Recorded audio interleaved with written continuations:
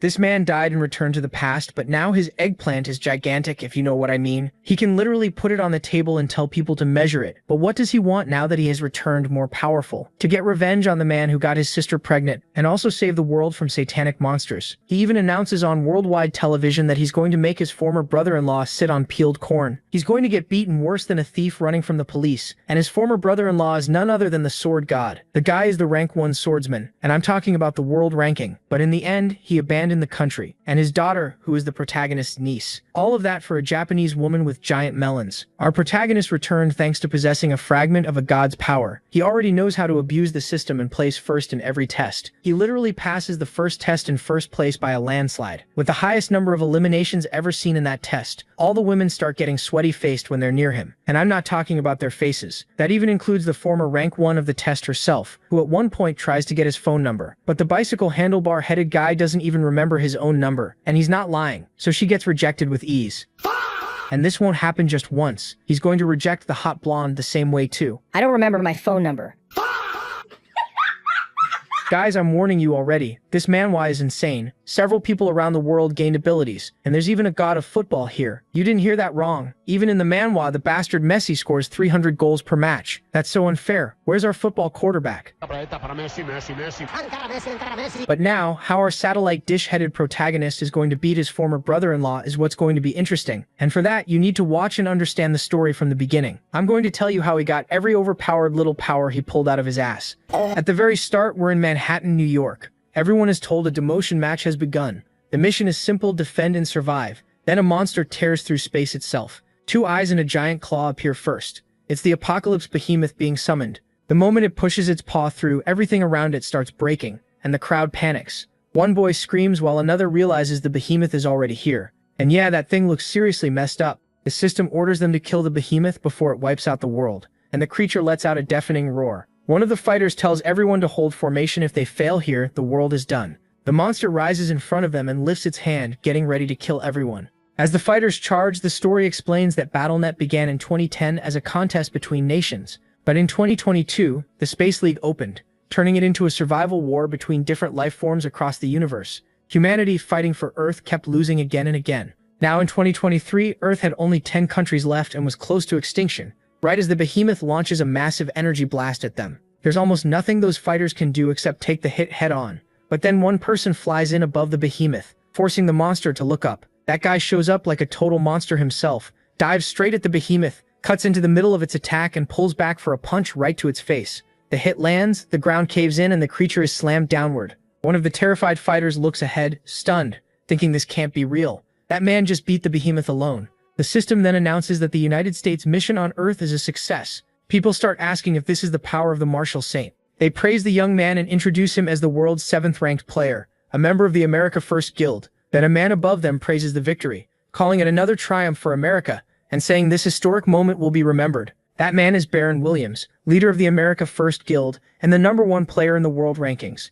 Baron Williams. Then a girl jumps down from the building, and someone warns the saint that she shouldn't come down yet. Baron tells them to let her through. Even if Behemoth's energy is still on the ground, he says she can handle herself. He's impressed, because just the leftover energy is enough to make normal players pass out. Several are already down from the monster's miasma, and Baron figures it must have been far worse when Behemoth was alive and moving. So the fact that she can stand this close makes her seem unbelievable. She comes down and asks if he's okay, but Seong Jihan's arm is wrecked, and she starts to panic. Sophia quickly uses regeneration and warns him it'll hurt because of Behemoth's evil energy, but he has to endure it. He starts suffering through the pain, then notices something strange. He tells Baron to look down, and they realize the boss reward has appeared in front of Sang, even with his arm still ruined. So he tells the other two to go back up, and says he'll handle the reward himself. But then others rush in like they can steal the loot. Sang killed the monster by himself, yet a whole group still surrounds the chest, acting like it belongs to them, because humanity is on the edge of destruction, and they're supposedly its only hope. Soon, everyone is gathered around the chest. Baron addresses the crowd, says it's America first, and announces that he'll choose which guild members share the reward with him. The others go along with it, and he says the Saint will be number 4 and another member number 5. But Sophia stops him, pointing out that Saint killed the Behemoth, so why is he getting nothing? Baron asks why she thinks that is, then answers it himself, because he isn't American. He says Song may be naturalized, but he still doesn't count as a real American to him, just a useful dog. Sophia keeps arguing, but the protagonist tells her it's fine and says she should just go.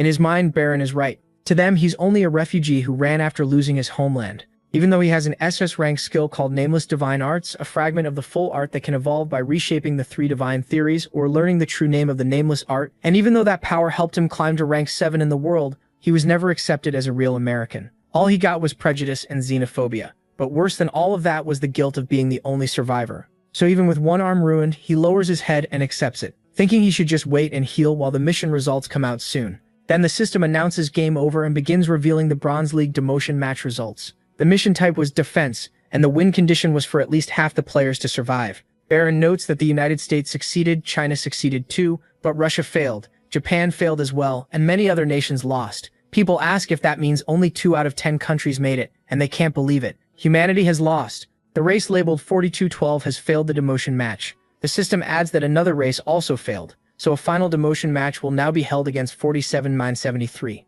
The Urks? Most people are confused, but Sophia understands right away. She tells Baron that if they're facing the Urks, they need Song. Last time they only won because of him.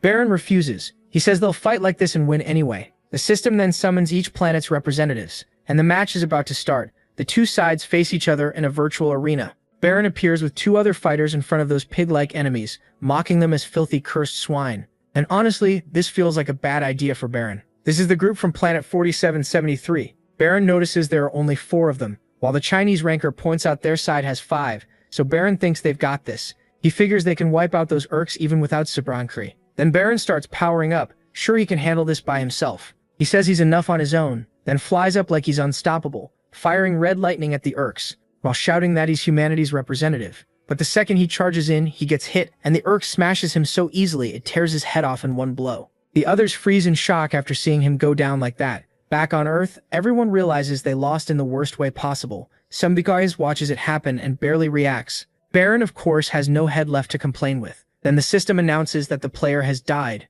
and everyone starts screaming in panic. The other Urks move in and slaughter the rest of the human team. Soon, everyone sent there is dead. At last, only Sophia is left facing that Urk, and she begs them to stop and let her go. Instead, he raises his axe and thanks humanity for being so weak. Now his people will survive. Then he kills Sophia too. The match ends, and Humanity 4212 is defeated and dropped from the Bronze League. There are no lower leagues left, so humanity is labeled a worthless race. Fear spreads everywhere as the system declares that this worthless race has been expelled from the Space League. Then a strange hole opens beneath a girl's feet, a black void that spits out light as the elimination begins. That hole keeps spreading across the Earth, and Song, already injured, starts getting dragged into it. Inside that total darkness, he realizes this is the so-called annihilation of the world. The planet is swallowed by a black hole from the inside out, tearing apart its entire mass, and everyone ends up in that dark space, breaking apart while screaming in terror. But right when the system says humanity's elimination is complete, an error suddenly appears.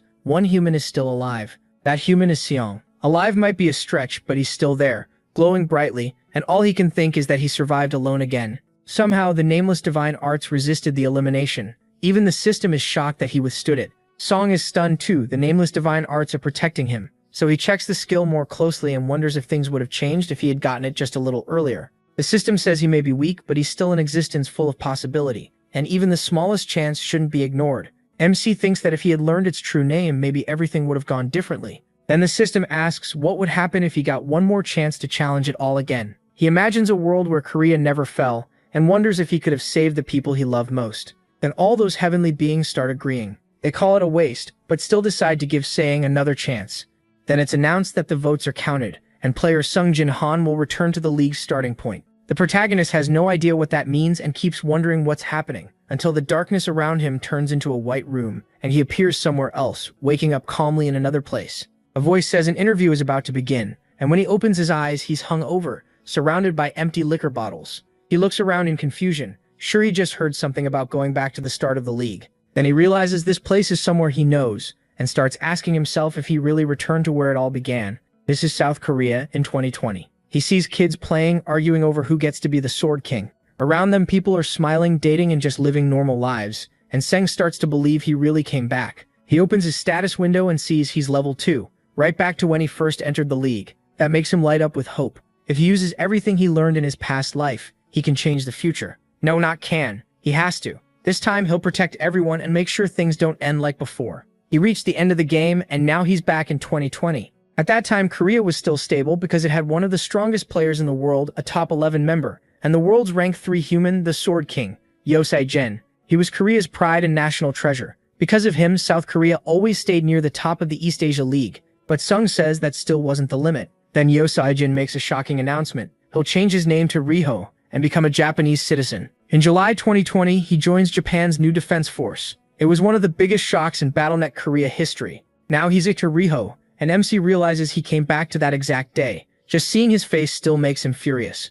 After Yosei-jin left Korea, everything fell apart. The news says the Sword King abandoned them, and people are already worried about Korea's league ranking. Sung explains that South Korea, once near the top in East Asia, quickly dropped to a terrible spot. It was like falling into a bottomless pit. Even so, experts keep saying the damage won't be that bad. They claim the country still has rising stars and should stay in the top 20. The protagonist says that was just empty comfort. No one ever appeared who could truly replace him. Maybe things could have been different if they had more time. But BattleNet gave them none, because the Space League soon began. At first, BattleNet was only a game. But 2 years later, once the Space League started, it became a war for survival. Die in the game, and you die in real life too. Low-rank monsters started appearing in each country and massacring people. After Yosei-jin left, South Korea couldn't hold them back, and eventually Huya came. The survivors all said the same thing. If the Sword King had stayed in South Korea, maybe things would have been different. Sung admits Sejin was a great player, but also his brother-in-law. That only makes it worse. The guy married his sister, and still turned out to be a complete jerk. MC gets so mad he punches the photo. He still can't understand why his older sister ever fell for that bastard. And he keeps wondering if everything would have changed if she were still alive. Sometime later, Sung admits it's good to be back in this time, but his stats are awful. Then again, it makes sense. Back then, all he did was drink and play games. He was completely useless in the past, and he didn't even realize how amazing this F-rank skill really was. The Wanderer's Eye, which lets him analyze other players. Everyone becomes a player at 18, but only some people receive gifts. His was an F-rank gift, the lowest kind, and he only used it for betting on match winners. What he didn't know back then was that its real power only shows up after it awakens. Still, digging through the past won't help much right now. With stats this bad, he should have been level 1, so how did he even survive? Then he suddenly remembers the experience potion. At some point, an idiot drank it by accident and leveled up, and now Sung realizes that idiot was him. Then something else bothers him. Why are his achievement points so high? He has 100,000 of them. Even if he's trash right now, that makes no sense. He hadn't done anything before entering the league. Thinking time travel may have changed something, he opens his inventory and gets a huge shock. There's a TX card inside. It's a voucher for exchanging achievement points, a special privilege given to the last survivor who chose to try again. It grants the right to trade achievement points, and it can't be transferred. Sung is stunned. This is a special item made just for him, an EX rank item, so he uses the exchange voucher. A conquest shop is added to his status window, and he can hardly believe it. He never imagined something like this existed. At level 1, the shop offers a conquest shop upgrade, status window expansion, and an extra class slot. He wonders if upgrading the shop will unlock more options. Right now, nothing he can buy feels useful, so he decides to upgrade it. The shop goes up to level 2. That adds inventory expansion, and he upgrades it again. Now it reaches level 3, unlocking an extra title slot. But he still can't use that yet, and now he's down to only 50,000 points. He realizes that if he upgrades the shop to level 4, he'll be down to just 10,000 points, and only now notices the cost rises with each level. So he considers buying the things he already unlocked. Or he could push the conquest shop to level 4, and he starts wondering which choice is better. In the end, he decides to unlock as much as possible and upgrades the shop to level 4. That adds emergency recovery, which catches him completely off guard. This new function can restore a broken item, and to him that's insane. It's exactly why he can never quit gambling. Sometimes a risky move pays off perfectly. Right after that, he heads to a heavily secured area. He scans his fingerprint and the system confirms his identity. It recognizes him as family, so he goes straight to the chair in the first player room. He's surprised the machine still sees him as a relative, even after he left them all behind. Then the inventory opens and connects to the baronet. That's why he knows he can get his first key so quickly, the broken brush of Dongfang Shuo. Without wasting time, he uses emergency recovery on it. The broken brush of Dongfang Shuo starts restoring, and when it returns to its full form, 2 jewels appear. The item is fully repaired, and he grabs it at once. Now everything is finally ready. That brush is SS rank, and the one who lived for 180,000 years had formed a bond with it. The moment he takes it, the system announces that the Baronet League tutorial will begin soon. There are only 10 seconds left, so he quickly opens his status window. With almost no time to spare, he starts writing on the status window using the brush. He says this is how he reached rank 7 in his past life and earned the title Martial Saint. It's a rare unique trait that merges his strength, agility, and vitality, and the result is something absurd. Thanks to that brush everyone ignored because it was broken. The 2 figures he draws with it mark the beginning of his awakening. As that wild effect goes off, all his stats begin to change and he enters Baron Williams. The tutorial mission is simple. Survive that thing. He has to endure the Colosseum monsters and the other 100 players, cutting them down until only 50 remain. The moment he arrives there, he reacts to the Colosseum in annoyance and immediately checks his status, wondering where martial power is. Then he sees it worked. His strength, agility, and vitality really did combine into martial power. Now he has martial power again, starting at 5 points. He also earns the unique tribute achievement and gets 10,000 conquest points, which makes him grin. He says he missed this. He knows this is only the first step toward the nameless divine art, but it's already more than enough to clear the Bronze League. Then the system warns him that he joined without being connected to a Baron Williams point, so any pain will hit him directly. That brings back a memory. Money really could reduce how much pain you felt here, which is ridiculous. Back then, a connector could lower in-game pain, and Yoon Seijin had a top-tier one that cut it by 99%. After remembering that, he decides to make the most of this and the achievement window activates. Then the system adds an unlimited mission.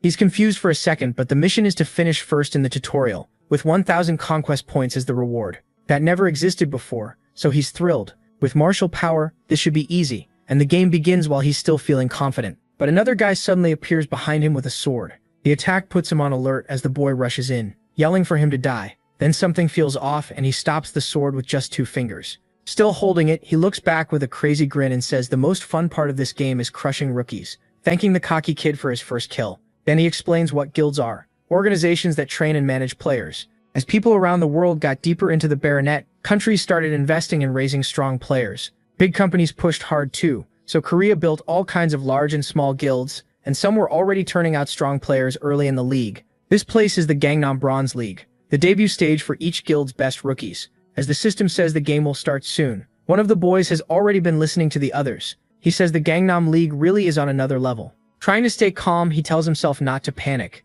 He'll do fine because he's the luckiest man alive. His name is Gu.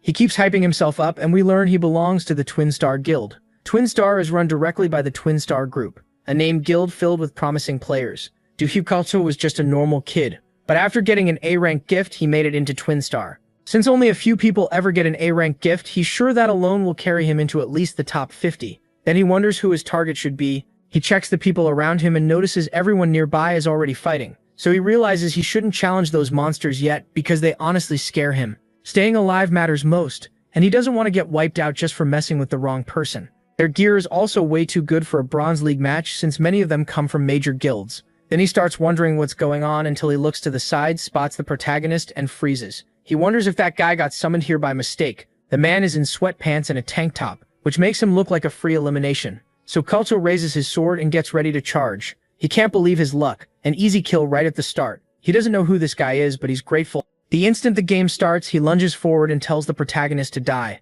But then we cut back to the moment the protagonist catches the sword with 2 fingers. Kulto is completely stunned, wondering what the hell is happening. How could anyone stop his blade with 2 fingers, especially against A-rank agility? Then the protagonist flicks the sword upward and throws the kid back using only his fingers. He mocks him for being so confident and asks if he really entered the Gangnam League with a gift like that. Galchuwo gets offended, asking if he's insulting his A-rank agility. The protagonist basically says yes and the kid snaps. Furious, he curses him out and says that bastard better not act tough just because he blocked one attack. This time he decides to land his fastest strike and starts pouring in even more aura as he grips his sword. Jaya can tell the kid is going all out. Honestly, that speed wouldn't have impressed him before either, but at least he can admit the boy is faster than he is right now. Even so, as the blade closes in on his neck, Jaya uses his battle experience to slip away with ease, ducking under the strike and avoiding every swing without letting the kid touch him once. Still, he admits to himself that this body is way too slow, and it's not easy getting used to dropping all the way back down to level 2.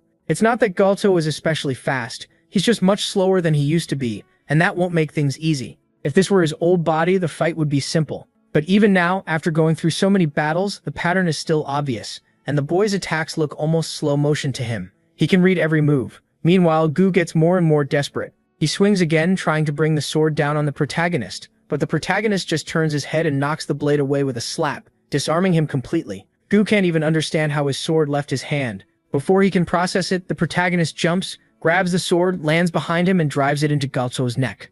Gu dies thinking it's impossible, still refusing to accept what happened. As he collapses, he says he'll definitely beat him next time they meet, and tells the protagonist not to forget it. Even while dying, Gu notices that being able to think about it next time really does make this a nice world. Just like that, the protagonist gets the tutorial's first elimination, and earns 100 conquest points. He explains that when a player dies, their weapons vanish with them. Now that he's warmed up, he needs to pick up the pace. If he wants first place, he'll need at least 5 kills. Then he looks behind him and notices that, as expected, nobody is even watching where the monsters are. Everyone is still clustered together. The protagonist says this van has both players and monsters, but each monster is worth only 0.1 kill, so he needs 10 of them to count as 1. That's why most players ignore monsters and hunt other players instead, especially since those orcs move in packs. He says only an idiot would pick a fight with them. Then a new mission pops up: wipe out the orc group. There are about 30 of them, the strongest monster pack in the Colosseum, and he has to kill every last one. Reward 500 achievement points.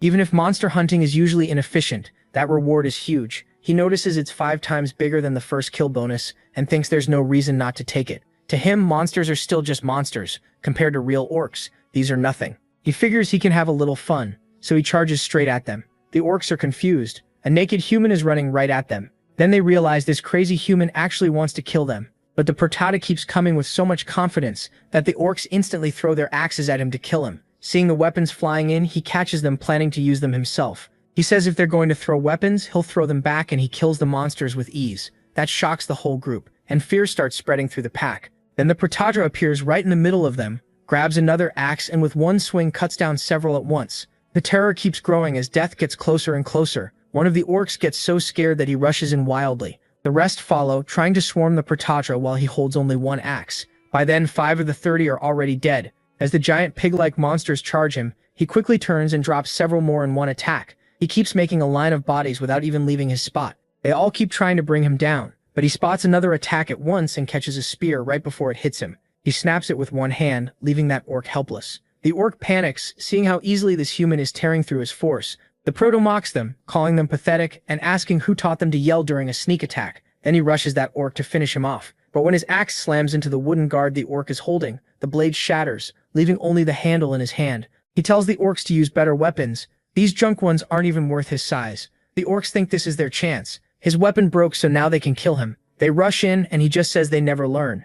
Then he simply stomps the ground and sends the earth up, launching them into the air. Somehow, he's absurdly strong, and once they start falling, he moves again, grabbing the weapons still flying around. Using those weapons, he attacks every orc nearby. Most of the pack gets wiped out on the spot. They can't even see his attack. He spins a spear and throws it straight into one of them, killing one more, then another, and another, leaving a trail of bodies. It turns into a full chain, and the last survivor says the proto can't even be human. Maybe he's the real monster. But the proto rushes past and takes his head off. That clears the orc group annihilation mission. He gets achievement points and his level goes up too. He's surprised to level up in the middle of the match, since experience is usually counted after the game ends. Maybe it's because his level is still low. Either way, it helps him. A level up means better stats. Checking his options, he says if he's going to raise anything, it should be martial power. Martial power is a special stat that combines strength, agility, and vitality, keeping all 3 balanced, and it's at least twice as strong as normal stat growth. But that's not the main reason it matters so much to him. Once martial power reaches 30, the path to the unknown divine art opens. He needs that as soon as possible, but this stat usually has a huge drawback. Martial power normally can't be raised just by pressing the button, but when he tries it, it actually goes up, and that shocks him. Usually he'd need real combat experience and hard training to raise martial power. Spending points should only improve his aptitude for it, so he wonders if this is actually amazing. He has no idea why it's happening, but if it keeps working, things get a lot easier. Then an archer girl nearby aims at him. He notices right away and dodges. That makes him wonder if it was a magic arrow. The girl gets excited that he dodged while the tank curses him as a lucky bastard. She says they don't have much time, so they should finish this now. The tank agrees and reminds her of their deal. The kill doesn't go to whoever lands the last hit. The proto realizes they teamed up and says that happens sometimes. The map is meant to leave only one survivor, but there's no rule against forming alliances. Judging by their emblem, they're from one of Korea's top 10 guilds, the Turtle Guild. He can tell their setup is solid. A warrior and an archer, close range and long range together. If they're from the same guild, that makes sense. Then the system says only 60 survivors remain and the tutorial will end soon. The proto is surprised that so many people are already gone, and figures you can survive now just by avoiding fights. But since these two came after him, he guesses they think he looks like an easy target. The warrior even has the nerve to turn his back on the prota and flirt with the archer, saying he'll give her the kill if she agrees to dinner later. She immediately shuts that dumb offer down. Meanwhile, the prota opens his ranking and sees he has 4 kills. That keeps him in first place, while second has 3. He says that's actually good. He can use this fight to widen the gap. While the archer keeps scolding the tank for flirting with that age gap, the prota suddenly gets on top of her and kills her easily, while thinking he'll test how strong level 6 martial power really is. That drops the survivor count to 58, since 2 people die while he kills 1 more. The tank starts freaking out, asking how the prota did that, and then acts offended that he'd attack a woman, even though he came here planning to kill him. But the prota is suddenly behind him and lands 1 heavy strike on his back. The guy actually feels it. Still, the prota notices something is off. The tank boasts that this is what you'd expect from a B-rank armor set exclusive to the Turtle Guild, saying he's incredibly tough. He adds that a beat-up weapon like that won't do anything. The prota answers by attacking over and over, and the tank starts cursing under the barrage. He realizes the prota keeps hitting the exact same spot, until he finally punches a hole through the armor. The prota says he doesn't care whether it was a woman or B-rank armor. Did this guy come here to play around? He calls him trash and says they should stay there a little longer, and then kills him. At the same time, 2 women are watching the fight. Rayon says that was seriously impressive and also a huge relief. The other woman asks what she means. Rayon says it's a relief that person wasn't summoned near her. She admits she could have been eliminated and never held on to second place in the rankings. Then she tells Ga that if they ever end up in the same match as that guy, she should avoid him. Gayon clearly doesn't like hearing that, and Rayon notices. She tells her not to forget it. If there's no other choice, she can only lose or knock him down first.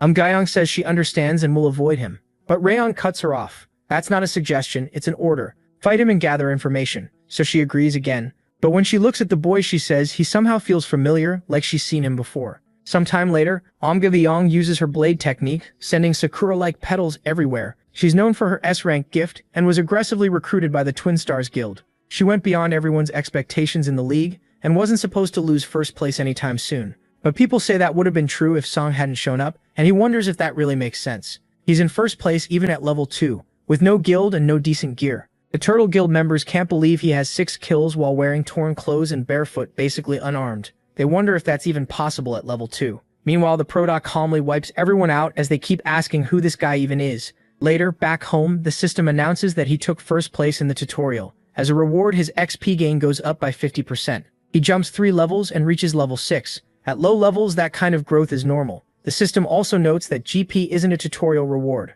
First, he puts all his points into martial power, raising it to 9. After that, he checks the title he got from the league results, the one for clearing the tutorial. It gives 20% more XP, though only inside the league. Even with that limit, he thinks it's still great. The bronze title also raises all his stats by 1. Things are looking really good now. With 10 martial power, bronze league should be easy for him. Silver promotion starts at level 25, so for now, he just needs to keep getting stronger. Then something catches him off guard. He remembers he still doesn't have a class, but now class selection is available, since basic classes unlock at level 5. For classless players, this is a huge moment. There are 4 choices: Warrior, Archer, Mage, and Support. In his past life, he picked Warrior. He knows that class well, so going with it again would make progress much easier. Still, regression gave him the achievement shop. Because of that, he can add Warrior later whenever he wants. It only costs 10,000 points, so why take Warrior right away? With that in mind, he chooses the class he should have picked long ago. A while later, he arrives at a seat with zombies, back in Bronze Class Gangnam.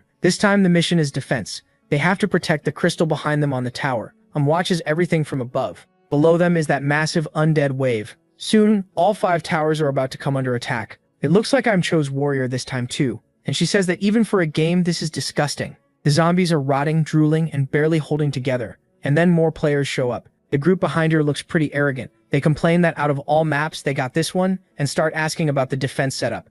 Sizes up the people she'll be working with. There's an archer with B-rank gear from LK, and a mage with no guild affiliation, but excellent equipment. So far, not bad. But to her, the most important role on this map is support. Then the support lands near them with a loud crash. Defense battles are wars of attrition, so support is absolutely vital. That's why she freezes when she sees who it is and realizes it's Song, stepping out in plain workout clothes. Everyone is confused. This is a defense map, and he picked support. Just 20 minutes earlier, the system warned him that the class didn't suit him. It even asked if he was sure, but he had only one reason for choosing support first, warnings or not. Then the class selection is confirmed, and he really does become a support. He explains that choosing support unlocks the divine power stat, which is the key to awakening a new unique stat later. The problem is that divine power is hard to raise. Unlike other stats, training barely helps, and there are almost no ways to improve it besides spending achievement points. But those points are too valuable to waste, especially when he's putting everything into martial power. Luckily, he knows another method, one nobody else knows.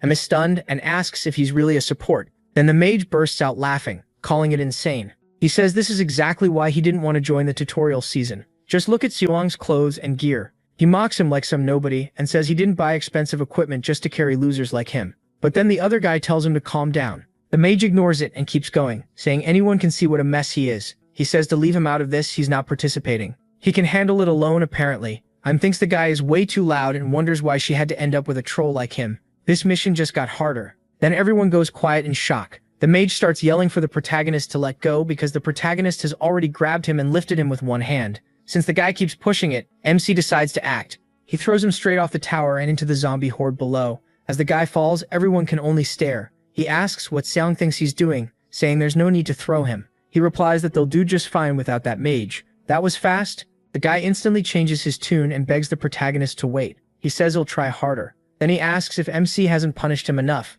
MC notes that the man begging for mercy is Kyung Il-hyuk, and there's a reason his attitude flipped so suddenly. In Bronze League defense games, each player gets 3 lives. After dying once to him, Kyung Il-hyuk revived right away, so he throws him again. After that second death, he's down to 1 life. 1 more death, and it's over. So the protagonist asks what he wants now. The guy swears he'll do his best from here on, and says he absolutely can't die again. He has to avoid finishing last too, because that penalty would lower his level, and the skill he spent so much to buy would disappear. If you lose a level and no longer meet the requirements, the skill is gone. Seong points out how quickly his attitude changed. Then MC asks if he's trying that skill again. The mage fires a spell at him, but MC deflects it with ease and remarks that his fire control is actually pretty good. The mage confirms it's fire, and says fire mages are especially useful on maps like this. He adds that he's level 15, so surely Seong doesn't want to lose such a valuable ally. Watching from afar, finally remembers where she's seen him before. That's Kyung Il-hyuk, a mage from one of the top 10 guilds, but he failed 4 times to move up to silver. After that, he turned into a troublemaker, basically trash. Seong meanwhile relaxes a little, now that he understands what kind of person he is. But the mage still has a condition. He has to apologize for throwing him, and then he'll join in. The other guy hurriedly says that's great, and that they should all do their best now. Still mad, the mage warns the protagonist to just wait. Next time, he'll die. So Seong grabs him by the collar again and gets ready to throw him. He asks if the guy really wants an apology. The mage is completely lost, and before he can react, Seong throws him again, saying people might start thinking he's the one picking fights. Like he's swinging a baseball bat. MC launches him back down into the horde. He dies again, and he tells the others to move. Next time, that guy should learn some manners. The polite one in the back realizes Seong really killed him and goes speechless, clearly wanting nothing to do with this psycho. Just then, the zombies start climbing the wall. On the neighboring team, a mage burns them down with fire. Everyone praises it, exactly what you'd expect from a fire mage. The destructive power is impressive, and if this keeps up, they won't finish last. Someone jokes they might as well sit back and roast marshmallows. Meanwhile, the blonde guy with the protagonist says this is why they needed a mage, and asks what he plans to do now. He says Seong should have just let it go because now they'll all suffer for his pride. MC ignores that and opens his status window. His mission is to place first at all 10 towers with 1,000 achievement points as the reward. It's a chain mission, and even he hesitates for a second. There's another one too, Zombie Source. He has to kill 1,000 zombies by himself for 3,000 achievement points. He knows it sounds impossible because of the time limit, but the reward is too good to ignore. While he weighs the pros and cons, Im keeps watching him. Silently, she judges Siwing and thinks this is awful. Forget his reckless attitude, someone with stats like his choosing support makes no sense. Even casual players aren't this bad. She decides he isn't worth the Twin Stars Guild's attention. Then, as he looks down below, the blonde guy starts panicking and demands an answer, asking if he is ignoring him. If he's going to act like this, why not just fight alone? Siwing asks if he really can. The blonde says yes, and the protagonist thinks he might clear the quest if he keeps all the zombies to himself. But Im steps up and says she'll take the front, telling the support to stay in back. Even if this match is a mess, she still has to do her job. MC just says it's fine. She asks what he means, and he repeats that it's fine. He'll handle them himself. He tells the warrior to protect the archer. While they're still arguing, a red zombie with a huge head climbs onto the edge of the tower. The blonde immediately says it's a blood zombie, not like the normal ones. Its body is liquid, so physical attacks shouldn't work. You need the opposite kind of power. But before anyone can react, the zombie charges at Saiyan. He raises that little metal rod and beats it down hard, bursting straight through the monster and killing it. Im stares in shock as chunks of the zombie fall around them. That white sacred flame appears, and she wonders if it's divine power. Meanwhile, he keeps pushing his plan to combine both classes into one. As more zombies rush in, he drops them all with nothing but the rod. Then he goes down and starts wiping them out with absurd staff skills. He admits he doesn't know if he can finish it, but he has to try. By the time he climbs again, he's already at 6 kills out of the 1,000 he needs. Charging into the undead horde, he smashes them one after another. Most go down in a single hit. His count keeps climbing fast, but he's still only at 26. Sekyong realizes physical attacks won't work on blood zombies, so he plans to gather them first, then slowly release his divine power and wipe them all out at once. The others can only stare. The support is completely insane. The blonde thinks that if Sekyong is this good, who cares if he's a little rough? A guy like that deserves respect. Im is speechless too, watching him control divine power so perfectly without wasting any of it. That level of control shouldn't even be possible. And what shocks her most is that every strike lands exactly on the head. The zombies keep dropping one by one, and he reaches 210 kills, meeting the condition. He fully understands the otherworld relic, and his divine power rises to 7. Cedric starts laughing. He's figured out a different way to grow his divine power. He says this method is perfect. He remembers what relics are, sacred items. Back in 2010, when Earth's tutorial began, they sold for crazy prices because people thought they hid some secret. But even after 10 years, no one found it, so their value kept dropping. The otherworld relic especially was seen as useless, so most people didn't even know it existed. Still, Sophia once told him she raised her divine power with an otherworld relic. She was America's rank 3 player, so Soom paid attention. That revelation had shocked him. She told him her divine power evolved because of the relic, but said it wouldn't work once the tutorial ended. The protagonist had wondered if that was really possible. Sophia answered that of course it was. How else could she become a saint? According to her, if you keep using the relic under the right condition, your divine power can rise. Each relic has slightly different rules though. Suong was amazed that almost nobody knew such an easy method. Sophia said it made sense. Even if someone heard the rumor, otherworld relics were so rare that finding one at all was hard. He realizes it only worked during the tutorial period, and that's why she could keep all those relics for herself. Then she remembered something else. She had exclusive info nobody else knew. There was one more person buying up otherworld relics, and MC guesses that player knew the secret too. After returning to the Sword Palace penthouse, he wrote it down. He notes that they were all otherworld relics, and most were empty because their divine power had already been absorbed. That explained what happened. The other player collecting those relics was the other saint he knew, his sister Jaya. He remembers that Jaya, along with Young-san and Jin, was one of Korea's best supports and a real hero. Her death is already in the past now. Thinking about the otherworld relics his sister left behind, he found that metal rod.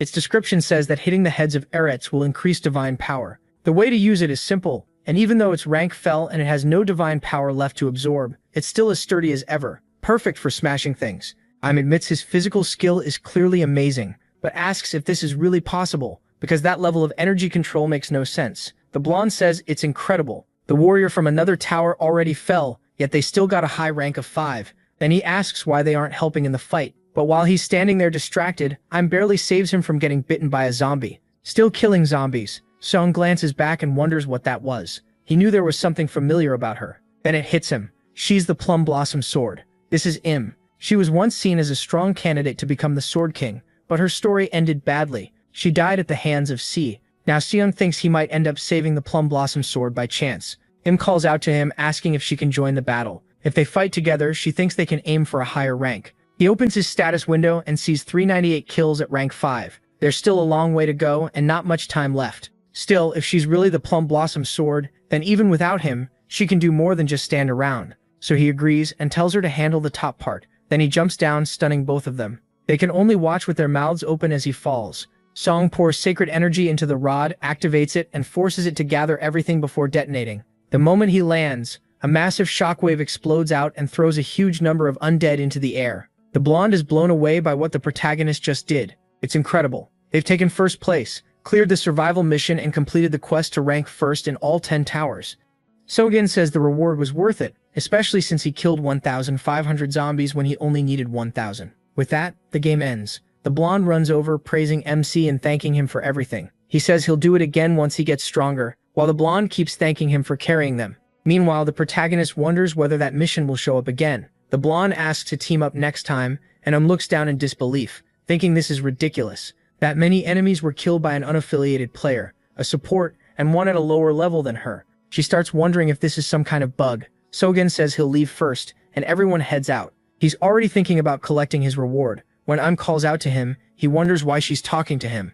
Does he know her? He doesn't think they've met before. I think she has to talk to him. With his talent and what he's shown in 2 tutorials, he's someone the Twin Stars Guild needs right away. So, as a Twin Stars player, she just asks for his number. She means it as a recruitment offer, but doesn't say that part, then instantly gets embarrassed by what just came out. So again asks what she's even talking about. Her face turns red and she tries to fix it, realizing she explained everything in the worst order. In her head, the plan was to get his number after meeting him first, but she skipped a bunch of steps, so she quickly explains that she's with the Twin Stars Guild and that this is a recruitment offer, but MC flat out refuses. He says he doesn't remember his number right now, leaving her stunned. Then he says he'll tell her if they meet again and says goodbye. He walks off and I'm left behind asking what kind of excuse I forgot my number even is. Then she wonders if she just got rejected. Back in reality, Song is totally calm.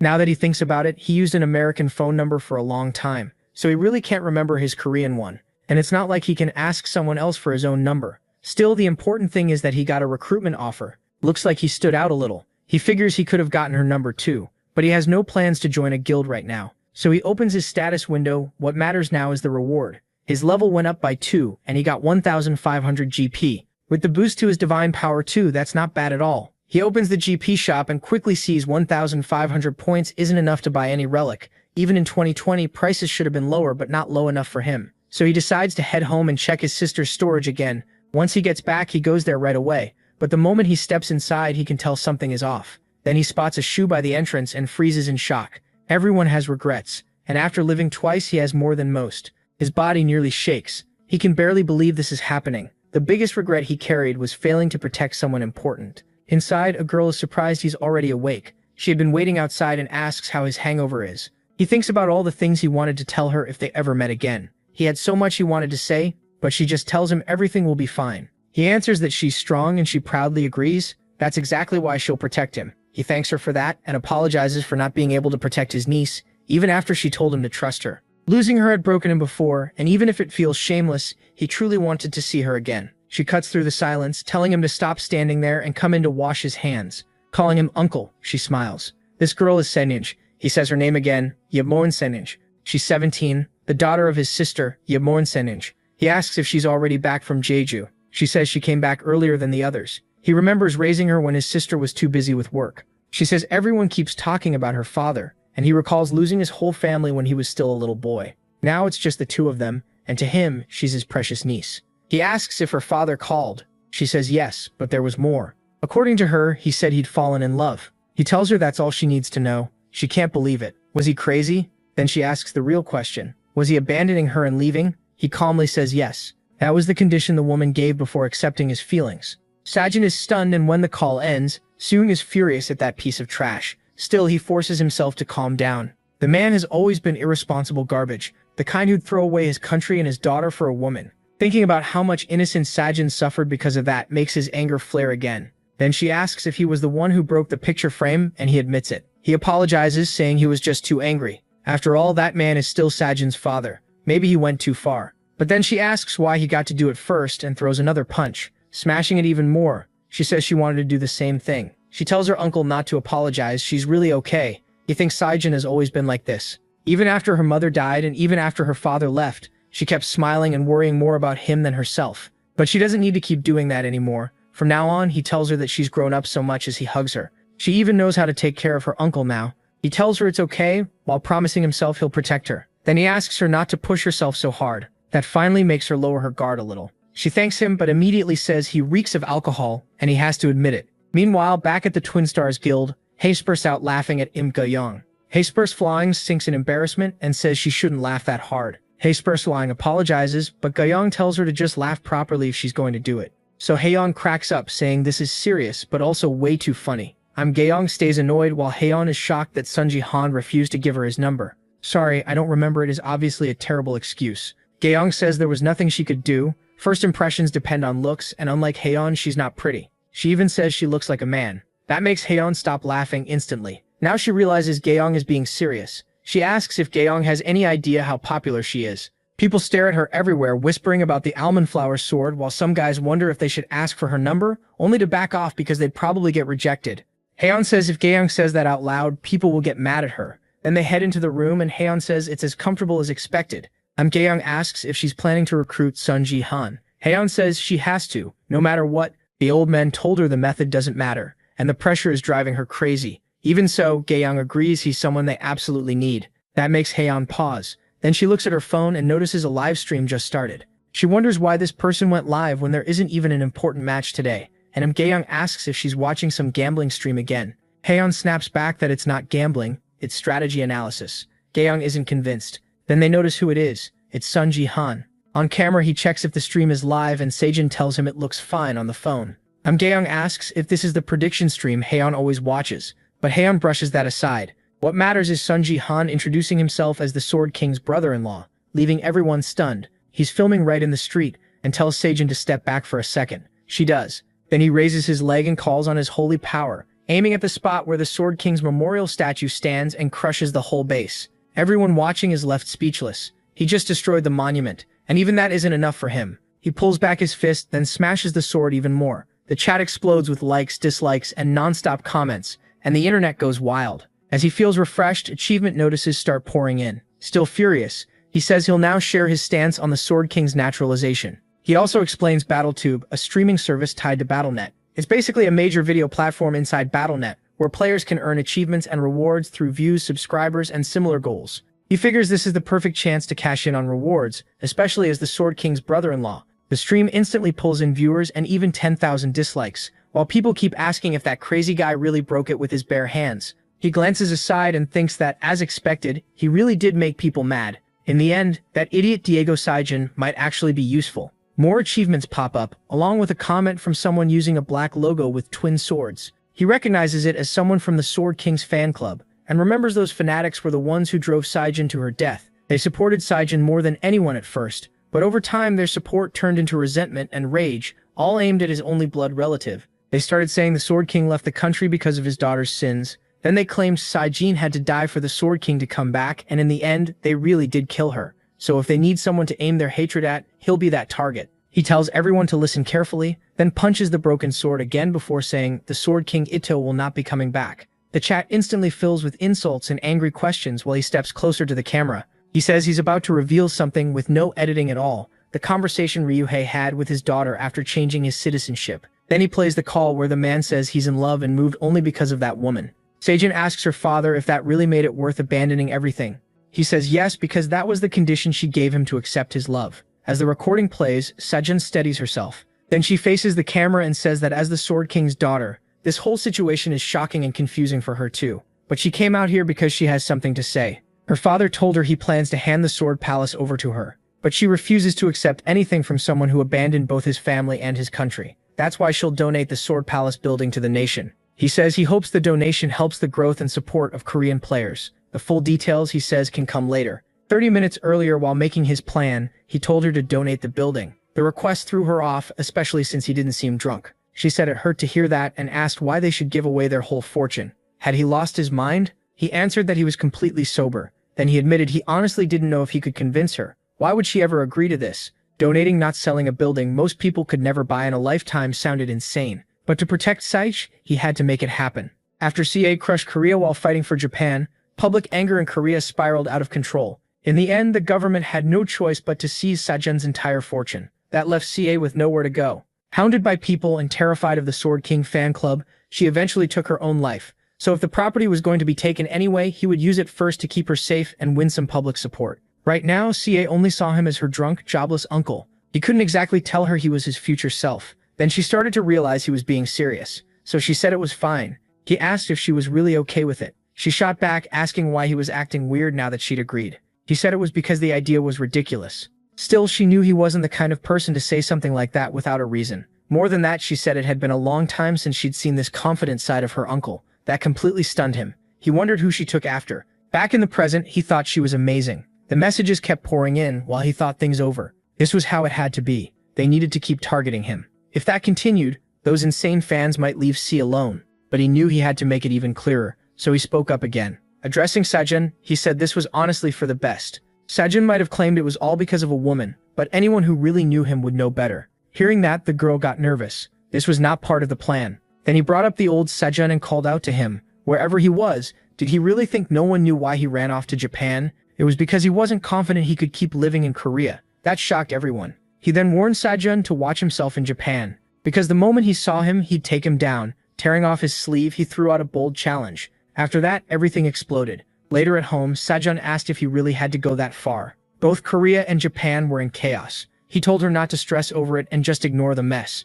But she said something was definitely different about him. It felt like he'd become a different person overnight. He joked that of course he seemed different. How could anyone stay the same after dying once and going back to the past? Then he tried to play it off, asking if he'd really seemed like a washed-up drunk lately. She asked why he was bringing that up now. It made sense, but this was not the time. Then the doorbell rang. Both of them tensed up. She wondered who it could be. While he was surprised, it was earlier than expected. Then she asked if someone had come for him. He told her to relax. It wasn't that. In fact, now it was time to make some money. Meanwhile, in Tokyo, people were talking about how relations between Korea and Japan would get even worse. Now that the king had become a Japanese citizen, they said Korea had every reason to be furious after losing its strongest player. The woman beside Seijin asked if all of that was bothering him. He asked if she had just woken up, and she said she was fine. She'd slept enough already. Then she said she was more worried about how hard this would be on him. Seijin told Ito that she didn't need to call him Seijin anymore. He had chosen to become the king, but she refused and said he was wrong. To her, he was still Seijin, the #1 ranker in Korea, the Sword King. He looked at her and she said that truth would never change. Then she told him she loved him and kissed him, still calling him dear with all her affection. Back with the protagonist, he opened the door and greeted the man outside. The visitor politely addressed Song and said it almost looked like he had expected him. With a smug answer, he said things had gotten big enough that the government sending someone was only natural. He even called the man by name Park Yeon-sek, a section chief. The office had basically shut down after Sajin left, but no one had handled this matter more than those two men. Sajin then greeted the section chief too. Song got straight to the point, asking if they were here to take everything they needed. Park said the stream had been a bit extreme, but he liked it. Thanks to that broadcast, the government had finally reached a conclusion. They could no longer bring the Sword King back. At least the protagonist thought. They understood that much. Park added that they couldn't keep pushing this forever, especially with tensions between Korea and Japan rising. So MC asked if they were going to get to the point or not. Park said he had come to ask for the return of the Sword Palace. Once the government received it, everyone would likely accept that the Sword King was not coming back. That surprised Park too. Soren had read the situation perfectly. He couldn't help wondering if this was really the same loser from before, since he clearly remembered a clueless unemployed gambler. Park explained that they still hadn't fully given up on the Sword King's return. Instead of putting the palace directly under government ownership, they wanted to place it under entrusted management. In other words, they would run and protect it until the owners came back. He had to admit it was a smart idea. So he asked if they would return the deed if the Sword King came back. Park said yes, exactly that. That was also why they wanted the two of them to keep living in the Sword Palace. He said the terms were good for both sides and asked the protagonist to read everything carefully before giving an answer. The protagonist could tell they had put a lot of thought into this. He'd been planning to just hand the place over, so getting something in return was even better. Then he said he understood the government's position, but before signing, he needed one favor. Park asked what he meant. Even CA looked confused, but MC said he wanted. Sometime later, the Golden Light streamer went live. He greeted everyone and cheerfully welcomed them in. He said it was nice looking down on them from up high, because today's stream was at the Blood and Dust Coliseum. He bragged that the deep-sea expert everyone knew had dropped into the arena, then made a flashy entrance. He drew a huge sword and struck a dramatic pose, though he didn't look all that impressive. Then he started rambling, calling it a donation right after the game began, and thanking the viewers like crazy, while acting completely ridiculous. Everyone thought he looked absurd. Then the chat got annoyed. They had hoped he'd disappear, but here he was again. People started talking about him, calling him a famous streamer with a pretty face, endless energy, and the attitude of an evil troll. He used to be a promising gold player, but he dropped to bronze on purpose to make content called Deep Sea Exploration. He had given up real competition just to have fun trolling people. He joked that apparently people really did live at the bottom of the sea. Even if he was in Bronze League, his stats and gear were still gold rank. He was known for enjoying the slaughter of weaker players. He tried to claim he wasn't that bad, but the chat called him even worse, a total psycho. Then he declared that the warm-up was over and asked who would be Golden Light's first victim today. After that, he started checking the players around him. That was when he noticed some perfect stream material, the protagonist standing there holding something. The chat immediately started making fun of Sugum, while Golden Light walked straight over to him. He asked if he could spare a moment for an interview. He was baffled, while the streamer introduced him as the Sword King's brother-in-law, the strongest player in Bronze League and the man who smashed the twin sword statue, a guy who had been grabbing attention under all kinds of names. He realizes the guy is a BattleTube streamer, loud and annoying. Then he remembers he still has a bunch of BattleTube achievements he never claimed, so he decides he might as well start a stream too. He goes live, and while he's doing that, Golden stays next to him, filming his face and whining about being ignored. The chat immediately starts talking about Song, shocked that he opened his own stream right in front of him. That gets Golden mad. To him, it looks like he's helping boost the protagonist's fame, so he says he needs to turn MC into content fast before his views drop. Then a mission pops up. Sword King's love wants him to kill him and make sure he finishes last. Reward 2,000 GP. That shocks him since 1 GP is basically $1. 2 grand just like that. He wonders who would post something like this. Maybe Sword King's fan club. Then people start raising the reward. He says he knew they hated Song but not this much. As the prize keeps climbing, he gets more and more stunned. Soon the mission reward reaches 31,978 GP and it keeps going up. He's shocked it's already close to 40k and figures it might even hit 50k. Then all the players are summoned and the match begins. The total stops at 42,000 GP and he's annoyed it didn't quite reach 50k until one fan from Sword King's group adds one more promise. If he really kills Suing, he'll donate another 10k GP. That fires Golden up completely. He declares that the viewer's burning wish has reached their streamer, while thinking he squeezed a nice pile of money out of those idiots. Then he tells the protagonist not to panic, because from this moment on, Lord Golden is ending his game. He activates Conjure, a skill that launches the user forward at high speed. He uses it to send the protagonist straight to the afterlife. He's all excited about it too, but Sayek turns around at once and lands a brutal counter. Golden's sword is knocked into the air and he just stares in disbelief, asking what happened. MC says his little sword is way tougher than he expected, and this is the Kitchen Set Club, a D-rank weapon. He's surprised it didn't break even after taking a full hit.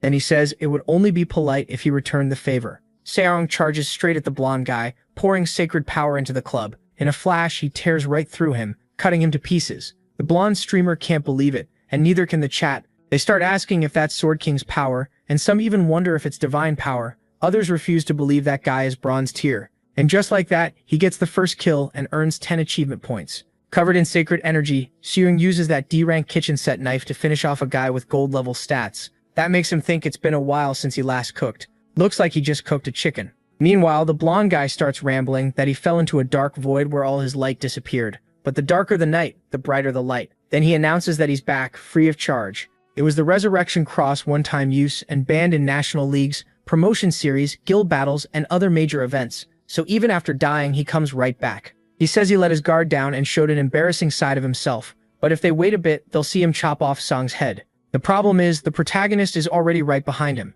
The second he notices, that smug grin starts to vanish. MC kills him again and scores a double kill. He comments that he hasn't seen anyone use that item in a while. In the future, people use it because of an exploit, not the death penalty. But something else matters more right now. The place felt louder than usual because there are some powerful spectators watching. This time, he notices it's the elves. He calls them nasty little pests, and remembers they played a big part in humanity's destruction too. Still, he was planning to deal with that later. First, he needs to handle what's right in front of him. So he asks if the others are excluding him or something, because the moment they see him, they all start running. One of them yells that now isn't the time to fight each other. They just need to run, because Seo is even killing Gold League players. He figures that makes hunting way less efficient. He came all this way and even got a D-rank relic, so he needs to test it more and find out whether it has a trigger condition or not. Then a mission appears and everyone wonders what it is. It's a normal quest, Goblin Subjugation. He has to wipe out the goblins gathered around the Goblin Champion. He calls it a nice surprise just as the goblins rush him. Then he starts driving them back in fear, killing them one by one at close range. First he smashes with the club, then finishes with the knife, cutting through them with ease. The system says he's using the relic correctly, and the D-rank kitchen set reacts. He realizes this is the right method. Crush the head first, then cut the heart. Since it's a gear set, there's a proper order to use each piece. He's glad he figured that out before the match ended. Still, he thinks it took too long. If he'd learned it a little earlier, there would have been more goblins left. Then again, it doesn't really matter, because it's not over yet. The Goblin Champion is standing right in front of him, basically a 2-meter ogre. He was going to read the full description, but it's ridiculously long so he skips it and moves on. Seong charges the goblin and drops it with one hit, slamming its face into the ground. Then he asks, so what if it's big? That's all it is. He goes straight for the heart, clears the subjugation mission, earns 500 achievement points, and gains another point of divine power. Then the items react again, and the set changes from D rank to E rank. He figures that now they're E rank, he can probably gain divine power from them again. But hunting with them really is slow, so he realizes he'll need to hunt players after all, since they ran far away. He says it's annoying, but there's no other choice. If the mountain won't come to him, he'll go to the mountain. And he looks terrifying. Nothing holy about that sacred energy anymore. It's pure hate. The chat finally says they can breathe again because they'd been holding it in, and they point out how dead serious he looks. Meanwhile, in Yeoksam, Gangnam, Seoul, The blonde streamer is at home, yelling in frustration. He curses the protagonist, saying he attacked him out of nowhere. Didn't he even praise him as a good streamer? Then he asks if the protagonist is weak. No, he's insanely strong. He can't stop trying to analyze what happened. MC's estimated stats are now Strength 33, Agility 37, Vitality 36, and Magic Power 34. Golden says that even the stats he gained during the Goblin fight average around 35, but the Bronze League cap is 25. So how does 35 make any sense? He starts saying he must be hacking, but then he hears a weird noise and looks back at the screen, noticing Frieren killed another player. He wonders where that dying pig sound came from. When he looks closer, he jumps in shock. The protagonist is doing the same thing to players that he did to the goblins, striking the head and then the heart, beating them down in a terrifying way. Golden can only ask what kind of massacre this suddenly turned into. MC keeps going, double, triple, then quadra kill. People call it pure art, and ask how he killed 4 guys in a single rush. Then he keeps going, in an insane streak, finishing a pentakill.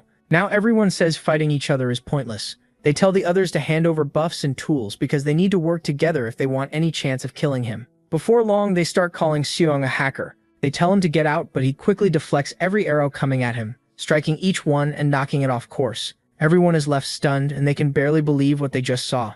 After Song scores another double kill, almost nobody is left. The chat goes wild, and the system says the E-rank kitchen set has reacted. He gains another point of divine power, but the set's rank drops from E to F. That also completes the 10-kill Coliseum mission, earning him 5,000 achievement points. With the divine power and points, he got what he wanted. Still, he says it's nowhere near enough. He needs something much bigger. Then he notices an epic mission. Find the Shadow Queen among the Coliseum spectators and provoke her. He's shocked an epic quest appeared in Bronze League. But what really catches his eye is the reward. Interest from the Shadow Queen constellation. That makes him think about what constellation interest means. Constellations are absolute beings tied to stars, basically godlike existences. If one of them takes interest in you, it can lead to sponsorship and give you powers you normally could never get. That's usually only possible after reaching at least diamond rank, and yet the chance just appeared for him now. He tells himself he has to earn that interest no matter what. If one constellation notices him, others will start watching too. Still, he wonders if he can even find her.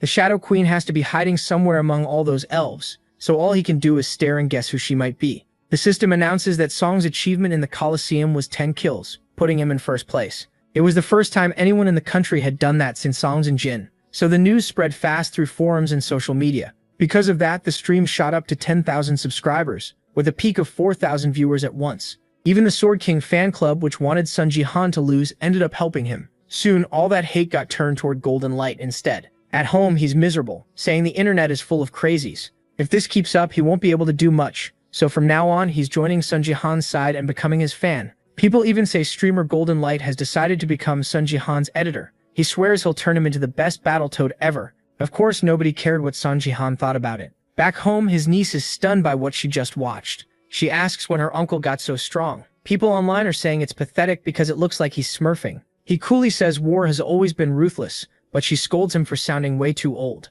Then she explains what smurfing is when a skilled player uses a beginner account to win easily. She says she really hopes that's what this is because otherwise it'd be seriously embarrassing. Putting that aside, she notices everyone wants to donate and asks why he has donations turned off. He says he just forgot to enable them. Then she asks, while she's sitting there anyway, what he thinks about setting a minimum donation amount. She points out that if people can donate any amount, non-stop alerts will pop up and ruin his focus mid-match. He agrees and suggests 10,000 GP, but she asks if he means $10,000. That's way too much. She hesitates on whether to go with his idea, but he has something more important on his mind. It's the epic mission he just got, the one telling him to find the Shadow Queen. No matter how much he thinks about it, he can't figure out how to spot her in that huge crowd. His niece asks if he wants help. She says he always makes that face when something goes wrong, and whenever he needs her, he can call, she'll always be there. He always says she looks like her mother, but right then she really does. Then he decides to see what his niece can really do. He tells her about the mission. He has to find the Shadow Queen in the Coliseum. She asks who that is, but he admits he doesn't know, and all he knows is that she was in the audience. She can only say these missions are really weird.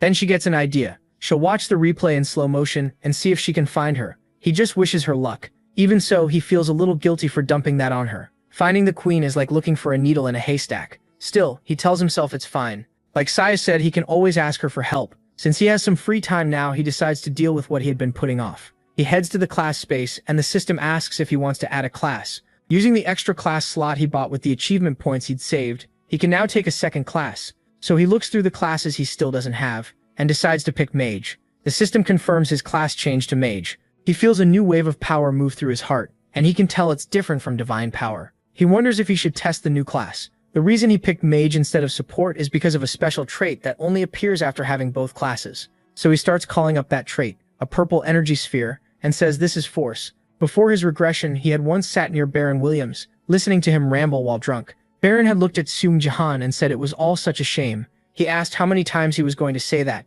Baron replied that if he had become a citizen earlier, he would have called him an American and been more careful around him. The protagonist realized that while drunk, Baron had let out things he'd kept buried for a long time. That day, he was saying some very strange things, including how he first gained Force. Senji asked if Force was a skill, and Baron said he'd never told anyone this before. It was actually a trait born when magical power and divine power fused perfectly. Of course, that fusion wasn't easy, but no one had even tried, since he was the only player with 2 classes. He said only he could do it because he had 2 status windows. That was the SS rank gift Baron Williams had been so proud of. MC asks if that's the only requirement, and Baron adds one more. You also need to be level 10. MC starts wondering if he should even be hearing this as a non-American. Baron shrugs it off. He says he never planned to tell anyone, but since he is the one with 2 classes, it doesn't matter anymore if others find out. For all his arrogance, Baron wasn't lying. The overwhelming power that lets someone seize a place is Force, and he was supposed to be the only one who could have it, but not anymore. As Force begins flowing into Siega's body, intense pain hits him. Now that he knows how to get it, he also has what he needs to try. This was the power that made Baron Williams number 1, even though he could barely control it. And for what's coming next, the protagonist knows he needs it too. He tells himself he has to get it now. First, he pours all his divine power into his hands, then sends the magical power from his heart there and tries to fuse them into one. He can't let that power slip away, so he puts everything into controlling it. At one point, he thinks he's done it, but then an explosion blasts him back. He's thrown across the room and slams his head into the door, pain shooting through him. It failed. He realizes this isn't something brute force can control, and he still doesn't really understand how to handle it. He wonders if he needs more magical power, because after only one try, he's almost out. He also questions whether forcing everything into his hand makes any sense. He can't keep all that power there anyway. But then he thinks about storing it and notices something. Maybe you can't control power once it's already been released, but what if he keeps it inside his body? He decides to take the divine power from the upper elixir field and fuse it with the magical power in the middle elixir field, then guide both of them, still clashing because they can't mix into the lower elixir field where martial power rests. It would be a perfect setup, wasting none of the 3 powers, and if he can combine them all like that, the result should be incredible. So he tries, and unbearable pain tears through his body as he screams. The system announces that he is attempting to integrate the 3 elixir fields. He keeps screaming while the system warns him that he has entered a state no player can endure. A life-threatening condition is detected. Meanwhile, his niece hears nothing, because she has headphones on. She only wonders if something happened to her uncle. What he's trying is called the union of the 3 elixir fields. He wants to gain force by combining divine power and magic, and Sunsong Jahan even brought martial power into it, trying the full union without meaning to. But the conditions for combining all 3 elixir fields were brutal, requiring perfect control over 3 different kinds of power. On top of that, each stat needed to be at least 100. If someone far below those conditions tried it, they could die. Yet somehow, MC is only suffering terrible pain. Then his niece finally notices a scream coming from her uncle's room. She runs over and asks if something's wrong, begging him to answer. But when she opens the door, she sees something strange, her eyes going wide as she calls out to him. He tells her he still doesn't understand it either. She asks if he was screaming because of a headache. He says yes, but then she demands to know how the pain suddenly vanished. He brushes it off as one of the mysteries of the human body, and she snaps at him saying she's being serious. A moment later, she apologizes, saying she didn't mean to get mad. Honestly, she was just really scared. She thought something bad had happened to him. Sarang realizes he hadn't thought about her feelings at all, and should have been more careful. She asks if he's really okay. He says he is and apologizes for worrying her. Then the girl wipes her tears. She wipes her tear away and says he doesn't need to worry. She's fine too, and she's just glad nothing happened to him. Then she gives him a light punch in the chest. After that, she says she's going back to searching for the Queen of Shadows, and he thanks her. To himself, he swears he can't let her see him that week again. He admits the 3 elixir fields combination clearly failed. He still lacks experience and level. Still, when he thinks it over, he realizes it wasn't a total failure. This time, he can use a new kind of power. Holding a towel, he twists it using only mana and says he got what he wanted. His divine power and magic power merged and turned into the unique stat, Strength. So even though the 3-field fusion failed, combining those 2 worked and gave him strength. The link between all 3 elixir fields also stayed, even if only weakly. That makes him wonder if there's something unusual about his strength stat. He even asks if it had been like this from the start, and it's confirmed that the connection between the 3 elixir fields remained faintly active. Martial power and strength are now interacting and sharing points, which shocks him. That means if one of them goes up, the other rises too. He boosts martial power to 14 and strength increases with it. It's explained that strength rose because of the interaction between the elixir fields, and he grins, saying that's totally broken. He's already this strong with just strength alone, so he starts imagining how crazy he'd be if he fully combined all 3 elixir fields. Even so, he decides to forget that idea for now. If he tries again at his current level, he could actually die. Still, he got part of what he wanted, so he wonders if he should try casting a mage spell. He starts summoning fire, but he's told he doesn't have enough power. Disappointed, he stares at the tiny flame he managed to make, basically a lighter. All he can say is that it's kind of cute. Sometime later, morning comes and he wakes up. Sunlight hits his face as he notices it's already dawn. The system says his divine power has risen to 10, but from now on he can only absorb divine power from relics ranked C or higher, so the D rank and E rank items near him are useless now. He'd hoped they might still work, but no luck. Calling it stingy, he complains that he bought all that stuff with his own points. Now he's thinking of selling those second-hand items on the market. Then he asks C if she's awake yet. He wonders if she's still sleeping, but she's already up looking like a total zombie, and asks if her uncle is awake. He asks why she looks like that and tells her not to say she stayed up all night. She admits she was researching, lost track of time, and suddenly it was morning. He tells her she doesn't need to push herself so hard. Even then, she says it's fine because she found something useful, and he asks what it is. He asks if it's material about other races, and she says yes. People with appraisal-type gifts apparently make content about them. That makes him a little uneasy, and he asks if they're basically using their abilities for this, so she tells him to just watch the video. It's a replay from the game he plays, and as he watches, there's a dark elf sitting on a throne while the narrator talks about elves being the best. He quickly mutes it, saying the audio is creepy. C says both of the ones shown seem high-ranked, and since one is a dark elf, she wonders if someone with a queen-like title could match the Queen of Shadows. She asks what he thinks, and he says it makes sense and praises her for the good work, but she says it's still too early to be sure and wants to keep digging. Meanwhile, he thinks that Celestial Sir probably won't be uncovered that easily. She says tomorrow she'll start checking videos from overseas. He tells her she sounds like a pro, and she proudly says she can even make his videos look good with editing. He asks if she knows how to edit, and she says yes. She's not amazing, but she used to edit her father's videos as a hobby. That leaves him stunned. His thoughts turn to Seijin, and he wonders, did that man really abandon his own daughter? In his head, he curses Seijin as pathetic. Then he remembers what happened 2 days earlier. While they were with Park, Park said he thought he knew who the Sword King's woman was. Seijin asked who, and he answered, Ida Shizuru. He says she has the SS rank gift, Beauty, and both of them are left completely shocked. The protagonist asks if that means Seijin fell for her ability itself. Park says the administration office honestly thinks that might be true, and it's the first time he's ever heard something like that. But Park warns that he needs to be careful too. Beauty is said to go beyond simple mind control, maybe even to the level of reshaping someone's mind. There were cases before where promising people suddenly left their country and went to Japan, and if that gift has no range limit, then there's no way to know when she might show up and steal their strongest people. After hearing that, he went looking into Beauty and Ito Shizuru, but found nothing. He figures Japan is blocking any information that might leak. For now, there's nothing he can do, so all he can do is follow Section Chief Park's warning and stay careful. He decides to prepare ahead of time just in case, because what Park said might be true. They may already be making their move. And right then, a very suspicious plane carrying cargo under Japan's name is landing in Korea, the Neo Self-Defense Force. And then C asks her uncle how much longer it'll take. She says they'll be late if they keep going like this, but he says he's ready and tells her to come on. Time to go welcome their guests. He heads to the 32nd floor. On the way, he asks if she's nervous. He tells her to relax, but she admits she's shaking a little. It's her first public appearance since her father's time. He says they just need to stay confident like they did in the last interview. If they don't do anything wrong, there's nothing to fear. She quietly agrees. As the elevator goes down, they reach the ground floor. He tells her most of the people there already know what they want to hear. Then someone says they'd been waiting for him. They add that everything he requested is prepared, so they can begin. He thanks them and says to leave it in his hands if things are on track. Speaking with Park, Park says he was confused at first by the request he got. It was about holding an auction for the Sword King's collection, but now he thinks he understands the point. He asks if it's meant to draw in Japan, since the Self-Defense Force has a separate table there. The protagonist says exactly. That's why those auction items were chosen. Yan Saijin's Baronet Connector and Battle Record are perfect bait. Japan would definitely want Saijin's combat history. He goes on saying Japan will clearly want to get their hands on it, and depending on who shows up, that person may have to come with them. Whether Yan Saijin comes himself or not, people need to accept reality and use this chance to move forward. Hearing that, Park thinks about Sun Jin Han.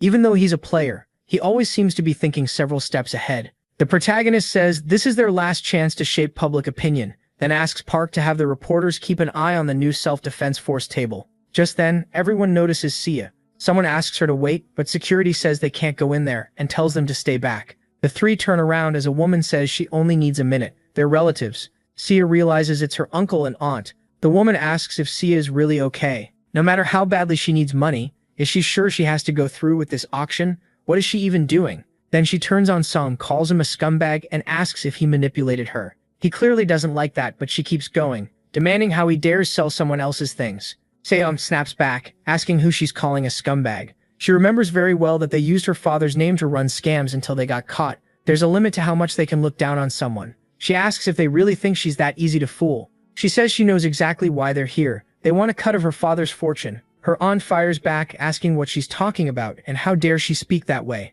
But Sia makes it clear, everything her father left belongs to her, and that woman has no right to argue about it. She asks security to remove them, saying they are no longer her family. Then she calls the protagonist to leave while the woman keeps throwing a fit as security drags them out. Sia was fierce, and he tells her she did great. She says of course she did. When she does something, she does it right. Then Park says they've arrived and that they can talk later. The two of them step onto the stage. At once, everyone starts trying to take their picture. Then the questions begin. What's the reason for this auction, and why did he allow other countries to join? Is there a specific reason for that? Reporters press in, asking Safe if she was forced to donate the Sword Palace and hold this auction. They keep pushing. Have they given up on the Sword King coming back? What does she think about people treating his property like easy money? Then they turn to Song, asking for something exciting about his latest battle results. He just raises his hand. He uses his power and the cameras in front of him shatter. The reporters panic, wondering what just happened. Ignoring the noise, he cuts in. This is an auction, not a press conference. He asks for silence and starts. That was a pure power move. Song made it clear who's in charge. Then he says there are 3 items prepared for this auction. The first is Baron Williams' Reducer 99, the connector Seijin used, along with his full battle record. He adds that it also includes Seijin's self-analysis data, plus analysis gathered from top players in Korea and East Asia. That gets everyone talking. The Sword King's data is huge, and with Korea and Japan facing off soon, the analysis on other players matters too. The protagonist knows they won't want to miss this. He points out that high-level player analysis like this can't be found anywhere else. Then someone raises a hand and he pauses in surprise. 2 people are standing there. The older man introduces them as members of the Ring Self-Defense Force. He's the recruitment team manager, Takeda Kazuo. Since the auction has already begun, he asks if he can make an offer. Then he drops it, 5 billion yen for everything.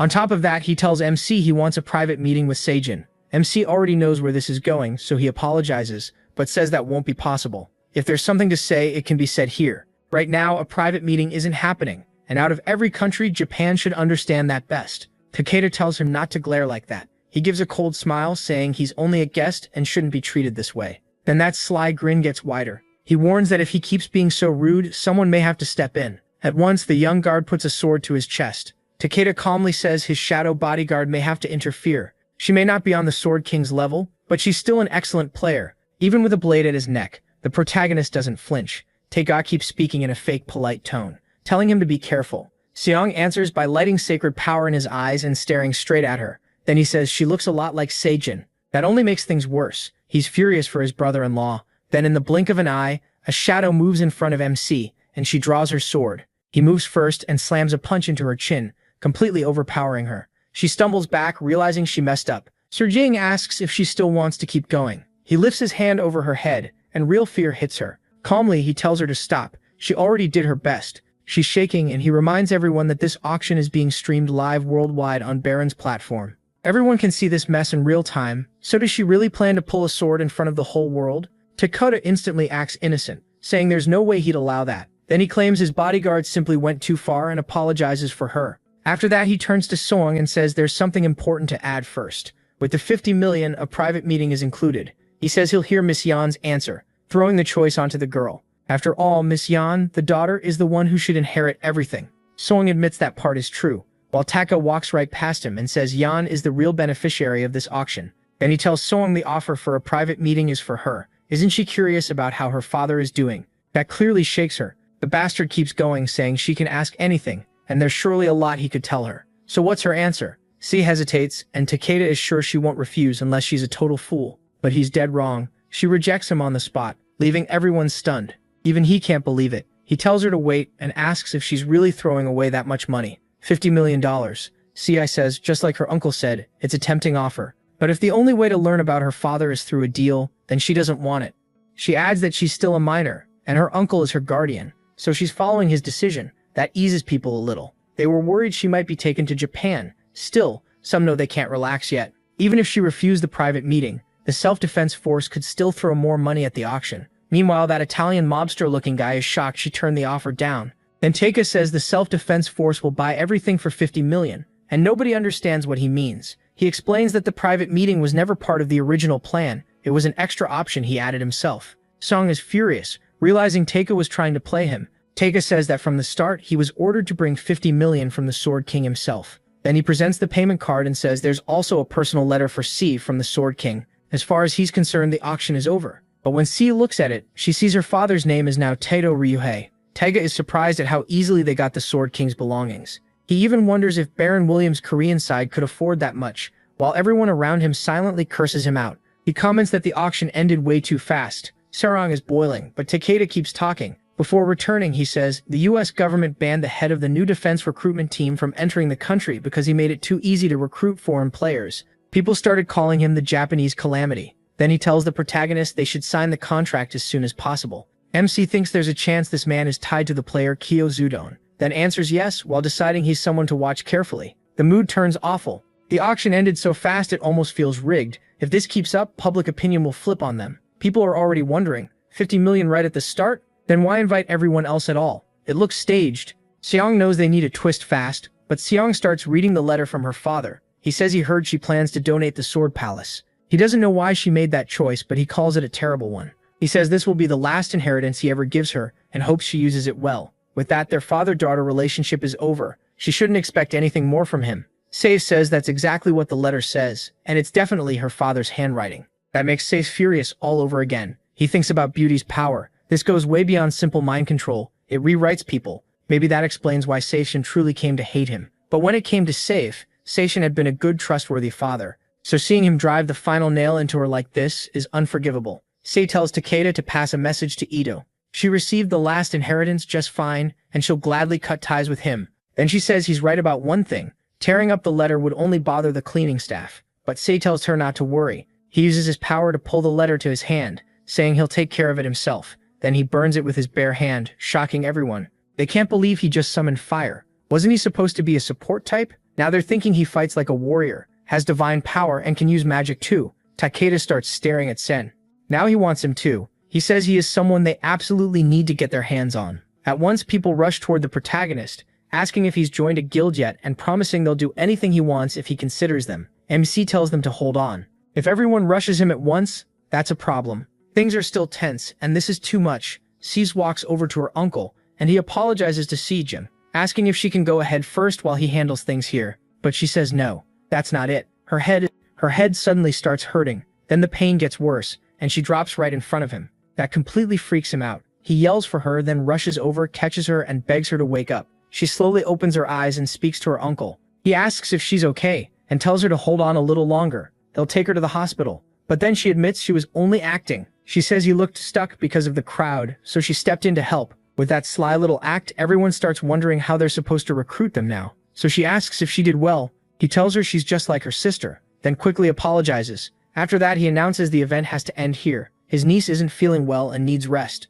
He asks if she can walk, and she says yes. All she wants is to go home and sleep. But Takeda stops Soon Jihan and asks him to wait, apologizing if his presence caused trouble. He says they want to invite him to a formal meeting so they can get to know him better, and asks him to get in touch. The protagonist just uses his power to pull the card over. Then he calls it a joke, and tears it up. The shredded card falls right in front of him, and that destruction is his answer. Everyone is stunned. The recruiter from the fourth biggest guild just got rejected by a Korean bronze. Meanwhile, Takeda looks weirdly thrilled, thinking the protagonist really is the best. He even calls it an unknown power that can destroy business cards from that far away. To him, that skill alone makes Song incredibly valuable. He starts imagining just how far he can grow, realizing he's no ordinary bronze. He's the kind of rising star worth watching. That only makes Takeda want him even more, no matter what. At the same time, the two of them are feeling pretty pleased. She says she acted perfectly since he fell for it right away. When she asks if he's ever seen her do anything bad, he brings up the kitchen. That leaves her with no answer.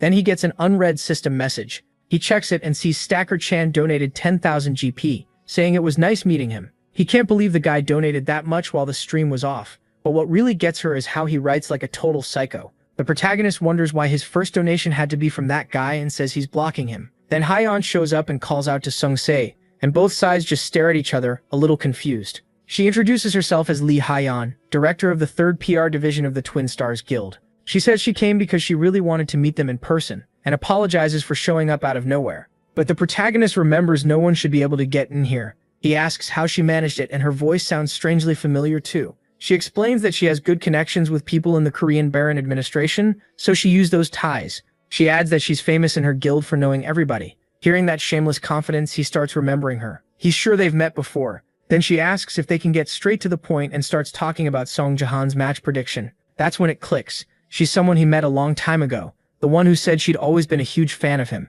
He finally realizes who she is, someone from his past life. Seeing his face, Saya asks what's going on and why he looks so shocked. Habyun even starts wondering if her beauty broke his brain. Then he says that when the world is full of possibilities, it's hard to give them up. He explains it's a quote from Dostoevsky, a famous novelist known for being hooked on gambling. That catches both girls completely off guard. Then he asks if they like the quote. Am-gyeong immediately steps in front of Habyuna. She demands to know who he is and how he knows Habyun's motto. Only a small number of people know about her gambling problem, so how does this stranger know? Now the protagonist says he's sure of it. He calls her the first American manager, Zero, and says she's the other Korean besides him who fell hard into alcohol and gambling. Still, with her gift, Nurture, she became the guild master of the reserve team. Normally that gift boosts other people's experience, but after the tutorial it could raise other things too, like stats and gifts. He explains that she really took off once she started boosting everything a person had, and the person with that gift is her, Zero. Then he casually asks if she's been going to casinos. That hits a nerve. She tries to calm down and asks Am-gyeong to stop him already. The protagonist thinks about the Plum Blossom sword and even Zero, realizing Twin Stars is doing really well. Then he says he met her in one of his early streams, and her message was one of the most memorable he ever got from a fan. He only brought it up to be sure and apologizes if he scared her. Am-gyeong asks if she's really been chatting in stream comments, and Hyeon turns bright red, telling her to shut up. She tries to recover and says it's not exactly great to be known as a gambling addict. He asks, known as one? You are one. Beside him, Saya is shocked. Her uncle actually smiled, so she starts thinking he must like her. Hyeon says that's fine. Starting off with a lighter mood isn't bad, and for some reason it feels like they've met many times before. At the side, Saya gets all giddy and grabs her phone, convinced this woman likes her uncle. Then Hyeon brings up the Twin Stars Guild and asks what he thinks about meeting somewhere later. Once again, the girl gets excited, wondering if this is what gaining an aunt feels like. Meanwhile, Hyeon drifts into her own thoughts, convinced she looked very charming just now. She even tells Im-gyeong to pay attention and learn how well she handles men. Im-gyeong could not care less. Even so, Hyeon keeps thinking this is what experience looks like. Then the protagonist apologizes. He doesn't remember his number. That leaves both women stunned. He turns to Seowa and asks what his number is, and she can only think this is a terrible excuse. Then she starts wondering if he's trying to play hard to get, but he clearly isn't. He really doesn't remember his own number. So she figures this must be part of his plan and decides to help. She suddenly says she's getting dizzy again, but their teamwork is a mess, and he starts wondering if she actually just wants to go rest. So he says he'll go with her and starts to leave, saying his niece still isn't well. He adds that if she gives him her business card, he'll contact her later. She's too shocked to react much, so she just hands it over. As they leave, Seo happily thinks she won't have to worry about her uncle's love life anymore, while the protagonist has no clue what's going on. After that, Haewon turns to Im-gyeong, who looks ready to explode. Haewon tells her she can laugh, and the girl immediately bursts out. Since she's already mad, Haewon says she might as well laugh. Im-gyeong keeps cracking up and teasing her while Haewon complains that the girl is unbelievably clueless.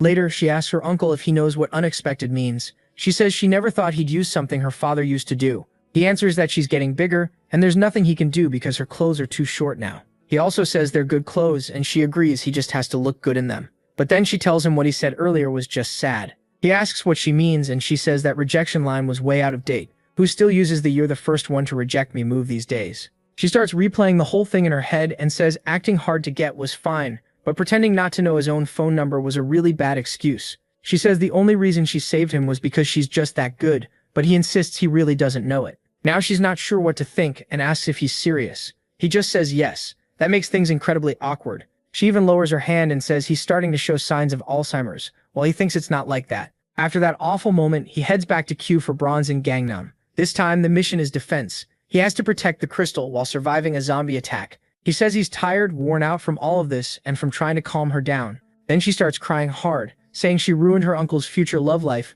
messed everything up, and is an idiot. He asks if she really thought he liked Lee. Why would he fall for someone addicted to gambling like her? Still, he admits to himself that he never expected to run into Zero like this. That makes him remember a time he met her while drinking. Back then, while watching a match, she started yelling at him, asking how someone as useless as Jahan could possibly win. Since both of them had quickly lost their home country, they became friends, and during breaks they'd go drink and gamble together all the time. They used to drink and bet all the time, and Zero was crazy about gambling. He reminds her that he already said Diego Masid would win, and she snaps, asking how some ancient gift called the god of football can be this broken.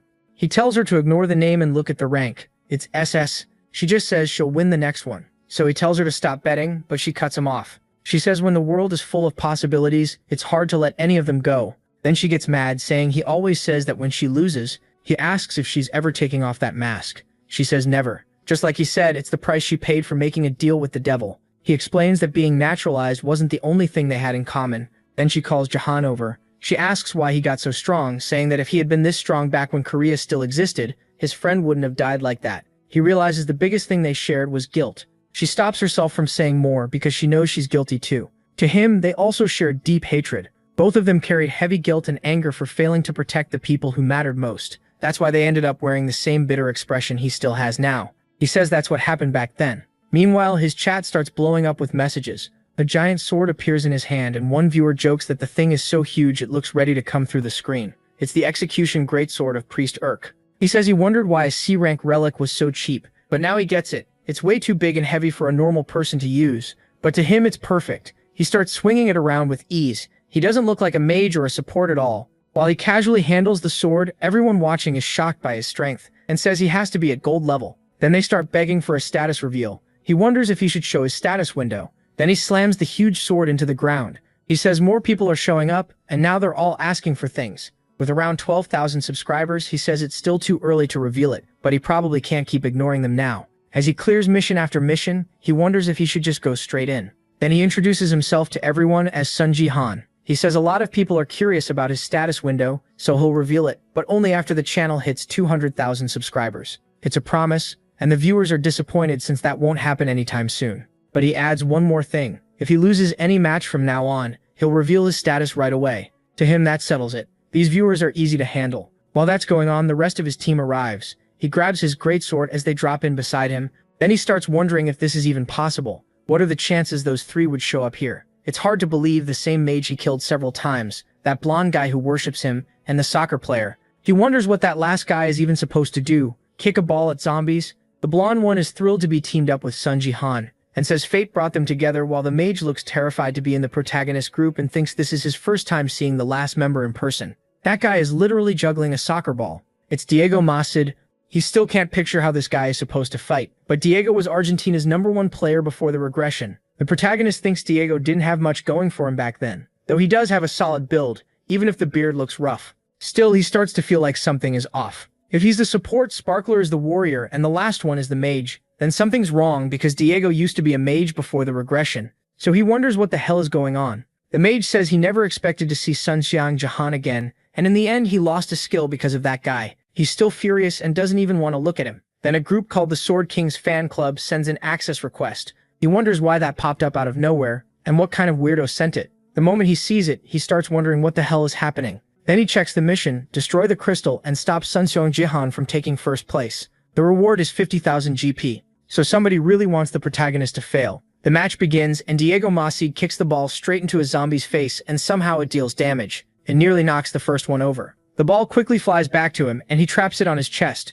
Looking back, he asks the protagonist for a buff and says he needs more power. He says teamwork means everyone has to do their part. The protagonist asks about using buff skills, since he never could before because of his weak stats. But now that his divine power and strength have gone up, he decides to try and cast Energize on everyone. The buff hits them all, and the blonde guy lights up. He never thought the protagonist would actually buff him and says he really is a support. Everyone else can't believe it. The mage asks how that bastard just gave him a buff. Then the protagonist turns to him and asks if he's going to fight properly this time. The mage says yes. Obviously. The blonde guy asks if something happened between them. Are they friends? The mage, still furious, thinks that if he doesn't listen, he'll just get killed again. The protagonist says fine. He tells them to handle the top while he heads down below. All three of them are shocked, and Diego asks if he's crazy. The mage says, "Isn't that obvious?" He adds that he seriously can't stand the guy, and asks if he looks like his damn subordinate. But then he changes his mind and decides it's better to leave him alone.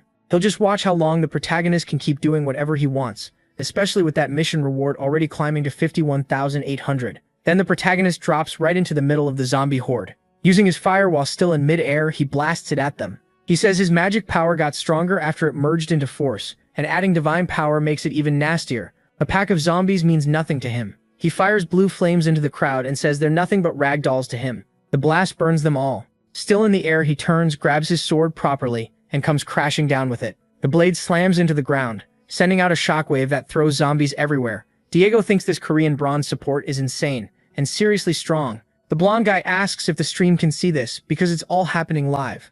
That opening gives the protagonist room to move. As more zombies rush him, he studies the field, while the viewers keep asking where this monster came from. Then a red zombie charges at him and suddenly freezes, not understanding what just happened. The protagonist starts to smile, just as he expected. Earning this was hard, but worth it. Every zombie around him stops moving. He says space control is the true value of force, absolute dominion. Inside that zone, nobody can move freely. Anyone who enters has their actions restricted and controlled. That makes every zombie within reach an easy target. The protagonist looks like a real killer, and he says most people aren't used to this kind of power, but Seong Jihan was. He used to spar with Baron, whose control was awful compared to his raw skill. After fighting Baron over and over, he finally learned how force really worked. Then he pulls the sword out of the ground and coats the blade in holy fire. Right now, Seong Jihan is aiming to become an absolute being, someone who can use divine power and magic at the same time with martial strength to match. Bronze-level enemies can't stop him. He swings once and cuts through the zombie pack, killing many at once. With that single attack, his count reaches 124 kills so far. He says the 1,000 kills he couldn't reach before this time, he'll do it perfectly. The mission is to kill 1,000 zombies alone, and the reward is 3,000 achievement points, so he decides to move faster, and charges the horde. He tears across the field, getting faster and faster. Soon he's practically a blur. He keeps wiping them out, and everyone above can only stare in disbelief. Even Diego is impressed. The viewers say it looks like he'll stay in first place, and the blonde guy says he really wants to see Jihan's status window. The mage likes the sound of that. A nasty little smile spreads across his face. He's ready to cause trouble. Loro glances back and tells the troll people want to look at him. Then he turns around. That's when he spots the mage making fire beside the crystal, and everyone starts asking what he's doing. The mage calls out to Jihan, throwing insults at him. Down below, the protagonist hears every word from far away. The mage says the protagonist is the center of attention right now, so popular he even charmed his niece. Then he pushes it further, asking Jihan when he twisted her mind enough to make her so obsessed with him. Surrounded by zombies, the protagonist stops moving while the mage keeps asking if he's controlling her to make her obey like that. Jihan stays silent. Then something in him shifts. He looked calm before, but not anymore. It said Gil-Hyuk earned 55,000 GP from people who hated Gil-Han, and that huge reward gave that idiot far more courage than he should have had. So he keeps shouting abuse at the protagonist below. Gil-Han thinks he already gets it, and there are only two reasons for this. Either something fired him up, or he got bold for no good reason. He decides the guy is just a pain, probably trying to mess with him and run, while using his media fame as cover. The insult about his niece keeps ringing out, and sure, trash talk is one thing, but Jihan realizes he's talking about his niece. Ever since he came back and saw Saijin again, he hasn't been able to stop remembering the past life he wants to forget, but can't. The worst part is the final memory of her hurt in his arms as he begged Saijin to wake up. After the Sword King fan club's terror attack, she was terrified, her face wrapped in bandages. Her body was cold, and that day he lost her, helpless to stop it, crying the whole time. That memory fills him with rage. He swore to himself it would never happen again. He'll protect her no matter what, and no one will touch her again. Everyone can tell things just got serious, and he decides anyone who goes after her will learn what that means. After gaining this power, he noticed something while trying to fuse the 3 elixir fields. Now he can use the nameless divine art. His martial power still isn't at 30, so he can only copy that art for a short time. Even so, he knows it's possible, because when the 3 elixirs merged into one, he felt the same thing as before using the nameless divine art, and his eyes began to shine gold. He slips into that mode at once. Zombies rush in from behind, and he channels more lightning into his feet. Then thunder bursts around him and burns the zombies away. He realizes that if he becomes lightning itself, he can reach the top of the tower in less than a second, moving through the air with lightning steps. Meanwhile, the idiot on top of the tower still thinks mouthing off was a great idea, and Loro tells him to stop. Instead, the mage throws a fireball at him, warning him not to interfere, or he'll burn him before anyone else. Loro tells everyone that if they want Jirama safe, they should support him. The mage, though, turns serious. He summons 3 circles and launches a much bigger fireball, saying goodbye to the crystal as he sends it flying toward it. But Diego blocks it with his own sphere, protecting the crystal and stopping the attack cold. His ball comes out scorched and the mage, turning back, can't understand what's happening. Diego just stares at him with a hard look. The mage demands an answer, and Diego says he always follows the rules in his matches. He won't let someone ruin one. Then he adds that the mage insulted the one carrying the whole team and even dragged his family into it. He's not letting people like that do whatever they want. The mage gets furious and starts cursing Diego out. That's when the protagonist appears right behind him. The mage doesn't even understand what just happened, and Loro freezes in shock when the mage looks back. The protagonist is right there, saying that's fine if he wants to talk that badly, then let's talk. Face to face with death, the mage starts trembling. He can't understand how this is possible, how the protagonist got there so fast, and still tries to speak. He starts to call out to Sung Jahan, but the protagonist shuts him up with force. Just like that, using only 2 fingers. The mage tries to get words out, but the protagonist says he wanted to kill him right away, then changed his mind. He won't let him off that easily. Pain gets filtered by the connector, and killing him would only lower his level. That means from now on, he's going to teach him a few things about this new world. Then he puts a hand on the man's shoulder and says he probably knows he won't die quickly. The mage thinks he's already lost all his skills and can't do anything more. Losing his rewards hurts, sure, but at least he managed to make Jahan angry, so maybe it was worth it. Then that hand hits him with unbelievable pain, and he wonders what the hell this is. It hurts like crazy. He starts groaning, and his whole body reacts while the protagonist watches with a cold stare. Jahan asks if he's already screaming. They haven't even started yet. The mage howls and begs to be let go. He pleads with the protagonist to stop, asking if this isn't enough already, shouting for everyone to hear. Some of the viewers call Seung Jahan way too cruel, and others start agreeing. But then someone points out something strange. Normally BattleNet connectors dull pain, so why does this hurt so much? Another viewer says that Korean is a genius and tells him to look closer. The protagonist is using healing with his other hand. That's when they start to understand, and one viewer realizes it's a side effect. Everyone wonders what that even means, so he explains it simply. It's basically a bug. If healing is used while someone is taking constant damage like poison or burning, the pain gets even worse. The connector overloads and lets part of the damage through, making him feel all of it. The mage is hit by unbearable pain and screams even louder. Loro thinks it's terrifying. It must hurt insanely bad, and he can't even imagine what Jahan is doing. Jahan thinks to himself that this is displacement, a technique that breaks bones and twists muscles. It's a martial art only a few people can use, and by sending energy into an enemy's body, you can destroy them from the inside. That man is being torn apart and rebuilt in real time right in front of him. Even with a top-grade BattleNet connector that cuts pain by 95%, he still can't understand what's happening. It feels like his organs are being ripped open, or like countless needles are stabbing through his body. Instead of begging for less pain, he begs to be killed already, cursing Seung Jahan. So Jahan cuts off the mage's head with a single slash. As he dies, the mage wonders if he'll respawn there, and Loro hangs back in fear, deciding it's better not to talk to him right now. Watching all this, he indirectly learns just how terrifying Seung Jahan can be. Then the mage comes back to life and instantly starts screaming again. An older viewer even asks if this is deja vu, while the mage begs someone to save him. Now everyone is thinking the same thing. The protagonist Jahan is way too scary. The mage dies again, but this time it's from pure shock and fear. The protagonist wonders if he really couldn't endure it, and says he should control his strength better. So when the mage respawns once more, he begs Seung Jahan not to come near him, and pleads for him to stop. But the protagonist says he never should have tried this if he wasn't ready for the consequences. Then Sejin donates 10,000 RP. She begs her uncle to stop already. He's gone too far. She warns that if he keeps this up, he'll lose viewers. The chat is full of people saying they're traumatized, and that this is way too much. They just wanted to watch him do something amazing. So she tells him to focus on the game, saying thinks Sage is calmer than he expected. Even so, he still doesn't think it's enough. Still, he decides to stop there. Times are peaceful right now, so this should be enough to teach a lesson. The mage keeps begging for help and asking to be killed, but MC ignores that for the moment. There is still one thing he wants to know, so he asks who pushed the mage to do this. Just that look from Seong nearly scares him to death again, and the mage quickly spills it. Sword King FC 898 offered him 50,000 GP. The mage says he lost his mind, deserved to die, and keeps apologizing to him. He explains that Sword King's fan club kept donating non-stop, and for a moment he got carried away. Then he begs the protagonist to forgive him. MC feels like something is off. Offering 50,000 GP is no small thing, so this might be more than one person. He decides to remember that. Grabbing the mage by the collar, Sign tells him to thank Sia for stopping this. The mage happily thanks Sia, then he throws him back down to the zombies. The blonde streamer starts talking to the audience again, saying, "This is how things go on this YouTube channel. If they had fun, they should like and subscribe. Meanwhile, the protagonist decides it's time to get back to hunting zombies. He says he would have cleared the mission already, if not for that interruption, since he had been cutting through zombies with ease and was already at 921. He opens his status window, thinking the last 80 will be quick work, but then he notices an unread notification and gets startled. The mission is already complete, which leaves him wondering what happened. He looks behind him and sees a trail of lightning across the area, with burned zombies all over. Then he realizes it came from his lightning step. What happened was simple. The electricity made by his jump wiped out the zombies around him. He failed to control it, and the leftover energy burst out. Xiang says it wasn't clean, because he used the 3 elixir fields instead of the nameless divine art. The result was good, but it still felt sloppy. He knows he needs more practice. Then someone calls out to him. The blonde guy asks if he's going back down there, and if he can come along.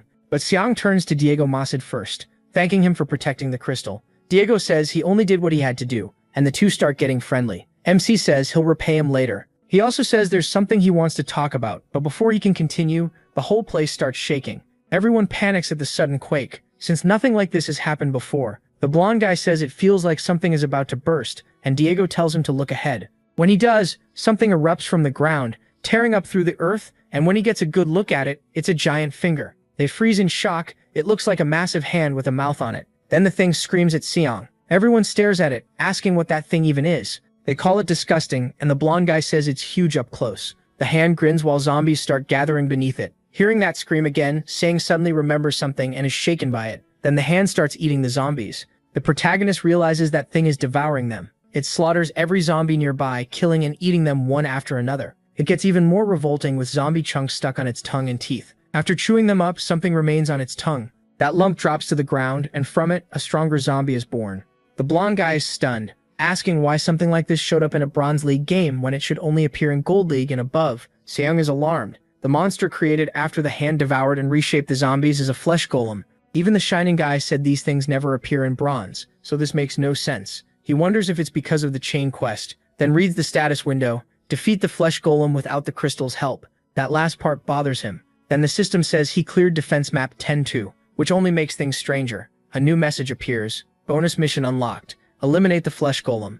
Everyone is shocked. Bronze maps aren't supposed to have bonus missions, and now the system is asking them to kill that thing. It says they must stop the flesh golem created by the Apostle of Destruction Black Hand, while those monsters start moving in. At the same time, the hand sinks back into the ground. Xiang says the crystal's blessing can help close the power gap, and the blonde guy wonders if this is even a mission they're truly expected to clear. Even Gold League players struggle against those things. MC agrees it definitely doesn't look like a normal clearable mission. Still, if it wasn't this hard, they wouldn't offer rewards like these. 10,000 achievement points and a crystal fragment. The fragment is clearly the real prize, and rewards like that make this feel like at least an epic level mission. Xiang glances at his sword. The blonde guy keeps talking, saying it's a bonus mission, so they have to give it everything they've got, and he should take the crystal blessing first. Instead, the protagonist just draws his gray sword and says he's fine. Lightning starts gathering around him. He faces the golem and moves in. He explains that a flesh golem is undead by nature, making it extremely tough. To kill one, you have to destroy the core in the center of its body.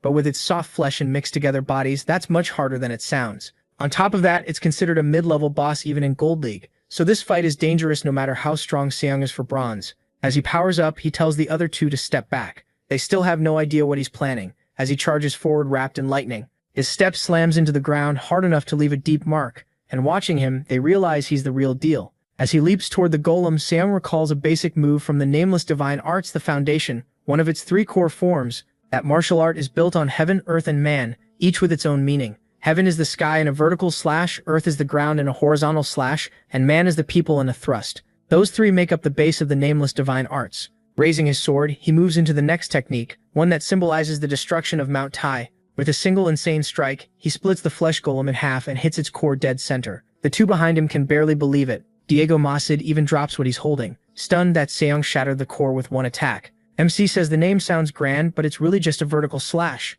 Even so, what he pulled off was anything but simple. Then the system announces that MC has defeated the flesh golem, and the 4th tower has cleared the bonus mission.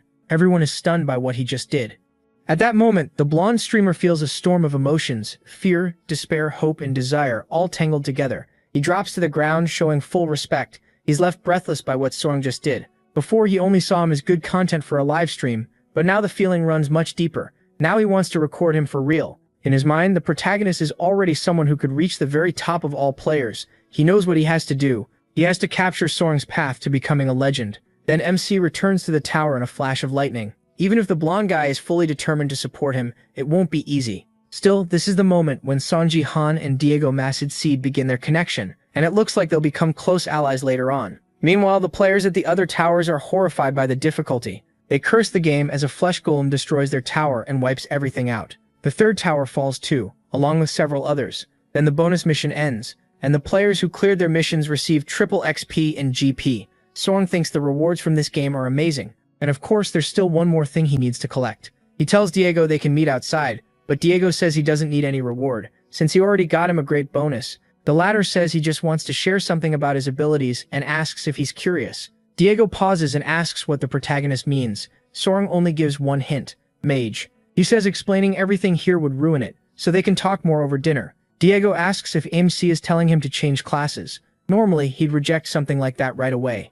But after everything he just showed, Diego can't help being interested. If there really is a class that suits him better, he says the protagonist should message him. The protagonist likes the answer and asks what food he wants so they can pick a place. Then the blonde guy asks to come along too. Diego shuts that down, saying this is his reward. The blonde one quickly changes topics and says he wants to talk about streaming, but Soaring still refuses. Golden Light keeps pushing, saying he wants to be MC's partner and even his editor. He answers, sure, making the blonde guy think he agreed. Then the protagonist makes it clear he meant no and just walks off. That leaves Golden Light behind, all alone and nearly in tears. Later back home, he clears the chain mission Zombie Source 2 and gets 10,000 achievement points plus a crystal fragment. The next chain mission, Apostle's Vestments, will unlock in Silver League. Soaring thinks the 10,000 points makes sense after how hard that mission was. The reward is amazing, and he's glad he got the power earlier. But the crystal fragment feels a little disappointing. It grants one use of Divine Blessing, usable only in Bronze and Silver League. MC explains that holy supports are the only ones who can normally use it, and it's one of the best buffs around,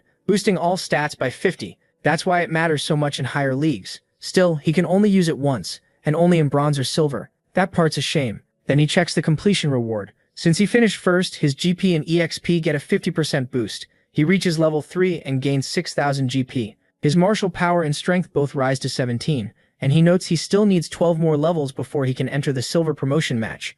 Honestly, those stats are crazy for this point. He even wonders if anyone in the game's history has grown this fast. Then the Otherworld Relic, Executioner Sword, starts reacting. He fully understands the Otherworld faith, gaining one divine power. He realizes that divine power is being added into strength, and the relic's rank drops to E. But something feels off. His stat didn't go up, so he wonders if divine power and strength aren't a one-to-one trade. While he's thinking about that, the relic fails to hold the power inside and starts breaking apart. The weapon shatters right in front of him and gives off a small blast. It still hurts him, and he guesses the power from the sword's 3 elixir fields is exploding out. The blast is way stronger than expected, and he figures the sword couldn't survive the destruction of Mount Tai. Shards cut into him as it breaks. He realizes this is dangerous because he has to absorb that power again, but that power is too much for him. A huge flash fills the building until everything finally settles down. In the building next door, someone watches Seong closely. It's Takeda from Japan, and he reveals he moved nearby on purpose. He had thought his plan might fail, and then remembers he was the one who sent the message to the mage and offered money,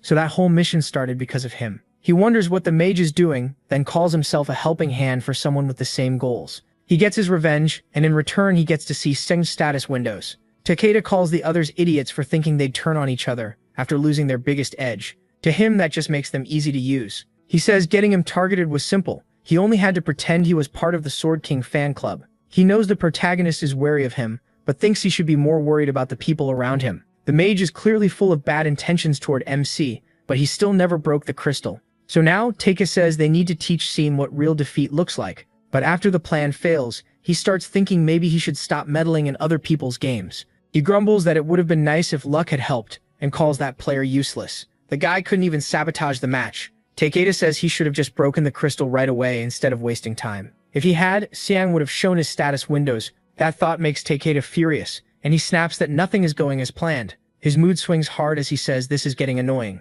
If it keeps up, someone else might grab him first. He nearly lashes out on the spot. It's said that Takeda, from Japan's self-defense force ring, is stuck in a bad position. From experience, he knows the protagonist is someone they need to recruit no matter what. But his superiors want solid proof before making a move, so they demanded more evidence to support Takeda's claims. What Takeda needs most is for MC to reveal his status windows. That would finally back up everything he's been saying. So he tells himself there's no time to waste, and that sloppy tricks like this won't work anymore. Sung should just wait a little longer, because once Takeda gets those status windows and receives approval from the company like the Sword King did, he'll make him his using that special method. He's already thinking about the woman with the enchanting scent who draws everyone in and takes them to Japan.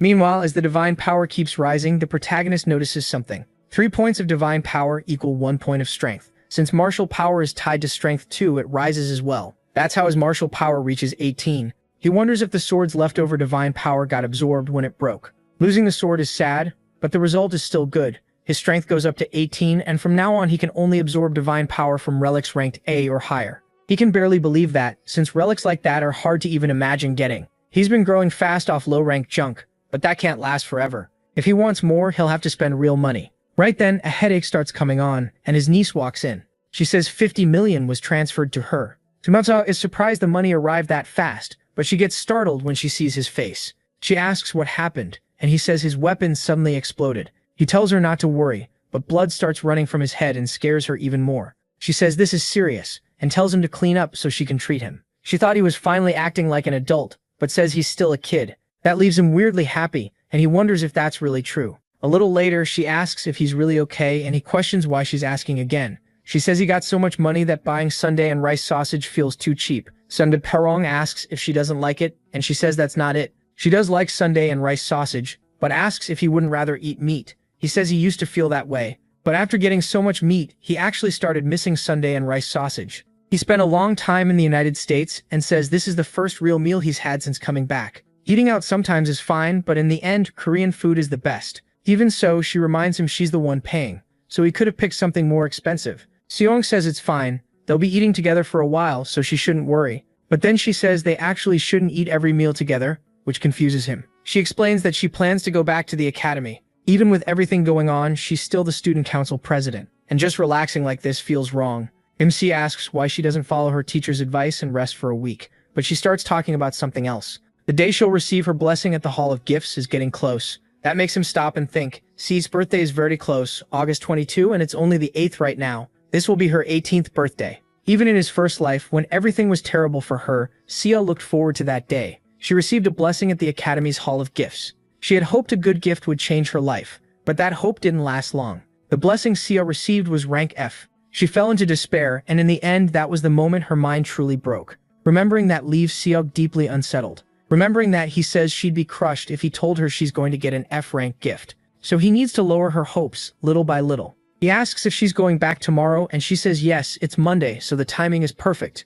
Then he says he'll drive her there, and she asks why he'd suddenly do that. She says she's not a little kid anymore, so he doesn't need to worry. But he reminds her they both know their situation, and he's already made up his mind. Still, she asks why he started acting like this all of a sudden. To her, it just doesn't sound like him. Then he notices that she's still happy about it. He laughs at her, which annoys her, but he just tells her to let it go. Later, when he gets home, he wonders what happened. The place feels completely different, and he wonders where all the cars went. C had heard they were sold, but all of them? Then he realizes that's why he couldn't find any keys. So she tells her uncle she'll just take the bus. But then he notices there is still one car left. They walk over to a beat-up car, and she says it was her mother's. He figures her father either couldn't bring himself to get rid of it, or more likely, couldn't sell it. He wonders if it's even unlocked, then sees the key still inside. She asks if they're really going to use that thing. The car starts coughing out smoke like a broken smoker, and it clearly looks rough. He asks why she said that. Was she embarrassed? She says no, she's just worried. He asks about what, and a little later, some cocky guy storms over and tells him to move the car. C says that's exactly what she was worried about, while the guy keeps barking at him to move it. They've arrived at Baron Williams' academy. He thought a cheap car might get some looks, but he didn't expect someone to actually start a fight over it. So he asks what the problem is, and the guy snaps back, asking how he dared park that piece of junk there. The protagonist gets out and asks what this guy's deal is. The answer, he claims that parking spot belongs to them. But the protagonist warns him to watch his mouth. He has just as much right to be there, since he's also the legal guardian of a student at the academy. That's when people realize it's Sun Ji-han, the bronze killer. Once they notice he's at the academy, everyone gets excited and starts wanting pictures to post online. At the Twin Stars Guild office, Hyeon tells Gayan to come with her right away. Gayan asks what's going on. Hyeon says they're heading to Baron Williams' academy because Sun Ji-han showed up there. Gae-myeon asks why they're rushing off so suddenly, and Hae-myeon gets mad that he's ignoring her after she dressed up just to look pretty for him. She says she'll make him obsessed with her. Then she takes off after him, telling Sun Jihan to stay right there and wait for her. Seriously, there's no way around it. She got rejected, and now she's never letting the protagonist go. Meanwhile, that guy keeps ranting that Minji got mad over a wrecked-up car. He even orders the protagonist to kneel and cocks back his fist to punch him. But the protagonist quickly activates his fury. The guy throws the punch while shouting for him to kneel, and his niece gets scared. Then everyone around them starts noticing something strange, because the man's fist stops right in front of the protagonist's face. He hasn't moved at all, and the attacker panics, wondering why his body suddenly froze. With one hand raised, the protagonist uses force to shut him up, then slams him straight to the ground. He calls the guy unbelievably rude, saying that as another student's guardian, he should know better instead of acting like a thug. Sia says people are staring and begs her uncle to stop. Then a girl inside a car calls out to Sia. Sia turns in surprise, and the protagonist realizes this seems to be one of her friends. She greets Hisal, saying it's been a long time. Then the girl asks her bodyguard what he was doing. He awkwardly says he slipped, though both sides know that excuse is way too convenient. She apologizes, but then Hisal asks Sia what happened to all the cars they used to have, and why she showed up in one like this. Sia explains that her father sold all of them, and the girl says she really should have told her. To her, this just won't do. She says she'll give Sia a ride to school every day. Sia asks if she really means that out of nowhere, but the girl insists that at this school you need a proper car. Sia admits that's true, but says she doesn't want to cause trouble. The girl brushes that off, and says she'll talk to her father. Sia finally agrees, but the protagonist can't help wondering if Sia really had someone this close to her. It feels strange to him. Meanwhile, Heian arrives at the scene and asks where Jihan went. She says she got there in under 10 minutes, so there's no way he already went home. But someone there tells her Jihan left a while ago. Jihan says she already knew this would happen. Heian gets furious. Two strong men started a fight and they still couldn't keep him there for even 10 minutes. She calls it a complete disaster and worries about what happens if foreign groups start coming after him. She even starts biting her nails from stress. But Gaiyan tells her to stop, taking Hyeon's hand and reminding her that she once said things go badly whenever she bites her nails, so she can't let her do that. Hyeon pauses and wonders if she really said that, almost feeling bad for her. Then Gaiyan asks what she's going to do now and whether there's another way. Then she opens the protagonist's live stream. Hyeon says she'll hunt him down while he's live and wants to see who wins, so they jump into his stream. At that moment, he's beating the hell out of everyone in the game. One player holding a shield gets stomped so hard that the shield shatters, and everyone watching is shocked that he broke it barehanded. Then 2 points on him start to glow, and he activates the unnamed divine arts, Brilliant Sky and Thunder Steps. He tears through the crowd, electrocuting them and blasting them into the air, dropping one player after another without hesitation. He thinks this feels pretty good. Focusing on his senses really does help him adapt faster. Then he says he wants to keep going a little longer. Everyone around him starts wondering if this is Jihan again, and they tremble in fear. The narration says Jihan, the one who killed a Gold League boss, the Flesh Golem, in a single hit, has the bronze players shaking just from being near him, which even surprises him. With lightning active, he spreads thunder through the field like Pikachu, wiping out the newbies before they even know where the attack came from. To them, he's basically a natural disaster that shows up out of nowhere. Then the match ends. The protagonist returns to reality on top of a building. It's announced that he took first place again, and everyone is shocked because that makes 5 times in a row. The system says that after finishing first 5 straight times, his EXP and gold rewards will increase by 200%. He didn't see that coming. His level goes up twice as well, reaching level 15, and that unlocks the dungeon. He realizes level 15 was the requirement for this place, and explains that the dungeon is game content that opens at level 15. Unlike the regular fights, dungeons also have traps, maze paths, and puzzles. Still, there's a limit to how far one person can go alone. Even Baronet recommends group play, which shows how important teamwork is inside a dungeon, but he thinks too many people are after him. If his teammates entered the dungeon planning to screw him over, there wouldn't be much he could do. So he wonders if he should join a guild, but quickly decides against it. Once he leaves, they'd obviously be angry, so even if it's annoying, he decides to put up with things for now. He says he should reach platinum soon,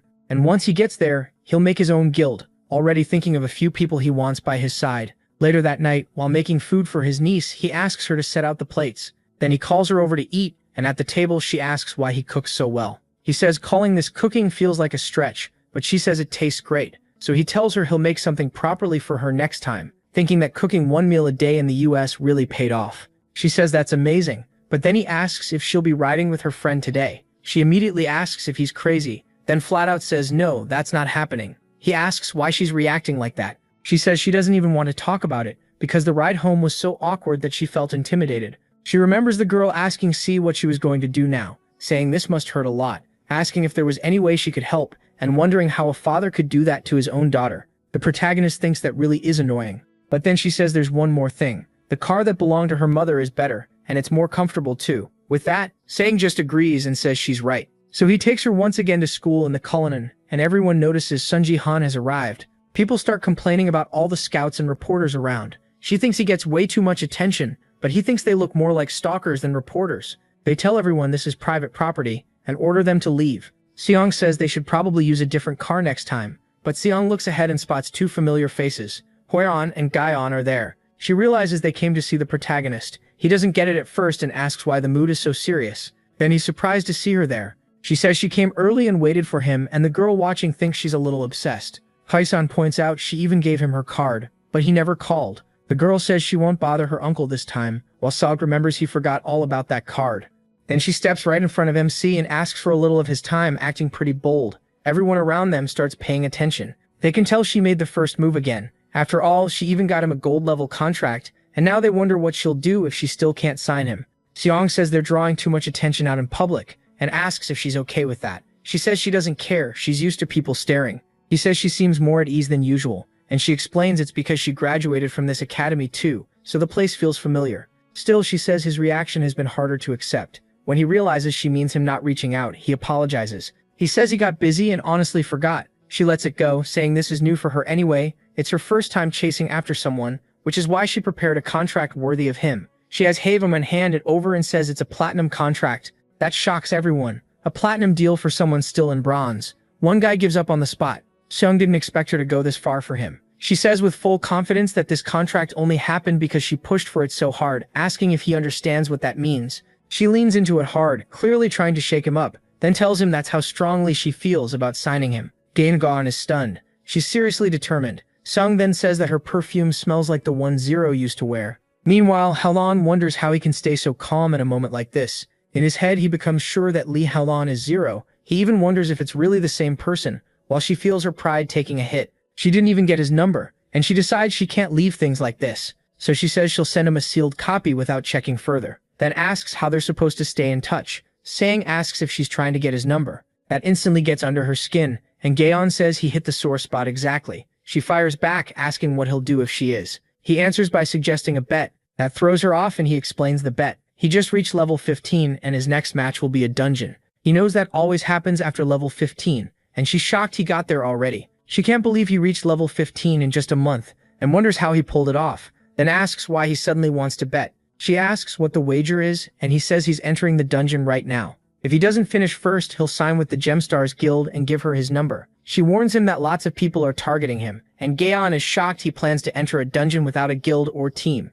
Song says it wouldn't be a bet if he had a 100% chance to win. She agrees, but admits that also scares her. She asks why he wants this so badly, and he says that if he wins, she has to show him her status window. He thinks he needs to check it himself to see whether she still has the stimulation gift she used to have. That request makes her suddenly shy. Seung stays serious, thinking that right now most people see stimulation as useless.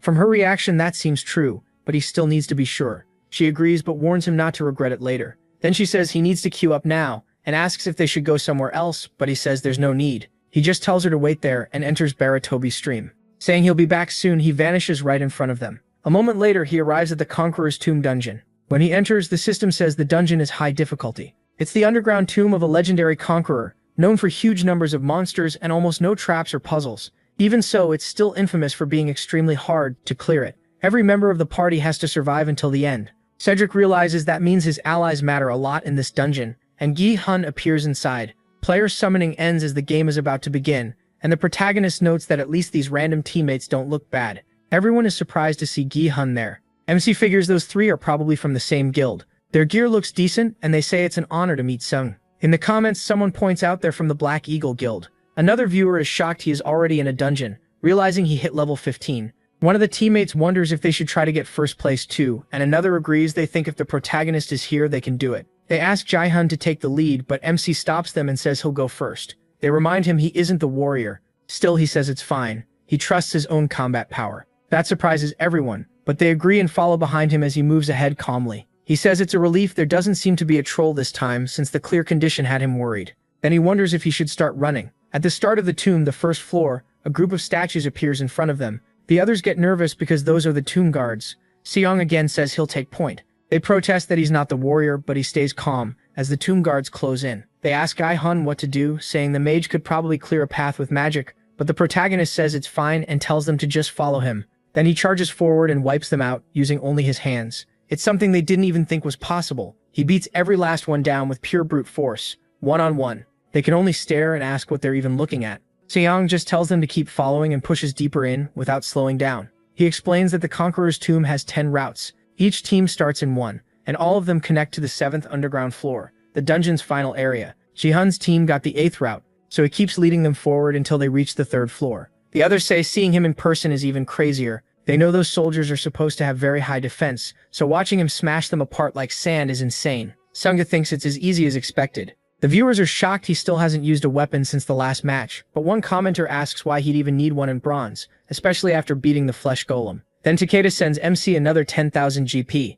People wonder what Takeda's trying to do, but he already knows that weirdo is after him in a very bad way. Even the way he types makes it obvious he's obsessed with him. The protagonist keeps cutting through monsters and moving ahead with no trouble. He tells everyone not to worry no matter what happens, he's not going to Japan. Then he says he's blocking that guy, and the viewers cheer him on. After that, he says they've already cleared the 3rd floor. Normally they'd just be finishing the 1st. So Ji-hun says they're moving faster than a jet. The warrior still can't understand how Seng broke through enemies that tough. The mage thanks him, feeling guilty for leaving all the work to him, but Ji-hun says there's no need. He says not messing things up is already a big help, and hopes they can keep playing together. Then MC suddenly pauses. He reaches the 4th floor and finds a straight path ahead. That immediately feels wrong to him. So wrong he can barely believe it. He tells them to check the walls and the floor, and the mage says it's obvious they're covered in traps, like every nasty one got packed into this place. The room is packed with traps, so Ji-hun asks if they mind him speeding up. They tell him to go for it. He says he'll handle the traps himself. Then he tells them to leave the rest to him.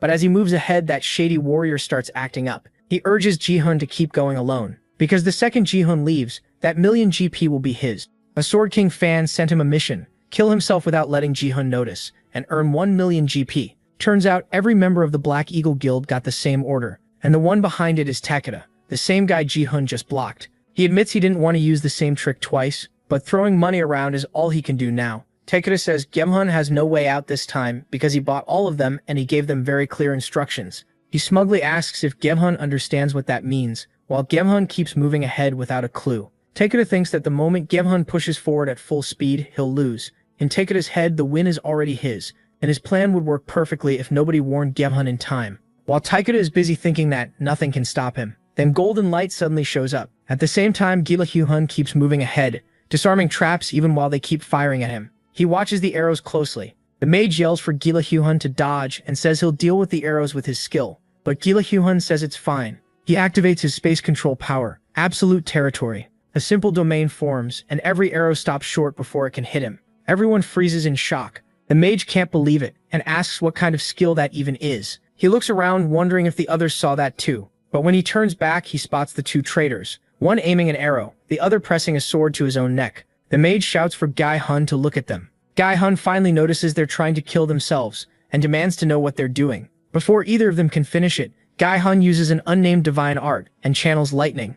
The archer is shocked that the other guy is trying to die too, but Gi-hun instantly closes the gap with Shining Heavenly Step. He destroys both weapons before they can use them, leaving their arms throbbing in pain. One of them drops to the floor, and Gi-hun grabs him with raw strength and slams him down. The mage asks if Gi-hun is okay and wonders if the run is over, but Gi-hun says he stopped them just in time. The knight says they almost pulled it off, and the archer snaps back, asking if he got the same suicide mission too. He's told to shut up. The mage, the only one still acting normal, asks why they're fighting, and Gi-hun says it makes sense. Both of them got the same mission. If either one dies first, the game ends right there. The mage feels ashamed and apologizes as a guild member, but Gi-hun says there's no need. He's just glad he stopped them in time. Then the mage secretly tries to cast a spell into his own chest, but before he can, Gi-hun lifts his hand with telekinetic force and stops the spell cold. Gi-hun says that's exactly why he said it. He already knew the mage was in the same boat. Just like the narrator said, every Black Eagle Guild member got that request. The mage insists he never acted suspicious, so how did Gi-hun know?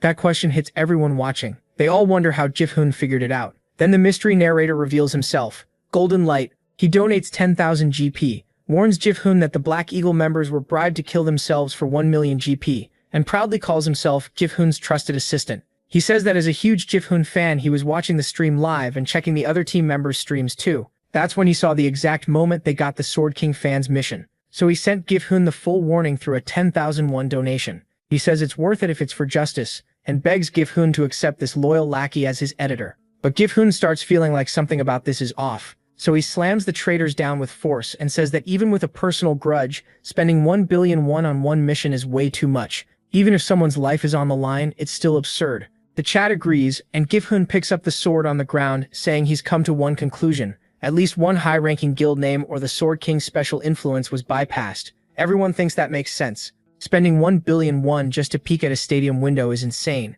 and the obsession with Gifhun is getting creepy. One viewer starts thinking it might be that weird guy. Gifhun asks who it could be, and Takeda suddenly goes cold silent, making everyone suspect him. Gifhun says whoever it is tried to reach that stadium window by cheating. Then he changes his promise from 200,000 subscribers to 1 million. His promise about taking first place stays the same. He says he was worried 200,000 would come too fast anyway, but thanks to this mess he got more money and more attention. So now he'll use it all to reach 1 million subscribers. Then he grabs a rope, strikes a pose, and the viewers start saying he looks crazy, even just holding it. It's an F-rank binding rope used to restrain defeated enemies.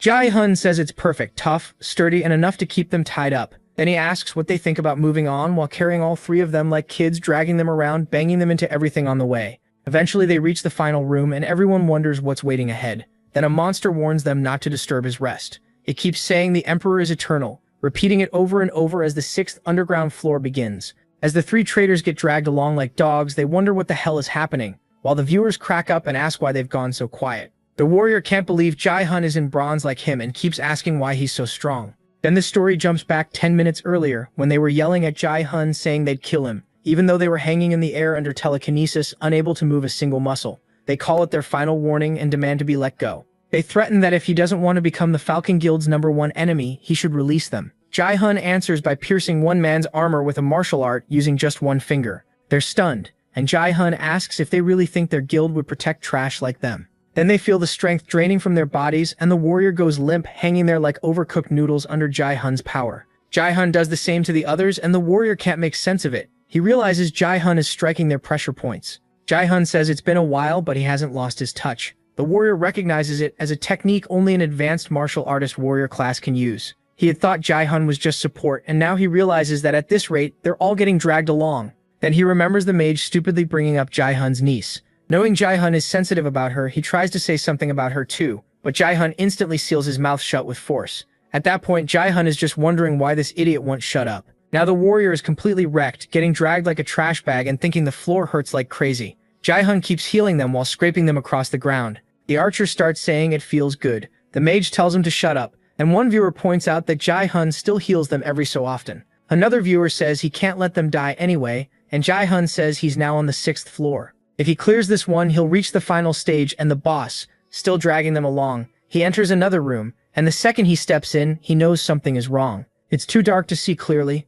but clay soldiers are packed all around the room. Then he senses something, and realizes there are soldiers behind him too. They rush straight at the three cowards on the ground, trying to strike them down, but Jae-hun saves them at the last second, stopping a soldier's blade right in front of their faces. He grabs them and throws them back out of danger, blocks the soldier's sword, kills it, and charges the rest. He clears them out with ease. The viewers are amazed and note that it's been a while since he used a sword. Then another soldier suddenly gets back up, its eyes glowing, and Jae-hun actually shudders. The whole tomb starts shaking. The others are left stunned. Then he starts speaking, and every clay soldier around him wakes up at once. Their glowing eyes tell him they're in a frenzy. His mission is simple: kill every guard for 1,000 conquest points. He says it's been a while since he got a quest like this. The last one was on the defense map, so he puts a shield around those three idiots. Then he drops his sword right on top of them, scaring them half to death. One of them wonders why he gave them a shield if he was just going to hit them. But Seong says he's still stronger than that. What he really wanted was to prove the shield could easily block a clay soldier's attack. Now he doesn't need to guard them himself, so he spreads absolute territory and slows anything that enters it. He says this skill still amazes him every time. Inside absolute territory, everyone's movements are slowed down, and with just his hand, he tears through everything in sight. He says this is a zone where he has total control, and honestly, if that already feels too broken, things are only going to get crazier. He even says it's a waste for Baron, such a good skill used just to boost mana. After that, he says playtime is over. He's ending this now, charging straight at the soldiers with nothing but a burst of power that shatters everything around him. Just like that, he clears the mission with ridiculous ease. Then it's revealed that the Conqueror's tomb can only be cleared if every party member is still alive. The conqueror opens his eyes and welcomes the looters, saying gold is what humans steal and get robbed of in return, and he'll give them what they want. Song says that must be tied to the last stage clear condition. While the looter warns them to mind their manners, he explains the final condition is to be seen as worthy of respect by all players, and everyone is shocked he's already at the boss.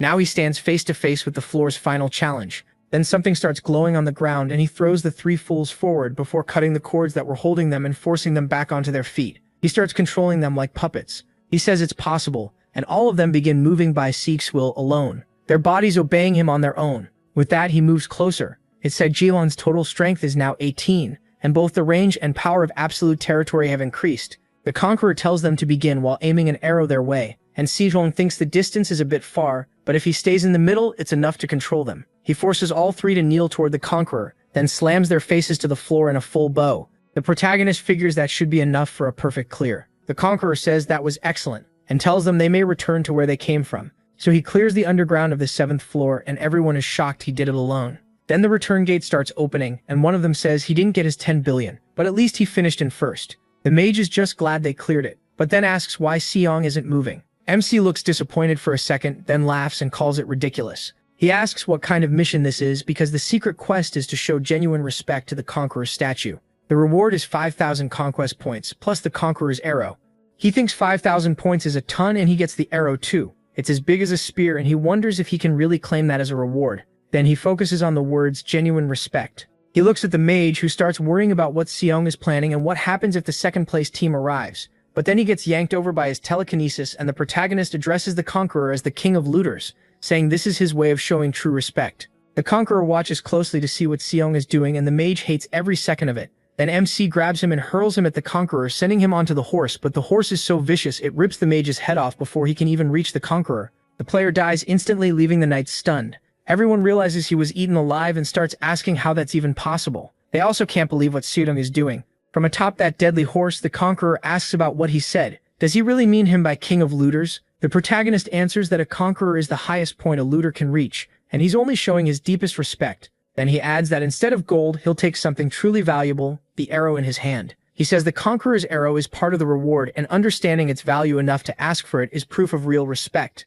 That, he says, is the secret quest's clear condition. Then the conqueror smiles, laughing loudly through the chamber. He says this is incredible, high praise in fact, and with that saying gathers his power and raises his sword. The conqueror says he's been moved and will reward him with his true treasure for showing genuine respect. MC thanks him and says he'll gladly accept it, already ready to strike. Then the conqueror tells him to come and claim it, pointing the phoenix arrow at Seong, prepared to fire it at the boy. That clash fills the room with insane tension, and the chat starts wondering how he knew this. Meanwhile, the traitor archer from his group starts sweating like crazy, saying he can't breathe and feels like he's about to die. Then he notices something, he's burning. The people around him start dying too, and the viewers say it's terrifying because they're combusting from the heat. They scream while Sech is affected too, sweating heavily. He realizes this is bad. If it keeps going, he won't be able to handle it, and he'll die just like the others. He says he doesn't care about those guys, but once they die, their weapons vanish with them. So he has to deal with this before that happens. The heat melts the gold into liquid, and they point out it's already this bad before he even fired.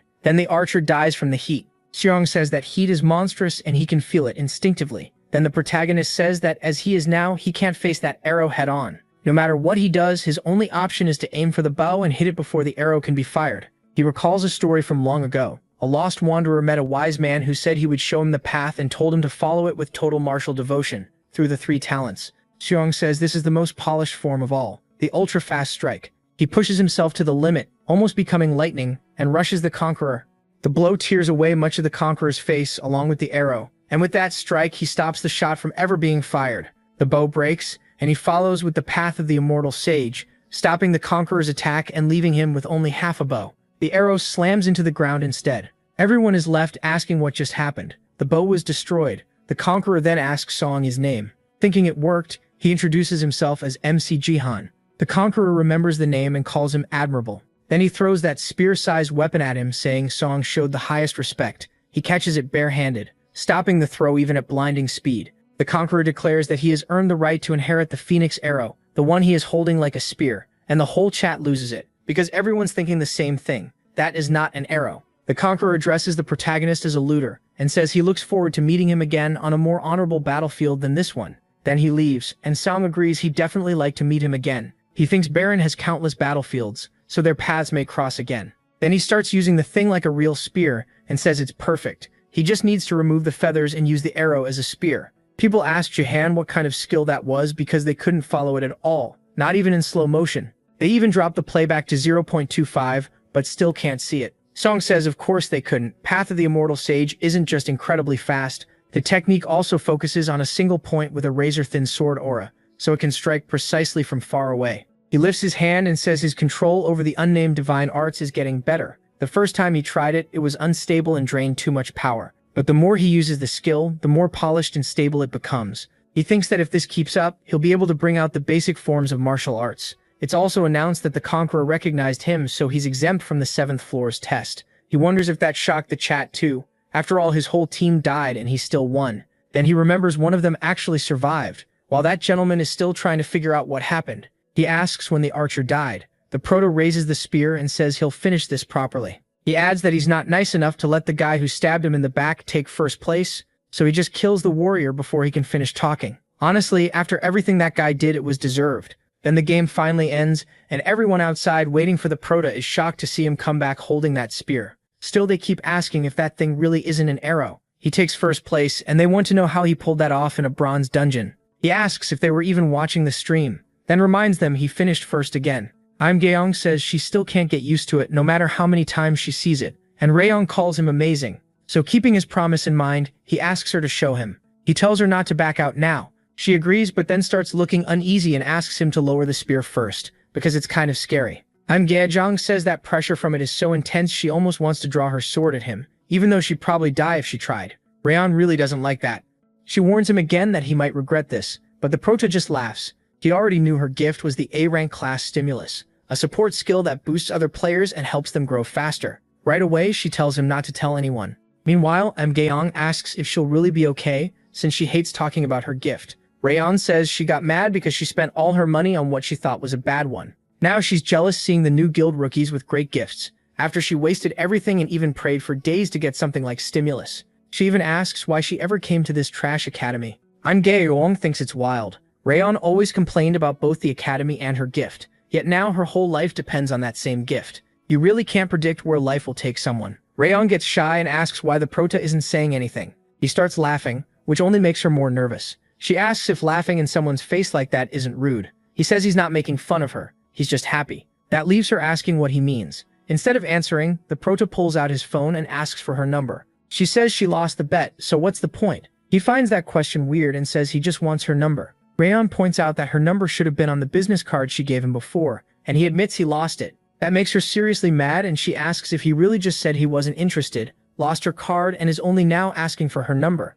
She wonders if he's interested in her gift, but why would he be? Then she starts feeling like he is messing with her. She says her pride can't take this and she can't just hand over her number after all that. Then she gives in and says whatever, she'll do it. She saves it with her name, her job title, and even a little heart. Then she asks if he's done, and the proto points at the heart, but she just goes quiet and calls Gaeong over so they can leave. She asks what he thinks, saying she didn't expect this and wondering if he's going to delete it. He decides not to push it. Instead, he laughs and says he'll call later. That only annoys her more, and she wonders what the heck is wrong with this guy, calling him irritating. Then he really just walks off. Meanwhile, back at school, Gaeong is watching the prota's live stream. She says her uncle is amazing, and the others agree he seems to get stronger every day. They didn't even know it was possible to clear the Conqueror's tomb like that. At the same time, her jealous friend is quietly burning up with envy, until another girl cuts in and says he looks really different from the last time they saw him. She says that was a month ago at CA's house, when he looked like an unemployed drunk. One of the girls asks CA to introduce her to his uncle, but her boyfriend Namak is right there and clearly doesn't like that. Bad news for him. CA, meanwhile, is just thankful her uncle finally cleaned up a bit, and Resso tells her that the day is getting close, her 18th birthday. That's when she'll officially awaken as a player and be able to see her status window. Resu says it with a fake smile that feels snake-like. Sebastian starts thinking about how nervous she is, while the girl who was crushing on the proto says they'll get to enter BattleNet together. For students at the BattleNet Academy, that day is everything. They train and study for it constantly. The gift class is basically the whole reason the academy exists, and everyone cares most about gifts. Then her boyfriend asks if Sebastian will get Homa. She says she bets she will, and that it'll be at least S rank, because her father had an SS rank gift, and her mother had an SS rank one, and was also a saint. On top of that, there are rumors that her uncle's gift is at least S rank too, but she pushes back, saying it's been ages since people announced that DNA doesn't affect gifts. Even so, they say the stats seem to prove otherwise. The girl starts hoping she'll get something good, while Rasu reminds her their opponents on the 22nd, and since it's already the 13th, that day is close. Sebastian says that's exactly why she's been so anxious. Rasu tells Sebastian it'll all be fine and says she shouldn't worry. Instead, she should look forward to whatever gift she gets. That cheers the girl up. Meanwhile, Rasu watches her with that same snake-like look. Seriously, this woman is fake, and she tells her to just accept whatever comes. Meanwhile, in Tokyo, Japan, a man is getting cut down by the former Sword King. They're in the training room and the people watching say what he's doing is incredible. Someone asks if the Sword King was always this strong, but they say no, this round proves otherwise. He's gotten even stronger, and with that enchantment, he looks even more serious. They say every one of his abilities is better than before, and now they understand. They say they can't wait for his first appearance as Ito Ryuhei. I'm really hoping the Prota beats him so badly that this brainwashing only ends through pure violence. And then Gengen Rayon starts yelling at her father, asking how he could even think about trusting his daughter to a man like that. She says he can't just decide everything for her, and when her father tries to argue, she snaps that this is exactly why she left. Whether she marries or not is her choice. He keeps trying to talk, but she yells that she already said she doesn't want to get married right now, then hangs up. Gungan asks if she's okay. Rayon says not even a little, asking if she looks okay at all. She says she's seriously upset, and Gungan agrees she looks really worked up. Rayon says she thought it would be that chubby guy from the new self-defense force. She was already mad about being dragged into an arranged meeting like that, and then it turned out to be a bald guy. Gungan says that must have been awful, and adds that being rich probably doesn't make life any easier. Rayon thanks her, saying she's the only one who understands. Gungan asks if she's tired and why she doesn't just rest at home. But Rayon says she feels more comfortable here, and Gungan says she gets it. She quietly looks outside, then apologizes to Mgenya, saying work doesn't leave her much time for herself. She adds that with an S-rank gift and her talent, Mgaeong could do great on her own. That makes Mgaeong think. She says being Rayon's bodyguard is her purpose, and she'll stay by her side until she inherits the company. But Rayon says she really doesn't want that, and plans to become independent, make her own money and live wherever she wants, so her parents will stop pushing marriage on her. Mgaeong says that's fine, but it's a shame her way of making money is through betting. Rayon argues that betting on the winner is legal and counts as an investment. Mgaeong thinks that may be true, but you usually need some kind of return for it to be an investment, then gets smacked hard. Rayon says this time she's going to win big, and Mgaeong asks if she means the Korea versus Japan match. Rayon says what else would she mean? She calls it a safe investment because even if it's sad, nearly every Korean is betting Japan will win 3-0. No one says it out loud, but everybody knows Japan is supposed to win. Rayon says an easy win is still a win, and Mgaeong reluctantly agrees. Then Jahan calls her, and she's surprised he's phoning this late. A second later, whatever he says makes her jump. Meanwhile, Diego goes out to eat with the Prosha. He's tearing into a big Korean barbecue meal, and says it's his first time eating Korean beef, so he's really happy. Then he asks if this place isn't too expensive, but the Prosha says it's fine and tells him to ask for anything else he wants. So Diego asks if he can order a drink, and the Prosha says of course. Diego immediately goes for a huge beer, and the Prosha doesn't understand anything, and starts thinking. He's even better than him at mixing drinks. Diego keeps eating like crazy, completely blown away by how good it is. Seong is glad he liked it, and tells him to speak casually. It'll be easier for both of them. After they finish eating, Diego admits he's still carrying some bitterness. If it weren't for Baron Williams, his life wouldn't have fallen apart. He used to be a soccer star, and then everything crashed in an instant. Now he can't make money, and even his wife and son left him. Sam can tell Diego's Korean still isn't great, so he misses a lot of what he's saying, but he pieces together the story. Diego Maicid was a world-famous soccer player from Argentina, who had everything anyone could want. Then Baron Williams was born, people lost interest in sports,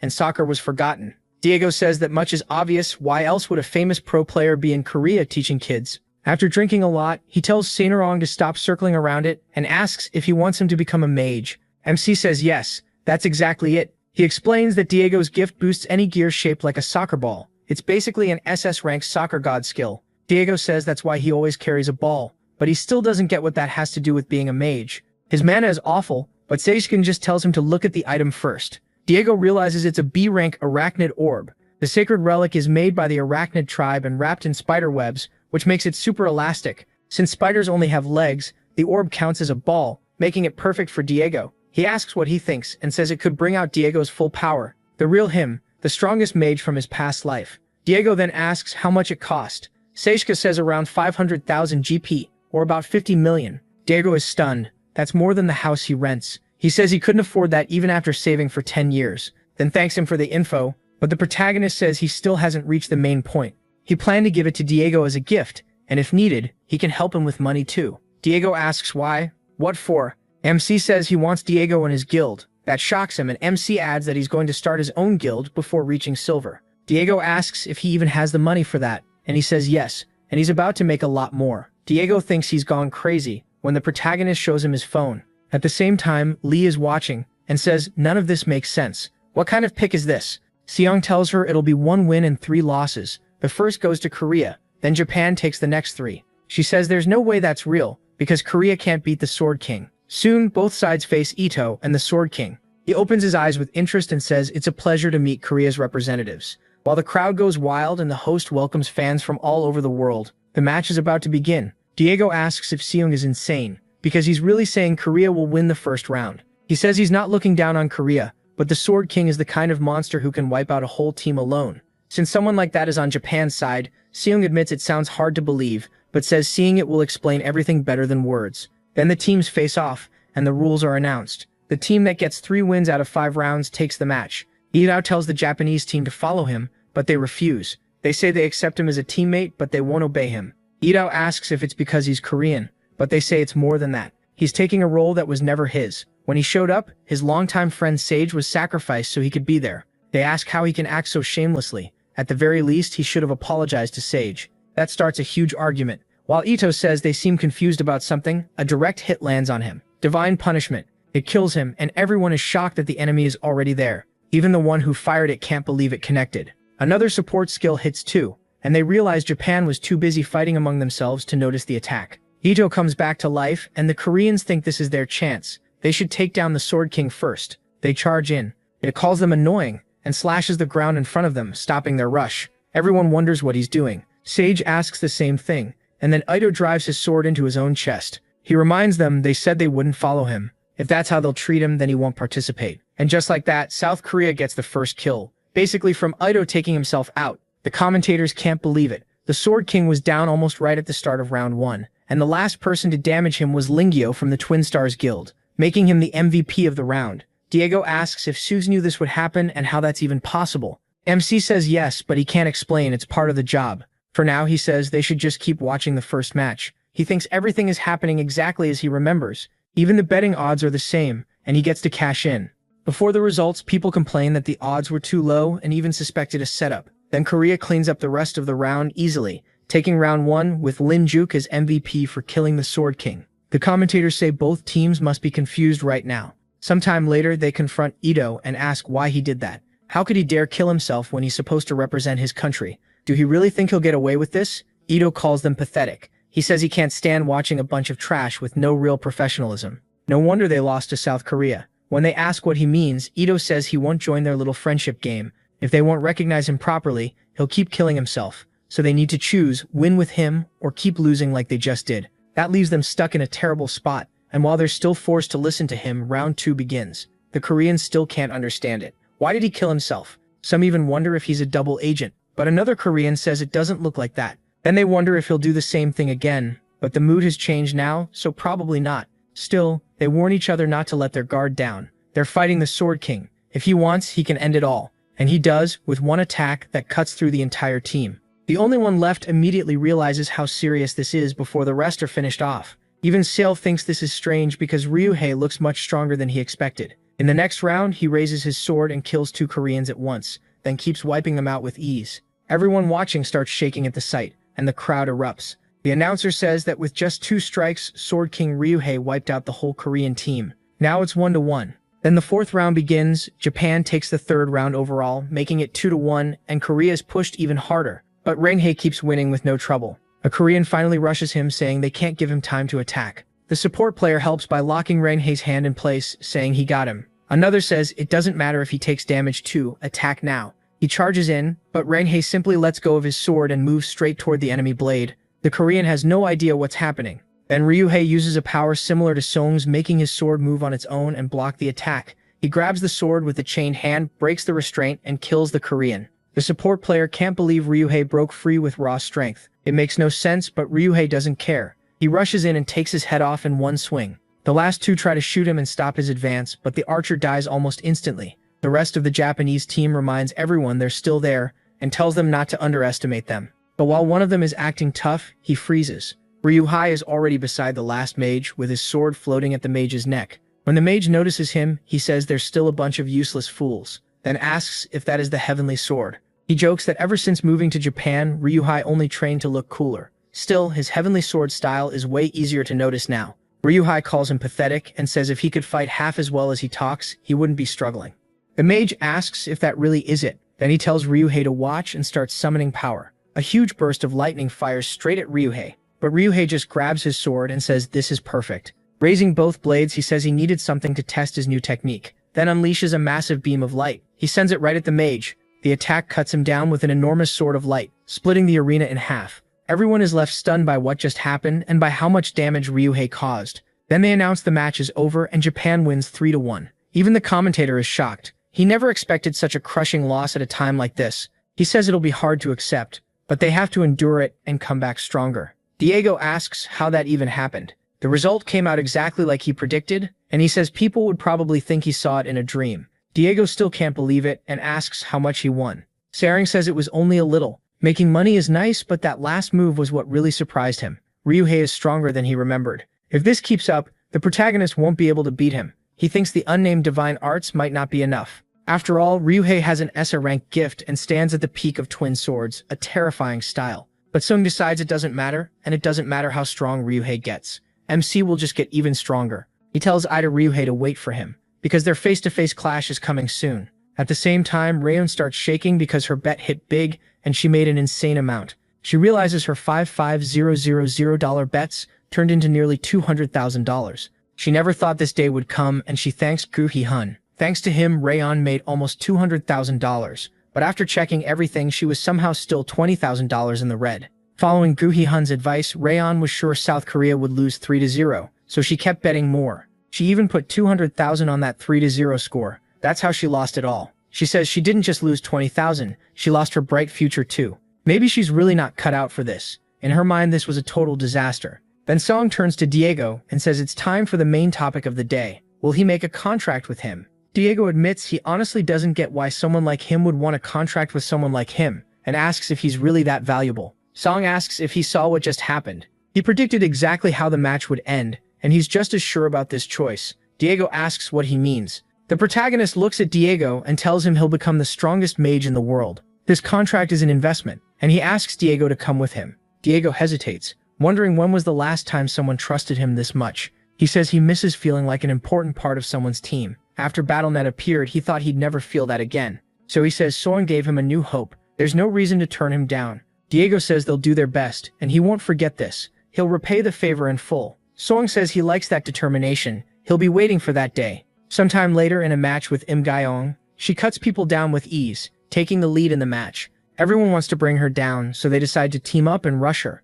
She calls them pathetic and uses Tsuchigrima, wiping them all out with ease. Just like that, the match ends, and she finishes in first. She says 5 kills for first place isn't bad, but she can't be happy with only that. Compared to the Great Sword King, who showed unmatched power in the Korea vs. Japan match, or Song Ji-han, who's on his way to becoming an immortal legend, she's still far behind. She feels like she started falling off after joining the Twin Stars Guild, and now she needs to improve. Meanwhile, Aya watches a report about her father and starts shaking. Rousseau asks if she's okay, and Aya says yes, but her friend can tell that's a lie from her face. Aya says it's only been a day or two, so she'll be fine. Rousseau asks if she should stay with her tonight, saying it might help to have someone by her side at a time like this. Aya says she's fine and tells her not to worry. She thanks them both for bringing her home and says her uncle was busy, so she was worried about how she'd get back. The driver tells her to let him know if anyone can help, and admits he made a big mistake the other day. Aya says at least he admits that. Then Rousseau asks about her suggestion, and says that if Aya wants, they can start preparing now.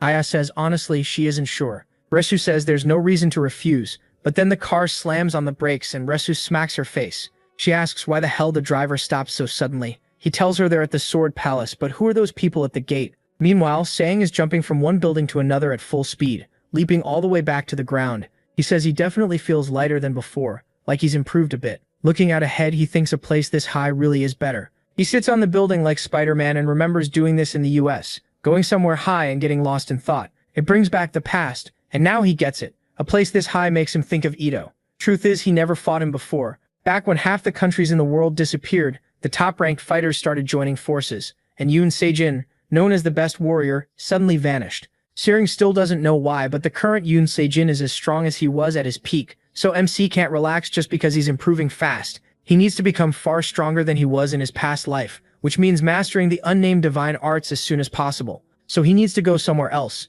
and then he literally vanishes from the rooftop. Meanwhile, the driver tells everyone to move out of the way, but the reporters speak to Aya, saying they're from Nox TV and asking for a few words. Risu tells her to ignore them, but they keep pressing, saying people think her statement only made the Sword King even angrier. They demand a response and crowd the girl. They even tell the driver to move so they can talk to her, saying they need this interview while Jahan isn't there. They claim they're doing this for the world and ask for a little empathy. Then Surja shows up furious, asking what the hell they think they're doing. Using telekinesis, he starts making them drop one after another, slamming them onto the ground and leaving them flat on their backs. Groaning in pain, they ask Jahan if he really dared lay hands on reporters.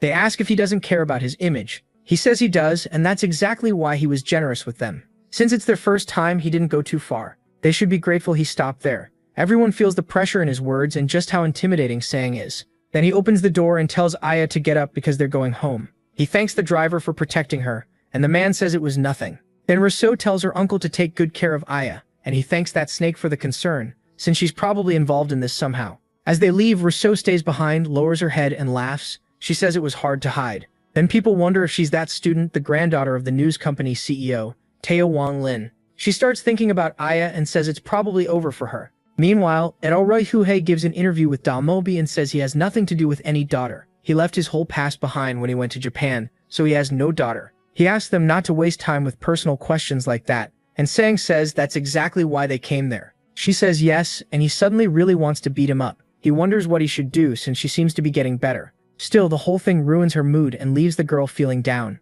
Then she talks to her uncle and asks if he remembers saying he'd grant her one wish. He asks if this is about finding the Shadow Queen, and she says yes, adding that she probably already knows what she wants to ask for. He's startled as the girl says she probably already found the Shadow Queen. That shocks him and reminds him just how smart she is. On another day, a game starts, and everyone wonders if they entered the right room. They ask Jerome what he's doing, and he says he's going to break the stands. He wants to see if it really is the Queen of Shadows or not. And one day earlier, Sei was talking with him. She says that here, she's the Queen of Shadows. Sure, she's completely purple and covered up, so she stands out. Seian says she's not certain, but this woman is a strong suspect. Sang asks why she thinks that. Seian says she's already explained part of it. At first, they suspected the elf queens on the throne, and he agrees, since both openly acted like queens. But Seian says this one feels closest to a shadow. When he asks why, she tells him to watch the video she just sent. First, she points to the eyes. Black eyes aren't impossible for elves, but even the whites of her eyes are dark. Sang thinks that definitely means something, and Sang says that's not the only odd part. This elf had been watching the top-ranked player even before the game started. The protagonist asks what she means. Sang says the way she stared at him was strange. She even checked the other matches too, and every time that elf was watching, the others looked at the strongest person around, but this one kept staring at whoever finished in first place. She did it before the match even began, like she already knew the future. Sang asks if that isn't weird, and Sang agrees it can't just be luck. Then she says the biggest clue is in the last video. She tells him to look at the shadow under her feet. Something seems to be coming out of it. Sei says it's hard to see because of the video quality, but it looks strange enough that she doubts she's the only one who noticed. Sei asks if it's worth checking. Then he pauses and asks if she put all this together by herself. She says yes, she just kept collecting clues over time. He asks if she's doing too much for his sake, but Sei brushes it off. It's not like she had anything better to do. MC thanks her and says he'll check next time. He goes to the Colosseum. She says she hopes she's right, but then he says he still has to keep his promise. He asks what she wants. Whatever it is, he says he'll give it to her. She just thanks him and tells him her wish. Later, Sei is back in the Colosseum, cutting down everyone in sight. After taking down 10 abbots, he figures that's enough to lock in first place. Now he wonders if he should break the stand's barrier like he planned. A barrier separates the arena from the seats, with strength equal to a diamond supports barrier skill. Its job is to block every attack and ability from the field, but with the wandering eye he can see its true state and realizes he only needs a small opening to look through to the other side. He takes his stance in front of it. Everyone thinks he's bluffing, but he knows he can do it with that weapon and the phoenix arrow he got from the dungeon. He can't use its full power because it's too risky. But to break the barrier, piercing it once should be enough. He wants to see the queen's face, so he uses martial devotion of the 3 talents path to immortality and strikes the barrier. A tiny hole opens and he keeps attacking the exact same spot again and again with Path to Immortality until he finally makes a tear. Everyone realizes he really broke it. Right away, he activates the Wandering Gaze, knowing he has to check before the barrier heals. The moment he looks, he demands the queen show herself and asks who she really is. Then everything drops into total darkness. He wonders where he is, and when he turns around, there's a huge light behind him. It catches him off guard, and a pair of demonic eyes stares straight at Sing. The next day, he looks drained, saying it was exhausting. He still can't calm down, and no wonder. Seeing something like that inside a bronze-rank body was terrifying. He thinks it would have been scary, even in his old body before he regressed. Still, that power could be very useful. Then he checks the achievement shop and says the rewards he's gathered so far raised it to level 5. At that level, constellation slots were added. Now he can choose from several constellations, but he knows it's still too early. Earth is only in the tutorial stage right now, so he decides not to buy that yet, and adds a title slot first. When he opens his status window, he's reached level 22. Only 3 levels remain before promotion. With his strength, martial power, and title, he's basically already at silver level. There's a reason he picked another title slot. It's for Martial God's successor, the title he'll get soon. Soon Sake's martial power will hit 30, and he'll gain the unnamed divine arts. His current martial power is 27, and through that process he'll connect to the martial god. That's how he'll earn the Martial God successor title, the same one he carried until his death in his past life. He has to get it again this time, no matter what, because soon he'll need to fight him, the coward who abandoned his daughter. Meanwhile, in the heart of Gangnam, in a great location near several schools, at that moment Song is trying to buy a house with his niece. The realtor says 200 square meters should be more than enough for them, but she thinks it's too small. So they keep looking, and Song figures she didn't like it, which was expected. She spent her whole life in the Sword Palace, so a normal apartment was never going to satisfy her. Still, he remembers that her wish was to move out. He thinks back to the day she asked, when she was clearly miserable. She wanted out of the Sword Palace as fast as possible, because every part of that place reminded her of Oyun Seijin.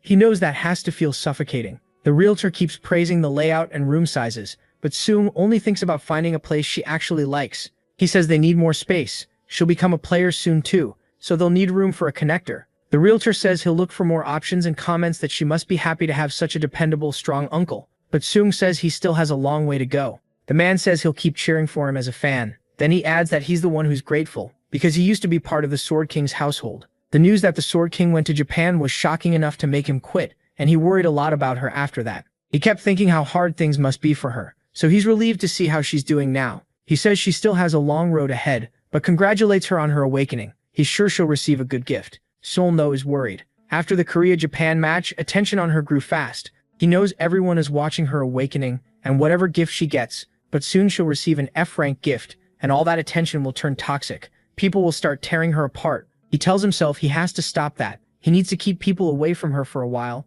especially those reporters. Meanwhile, that snake Rasu is talking to people, saying that on August 22nd, the girl's birthday, she'll be at the school's gift center, and promising to help them get an interview. Her friend says she's so fake, perfect for a CEO granddaughter from a media company. She snaps back that nobody asked him to stay there. He tells her not to be like that and says none of this would have happened if not for her. Then asks why she hates the girl so much. Reso says the girl isn't even from a good family, yet people keep comparing them. Without Battle.net, she'd just be a nobody. So he asks why she wants the interview, and she says it'll help her article, like she's doing that family a favor. Then she adds it'll be even better if the girl gets some trash gift and her life falls apart. Honestly, she's disgusting. From the second she showed up, it was obvious she was bad news. Total snake, pure poison. The guy calls her a demon. He agrees completely and hopes that nasty hand from that sludge zombie swallows her whole. She says that's why his role matters so much. Saying is that girl's uncle and always by her side. Then she asks if he's sure he can win in a fight. The guy tells her to relax. He's not worried about that bug at all.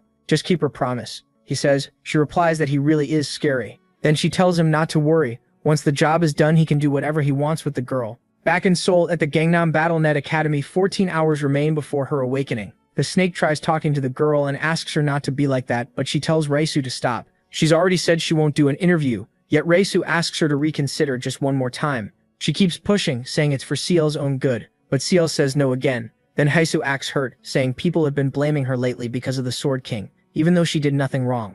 She says they need a better story to cover that up, and even begged her grandfather to help. Si stays polite. She thanks her for worrying, but says she doesn't need any of this right now. After that, she excuses herself and heads to the bathroom. The second Seat leaves, Haiso starts cursing her in her head, annoyed that she wouldn't just agree to the interview. Still, she isn't worried. They're already waiting outside the gift hall, so they can grab her there. That night, she keeps wondering what kind of gift Seat will awaken.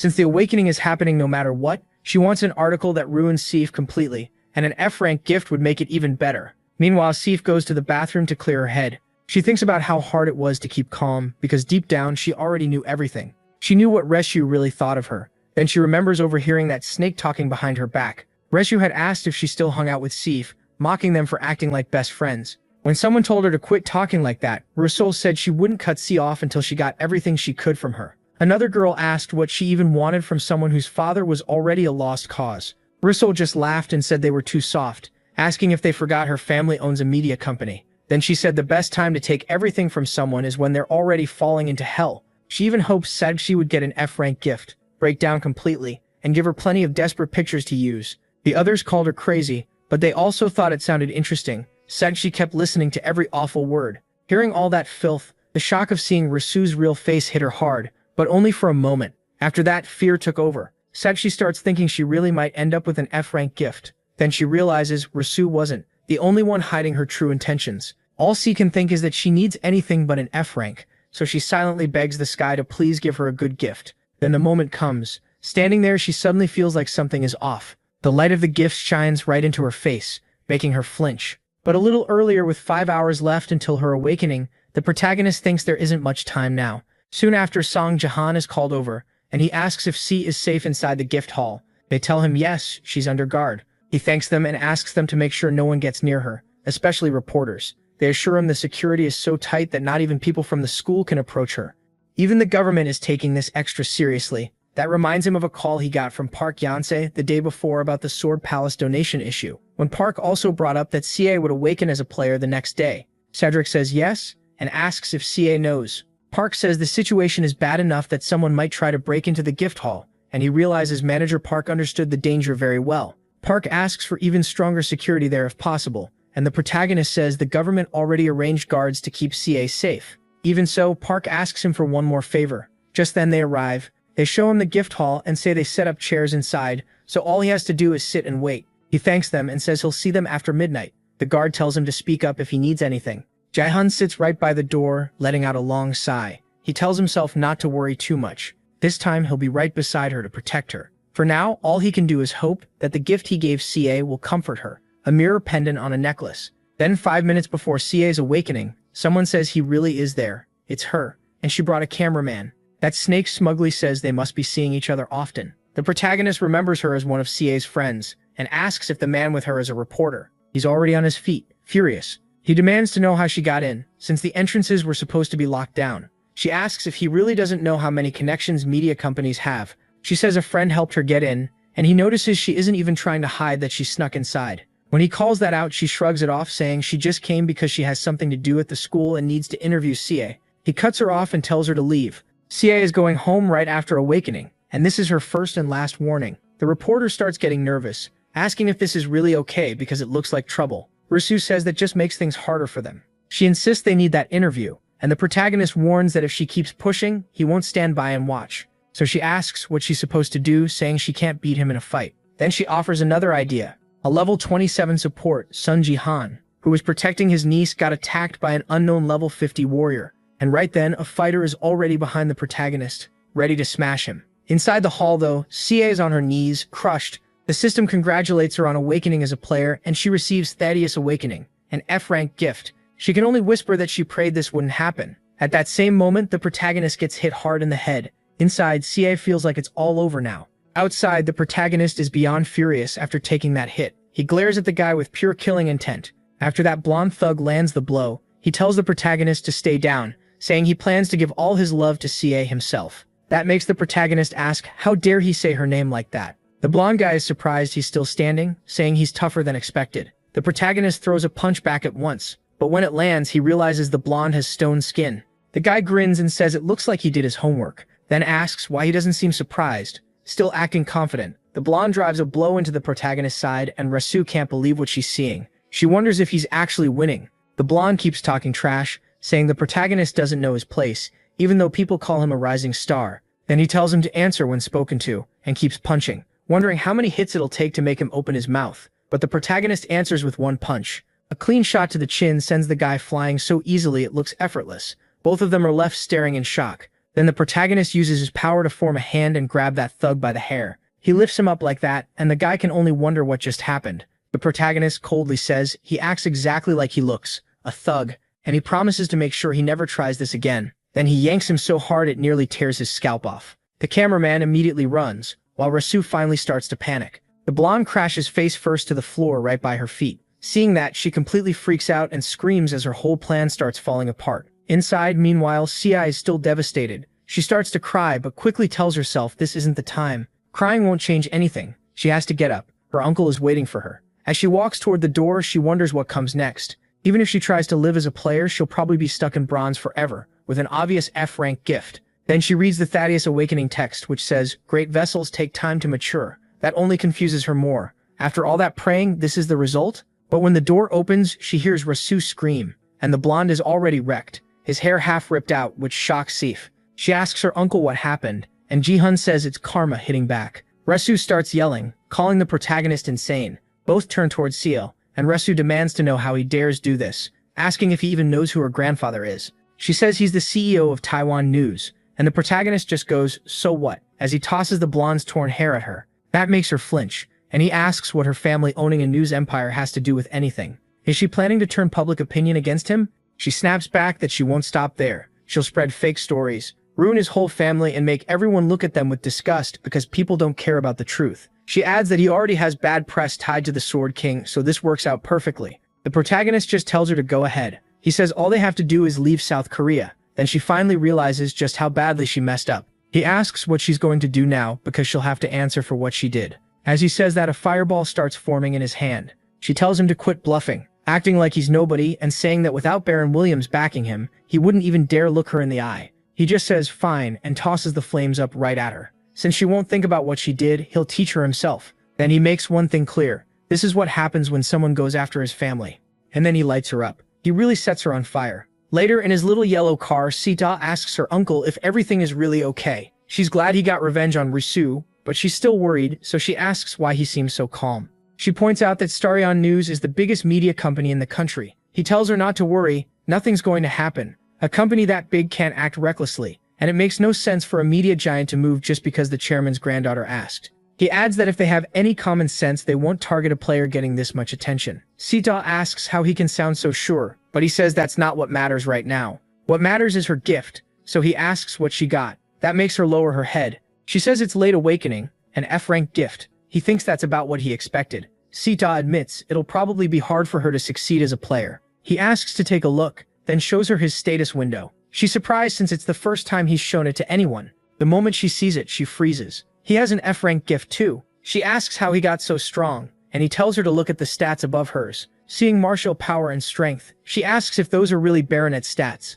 He explains their unique attributes, and most people don't know about them because the conditions to get them are secret, so a gift's rank isn't all that matters. He tells Sita there are unique attributes she can get too. But before that, he says this item will show her path, and brings out the mirror on the chain. Then he talks about the player who was second in the world rankings before the regression, Jin Yu Hua from Xi'an. Her gift was Late Awakening too, and she was incredibly strong. Back then, he says he could hardly believe it, even after seeing it with his own eyes, that the F-rank gift that drove Sita into despair and led to her death had a secret like this. Using the item, he reveals more details about her Late Awakening, the number of required matches, and its upgrade conditions. It says her daily game entries increase by 1 and her natural stat growth goes up by 100. She stares at it, wondering what she's even looking at. Can a gift really be improved? Even the base effect already sounds amazing. He asks if that doesn't make it an incredible gift, then explains the item worked just as expected. It's the Monocle of Hermes, a one-time use item that reveals a gift's true nature. He got it by repairing the C-rank Broken Messenger's monocle, and mentions he finished it the day before as Sita's birthday present. He says the rank-up part is surprising, but the skill itself is already great. With that growth bonus, her training becomes twice as efficient, and she realizes how huge that is. He agrees, saying that with this effect, she can get that rare attribute he mentioned very quickly. Sita is stunned. Then he tells her she has the potential to become a top-level player. She asks if he's serious. Tears start falling as she asks if she really got a good gift. Her whole body shakes from the emotion. He says yes, and he can only imagine how badly she wanted this. Her father didn't just leave her. He started saying he didn't even have a daughter, and people only talked about Sita gossip. After going through all that, of course she'd want to rise above it. Not as the abandoned daughter of the Sword King, but as the player on Sieve. And all this time, she must have been terrified of getting a useless gift. So he uses his power to toss her a handkerchief and tells her she's suffered enough. It must have been hard, so if she wants to cry, she can. But she says she's fine, she hasn't even had time to be happy yet. Then she admits she's felt this for a while now. Her uncle really is amazing. Sometimes, she says, he acts like he knows the future. That hits a little too close, but he just brushes it off and says he's only lucky. Now that she's not anxious anymore, she says she's starving. He invites her to eat and says he'll make something. She asks if he means right now, and he reminds her that he promised the next meal would be even better. After all, he already prepared everything for her birthday dinner. That instantly cheers her up. Meanwhile, somewhere else in the city, a very satisfying scene is about to happen. That snake gets home furious and bald. He burned off all her hair. The second she sees herself, she starts screaming. He really burned her hair, eyebrows, everything, and she starts cursing him out. She panics over what she'll tell her parents,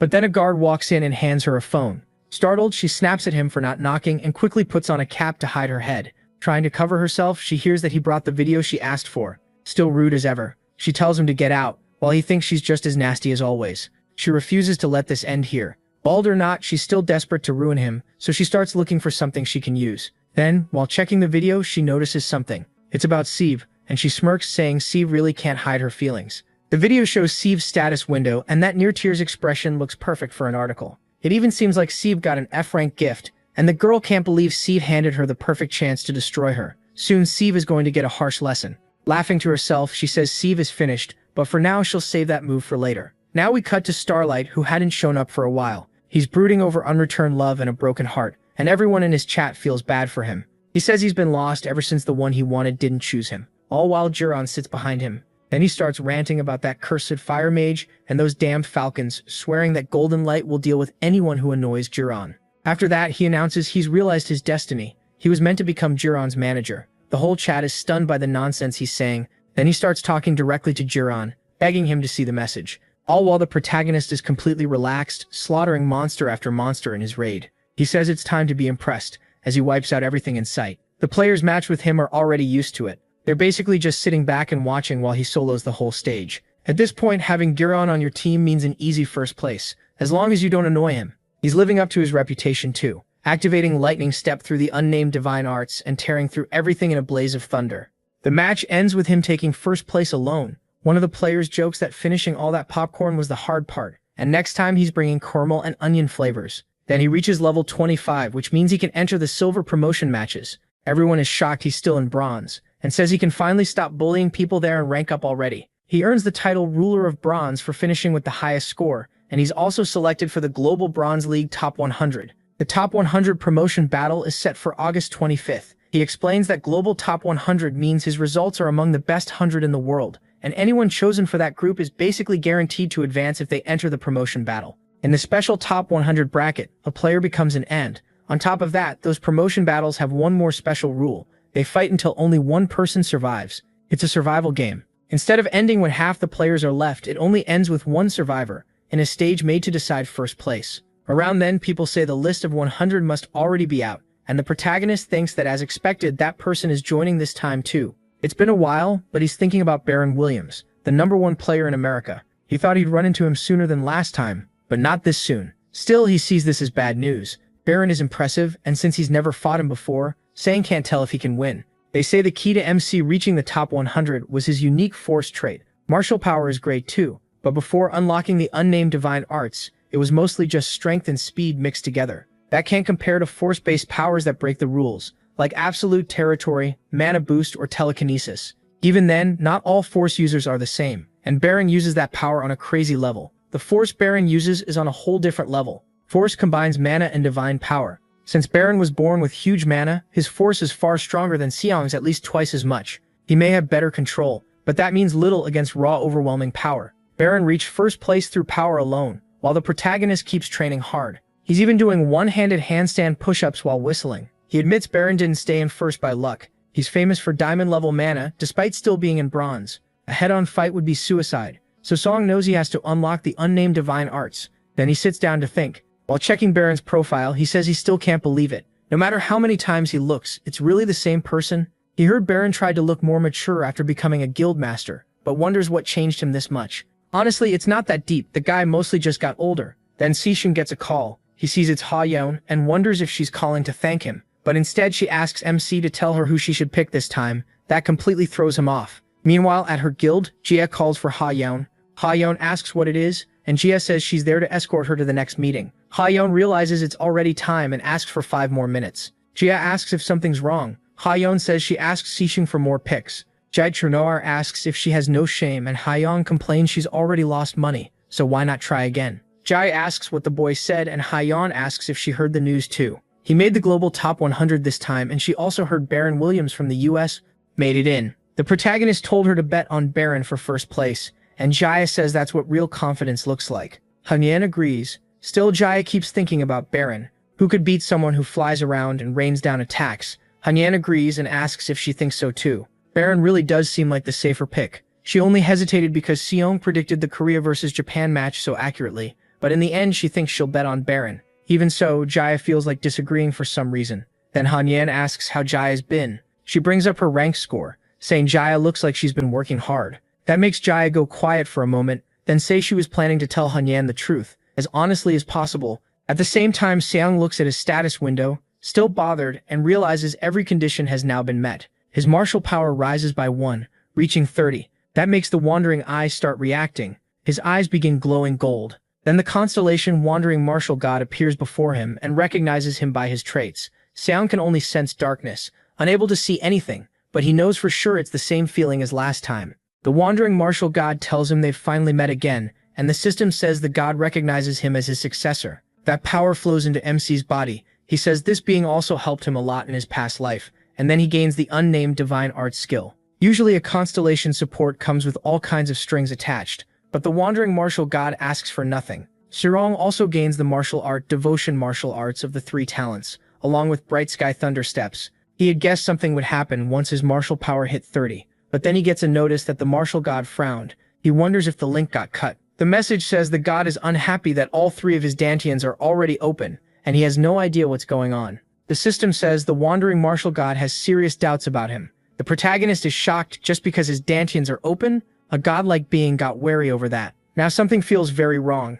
Then the god starts canceling the inheritance of the martial technique, and Strong realizes this is bad. The Wandering Martial God takes back his traits and leaves, pulling away the power he gave MC. He is left wondering if it's really gone. He opens his status windows and sees a disaster. Seong, once ranked 7th in the world, is right before the top 100 promotion round and has just lost his blessing. He says it's gone. Turned into a non-existent blessing, and with it he lost his biggest advantage. Yeah, no one saw that twist coming. They really just took away his biggest cheat. Right after that shock, the girl gets into her uncle's car. He asks if she's feeling better, and she says yes. Then he explains that after awakening, C decided to leave the academy. To be fair, most students are only there because of blessings, so quitting after awakening isn't rare. People even say online that while she stays in school, the friends who already left are signing contracts, getting training, and moving on with their careers. Seita says he'll train C himself, so there was no reason for her to keep going to the academy. She starts with basic strength training, and he says she's doing well. But the biggest problem now is the protagonist himself,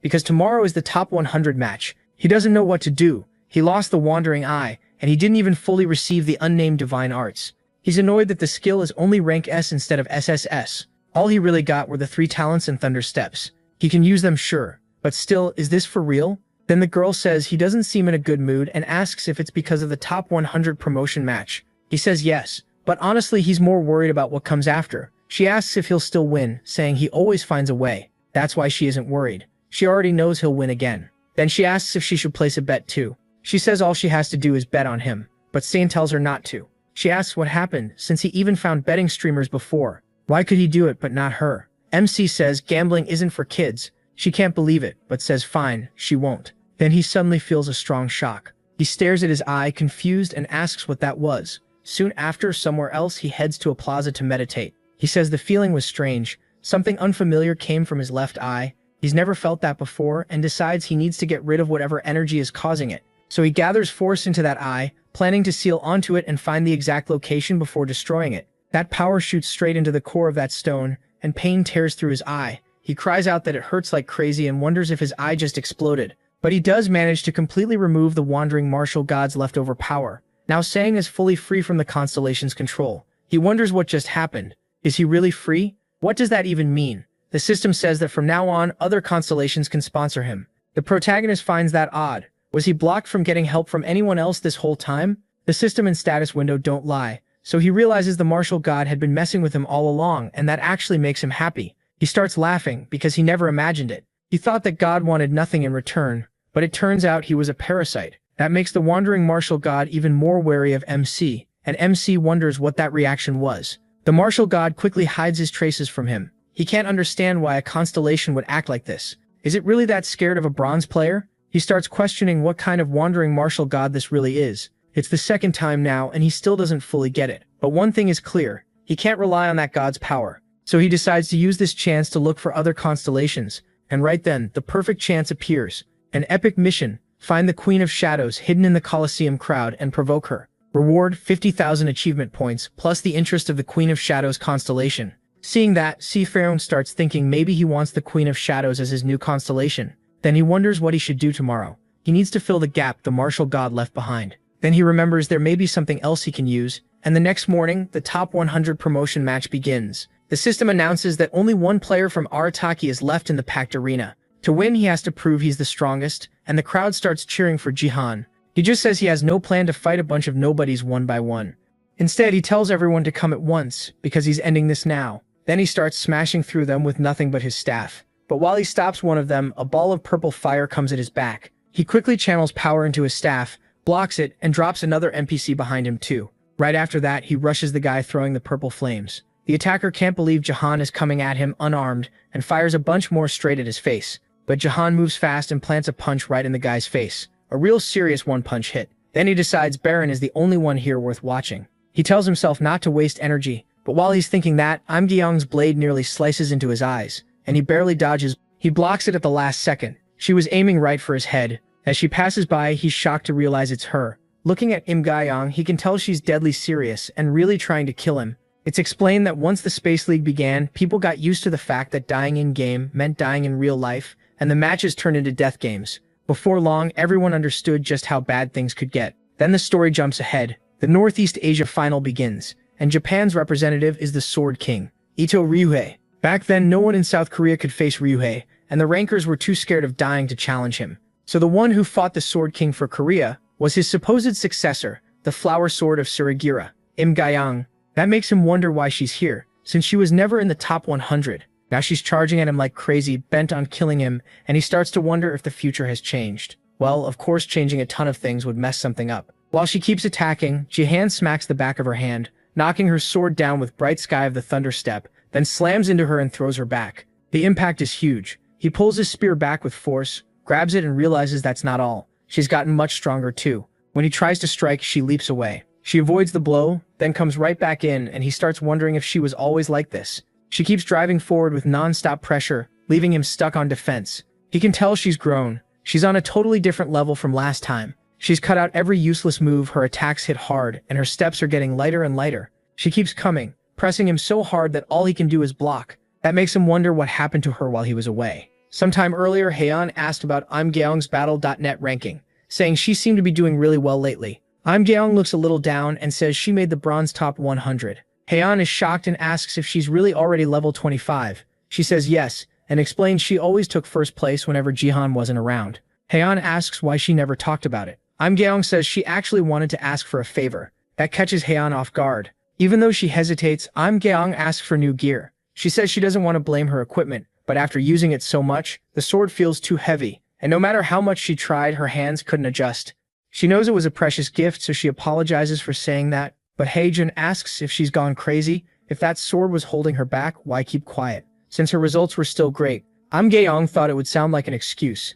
Heian says that only means she could have done even better. She promises to get her a lighter, better weapon, even with her own money, and tells her to throw that one away. Geong asks if Heian didn't lose all her money gambling, but Heian snaps that she didn't, calling her an idiot. Heian says she'll find something soon. Geong asks if she's sure, and Heian tells her it's fine. She just wants her to make sure to show everything she has in the promotion round. Geong thinks Heijun always knew she'd been comparing herself to Jaehan, and Heijun says she really can beat him if she pushes a little more. No matter what people say, she's always been a star outside Korea's Bronze League. She just needs to prove it. Geong realizes Heijun had always been cheering for her, believing she could go even higher. So Heijun tells her to do her best in the top 100. That leaves Geong smiling as she thanks her boss. But back in the present, she thinks she may not be able to keep that promise, while the protagonist starts turning the fight around and makes her feel the pressure. In that moment, she knows she can't beat Jihan. As if reading her mind, he says she already knows she can't win. So why keep pushing this hard? She still won't stop attacking. He thinks she could have lasted a long time if she'd gone after weaker opponents first. Just like in the old Northeast Asia final. She admits she knows she can't beat him as she is now, and maybe she never will. But if she gives up, then it's over. Jihan is caught off guard by that. She says if she can't surpass him, then she'll do everything she can just to reach him, and as she says that, she summons a Surijira tree in front of him. Raising her sword, she unleashes her sword art straight at Jihan. He realizes she's always been this kind of player. Someone who keeps fighting to grow, even when she knows she can't beat her rival. In his old timeline, the Sword King killed her with twin blades. In this life, though, she's made the top 100. Now he wants to see how far his regression will change the future, and he says he's been thinking about this for a while. He needs Amgeong by his side. She activates her secret technique, Surijira Flower Hurricane, rushing him so fast it leaves after images. As the technique comes at him, he realizes it wasn't meant to be used against a spear, and he has the perfect skill for this. He sets up a brutal counter, and uses martial devotion of the 3 talents, Earth. With 1000-layer fury, he cuts straight through the Surijira tree she summoned.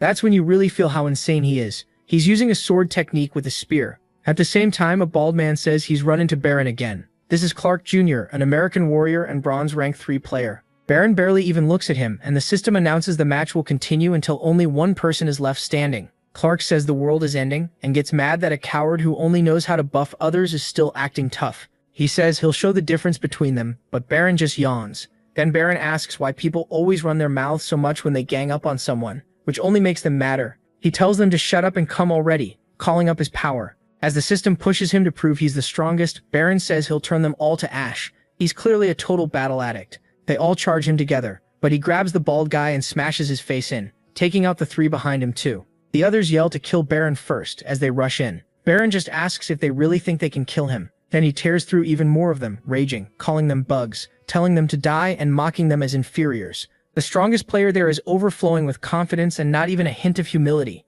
But even someone like that gets shaken when Jihan sweeps through the field with his spear, cutting down Mgeong and several others in a single strike. As Baron stares at him, it's said that he starts to realize something. If he ever slips up, it could end exactly like before the regression. So he heads toward the protagonist and asks if he's that guy, the unbeatable Sun Jihan, completely messing up his name. Jihan corrects him, saying, "It's Jihan." Baron apologizes, then says he doesn't know the language of an underdeveloped nation. That was straight up xenophobic. Laughing like he's having fun, Baron drops the smile, stares hard at Jihan, and says he hopes he understands. Then he says, "Jihan, wrong again," and attacks, burning through his clothes, but suddenly he's shocked. Using Lightning Step, Jihan appears right beside him. Baron asks if that's all he's got, and Jihan answers with Bright Thunder Step as Baron vanishes mid-sentence. Now he gets it. He says, "So this is your level?" Then he jumps into the sky and summons several magic circles to strike the boy. A storm of fire crashes down on the protagonist, but he keeps dodging with pure speed. Baron admits it wouldn't be that simple. While avoiding the protagonist's punch, Baron mocks him for daring to challenge the heavens. The hit lands and sends the protagonist straight into the ground.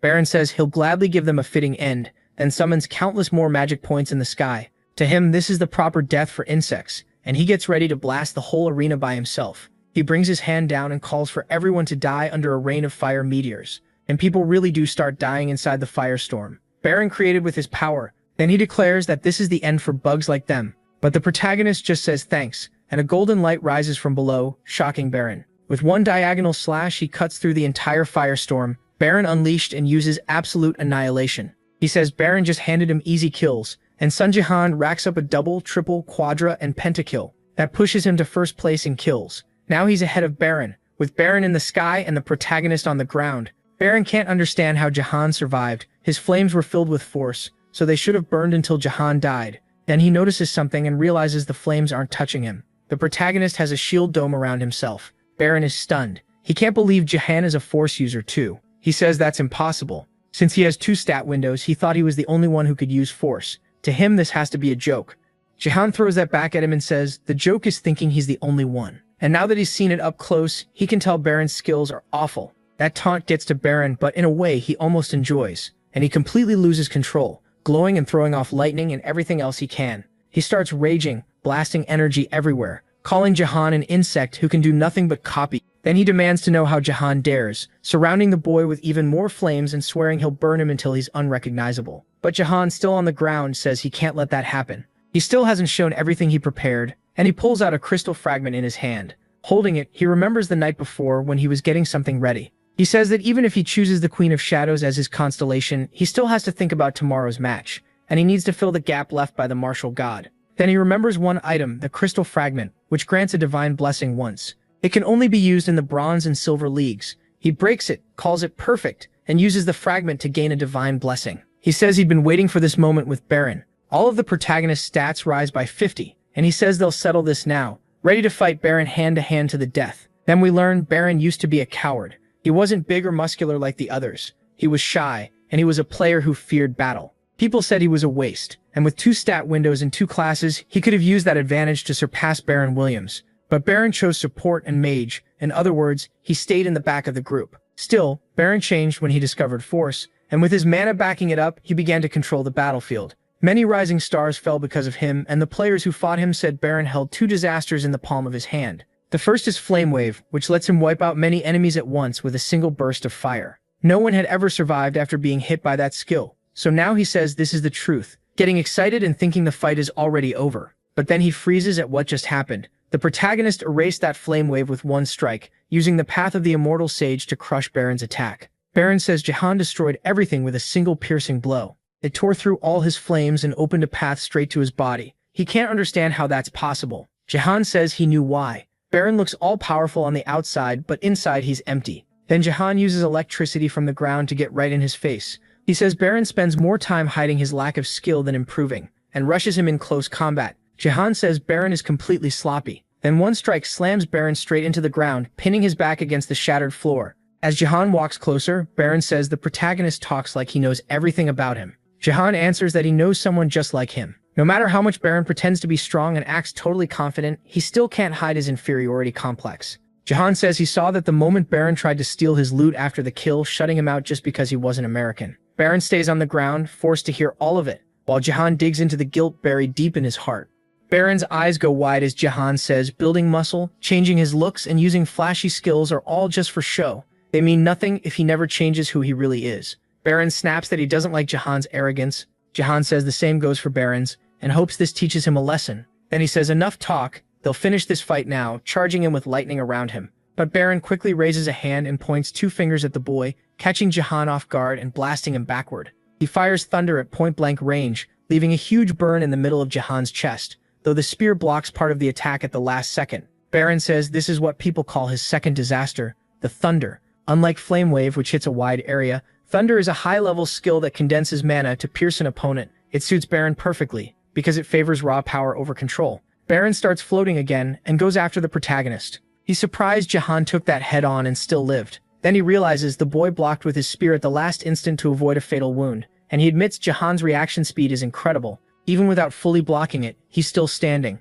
And Baron says maybe he managed it once, but he won't do it a second time. He starts gathering power, saying he'll pour everything into this attack, combining force with thunder as energy builds in his palm for one final shot at the protagonist. The survivors start saying they want to see the protagonist block that, sure that Jahan is finished. They say even he can't stop it, and while Jahan thinks, everyone is already expecting the boy to lose. But Jahan sees his own victory. He looks behind him at the Queen of Shadows, because she's staring right at him. Then he smiles. He adjusts his stance and gets ready to throw the arrow he uses like a spear. Seeing that determined posture and that smile, Baron keeps attacking and aims his thunder at Jahan. He fires, but Jahan's phoenix arrow leaves his hand and punches a hole through Baron's body. He never hesitated, even though he knew the phoenix arrow would vanish after 5 bones. Still, he smiled, because the phoenix arrow was never aimed at Baron. It was aimed straight at the Queen of Shadows, and she's shocked to see it coming at her. The arrow slams into the barrier around the stands, and for the first time in history, the Colosseum's barrier breaks. And so, South Korea's rising star, Jahan, is beating the mighty Baron.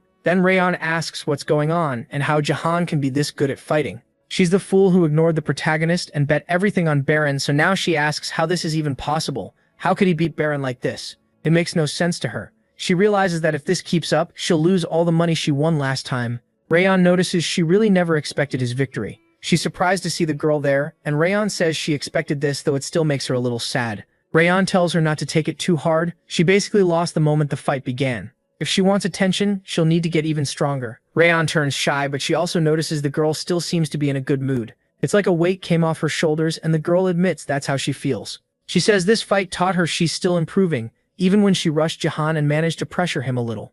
She thinks she'll keep getting better. Rayon says she'll cheer for her until the announcer suddenly shouts that something unbelievable is happening. She immediately thinks about her money, and Rayon asks if she was gambling. The announcer asks if everyone is seeing this. Jahan has broken the barrier. Meanwhile, Baron is furious when he realizes Jahan was never aiming at him. The protagonist completely shatters the barrier, and his spear comes back to his hand as he catches it in one smooth motion. Then he looks at the queen and says, "It's been a long time since he last saw her." The Shadow Queen answers by releasing wave after wave of darkness. Her shadows spread across the arena, covering everyone in black while her terrifying eyes stay locked on Jahan. That's when the system glitches for every spectator. Their feed cuts out, and CA realizes his uncle is in serious trouble. Inside the darkness, Jahan can only make out 2 eyes. He quickly realizes how deep the darkness is. Even the air feels cold and heavy, making it hard to breathe. It feels like he stepped into someone else's domain. The queen keeps staring at him, and he knows she's watching, but since no notification popped up, it doesn't count as a challenge. So the epic mission still says he has to provoke the queen. Seeing that, he activates the Path of the Immortal Sage and attacks her. He throws another strike straight at that shadow, but it gets swallowed whole. Jihan realizes she absorbed his key sword. Then he senses another attack coming, and a shadow starts forming behind him. That catches him off guard. He spins and strikes behind him, scattering it but hits nothing. Still, one eye stays near his hand, and then he realizes these things are shadows. They start appearing beside the other players like dark elf-like figures. Now Jahan is left wondering what the hell these things are, especially when some players get killed by them almost instantly. Still, Jahan manages to block several attacks and barely escapes death. He notices normal physical attacks don't work on them, so he decides to try divine power instead. He fires an energy sphere right into the shadow's face, but he's shocked when it doesn't do direct damage, only erases a small part of the darkness. That tells him he was right. As a shadow, it's weak to light, but then one grabs his leg and another rises from the ground to trap him. His foot gets pinned while the other one moves in to strike, so Jahan starts summoning lightning. Remembering the zombies from before, he decides to spread electricity all around him, just like he did back when he still wasn't skilled with the Space of Thunder. The lightning blasts away a huge chunk of the shadows, and several of them pull back and watch from a distance. He figures they can't get close now that he's covered in light, and thinks this might be easier than expected. But then his light starts getting snuffed out. Something huge covers him and a giant shadow appears overhead, ready to drive down a massive sword. One look at that and he knows things just got bad. Seriously bad. It's explained that the Baron Williams connector is required equipment for the game. Its main job is to reduce pain. Since amputations, burns, and brutal injuries are common in Baron Williams, the connector isn't optional. The standard model cuts pain by 80%, and most players use ones that reduce it by 90%. That lets them fight a lot more recklessly, because they don't fear pain as much.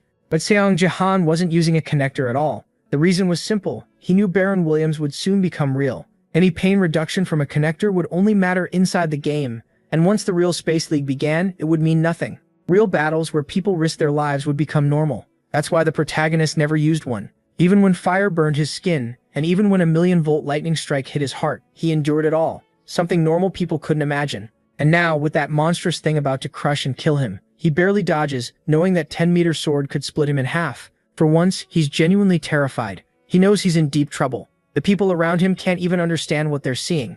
A giant shadow monster is hunting the protagonist, and it seems Seong Jahan is its only target. He does everything he can to get away, but the shadow is dead set on killing him. Jahan admits he knew this fight was unfair, but not this unfair. Against something that huge, he has no clue what to do. He doesn't have many options, and if he keeps dodging like this, he knows he'll die soon. After all, that thing isn't the only one after him. His attack on Baron made everyone focus on him, and now plenty of players want to use the chance to take him out too. Either way, he can't stay on defense forever, so he lets out a breath and says he has no choice. He uses force, then boosts himself with mana and fire, deciding to face all of them at once. He sets that shadow ablaze, coating his spear in flames. If she wants to bury him in darkness, then he'll answer with the unnamed divine arts, devotion of the 3 talents. A blinding light bursts out and nearly lights up the whole arena. He declares he'll wipe out the shadows with an even stronger light, and the fire from Mountain Crushing Strike explodes across the area. Much of the darkness clears, but the effort leaves him drained. When he looks ahead, he wonders if it worked. Then he checks on the other players. Instead of fighting, they decide to leave. One even says his father taught him that avoiding defeat is also a kind of victory. Jahan realizes they're backing off on their own. Now the only one left is the Shadow Queen, still hidden right in front of him. A ring of shadows forms around Jahan, and he asks if she's really trying this again. He's sick of it, and figures it won't end while her real body is still fine. That thought only makes him angrier. He grips his spear harder and refuses to let this keep going. His 3 Dantians start resonating, and he thinks he may be able to use high-level martial arts the same way he once used the 3 talents martial devotion, without the unnamed divine arts. His body starts shining like crazy, and he knows it won't be perfect at his current level, but he can use the Phoenix Arrow's power to finish this. The Phoenix Fire that comes with the Phoenix Arrow should make up for what he lacks in strength, and since ancient times lightning has been seen as divine wrath, the punishment a furious god brings down, especially when the world is buried in darkness and chaos. So he calls on thunder, gathering it at the tip of his spear until a huge light erupts across the arena. But the system warns that this exceeds the player's limits, and his life is now at risk. Even so, Jahan pushes through the pain with a scream and uses the martial art of the Thunder God, the power that purifies evil and demons, the unnamed divine art, divine thunder technique, thunder shock. This move is on a completely different level, a technique from a higher realm. He makes up for his lack of raw strength with the Phoenix Arrow, and successfully pulls off an unorthodox technique. Still, even with all that, he can only bring out 80% of its power. Thunder Shock should merge many bolts into one, but his lightning doesn't fully combine, and leaks out behind the Phoenix Arrow. Because of that, the incomplete technique injures him badly too. Even so, it still manages to reach the Shadow Queen and catch her off guard face to face. But the attack loses power right before reaching her, and in the end it only reveals the Shadow Queen's face. It doesn't deal any real damage. Still, Seung Jahan realizes he got lucky. He did leave a small cut on her cheek, and that clearly surprises her. Meanwhile, the protagonist is completely wrecked. One hand is nearly burned to charcoal, but he already did what he needed to do. Then the spear starts flying back toward him. He realizes the delayed thunder turned it into a double attack.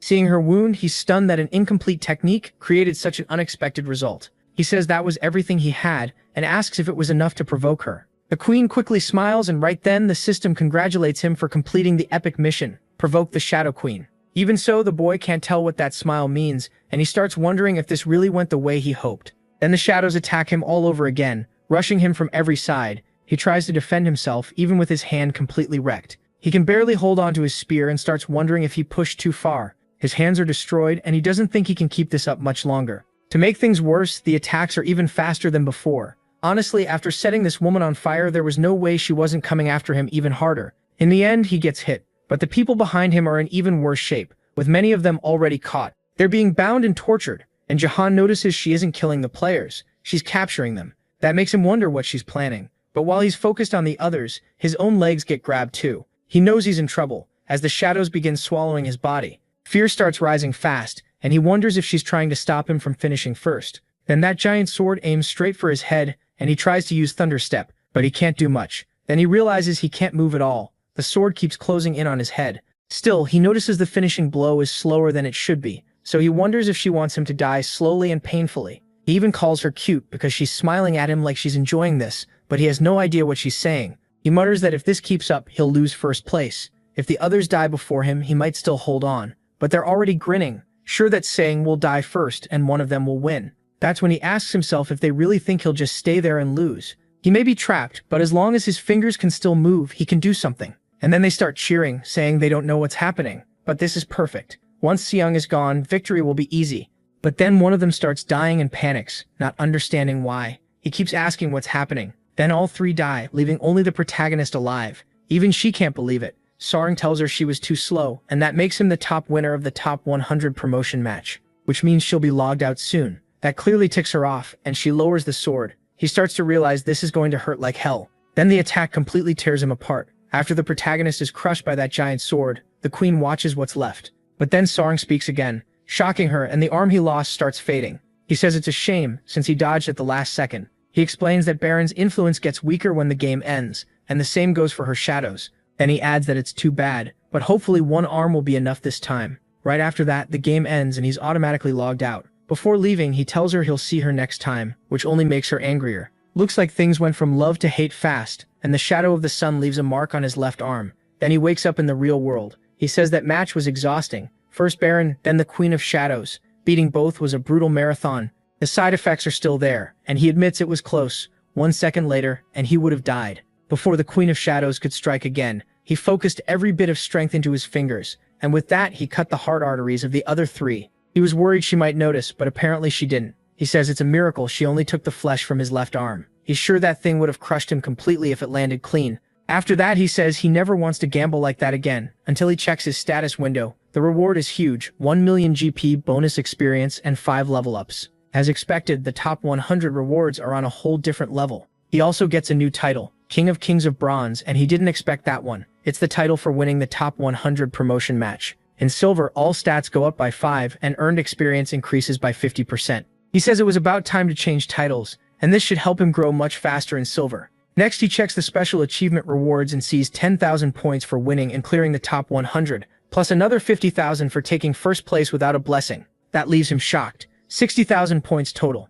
In the end, losing the martial god really did help him, and he thinks that's good. But then he looks to the side and notices something weird. His sleeve is torn off, and one part of his arm is covered. When he raises it and sees it clearly, he wonders what happened. Why is his left sleeve cut? And before that, there's something even stranger. He wonders if this is Baron's effect. Can that even happen? They're still in the tutorial, so he starts wondering if it happened because she's a constellation, something from another dimension. There's no wound on his arm, so what the hell is going on? Then it hits him that he's back, and he tells Semi not to worry. She says she was scared because the broadcast suddenly got cut off. That surprises him, and she explains that the stream ended the moment he broke the barrier.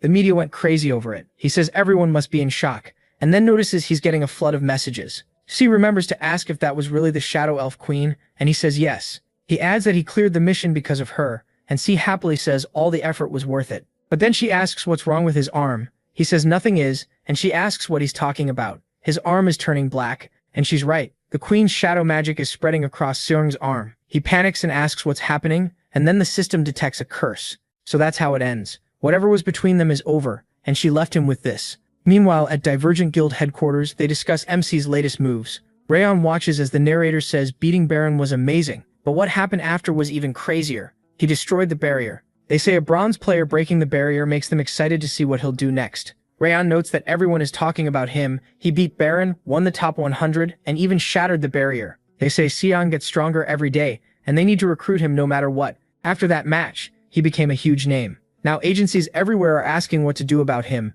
because everyone can see he's incredibly valuable, so the order goes out to recruit him immediately. People are talking in Manhattan, New York, and in Tokyo, where they admit Takeda was right. Now they think they need to bring Seong in. But that's the problem. They wonder how, since he already said he won't join no matter how much money they offer. Then they say they have their own methods. Someone points out that won't be easy because of the Sword King. If they don't have her, who's going to control the Sword King? Another says, not to worry. There's already a plan. They can probably keep the Sword King distracted while they take him. The others ask if they're serious, and he says yes. She's already on her way. Meanwhile, Ito laughs as the Sword King watches the helicopter take off and asks if she really won't tell him where she's going. He wants to know her destination, but Ito tells him not to be so impatient. She says it won't take long. He just has to be a good boy and wait for her, and keep loving her like always. For a moment, anger starts rising inside him, but then he falls back under control. He gently tells Ito Shizuru to stay safe. She says goodbye, and yes, this is Ito Shizuru. The guards around her call her a goddess. She looks up and says the sky is beautiful,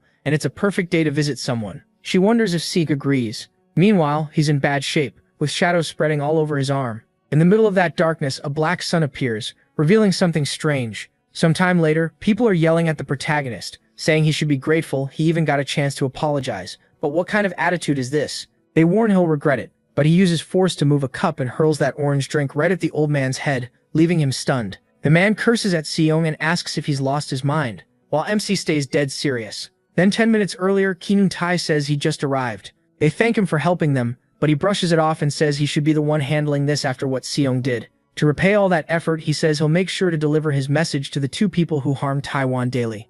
Then the protagonist and C arrive, surprised that the head of Baron's department came to visit them. He apologizes for not coming sooner and asks how they're doing. Seer says they've been better. Seer asks why he's here, and the man says the department decided to reward him for everything he's done. Sounds great, right? MC thanks him, though he doesn't think much of it. But then the man says something ridiculous. He says he and Sia need to officially apologize to Taiwan Daily. Seer asks what he means, and he explains that they supposedly attacked members of the Taiwan Daily CEO's family. If they sign a contract to be in their ads and make a public apology, Taiwan Daily says they'll let the matter go. He even calls them generous, but Serai flat out refuses. He stands up and says if that's why he came, he can leave. The old man keeps talking, using Seer against him, then asks the protagonist if he knows Taiwan Daily is preparing an article about his sister. That makes MC stop. The man reminds him they're talking about Taiwan Daily, not some random news company. They can ruin someone's future if they want. Even if Seer fixed his image with donations, people will still look down on him for being tied to the Sword King. So he should be grateful for the chance to apologize.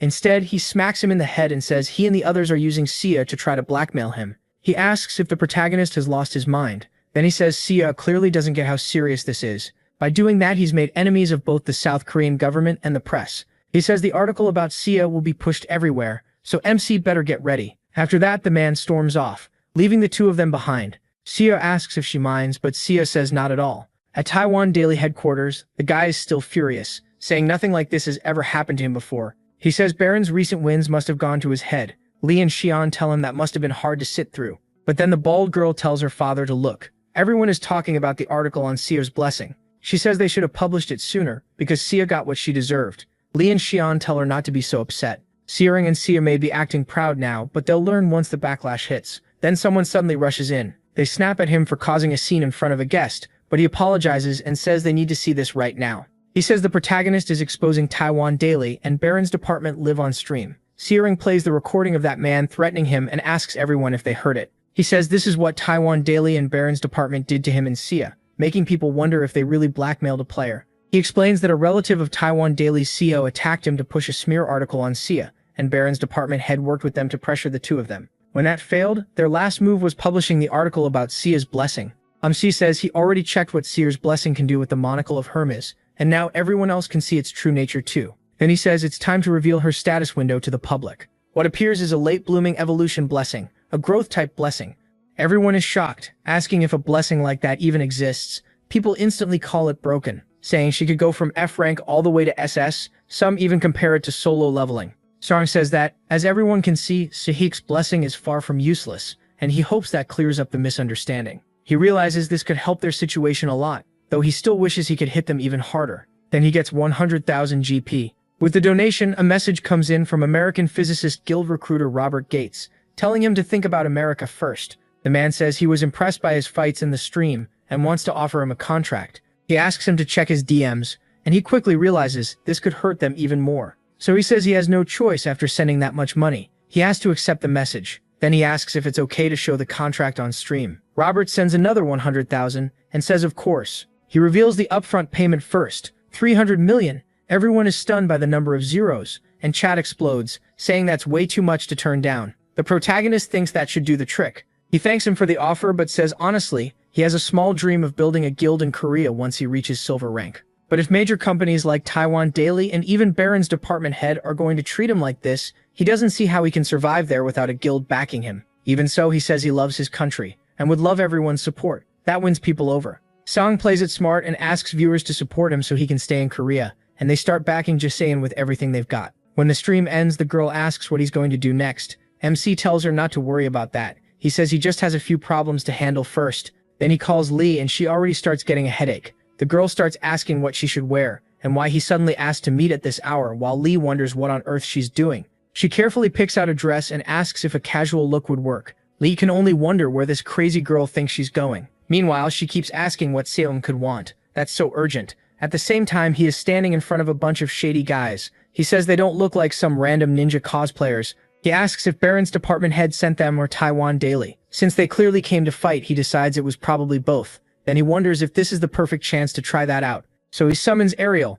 the spirit tied to the Queen of Shadows, and she comes out with overwhelming force. Song thinks he's seen shadow powers like this somewhere before, but says nothing. The shadow calls him an arrogant human and asks if he summoned her just to deal with trash like this. He tells her to think of it as a warm-up. They're perfect for testing her skills. Then he points out they're in an underground parking lot, and it's dark enough. His arm is already covered in shadow as he asks if they should begin. A few seconds later, everyone is already on the floor in pain. Sang stays standing and says that wasn't bad at all. The shadow smugly agrees, saying it was amazing. She tells him he should be thankful. Then a tiny Queen of Shadows appears in front of him and says the black spirit is a special trait she generously gave him. She boasts that once he understands how good that trait is, he'll be shocked. It's on a completely different level. Sering doesn't care and just answers his phone. She gets offended that he ignored her, while someone on the line says they just arrived and asks where he is. They say they're here now and want to know his location. The protagonist apologizes to Lee and explains what happened, and she's surprised it came out of nowhere. He says he's sure she understands, and then Lee asks if something happened. Then Lee tells the girl that she just got stood up. After all the effort she put in to get ready, it ended like that. Meanwhile, the bald girl's father is getting beaten by his own father. He begs for a chance to explain everything. The bald girl gets scared by what's happening and asks her grandfather to wait, saying those bastards started it and that what happened was, but he cuts her off with a slap. Honestly, she had it coming. He says he raised her like a jewel because she was his only granddaughter, and this is how she repays him. Lee asks if she understands how low her actions were, and says if they can't fix this mess, he'll disown both of them. That now feels very possible, and she keeps shaking with rage. She thinks her plan was perfect, and blames everything on Set, which clearly isn't true, but she keeps cursing Set anyway, even though Set has nothing to do with what's happening now. Elsewhere in her first match, a girl wonders if she should start looting or wait, saying she still doesn't understand the rules. Once again, someone notices a member of Song's family while she looks lost, and he wonders what's going on. He says she looks confused and must be an unaffiliated rookie. That man is Du-ryung Gyeom. He's from the Divergent Guild and has an agility rank blessing with a lot of potential. He says she's lucky to have a blessing like that, and with power like this,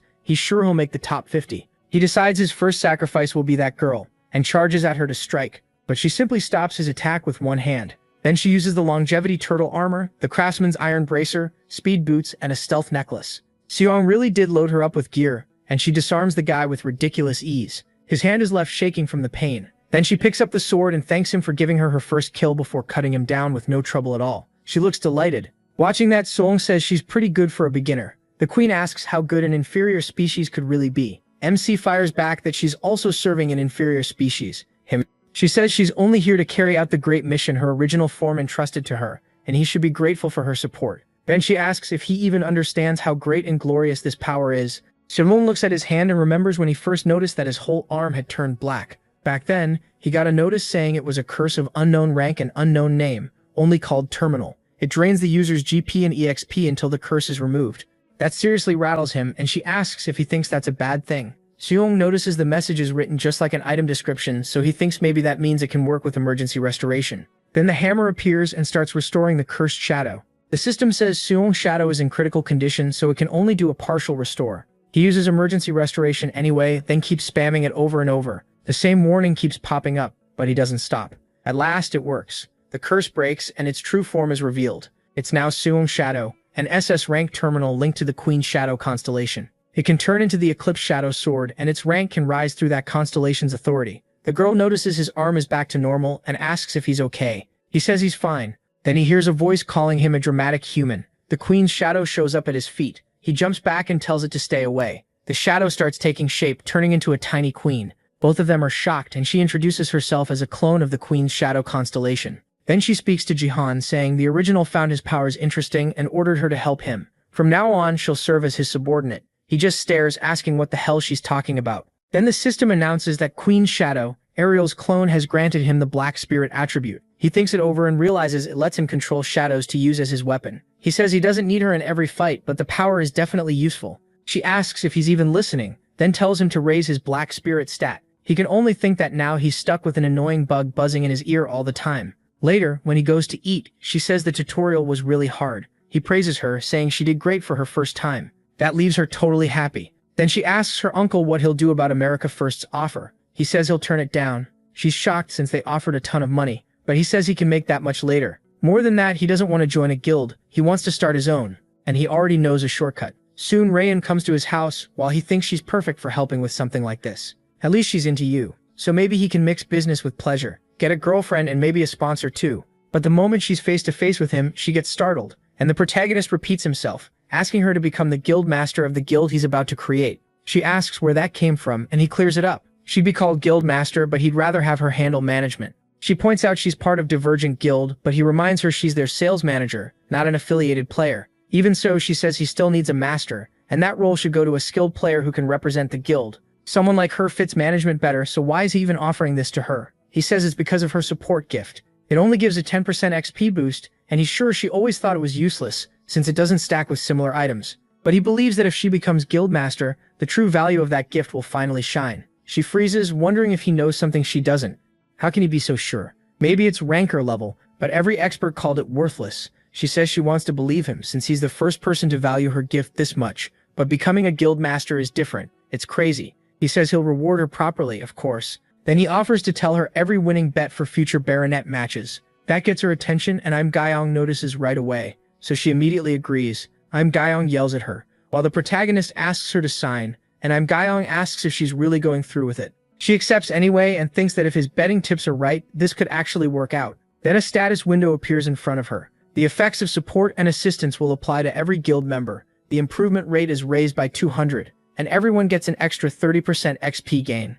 Sometime later, everyone is shocked when a broadcast starts. The guild has officially been formed, and people wonder if he was really serious. Rayon appears on the stream and says everyone probably saw the title already. She introduces herself, saying this is the first broadcast for the Great Vessel Guild, and that she is Guildmaster Lee Rayon. The chat instantly explodes. What kind of guild is this? And wow, she's really pretty. The protagonist says Rayon accepted the guild's most important role, so yes, just like she said, she's the master. Now they move on to the guild's concept, and he says they'll show it right away. The guild can hold 10 members, and it already has 5. Then he reveals the guild buff. Every member gets +1 to all stats. Stat growth is increased to level 11. Attribute improvement goes up by 200, and XP gain increases by 30%. The live chat loses it, and Rayon says their guild is built around support. They proudly offer a better growth rate than other guilds. Still, their max size is only 10 people. So for now, they're a very small guild. Then they introduce the current members: Creator Jahan, Master Rayon, Diego Masid, and Yoon Se, who recently received her gift.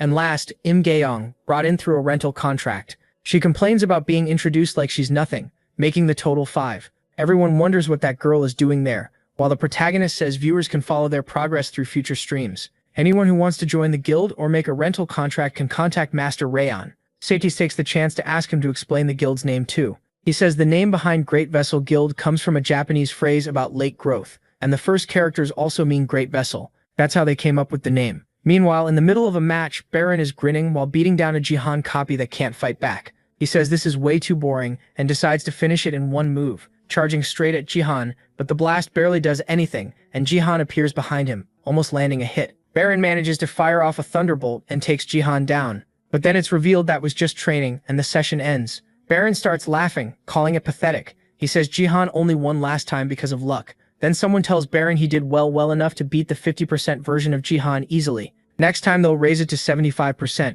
which makes Baron furious as reality hits him. He tells that scientist to shut up. Then someone calls for Baron, saying the guild owner wants to see him. When he enters the owner's room, he gets furious the second he hears about a rental deal. He's being sent to Jahan's guild. He asks if that guy has lost his mind. The owner says it's worth it, and that Baron will understand after watching the latest broadcast. After seeing it, he turns stunned, and everything in the room starts floating. Baron snaps that the old man must be senile. It's obviously a scam. Does he really look like someone who needs help from that fraud? Jahan is the strongest in the world, and he says they better never bring up that bastard in front of him again. The man thinks Baron is such a headache. He knows Baron has an inferiority complex about Jahan's players, but he still can't control himself. So if Baron can't be sent, then they'll have to send her instead. Then that saint from earlier, the one who was with the protagonist on the Vasco trip, starts thinking the boy is really cool. Her name is Saint Sophia. Meanwhile, Im Gaeyong looks very bothered.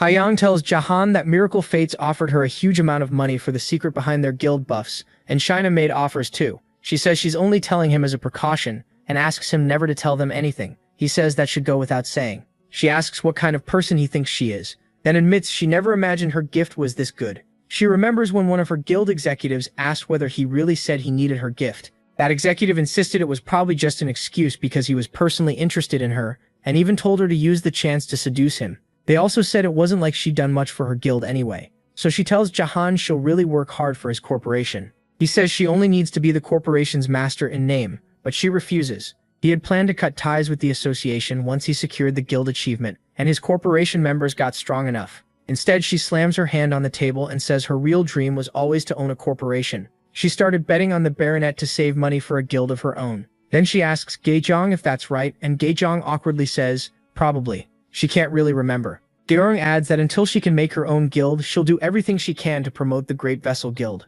She says they need to set up the association office first, and they can use the shared rooms in Sword Palace. Then she asks Gaeyong if she can post hiring notices for channel editors, but Gaeyong reminds her she's a bodyguard, not a secretary. The protagonist feels bad for dumping this on her. A little later, she stands in front of the people who came for the interview. She asks them to introduce themselves, starting with their names. The first applicant is Jo Won-ji. She says she's been making ads and promo videos since high school, then studied that field in college. Gaeyong admits she actually found a solid candidate, better than expected. After thanking her, she calls in the next person. Then she comments that the next name is pretty unique, and Golden Light jumps right in. He says he can't wait to work for the owner of Jahan's channel. His name is Grambit, and he's a streamer known as Golden Light. He claims he can edit, promote, and handle anything they need. His energy is so intense that both girls get creeped out. He almost sounds like a stalker, but says he's just admired Jahan since the early streaming days.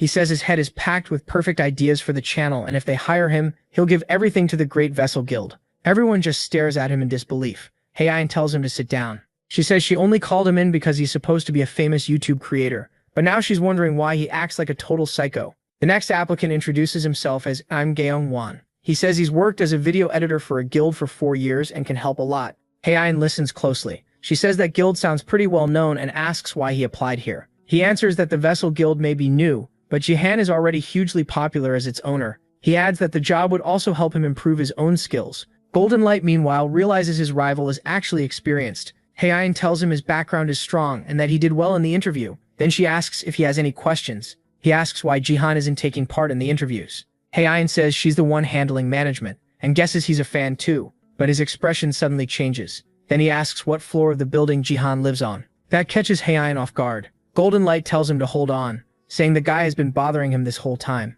Then he grabs him. He says he's been dying to meet someone who wants to see Jihan so badly, but if he's messing with Jihan's private life, that's a problem. As he shakes him, a huge knife falls out of the man's clothes. Golden Light stares and asks what exactly just dropped. That lunatic, now exposed, snatches the knife back up. He pulls it free and starts ranting, calling Jihan a trashy freeloader. He asks if Jihan really thought he could run a guild after ruining the Sword King's image. Then he demands to know where Jihan is, shouting that the Sword King won't come back because of him. At that point, they realize this guy is seriously dangerous. He says he'll kill both of them to teach Jihan a lesson. But Golden Light finally proves he's useful. He grabs the man by the collar and hurls him back. The attacker gets even madder, but Golden Light doesn't let up. The man charges and swings, asking if Golden Light wants to die first. One slash cuts his tie clean off. But Golden Light lands one hard punch right in his face, sending him straight to the floor and knocking him out in a single hit. Then Raybelon checks him and realizes he used to be a Gold League player who got himself demoted on purpose, and his main content was harassing people. His personality is a mess, but his skills are real.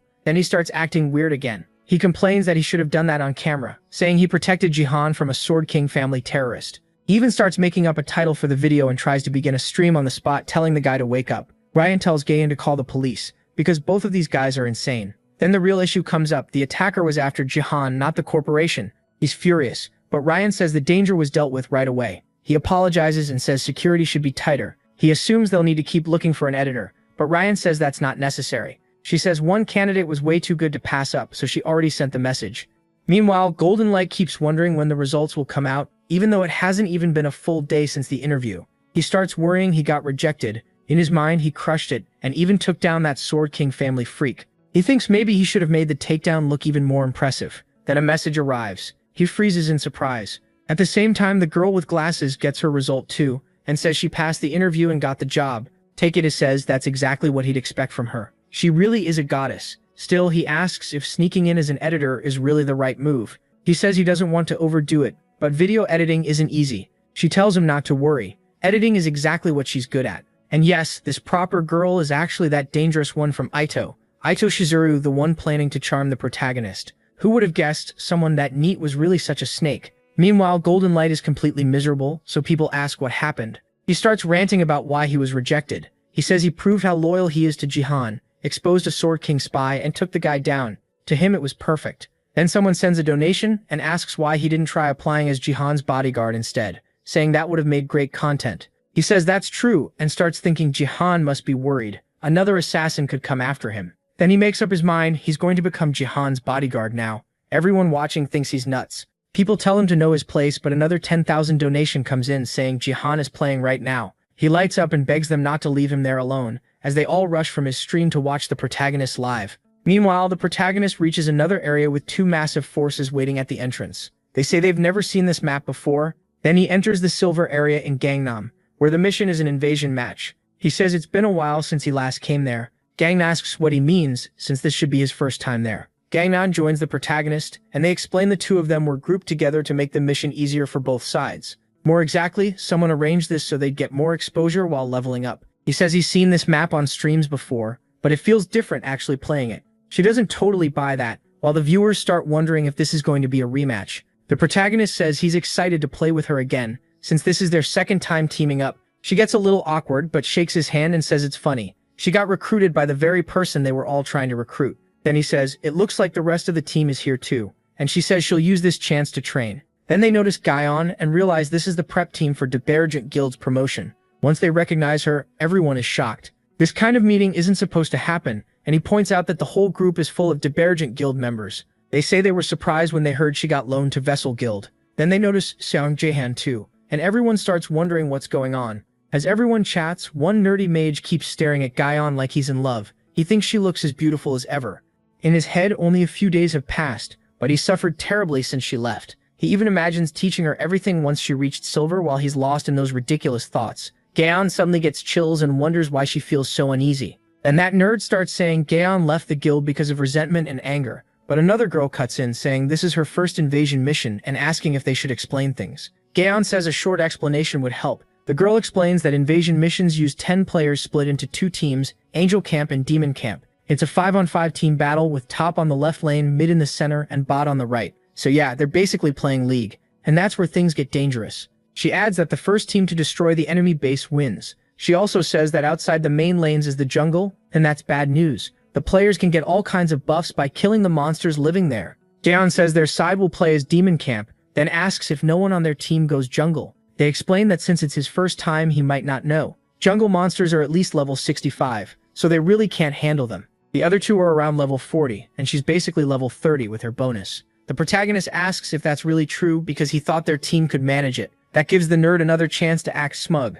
He says a newbie like Jihen wouldn't get it, then tells him not to worry about anything and to just do what they're told. He says he'll give them a few tips and tells the 2 of them to go ahead. They agree. Still, the nerd thinks Jihan may be getting popular, but he's still just a newbie, so he calls him over. He warns that doing more than your role in a match like this can ruin things for the whole team. Then, wanting to impress Gaeon, he points at the enemies ahead. He explains they're called minions. Their attack patterns are simple, but hard for silver players to handle. So Gaeon should work with the team to take them down. Even if they die, they'll revive, but falling behind early can still be dangerous. But the protagonist says it sounds easy. Fight, don't die, that's it, right? The nerd stares at him, confused. Then the protagonist raises his blackened hand. He's never used dark spirit power in the promotion match before, so now he wants to see how well it works. The minions turn toward him, and he knows it won't be anywhere near the Shadow Queen's full power. Even so, he's about to do something crazy. Against mere minions, this should be enough. Shadows spread over them, and a group of swords forms overhead. He lowers his hand, and with one swing he wipes out a whole batch at once.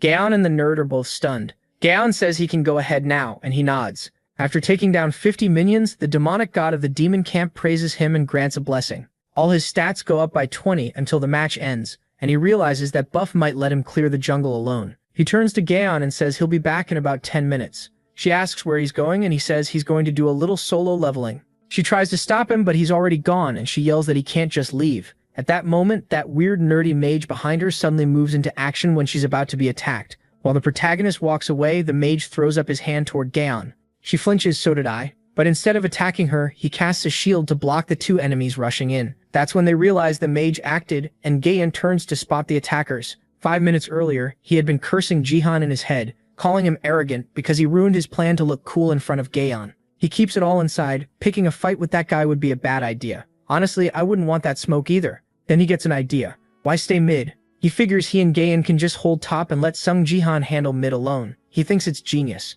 If Jihan won't listen anyway, leaving him alone makes sense. So he heads back, all excited, and tells Gaeon to wait for him. But on the way, he spots 2 people moving in to attack her while she's worried about him. He instantly realizes it's an ambush. His Gaeon is in danger. Yep, he really thought of her as his, so he throws up a shield to protect her. Gaeon is shocked that the other team ambushed them like this. Then she pauses. Did this guy actually expect it? He tells her not to worry. Protecting her matters no matter what, but then he starts coughing up blood. The enemies break through the shield, and they kill him. He drops to the ground. Gaeon rushes over and asks if he's okay. He apologizes, saying he really wanted to protect her. In full dramatic mode, he says it's too late now, but he likes her a lot. He says it with a smile as he disappears, and she actually looks a little moved until they notice he'll revive in 1 minute. So all that drama was completely unnecessary. The enemy warrior tells them that if the little romance scene is over, they can get back to the fight. But his mage teammate warns him not to relax just because it's 2 against 1. This is Gaeon, the guild's prodigy. Gaeon glares at them, but she's also genuinely mad at Jihan, wondering where he went.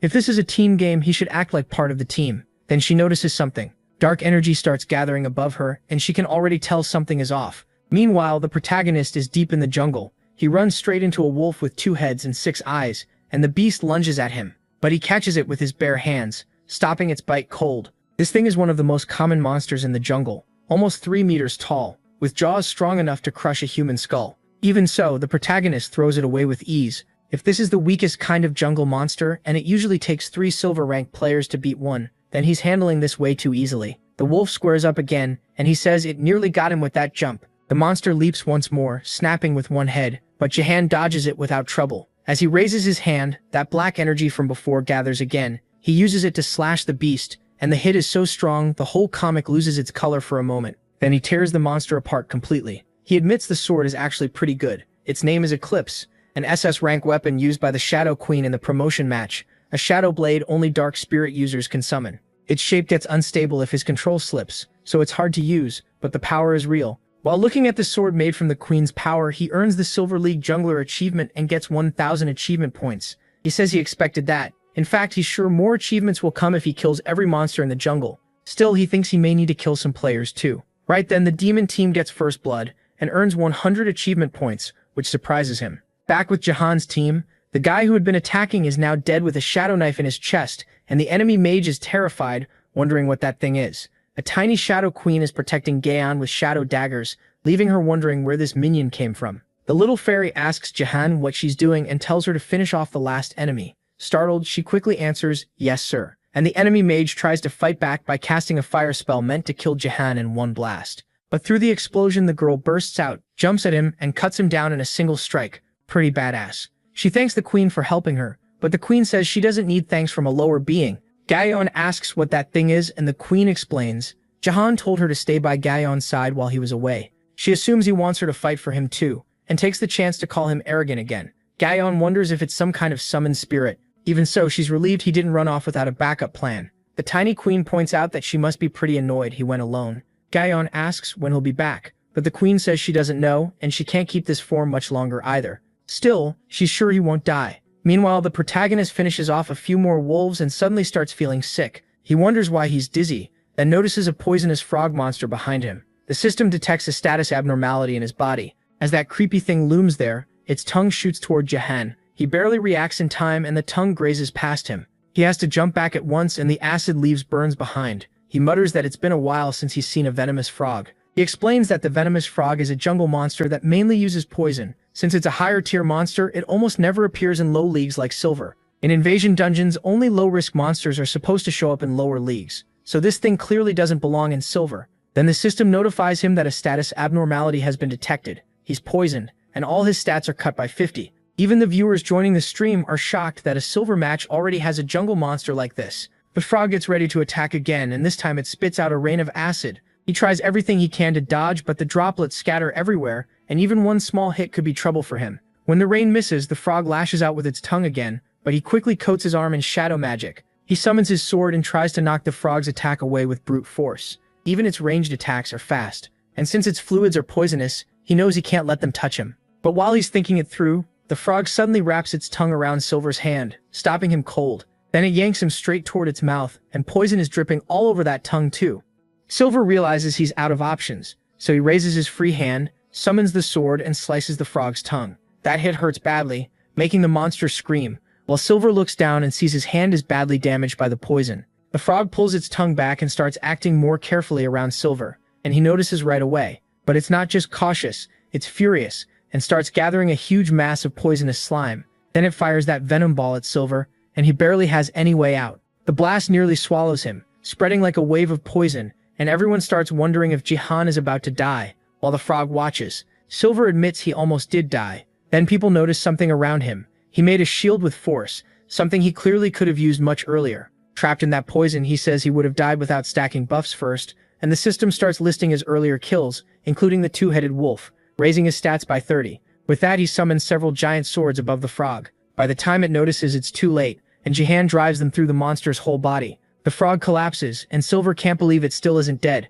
praising how insanely tough its defense is. Even after taking that attack, it's alive, so he knows he has to finish it now. But then the frog suddenly starts swelling up, and everyone wonders what it's doing. Silver quickly realizes what's happening. The frog's eyes begin glowing brightly, and then it blows itself up in a massive explosion, sending poison everywhere. Everyone thinks this is insane and wonders if Silver got hit. Even with the whole area covered in poison and toxic mist hitting him, he's still alive but barely. He says he didn't expect self-destruction, and the system warns him he's now under a deadly poison, all stats down by 90 for 5 minutes. He regrets not hurting it sooner. He staggers back to his feet, thinking the only good part is that the effect won't last too long, so he just has to survive until it ends. But then he wonders why no achievement popped up. He thought killing a jungle monster always gave one, yet nothing is showing up when suddenly the frog's blue foot appears behind him. As soon as he turns around, the frog comes back, this time even uglier, with more horns on its head. He can't understand why there's another one. Seeing the mess he's in, Jahan knows fighting it while deadly poison is active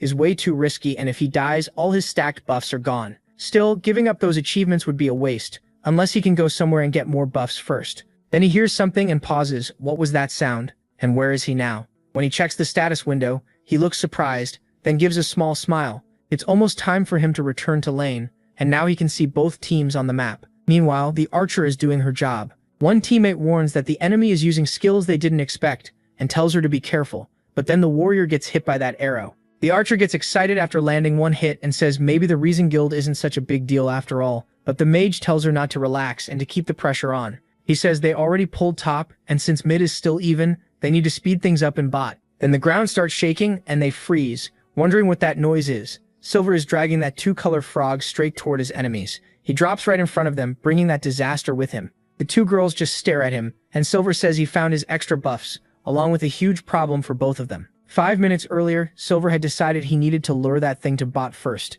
If he could get the buff from killing a player, he figured he might finish it in one blow. Then he wonders why the frog isn't doing anything, and the livestream viewers start joking that maybe it doesn't see him as a male frog, since those monsters have terrible eyesight, and it turns out they were right. Silver can hardly believe it, so he throws an attack at the shameless frog and runs off fast. He says he didn't want to make it attack, but he had no choice. Back in the present, everyone is asking why a jungle monster is even there. The creature starts spraying poison everywhere, right onto the players, and several of them begin to collapse. They all get hit with poison, losing 50, and with nearly everyone dying, Silver won't have much trouble. People are dropping left and right, leaving only him standing, and they ask if he's lost his mind for bringing that thing there. Silver pulls out his black blade, says sorry, and tells them he has to finish them all. The frog doesn't understand what's happening, while Silver cuts everyone down. Then his status effect gets cancelled, and he says that's more like it. He even thanks the frog for the extra buffs, lands a double kill, and his stats shoot way up. That only makes the frog angrier. It throws more poison at Silver, but he dodges almost all of it, using 3 calamities martial devotion.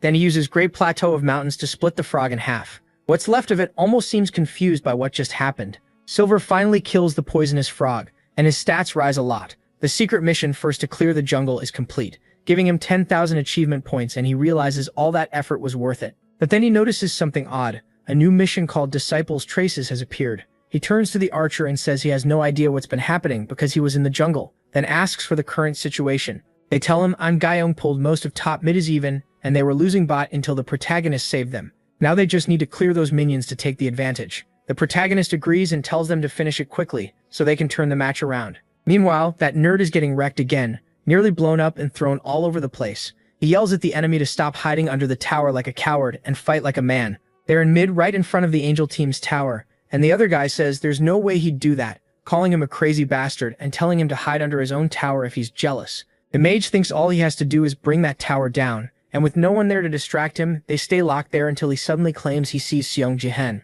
When the guy turns around, he realizes it was a lie meant to distract him, and the mage jumps in, nearly landing the hit. But then the tower activates to protect its player, almost blasting that lying nerd. He escapes by a hair.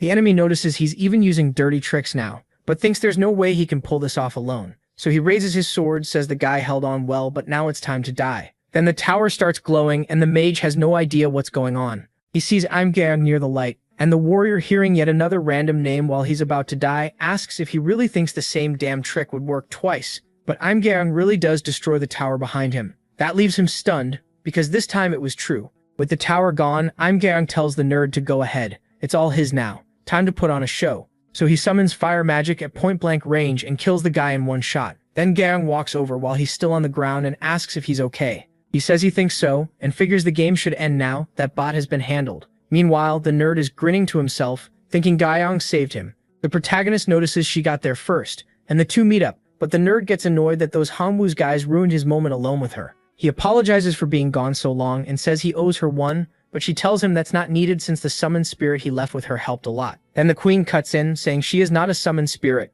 The protagonist says it looks like the angel team has already given up since they aren't even leaving the respawn point, and all that's left is to destroy the final tower. Then the protagonist starts to piece it together and asks her to please finish the match. She asks what he's doing, because that path leads to the enemy respawn point, and it looks like he wants to farm a kill by waiting outside it. The warrior gets furious, asking why they had to play the game like this, while the other one tells him to just give up. They tell her to calm down and accept it. They already lost anyway. Then she gets confused, wondering why Seong-jihan is still there. One of them snaps that there's nothing for him here and tells him to go back, but then everyone freezes. The protagonist Jahan raises that huge black sword and someone blurts out asking if he's really going to attack. To them, it just looks like clueless rookie behavior. They laugh it off, saying the barrier will just knock the attack away or stop it cold. But apparently MC's strike is way stronger than expected. The barrier starts shaking and everyone stares in disbelief, asking if attacking this area isn't supposed to be impossible. Song Jahan pauses for a second and thinks to himself, maybe he just doesn't know the rules that well yet. After all, he's still a rookie. Then again, this whole game has been full of bugs and cheap tricks already, so he keeps going. A mission pops up. After the disciples, this chain quest wants him to get the Archangel's sword from the Angel Team's Nexus and the Encoder's scythe from the Demon Team's Nexus. The reward is 20,000 achievement points. And there's a warning. The divine item fragments can only be obtained while they belong to the enemy base. Progress is still at 0. Seeing the quest name and reward, he had already guessed this was tied to the Corpse Golem mission he cleared on the defense map. The real problem is the difficulty. One divine item is inside the angel spawn, and the other is inside the demon spawn. Players normally can't destroy them because both spawn zones are protected by barriers.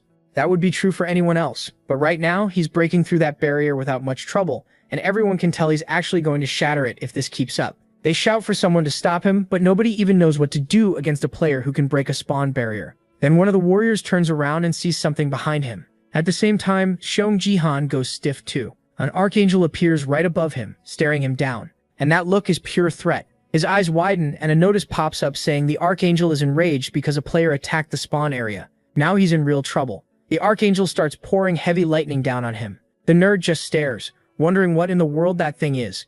Says they should destroy the main camp first. The others agree. While she quietly wonders what Seong-jihan just did, the five-eyed archangel lifts its hand over the boy. Then it boosts the blessing protecting the spawn area and the warrior lights up, happy that the barrier got fixed so easily. He says it's solid now, but the girl cuts him off and tells everyone to back away. The protagonist Jahan is too dangerous. Even the livestream chat starts making fun of things, saying they never imagined the spawn barrier could be broken at all. So Jahan stays silent, with the queen beside him. She judges his full power and admits it's not bad for someone from a lower-ranked species, telling him not to feel too down. He agrees. This was never going to be easy. So he decides to go all in, pouring even more dark energy into the sword and making it much bigger. The nameless divine arts, he recalls, are split into 3 groups of techniques, each tied to a different god. The god-slaying techniques challenge fate, the heavenly lightning techniques control thunder, and the secret shadow techniques rule over darkness. One of them can cover the whole world in shadow. He uses Soul Vortex, and the sword swells even more, until it's almost like a giant lance. Then he drives that massive weapon straight at the barrier, boring into it like a drill. The force starts pulling everyone nearby, and the knight yells for them to hold on and grab anything they can. The queen thinks there's no way he should be able to use that power. Still, Seong-jihan keeps pushing with everything he has. He digs deeper into the barrier, thinking he only needs a little more. While he strains to break through, another message appears. The Archangel is even more enraged because the barrier is being humiliated. The Archangel keeps gathering more power above, while MC-jihan keeps drilling forward. It's clearly preparing to punish this arrogant player. Then it tries to bring that power down on him. He feels the danger but breaks through the barrier in one shot before the attack can hit. Lightning explodes all around him. Even through the smoke, he's still standing. Then the system announces that Seong-jihan has scored a pentakill. He finally relaxes a little and mutters that was way too close. And with that, the demon team wins. The match ends. Everyone is stunned that he really pulled it off. Ending with a pentakill was wild enough, and he even shattered that sword completely. The chat goes crazy. The fake nerd girl, the charming one tied to the man chasing Seong-jihan, is left speechless that he actually managed it. He broke the spawn barrier. A silver player dominating the jungle was already impressive, but now he's doing things nobody thought were possible. She starts thinking that, at this rate, he might really surpass the Sword King.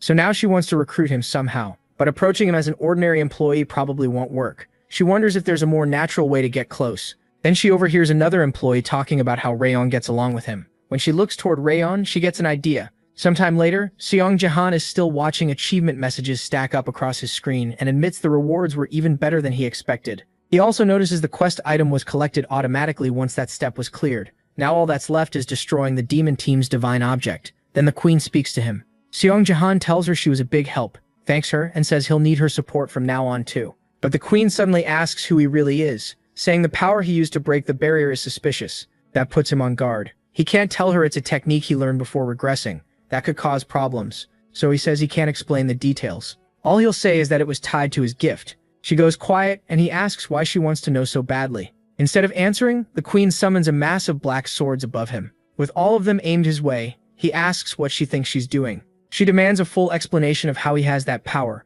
making it clear this is a threat. Seong Jahan says he doesn't get why she suddenly turned on him like this. Then he asks if she wants that technique so badly that she'd threaten him for it. She answers that the power belonged to her main body. The technique he just used belongs to the Queen of Shadows. That shocks him, and she goes on to explain that it's a dark magic created by refining demonic shadow energy. The wavelength was far too similar to her main bodies. As far as she knows, the only way to copy another constellation's power is by killing them. She doesn't say that part out loud, but that's clearly what she's thinking. That's why she insists he explain how he can use it. Seong Jihan says the secret shadow technique is one branch of the nameless divine arts he learned before regressing. If the Wandering Martial God's technique is exactly the same as the Queen of Shadows technique, then those two constellations must be connected somehow. Still, he says that even if he wanted to explain, he can't tell her anything more. She starts pressuring him again, but he says his gift is already gone. He explains that for some reason, a constellation tried to make a contract with him and took his gift away. Right now, he's just a player who used to have one and had it stolen. If she doesn't believe him, he says he can show her his status window. That makes her pause. She asks what the gift was called, and he figures that much is safe to say. He tells her it was the Eye of the Wanderer. She's clearly surprised and says she still has doubts about him. Even so, she decides to let him go for now. After that, he jokes that he really thought his home was about to get wrecked. Then his phone starts ringing. He picks up, and it's Rayon. She says she just watched the stream and asks what happened. The internet is already flooded with news about him. She complains that if he'd warned her ahead of time, she would have clipped the whole stream and posted it right away. He asks if it's really that big of a deal. Rayon says thanks to him, they've got more content for the guild channel, but she's worried they've only been posting Baron-related videos. He says that should be fine since it's Baron's guild channel, but she argues that more variety is better. Then she asks if he knew he already has a fan cafe. She calls him Mr. Xiong, and he's totally confused. That's why, she says, there's something she wants to ask of him. Some time later, a group of men arrives with the real Rayon who's tied up. The fake Rayon who called him Mr. Xiong had only been pretending. A bald man praises them for the job well done in bringing her here. Then he asks if that woman is the guild master of Bloom. They confirm it, and say the major guilds are offering huge money for her. If they play this right, making a fortune will only be a matter of time. She asks the others if he'll really be safe after pulling something like this. Lee Hedge refuses to cooperate, saying she didn't become a guild master to work for trash like him. He tells her to keep talking while she still can, and she keeps cursing him out. She mocks his fake tough guy attitude and asks why he's wearing sunglasses at night, calling him Bald World. Then she adds, he's so ugly it hurts her eyes. The men yell at her to shut up, while the bald guy runs off crying and insists his boss isn't bald. He just shaves his head. Yeah, sure, totally by choice. Then he snaps back, saying she's crazy if she thinks anyone will save her. He says this abandoned building isn't on any map and GPS can't find it, so if she wants to live, she should stay quiet. Right then, the protagonist shows up and asks what exactly he found. Everyone freezes in shock. The protagonist actually found them. They demand to know how he got there and order the others to open fire.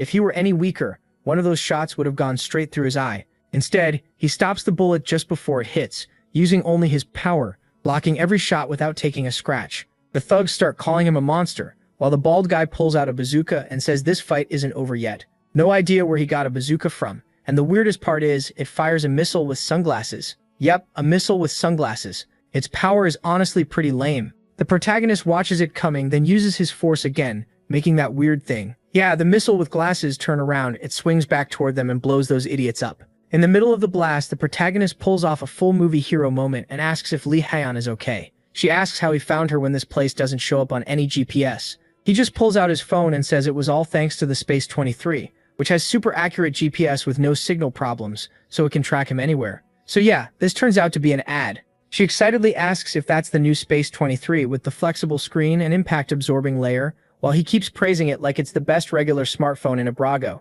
She looks thrilled, the protagonist looks dead inside, and his niece is laughing so hard she can barely breathe. She says Seong Jahan is really good at acting. She says he looks great on camera and could even become an actor. He tells her to say that after she wipes away her tears from laughing. He says he only did it because she asked, but the ad was way too much, and now the guild's image might get worse. She says no. Actually, Twinstar put a lot into making this phone, and an Akashic page was even used during production. She explains that an Akashic page is an SS rank item that can drop starting in Platinum League. Back in Baron Williams' early days, nobody knew what it was for. Later, one company found a way to use those pages to improve technology, and the price shot up. Then the Mini Queen asks if they really used an Akashic page to make garbage like this. That catches the protagonist and Rayon off guard. He asks Ariel, and she says that's exactly what you'd expect from a low-rank species, wasting something so valuable like that. So he asks if the Akashic page has some other use they don't know about, and she says of course it does. While they're talking, someone says the filming crew seems to have arrived. They drop the topic, and the protagonist asks what kind of video they're shooting today. She says it's a training video. They're planning to film everyone working out together in the Sword Palace training room. Then she says she forgot to mention that Guildbloom's editing team agreed to help with filming. And there she is, that shady girl. She introduces herself to Seong as Joel G, says she's part of the editing team, and says it's nice to meet him, all while quietly using her charm on the protagonist. The moment he feels that weird energy around him, he goes blank. Then Haeyeon calls out to him and snaps him back to reality. He asks if an editing team is really needed for filming, and she explains that the girl asked to join herself. The girl quickly says she's a fan and really wanted to meet him in person, so she asks Guildmaster Haeyeon for permission. Then she asks if she can at least get a handshake. She reaches out to him, and when their hands touch, she gives a small smile. But then a huge shock hits her, and the system tells her she has no authority to approach this target. She can't believe what she just saw. Haeyeon calls everyone to the training room, and the girl quickly lets go, staring hard at the protagonist. They ask Seong to guide her, and she keeps wondering what that was. She says she's never seen a message like that before when using this gift. It even worked on the Sword King, so what the hell is the protagonist Jahan? There's no time to think because C is already screaming in despair. The protagonist tells her to go a little lower while he does another rep. She begs him to wait, saying she really can't do more than this. Haeyeon points out her muscles, and the live stream chat starts wondering what her gym stats even look like. People say her gift is already abnormal, and Haeyeon asks the protagonist what kind of training C is doing now. He says she's raising her tenacity stat, and she asks what that is. He explains it's a rare stat you can get by reaching 10 max HP before level 10, and it doubles how effective your HP is. Everyone is shocked. Haeyeon says the effect sounds simple, but really good, though she's never heard of tenacity before. He adds there's another condition, you have to get it within 100 days of awakening, so it's really hard. Still, he's sure CM can do it because she has the guild buff and his very loving training methods. In other words, he keeps pushing her to train while healing her, and she begs him to just kill her already, because that would hurt less. Everyone is stunned by his torture method. Some say this looks more like brutal personal training than BattleNet prep. Haeyeon calls it torture, but the protagonist just says she won't die. Then Haeyeon asks Jahan if he can show his own training routine too. He says he'll show everyone his personal training room, which gets everyone excited as they head inside. Once they enter, people are confused because there's nothing there. The protagonist says that's the point, he doesn't need equipment. Then he simply calls Ariel. She asks what he wants and whether he wants her to do that again. He says yes, and tells her not to hold back. She gets annoyed, calls him arrogant, and prepares several spears to throw at him, warning him to be ready this time. As all of them fly at him, he dodges every attack at high speed. He closes in on her and nearly lands a hit, but she was ready too. Smiling, she makes spears rise from the ground and almost catches him. But then he shows he was ready as well, stopping the attack with force and taking her by surprise. The weapons shatter, and he reaches her just to stick a heart-shaped sticker on her forehead. That makes her furious, and she calls him arrogant again. He just says that one was close. Haeyeon asks if that's it, and the protagonist says, yep, that's all. Everyone asks if anything even happened. They couldn't see a thing. Haeyeon asks if he does any other training, because that was too fast to follow. Ariel says that's only natural for a low-rank species, since humans have terrible dynamic vision, which annoys Haeyeon. Then that shady girl says she can't believe it. The attack came from his blind spot, but he used force at the very last second to block it. She wonders if that's even possible. She says she brought a Pozna Kaska just in case, and now it looks like that was a great choice. So she starts using it from inside her bag. Then she calls Jahan over and says they need to fix his microphone again. Asking if he minds, he says it's fine, and she moves closer using her power on the microphone once more. She also uses that item's power. It is Shizuru's gift, the one from that unbelievably beautiful woman, lets her charm people and control their minds, and it's classed as a support-type gift, with Lee Haeyeon's help, and this Pasna Nakasuka, which boosts the effects of a support gift. Both the range and the strength of the effect get multiplied. Even so, she's stunned that nothing worked, and wonders if it really failed, even with Pasna Kaska. Not even the Sword King was this hard, so what is going on? Then the protagonist calls out to her, startling the girl, but she puts on a little smile, as he asks what her name was again, while her cheeks start turning red. No way. After all these chapters, The protagonist better not start simping for this witch now. Watching him act all soft around her, Seo stares from a distance. She can't believe it. He's actually asking for her number. Watching them together, it even starts to feel romantic. Seo is thrown off because she's never seen that look on his face. He never acted like this before, not even around someone like Heian. That hits her hard, since she always thought he had no interest in dating at all. Someone else nearby thought the same. So he does like women after all. Yet he just claimed he doesn't even know his own number. The guy in back is already thinking this recording is going to be amazing, especially with her getting this jealous. Then the girl gives Sipping her number and he thanks her, saying he almost regrets asking, but he's still glad she was willing to share it. She smiles and says of course. She's his fan, so there was no way she'd refuse. Meanwhile, she remembers Gi saying this would be hard. If he still isn't on his knees begging, then the brainwashing didn't fully work. Even submission failed on the Sword King, and now both of them are causing trouble. So she decides she'll need a different approach, while MC happily stares at the number in his hand. Sometime later, that night, Sipping starts getting ready. Sipping notices and asks what all this is about. She says she's never seen him wear a suit before, then asks who he's meeting. Is it that woman from the editing team? Without even looking at her, he starts to answer, then tells Sipping to forget it. He says not to wait for him tonight and that she can go in by herself. That leaves her standing there alone. She looks shaken and down, wondering why it sounds like he isn't planning to come back. Somewhere else, Ito is texting Sipping she's already with Takeda. He tries to talk to her, asking if they really need to rush this so much that they're showing their faces. Atos is a player like Jaya could break free at any time, and Taka knows she has to keep the Sword King under constant control. He agrees but says she even used a support item and he's not sure Sipping is worth all this. She ignores him completely. Instead, she tells him to stop worrying and just follow the plan. If anything goes wrong, her shadow will help them. That shadow is already there waiting. Then both of them notice the protagonist has arrived. He apologizes for being late to Ito, saying he kept her waiting. But then he spots Takeda there too. Seeing that sour face, he wonders why Takeda is here. Takeda tries to speak, but Ito cuts in and tells Sipping not to mind him. She says he's only here to help with her work. MC asks what kind of work. She stands up and tells him her job is to take him to Japan, then reveals who she really is. After that, she turns to Takeda and he agrees while crushing another support item. Tekka tells Jaya he's about to share his feelings with him, then sends his power at Sipping. A green aura tries to enter his mind, and Ito thinks Tekeda's gift may be useless in battle, but paired with hers, it's amazing. His gift lets him pass emotions to a target, and with that item boosting it, the victim should have no choice but to submit. Ito is sure this is the end for Jaya, but as the aura closes in, the item suddenly slips from Tekeda's hand and starts floating. He panics, not understanding why. Sipping uses force to reshape it and take control. Right in front of Takeda, he slices the item into pieces, leaving him stunned. Then he says he was wondering why so many people chose to stand beside someone like her, and admits he never expected Eto Shizuru's ability to be this interesting. He looks at her like he already knows everything. That makes her panic. She starts wondering if the brainwashing never worked. So he was pretending the whole time, and if he knows who she is, that's very bad for her. Sung shrugs and asks who knows. Is he supposed to satisfy her curiosity? Then he gets straight to the point. Her ability didn't work on him at all. He says he doesn't want trouble here, so she should stay quiet. That shuts her up for a moment. Still, she says this is his fault. She should have watched him more before making a move, but then she asks if he knew she had a backup plan too. At that moment, the shadow appears behind Sung and lunges with 2 daggers trying to kill him. It gets dangerously close before he notices, and the two crash out the window while fighting. The protagonist blocks the dagger with his shadow sword, and while falling and defending himself, he glances at the ground rushing up below. There's not much he can do except brace for impact, slamming down hard enough to kick up a huge cloud of dust. But somehow, he's completely fine. He just pulls a weight out of his clothes and asks what this is. Then he looks ahead and realizes the woman is an assassin, and her dagger is no joke. From above, Ito and Takeda watch as Sung fights the assassin. Ito thinks it was smart to bring her just in case. Akari specializes in ambushes and quiet kills. She's at her best when everything has to stay hidden. MC realizes this makes things a lot harder.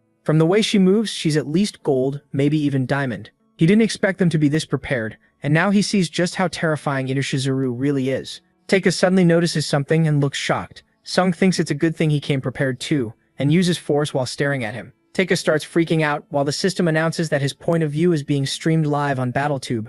Ito is stunned. But really, it's foolish to think a guy who streams everything wouldn't be streaming this too. A few days earlier, when Lee Ha was talking with the editing guild staff, Ariel told Sung something felt off. He asked what she meant, and Ariel pointed to that woman, saying she was hiding a support item in her bag. That surprises him, and Ariel explains the item's real purpose is boosting support gifts, not fixing electronics or anything like that. She doesn't know what the woman planned to do, but someone carrying such a rare item is suspicious, so she warns him to be careful. and the protagonist keeps that in mind. Later, during that moment, he thinks it's strange that an ordinary staff worker has something so valuable and wonders why she brought it. Then she approaches him in a very suspicious way, talking about the microphone. The moment he lets her adjust it, the system starts firing off notification after notification, saying Ida Shizuru is repeatedly trying to use submission on him, while she gives him a shady little smile. Sung is shocked that she's Ida Shizuru. He recognizes the name as the woman who seduced Seijin. As this keeps happening, he nearly slips and realizes he has to stay focused or her ability will catch him.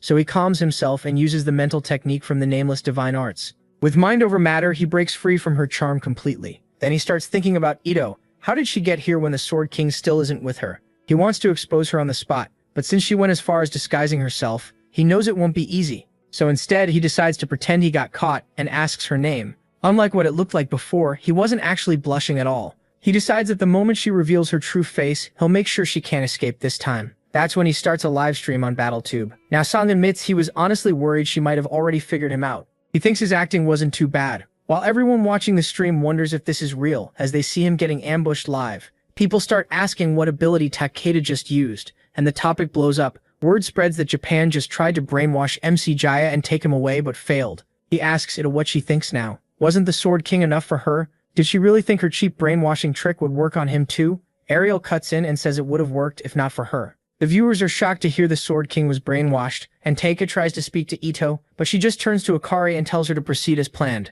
Akari agrees. Then Akari addresses Song, saying that by her lady's order, she'll take him back even if she has to break every limb he has. She says it in Japanese, and the protagonist jokes that it doesn't sound like a compliment. Ariel can't believe he's asking that. He tries to use the translation system, but while he's messing around, Akari attacks again, and he barely avoids getting his head cut off, raising his sword just in time to block. Then Song goes on the attack once again. He splits her in half, but it was just a shadow clone. The fake body melts into the ground after the cut. Then the prota gets pulled into a weird dimensional trap and realizes he's in a different realm. Akari admits he's as strong as people say, but warns that he's facing an assassin. In a night this dark, with the shadows on her side, she says he can't beat her, then rushes him again. He barely holds on, blocking attacks coming from every direction. Akari notices he's only just managing to defend himself and says she'll end it now. But then the shadows start to fall apart, and she has no idea why. Her shadows are being pulled into something, his sword which is swallowing them whole. So he asks if the shadows are really on her side. Then he swings upward in a diagonal slash at her, and she barely stops the blade in time.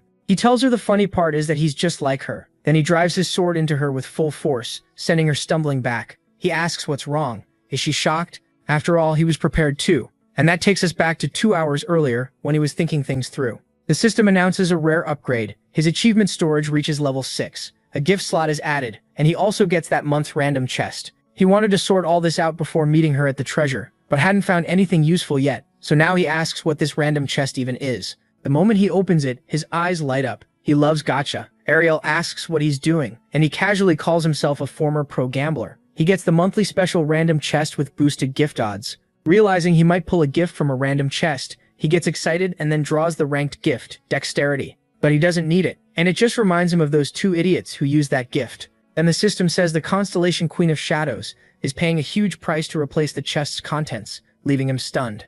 Dexterity gets swapped out for Moon Shadow. While he wonders what that is, Ariel asks if the queen has gone crazy. She can't believe she'd hand Moon Shadow to a lower being like him. Ariel says giving out broken powers that easily would wreck the balance of power, while he's busy realizing it's also an SS rank gift. So it looks like the Queen of Shadows wants him badly, no matter the cost. Ariel adds that this was the very power that let her become a constellation. Hearing that, he immediately asks what she means. Ariel clearly doesn't want to say much, so he presses her. He thought constellations were born that way. If not, could he become one too, if he got strong enough? She says there's no reason to explain that now, still unable to understand why the queen would give him something so powerful. But he just goes to get ready, and the moment with his niece comes back to mind. He wonders if it's finally okay to tell her the truth, that the person who killed her father is now in Korea, and if everything goes wrong, if he gets brainwashed too and leaves Saya alone, things could turn ugly. So when he speaks to her, he decides not to bring it up. Still, he can't forget that time he left her behind by herself. Now he can't believe Afito is trying to take him too. Even knowing he's the only family Saya has left, she still wants to do this, and that makes him furious. No matter what, he won't let it happen. Back in the present, he's using the Babylonian gift the Queen of Shadows gave him, and everyone watching is shocked that a diamond player is losing to a silver. People start asking where the special forces are. The Prota says he didn't expect he'd have to use these skills, then fires a Getsuga-style slash at her. It nearly lands, and Akari barely avoids losing part of her shoulder. She pulls out some shuriken, the kind that somehow never hit in Naruto. Then she gets ready to throw them at him, taunting him to try absorbing those too. The shuriken fly straight at him, but just like in that yellow-haired ninja show, they still miss. He cuts through them and charges so fast that she has to jump back to escape. He goes for another slash but misses, and Akari can't believe it. She's losing to a silver even though she should be far stronger than him. Then an explosion blocks Ito Shizuru's view and Takeda's too. She realizes all her predictions were wrong. He resisted the brainwashing even after she used a piece of the shell, and now even Akari, a diamond rank player, is losing to him. She fumes, wondering how he dared ruin her plans like this.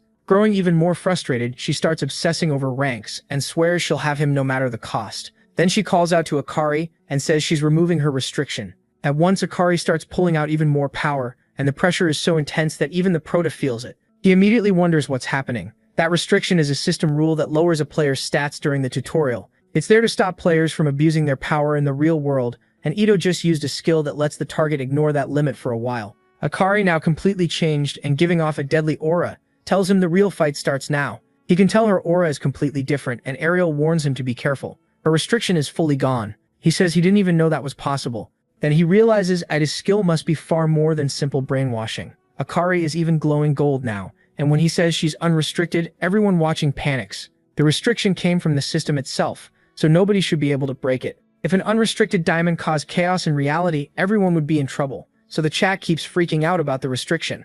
Haelong can barely believe it and asks I'm Gaeyong if any of this makes sense, telling her to step on it. I'm fires back that she's a bodyguard, not a driver, but Haelong yells that she was the one who pushed so hard to bring her along, so how can she mess this up now? She thinks that even if Han's powers are beyond normal, his raw stats are still below diamond level. So if the restriction is gone, something awful could happen. Right then, a massive kunai points at him from above, leaving him nowhere to run. Akari says there won't be any easy way to block this. Then she throws the shuriken and blades upward, all of them rushing toward him. The only thing he can do is activate his force and raise a barrier around himself to stop them. Even so, he ends up covered in cuts. He says that even with force, he couldn't block everything. At least he slowed the projectiles and reduced the damage, but if this keeps up, he's in real trouble. Akari starts to realize she never expected him to survive that hit. She only has 3 minutes and 17 seconds left in this state, so she has to beat him before the restriction returns. Then she notices he seems to summon his shadow sword with his left arm. So she decides that arm has to come off, using Phantom Slash right at his arm, and it really does go flying off his body. Now that he's lost an arm, she says he's not bad for a silver, but nothing happened outside her expectations. With destruction spreading everywhere, people finally understand how serious this is, while the Protoss starts feeling the full pain of losing his arm. Then the system announces her restriction has returned. She thinks that since she cut off his arm, he shouldn't be able to keep fighting, and realizes she only just made it in time. So just like at the start of the manhwa, our Prota is missing an arm again. She starts telling Jahan to speak, but suddenly notices something. There are shadows around her leg. She realizes she can't move, and he asks how many times his arm is going to get cut off. He says she should have aimed for his body or legs instead. He can remake that arm with shadows. If she'd gone for his legs, he would have had to try his hardest to dodge. Then he says he's done playing around. To end this, he'll take it as seriously as she did. He grabs his spear, which is really an arrow, and says it would be rude not to answer in kind. That overpowering attack shoots straight toward her head, and she can only wonder what's happening. In the middle of the blast, the Prota watches closely, and she's still alive. People wonder how she tanked that, but then admit that's what you'd expect from a diamond. She's groaning in pain, while the chat loses it. Some think they're about to watch a live murder, and others can't understand how Jihan is doing this much damage even with restrictions. In the end, it was a restricted silver against a restricted diamond, and the silver won. Then he looks up and sees something. They order player Gato Akari to surrender, listing charges like attempted kidnapping and terrorism. Then the police helicopter arrives. Sikong realizes his job there is basically done. That lets him relax a little, though one thing is still left. At the same time, Takeda and Ito know they need to run. But then MC reaches them using his lightning-fast movement to appear right between them. He says they still have a lot to talk about. Takeda immediately gets nervous, and Ito looks furious. She complains that he uncovered her real identity after all the effort she put into building it. After losing so much already, she says she has no choice left, so she calls Akari to fall back. She uses her brainwashing and Akari agrees, turning spiritual and vanishing in a cloud of smoke right in front of them. They realize she's escaping and attack her with fire, but it does nothing. She's already gone. When Sikong glances back at those shots, he lets his guard down for a second. It tells him she really did want to talk, but says they'll have other chances later. She tells him they'll meet again, then disappears. Only then do they realize they lost her, and they order a search for Ito. Sekong can barely believe what he just saw. Then he turns to Takeda and angrily demands an explanation. Under that pressure, Takeda has no choice but to agree. Later, at Ito's home, the Sword King bursts into her room, smashing his way in. He confronts her, and she's right there, calmly welcoming Seijin back. She says it looks like she owes him a few answers. Ito starts to suspect he broke free from her mind control, but he's too angry to care. He demands that Ito Shizuru answer him. Was everything said on Sekong's broadcast true? Was he really not enough for her? So she went after another man? And what about using charm on him? She cuts him off at once. She asks if he's really doubting her love. Then she claims she was only trying to recruit another useful talent for her country, and that Sekong was just another slave candidate. She says there's only one person she truly loves. Even so, he still hesitates. Once again, he feels that even when he knows something is wrong, he can't disobey her when he sees her face, just like the first time they met. That brings back a memory. He remembers being in a slump, saying it might be because it was the anniversary of Gi-han's death, and that he needed to stop drinking. He recalls his wife telling him not to drink at home because she hated the smell of alcohol and had always been sensitive since she was little. He gives a weak smile. Then Ito Shizuru appeared and said he looked worried. She sat beside him with a smile and asked why a woman like her shouldn't be there. Touching his hand, she asked if he was drinking alone. She said alcohol can ease stress, but too much is never good. So why not get drunk together instead? That was when she used her skill on him. He started to fall under it, then slapped her hand away. Next, he raised his sword and pressed it to Ito Shizuru's neck. Startled, she asks who he is. He demands to know what she did to him. His unique traits, Ganja and Makia the Disobedient, had activated, canceling submission and fanaticism. Ito is shocked by that trait, especially after realizing the Sword King's blades are called Ganja and Makia. She can't believe those swords have that kind of power. She thinks he's far more troublesome than expected. Still, he asks what she means. She quickly claims she's just a huge fan who wanted to show her support. And this time it starts working. She uses dependence and then obsession. His sword slips from his hand. Now fully affected, he asks her once more what her name is. She admits he's too strong. Submission and fanaticism don't fully work on him, so he keeps resisting from time to time. She realizes her real body had to be there in person. The Sword King's hypnosis hadn't fully held, and her alter ego Ens was incomplete. Since she failed to win over Sun Song Jahan Han, she carelessly exposed herself. Now she has to work harder on a new alter ego. Meanwhile, Gato Akari is already captured and looks like she's been beaten badly. Later, at Baron Williams's department, they interrogate Takeda, and the protagonist asks if Imch was only an alter ego. Takeda says if that's true, then there could be multiple Ito Shizuros all over the world. That answer makes MC slam the table. Takeda nearly panics, but says this was his first time being recruited by one of her alter egos. He explains she said it was too risky for her real self to come, especially with the precious Sword King left alone. He says he doesn't know how she creates them or how many alter egos she can make, and begs Song Jahan to believe him. He thinks he may be right. If that had been the real Shizuru, she wouldn't have vanished so easily. That night, news of Shizuru's identity spread everywhere, but the Japanese government simply denied it. They claim they know nothing about a player named Ito Shizuru and say they're still investigating. Some people now suspect the Sword King is involved too. While giving his statement to avoid more controversy, the protagonist says someone with connections like hers must be tied to major political and economic leaders in Japan, making her impossible to corner through normal means. Then C meets him at the door and asks why he took so long.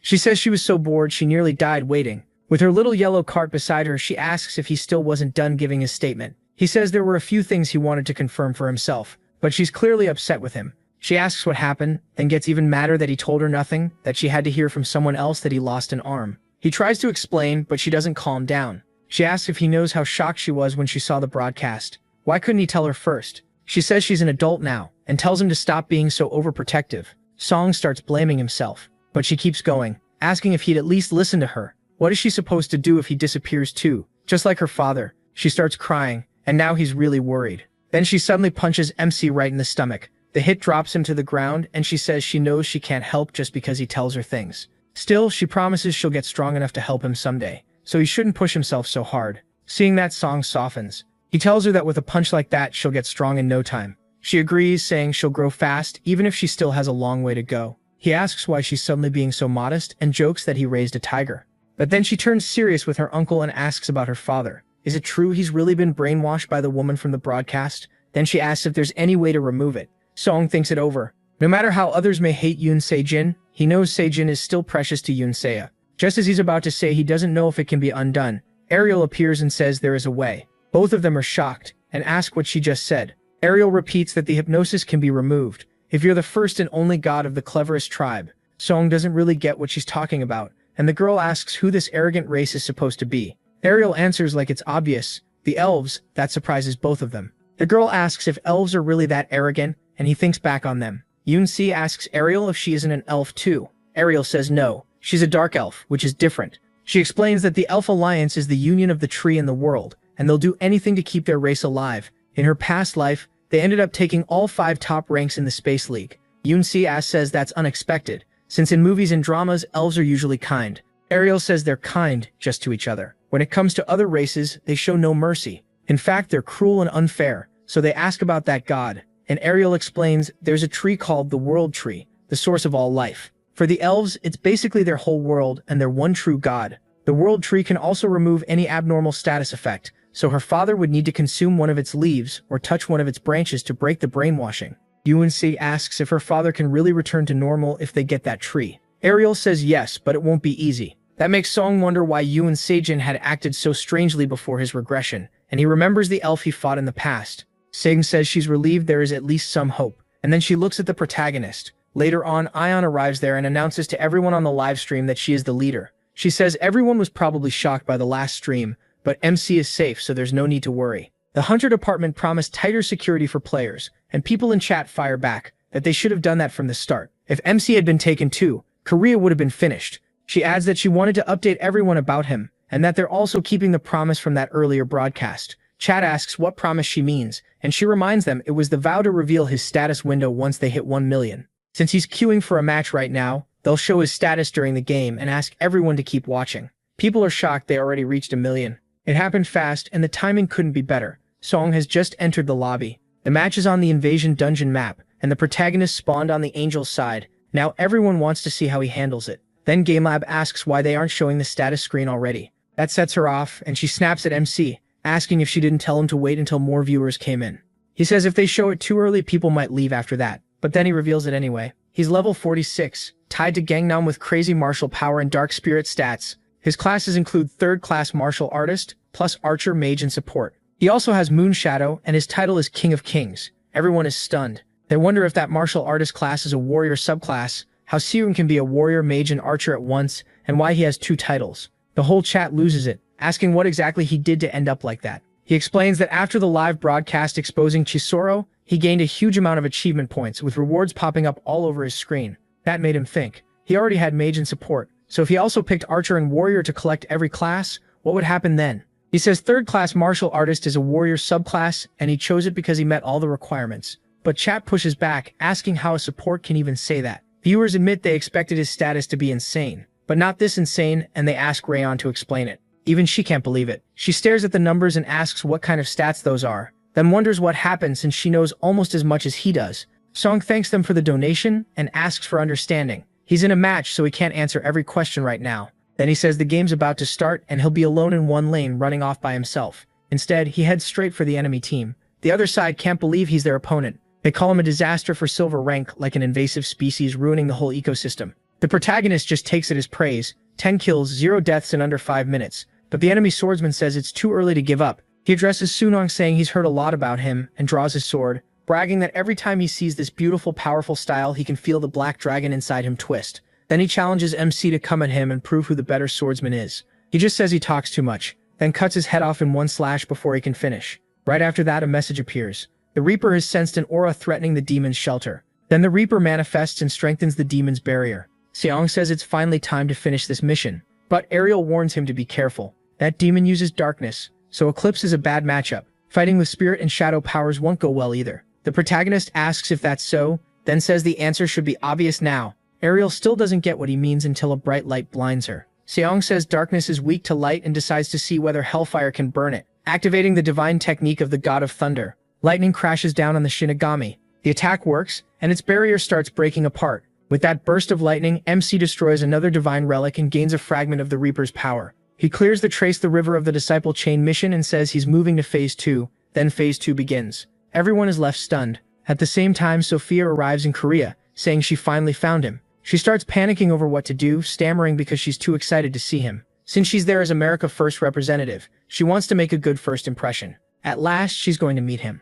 Then she notices something strange as the plane she's on gets wrapped in a powerful force. It starts descending. That other psycho shows up too, telling Setting to just wait. He says he'll show him what real power looks like. So now both Sophia and Baron have arrived in Korea, making his life even harder. Back on the stream, the protagonist asks Rayon if she believes him now. She realizes the status wasn't faked, but asks how he could even manipulate an attribute window in the first place. Then she notices he's a third-class warrior and asks why he picked such an average-looking job. Senning explains it doesn't give bonus stats, but it boosts growth and gives more experience. With the guild buff on top of that, he can level even faster. That leaves her speechless. MC thinks there's more to it than that. There's another effect only he can use. The moment he got support, mage, archer, and warrior together, he received two choices. Two paths opened before him. Master of all, which grows every class evenly, or Master of Yoma, which focuses on just one. Support and mage were only stepping stones to begin with, so his choice was obvious. Master of Yoma, it shuts down 3 classes and strengthens 1. You still keep the stats and skills from the disabled classes, but can't gain their special class skills. In return, the boosted class gets a class bonus, and 4 times the normal stat growth. At that point, anyone would think the system needs an anti-cheat check on this guy. He says third-class warrior got boosted 4 times over, and with that he'll reach gold fast. But before that he needs to handle the chain mission, so he checks its conditions. As he thinks it over, Lee asks if something's wrong. Senning asks if the guild's only bronze members are Saya and Diego. Lee says yes, most of their players are in silver, and asks why. He says he wants Saya and Diego to try something, because he'll need her skill. Lee doesn't like the sound of it, but agrees anyway. The protagonist then says he should go greet the foreign visitors. Meanwhile, Baron is already throwing a fit on his own. He slams his cup on the table and demands to know what's wrong with the coffee. Sophia looks completely done with him. Baron complains that they treat guests terribly and asks if everyone in the Bloom Guild drinks this awful coffee. Sophia points out he normally doesn't even drink coffee and asks why he's acting like this. He suddenly insisted on coming here and now he's causing trouble. He turns red and asks when he ever did that, saying he only came because Gates kept pushing him. Then Diego steps in and says the coffee tastes fine. He has no idea what this rookie is talking about. Baron asks who this guy is, and Diego reminds him that going to someone's house and insulting their food is rude. Then he and Sadia arrive together. Baron asks if Diego is defending them just because he joined the guild, but Sophia cuts in again and tells him to stop. Baron even takes a shot at Saya, saying she only got in because she was lucky enough to be connected to Senning. Then he says he doesn't get why they brought Diego at all, and asks if the rumor is true that he dropped back to level 1 and restarted as a mage. He grabs Diego's orb with brute force and says that if he keeps messing around like this, he'll never be anything but a burden. As the strongest mage in silver, he says he can promise that. While Baron puts on that whole act, Diego doesn't even answer, and Baron starts thinking he left him speechless. But Diego just reminds him that he dropped that orb into a flower pot this morning. Baron freaks out and orders him to get it back, shoving the orb into Diego's hand, only for Diego to say it was just a joke. Then Lee arrives and thanks everyone for coming. She specifically thanks Baron and Sophia for visiting the guild as guests. Sophia quickly stands up, excited to speak with Song. She says it's a pleasure to meet him and that she's a fan. But Baron cuts her off and says to skip the introductions and get to the details. Lee tells him everything will be handled by the rules and warns him not to push it. As Mimsy looks at Sophia, he thinks it's been a long time. He wonders if this is the first time he's seen her since regressing, and admits he didn't expect them to meet again like this. Then Lee addresses everyone, and says that before anything else, there's a proposal she wants to make. Baron is caught off guard by it. Then a monster appears on the screen, and Seong asks what they think about hunting Baron with him in the seed. Everyone is shocked. They explain that Baron Nassid is a giant snake-like monster from Platinum League, and the strongest one in the jungle. It's also the target of his next chained mission, Apostle's Trail. An apostle tied to neither light nor darkness started a war between both sides and is hiding at the bottom of a lake. Baron Nassid will appear after the Reaper Archangel's divine weapon is broken. If he throws the 2 fragments into the lake and subdues the monster, he'll get the Void Curtain and 50,000 achievement points. The mission also stays active even after he reaches Silver League. Then for what feels like the 10th time this chapter, Baron blows up again. He tells the kid to say something that actually makes sense, asking if he's trying to catch a dinosaur with a chicken. On top of that, Baron Nassid doesn't even spawn in silver, but Sade says not to worry. He recently learned how to force its spawn. He adds that to help Sade and Diego grow faster, he wants to bring them too. Since those two are among Silver's best, he thinks they've got a real shot. Both of them stare at him like they can't believe he's serious. Then Sophia says she wants to join too, if she can. But there's a problem. People from different countries and leagues can't form a party. They're only there as hired guests, and they aren't Korean. Silver tells them not to worry about that. There's a loophole through the guild's unique effect. Members of the same guild can party up even if their nationality and league are different, as long as the league gap isn't more than 1 tier. Baron confirms that's exactly how their guild perk works. She says there are limits, of course, but this setup is still possible. Sophia remembers the item Serum gave her a few days ago. After using it, her rank data went up, and she even got a strange new effect. He had said he got it from Takeda. At first she thought about selling it for good money, but since she had nothing better to do, she used it instead. Baron twists his arm, almost admitting the challenge might work, but then starts complaining about bringing 2 bronze players. Even top-tier players aren't guaranteed to pull this off. The protagonist cuts him off. If he doesn't want in, he can stay behind.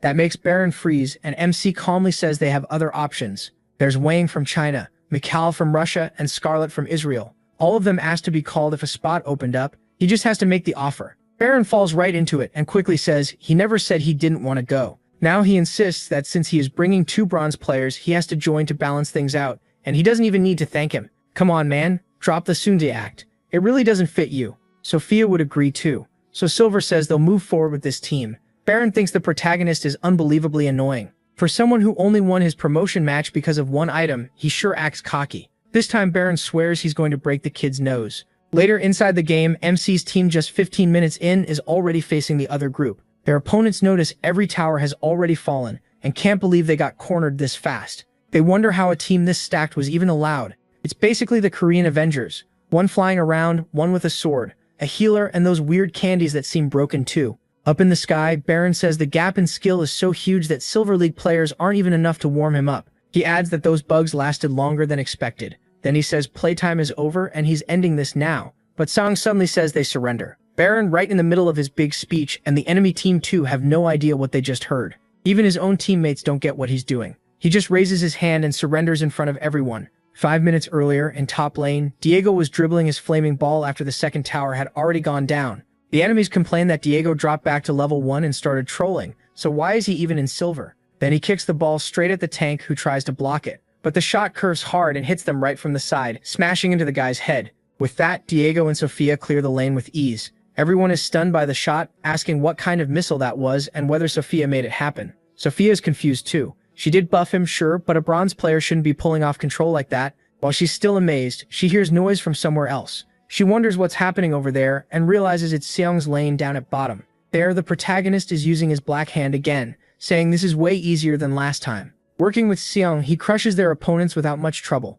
He tells her 1 hit is all she needs to kill them, and she just nods. Everyone watching is shocked. Her auto hunt with that finishing strike is insanely strong, and they joke that her uncle is carrying her hard. While helping her farm, MC hears Baron yelling on the other side about killing everyone because he's bored, and figures things are going well there too. Then C talks to her uncle, and he realizes the time left won't be enough. She says they need to hunt Baron Nasid now, or the match will end way too soon, but he tells her not to worry. He has a plan. And back in the present, this surrender is that plan. Sophia questions the surrender, and C apologetically asks Seong if he's lost his mind. Baron says victory was already guaranteed and demands to know what he's doing, while C quietly wonders if this is really the plan.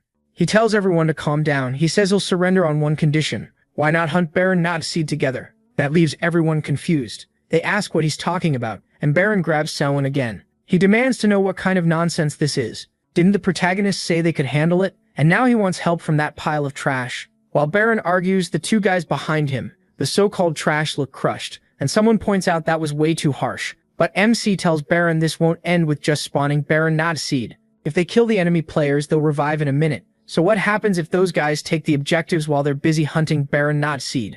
At that point, Baron finally starts to see he has a point. Sophia agrees. It makes sense, and she doubts they can kill Baron Nasid as fast as real platinum players. Sound says if the protagonist says this works, then it's fine. Even so, Baron still looks unsure. He points out that Baron Nasid doesn't spawn in silver. Sound answers that he'll make it appear they just need to stick to the plan. Then MC tells the other team that if they help subdue Baron Nasid, he'll hand them the win. He asks if they want in, and they immediately ask how they can help. Soon they arrive at the place where Baron should appear. Sophia thinks the area is huge, and he says it's almost as big as the spawn points. He explains that Baron Nasid appears in that lake. Then he says he's about to summon it. Sophia stops him and tells him to wait until he gets her buff first. He remembers, thanks her, and lets her buff him. Selwyn says, as expected, Sophia's buff is insanely effective. Her SS rank gift is called Trinity, and it lets her stack 3 buffs. After that, he turns to Sei. He warns her to stay at a safe distance. When the monster is almost down, he'll call her in. She quickly agrees. Then he says it's time to morph.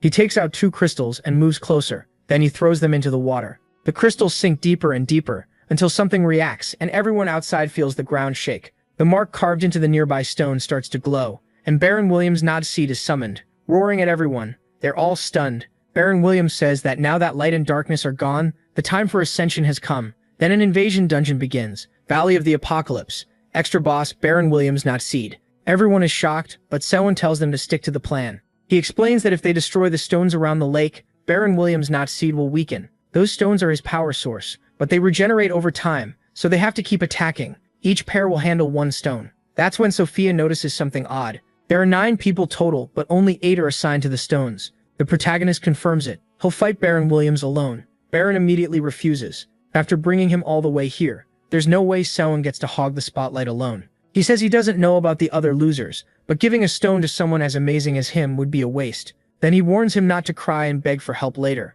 But Baron Williams doesn't wait for more of his ego trip and attacks right away, making Sophia shout that it's behind him. Baron Williams thinks he's about to get hit and has no time to react. A huge blast goes off and that purple poison starts spreading, but in the end, both of them are shielded. And of course, the one who saves them is the boss himself, asking what the hell he's doing. He says if Baron has time to complain, then he should do what he was told first, delivering it in the coldest way possible, while looking down on Baron Williams. Meanwhile, Baron Williams just stands there with a sour face. Sophia quietly thanks him. He only tells Baron Williams to do his job, and Baron trembles with anger and envy because the Prota is way stronger than him. Sophia asks if he's even listening, while in his head, Baron Williams imagines the Prota calling him trash in every possible way. From his point of view, he's boiling with rage. Then Baron Williams fires another blast at Jaya. Jaya dodges it with no trouble, but then the mini-queen speaks to him. She says the monster has a huge amount of dark mana, and just fighting it is already raising the Prota's dark spirit stat. That catches him off guard, so he realizes he can farm a ton from this fight. But then the monster rushes Jaya and almost swallows him whole. Then it looks aside and the boy is already on it, slicing him up. He lands cut after cut all over that giant bug's body. The damage starts piling up and the Prota admits he was a little worried. But because the others are blocking the stones so well, Naskian can't use his powers, and he starts thinking this may be easier than expected. Baron Williams and one of the other team members watch from the side. He admits Jia is seriously strong. If this keeps up, it won't even take 5 minutes. Then he tells Baron Williams that if this keeps going, he can kiss his future rank 1 title goodbye. Baron Williams asks what he's talking about, and the guy asks if he really doesn't see it. He says Baron may have more raw power, but everyone knows he's not much without it. And right now, even in brute strength, Jaya doesn't look far behind. The whole chat starts roasting him. They say that one definitely hurt, that Jaya would obviously win in a fight, and one even says not to be sad. Baron Williams is still number 1 at being garbage. The guy jokes that he'll still be top 1 in the US, so he shouldn't feel too down. That sets Baron Williams off and he grabs the girl in a rage. With one hit, he blows her head apart. Everyone nearby is stunned by what he just did, and he tells her to shut up. Sophia yells at Baron Williams, and Diego asks what is wrong with him. The girl's teammate also turns to Baron Williams, asking what he's doing. Baron Williams kills that guy too, this time with his lightning. Diego looks back and realizes he can't rely on that idiot at all. Baron Williams says this is what he should have done from the start, then flips the Prota off. He brags that he can kill this monster by himself if he gets buffed, then stacks his stats with a pentakill. Everyone is left wondering what the hell he's doing, and some blame it on the American temper. The Prota notices that pea-brained idiot messing everything up. Baron Williams then snaps at Jaya, asking how dare he ignore him just to make himself look better. The Prota cuts in, asking what that needy clown is even talking about. Baron says he knew about his plan from the start, and asks if he thought he'd just sit there and accept it. Then he starts calling the monster over. He asks if it isn't tired of fighting that bastard who looks like a moth. He says he'll finish it in 1 shot, then gathers his power and throws those flames at Baron Williams. But the monster actually wrapped in that whirlwind, the Prota can only watch, unable to do anything. Baron Williams starts thinking his plan worked, but when he looks ahead he realizes things are not going how he imagined. There were a few things Baron Williams failed to consider. First, a huge area attack like that doesn't work well on Count Naskid. Second, Count Naskid couldn't use his powers before because his stones were being attacked. Third, those stones were covered because Baron Williams killed his own teammates. And there's one even bigger problem. Count Naskid is already right in front of him. In the next instant his head gets ripped off, and the Prota says trolls in team games never get happy endings. Sophia and Diego watch him die, and everyone thinks it's pure karma. He really brought this on himself. Then Count Naskid starts getting his powers back and calls the humans insolent. He says he'll turn all of them back to dust, then releases a fierce electric aura. It's revealed that he's activating the paralysis status effect. Everyone drops to the ground because of it. The Prota goes down too, and the mini-queen asks if he's okay. He curses Baron Williams in his head. They were this close to finishing the monster, and that idiot ruined it. But the mini-queen says they weren't actually that close. The Prota then worries the other team won't work with them again because of Baron Williams, and wonders if he'll have to try again another time. Then he rejects that idea. He'll be promoted soon, so he decides to hold out as long as he can. Just then, 2 flashes fly straight at Baron Williams, Naskid's head. The Prota is shocked. Then he realizes C is the one person who can still move. While she draws the monster's attention, it really does turn toward her. She quickly realizes this may have been a bad idea and nearly gets eaten, so she starts running all over the place. The proto notices that while she kept it distracted, the paralysis started weakening. He asks Samao what she's doing there because he told her to stay back and starts saying that attacking it makes no sense and she should just run while he handles things. But she suddenly yells at him to shut up and he's caught off guard. She says she saw the chat and they were basically saying he needed someone useful on the team instead of her. She adds that people treat her like a useless teammate just because he's her uncle, and that's why Baron Williams looks down on her too. Everyone starts realizing she has a point. She says she finally escaped the image of being the Sword King's daughter, and now she's just being called Jianhun's niece instead. Then she reminds the proto that she has a gift too, and says she's doing her best, so she just tells him to say how she can help. That makes the proto realize he's been treating her the wrong way this whole time. He gets it now. Was he really going to keep her around like some decoration? Like a toy to hide in the corner until he handled everything? No, it's time to let the girl do something useful. Jaya is clearly moved by her words. Right then, she almost gets hit. He starts thinking that Sophia and Diego can't fight anymore, and luckily Sophia's buff is still active. That means he can paralyze it for at least a minute, so he calls out to Sup, saying she's like an autumn mosquito now. Neither she nor the monster has any clue what nonsense he's talking about. Then he explains that mosquitoes are more dangerous in autumn. Compared to summer mosquitoes, they have way less energy, but they show up out of nowhere and bite like they're sucking all your strength away. The girl keeps firing arrows into the Baron's back. He turns toward her and asks what she's doing, calling her an insect. The proto says that's exactly what's going to drive Baron mad. The monster starts throwing everything at her, and she barely dodges it all. Sophia notes that she really is running just like he said. But Diego points out something important. Didn't that monster sound exactly like Baron Williams? The proto manages to raise his shadow sword again. He starts breaking free from the paralysis and thinks this is perfect. Thanks to Sub drawing its focus, he can finally stand. But as he uses the sword almost like a charm, he notices something strange. It's giving off even more power now. The eclipse energy is rising fast. The mini-queen explains that the shadow sword's stats have increased a lot. Now if he pushes hard enough, he can cut that worm down. The proto realizes that if shadow power got stronger, he should be able to use a new divine shadow skill. But then the monster screams again. That draws everyone's attention as it gets even angrier. It starts ranting at the lower humans, saying hide and seek is over. It looks even crazier now, maybe even bigger. The chat wonders if it can leave its area, and jokes that Sup annoyed it so much it came out of its own base. Startled, the girl misses a step and falls from above. The proto panics as she crashes to the ground, but she's still in the fight and says she needs more time, though deep down she knows her stamina is gone. Even so, she feels like she can still help her uncle. She forces herself up and says it doesn't matter. Standing right in front of that giant bug-like monster, her stamina goes up by 10. She tells herself to keep moving and unlocks the rare spirit trait. Then Baron Williams starts yelling, telling her to quit annoying him as he charges a huge attack at her, ready to wipe her out. But right in the middle of it, while he's busy bragging, Sub calls out, asking where that ugly thing is even looking. The moment Baron Williams turns his head, MC already has the girl in his arms. He tells her that was way too close, and his paralysis finally wears off.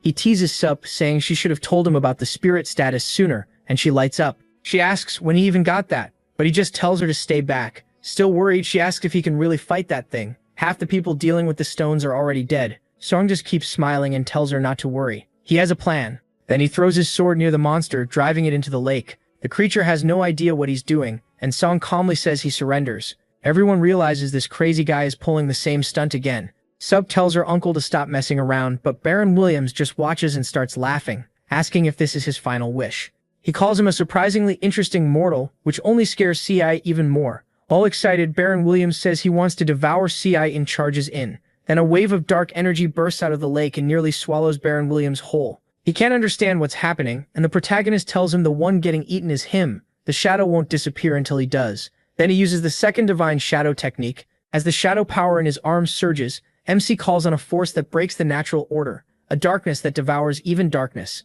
The monster feels it coming, and MC unleashes divine shadow ascension, black shadow to finish it for good. While he fought CI, Baron Williams had gone back to base and was wondering when the others would arrive. Then he sees the black beam the protagonist fired into the sky and wonders what happened. Soon the message appears. The angelic team defeated Count CI and received the blessing of the void. He loses it, asking how CI beat Count CI alone without his help. To him, it makes no sense at all. Then the last enemy heads toward Baron Williams and curses him out, asking how he dared drain him and why he came back alone. He says they're going to lose because of him, and calls Baron Williams a coward. The girl watching says he seems a little stressed. That sets him off. He starts spewing fire everywhere and screams for MC to die, even though CI is nowhere near him. The others can only wonder why this maniac is taking it out on them. He keeps boasting that he's the strongest player, and in the end, Baron Williams racks up the highest kill count of his career and leads his team to victory. Sometime later, back at home, CI tells her uncle she's level 20 now and asks if that isn't amazing.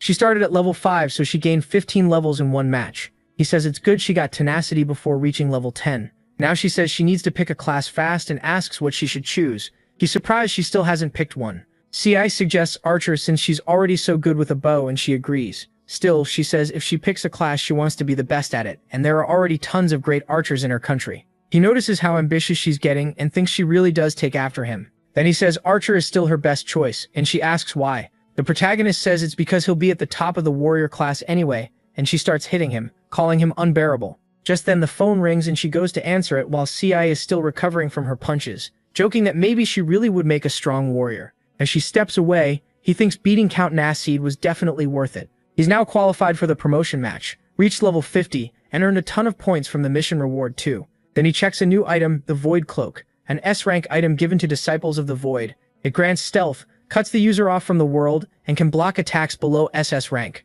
But if the user's movement is noticed, the stealth breaks, and if worn too long, the user may get lost in the void. He was excited to get an S-rank reward, but cutting someone off from the world sounds extreme, and that side effect is worrying too.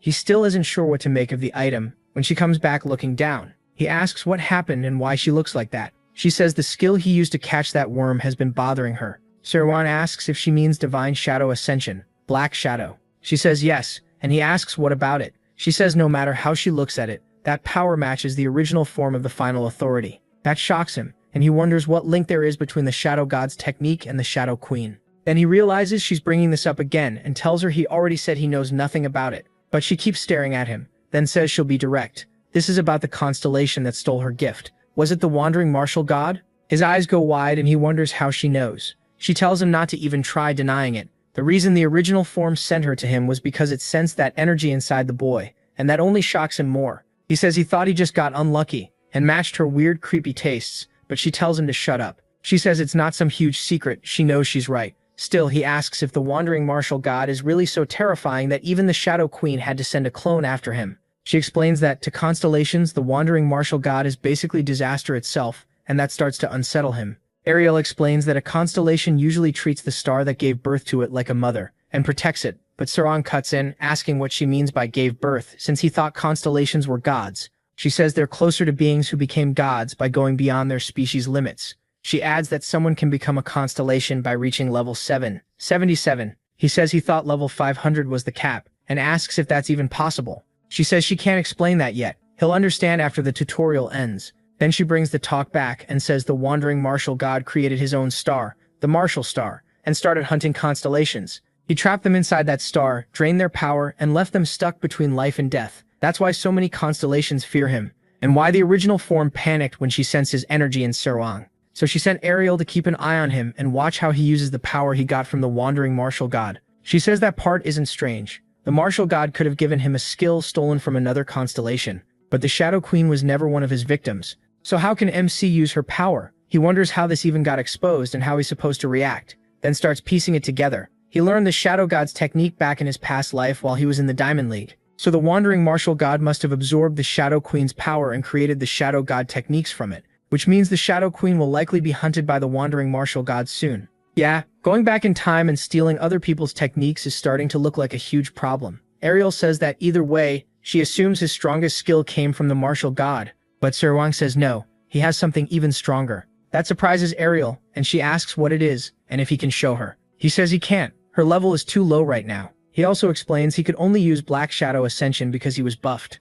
Ariel thinks that if she can see how strong that skill is, the original form might be able to strengthen her final authority. While they're talking, C runs over and asks if he's free later that day. He says he is, around dinner, and asks why she looks so excited. She says her fans want to meet him. The two of them seem really excited, and C1 asks what's going on and who these fans even are. No love triangle complaints here. I like both girls, so why not both? He's on his way to becoming the Martial God anyway, and Sophia is already there waiting. She wonders if she came on too strong, thinks about ordering a drink, then worries she used too much perfume. Then she suddenly remembers she forgot her lipstick. Somewhere else in the same place, Ryan is there too. She checks if her makeup looks okay, because she threw it on in a rush and is clearly nervous. At that moment, both of them hear the protagonist ask if they've been waiting long, and of course, he walks straight to Sophia. She lights up and says she just got there. Whereas Wine meanwhile looks absolutely dead inside. She wonders why every blind date people set up for her ends like this, and why she got matched with a guy with awful fashion sense. He looks shady. While the protagonist eats with Sophia, she admits she was surprised he accepted her date request.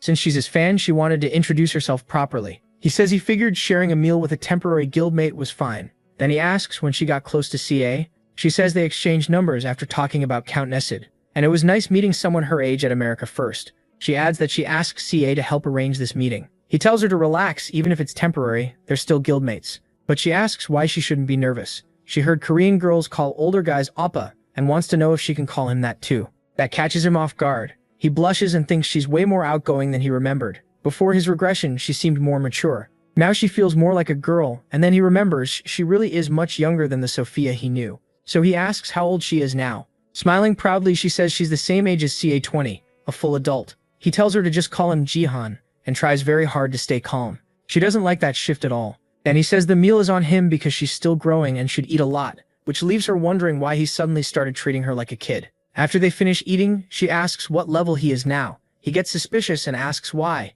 Sophia says the Silver League promotion matches are coming up, and since she's in the top 100 now, she was hoping he might show up too. That makes him realize he forgot to check a notification, so he quickly pulls it up. It says he reached first place in the Silver League, earned the title Ruler of Silver, and now has the right to join the top 100 Silver promotion matches. Then another message says his level has gone past the Silver League limit. He's confused, but the system explains that he can now choose between the Gold League promotion or the Silver League promotion. He's still trying to process that when Sophia asks what happened.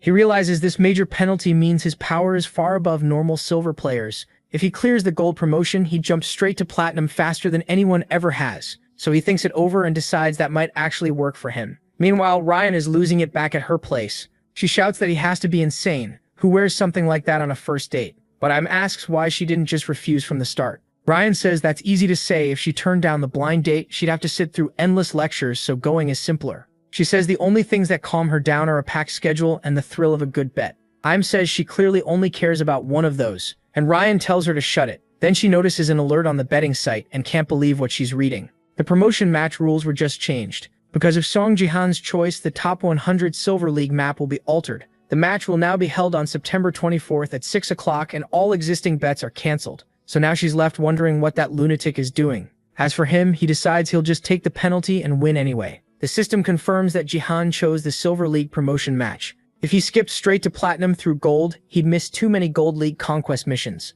On top of that, Jihan needs to manage how fast he rises, because his whole path is already way off normal. He notes the promotion matches will happen at the end of September, and 3 months later the tutorial will end and Earth will join the Space League. To stop the disaster waiting on that day, he has to put his plan into motion. He remembers the moment he saw those people burning to death right in front of him on the giant screen, crying for help. That's why he knows he must stay in the Platinum League no matter what. Back in the present, he thinks these penalties are pretty extreme. The match map is changed to Defense of the Trapped Conqueror's Tomb. Team balance is no longer 50-50, but 10-90. Jihan will be grouped with players ranked 91 to 100, and he'll also face the strongest monsters. All players in the promotion match get notified. Baron Williams can barely believe it and complains that he never gets penalties like this, clearly jealous of the protagonist. Another player gets interested too. Even Haeun gets fired up, saying she has to bet on Jihan losing this time, while basically getting ready to lose money again, because she still hasn't learned not to bet against the protagonist. Since the system made huge balance changes because of one player, everyone is stunned. No one has seen rules rewritten like this before. Some people bet on Jihan anyway, others think this setup is too much, even for a diamond level player. Then others point out he already beat a diamond, so maybe it'll be easy. The opinions split, and that match ends up getting the most attention and bets of all. Time passes, and on the day of the promotion match, he stands on a giant wall, completely alone until he senses something odd. Then the announcement says the top 100 Silver League promotion match is starting. As the enemies approach, he sees their skeletons, all shouting to bring down the king. The protagonist wonders why they're already here, and the system explains that his enemies are the Undead Association, a group fighting for equality among all creatures. Their goal is to kill the king. In the middle of all that chaos, one person locks onto Jihan and says he's finally found him. The system explains that this special defense map is being used only for this top 100 promotion match, the Tomb of the Trapped Conqueror. Normally players invade the tomb. This time they have to defend it instead. Because of Jihan's penalties, the North Gate, his side, has only 10 players, including him, while the South Gate is guarded by the other 90. Over at the 90-player side, Baron Williams says this setup is needlessly complicated. The rankings will be based on each player's contribution during the defense, and if your team lets the enemy break through, that team is eliminated. So all they have to do is hold them off until time runs out. Since Jihan's side only has 10 people, Baron says it's obvious they'll be the winners. But then someone asks if he really believes that. Wang appears behind him and says he was picked by the betting sites as the favorite for first place. Baron turns, sees who it is, and snaps that those idiots have no idea what they're talking about. Wang says maybe they do, especially since Baron was still predicted to place second even after that terrible throw in the team match. Baron gets mad and Wang casually tells him to relax. He asks if that sounded like an insult, and jokes that the Baronet translation system must be acting up. Then he tells Baron to listen carefully. If Baron keeps acting like this, even as America's rising star, doesn't he think Beijing will take first place in the world before long? That sets Baron off, and he lunges at Wang, yelling back, but the match starts before the fight can go anywhere. The announcement says the Undead Association Death to the King is after the Conqueror's soul. The players must stop their invasion until the Conqueror awakens. All those skeletons start pushing in, and with no time to waste, the players turn their focus to monsters none of them have seen before. Jihan remembers that one of the main reasons Earth fell before his regression was the portals. Jihan says dungeon gates only showed up in the 10 lowest ranked countries during the tutorial, but after that they started appearing everywhere. In the end, dungeons took over almost the whole world. Only 10 nations were left. And when a dungeon gate opened in Korea back then, the monsters that came out were these same skeletons, the Undead Legion, Death to the King. At the North Gate, he realizes he thought these guys only showed up inside dungeons, so seeing them in a promotion match makes this way more dangerous. Then they look around and notice that everyone on Jihan's team is below rank 90. The group starts thinking the match is already lost. How are just 10 of them supposed to stop all those monsters? Hearing them talk behind his back, the protagonist snaps that they can say it to his face. With that attitude, they won't be much help anyway, so he figures he may have to handle this himself, until Sophia shows up. Jihan is surprised to see her there, but Sophia is just happy they're on the same side and won't have to fight each other. He asks why she's here since her rank is way lower than he expected. Before they can keep talking, a battering ram slams into the castle gate, trying to break it down. That's when he realizes what the skeletons are planning and tells Sophia they'll talk later. He asks if she can use Buffy's spells, and she says yes.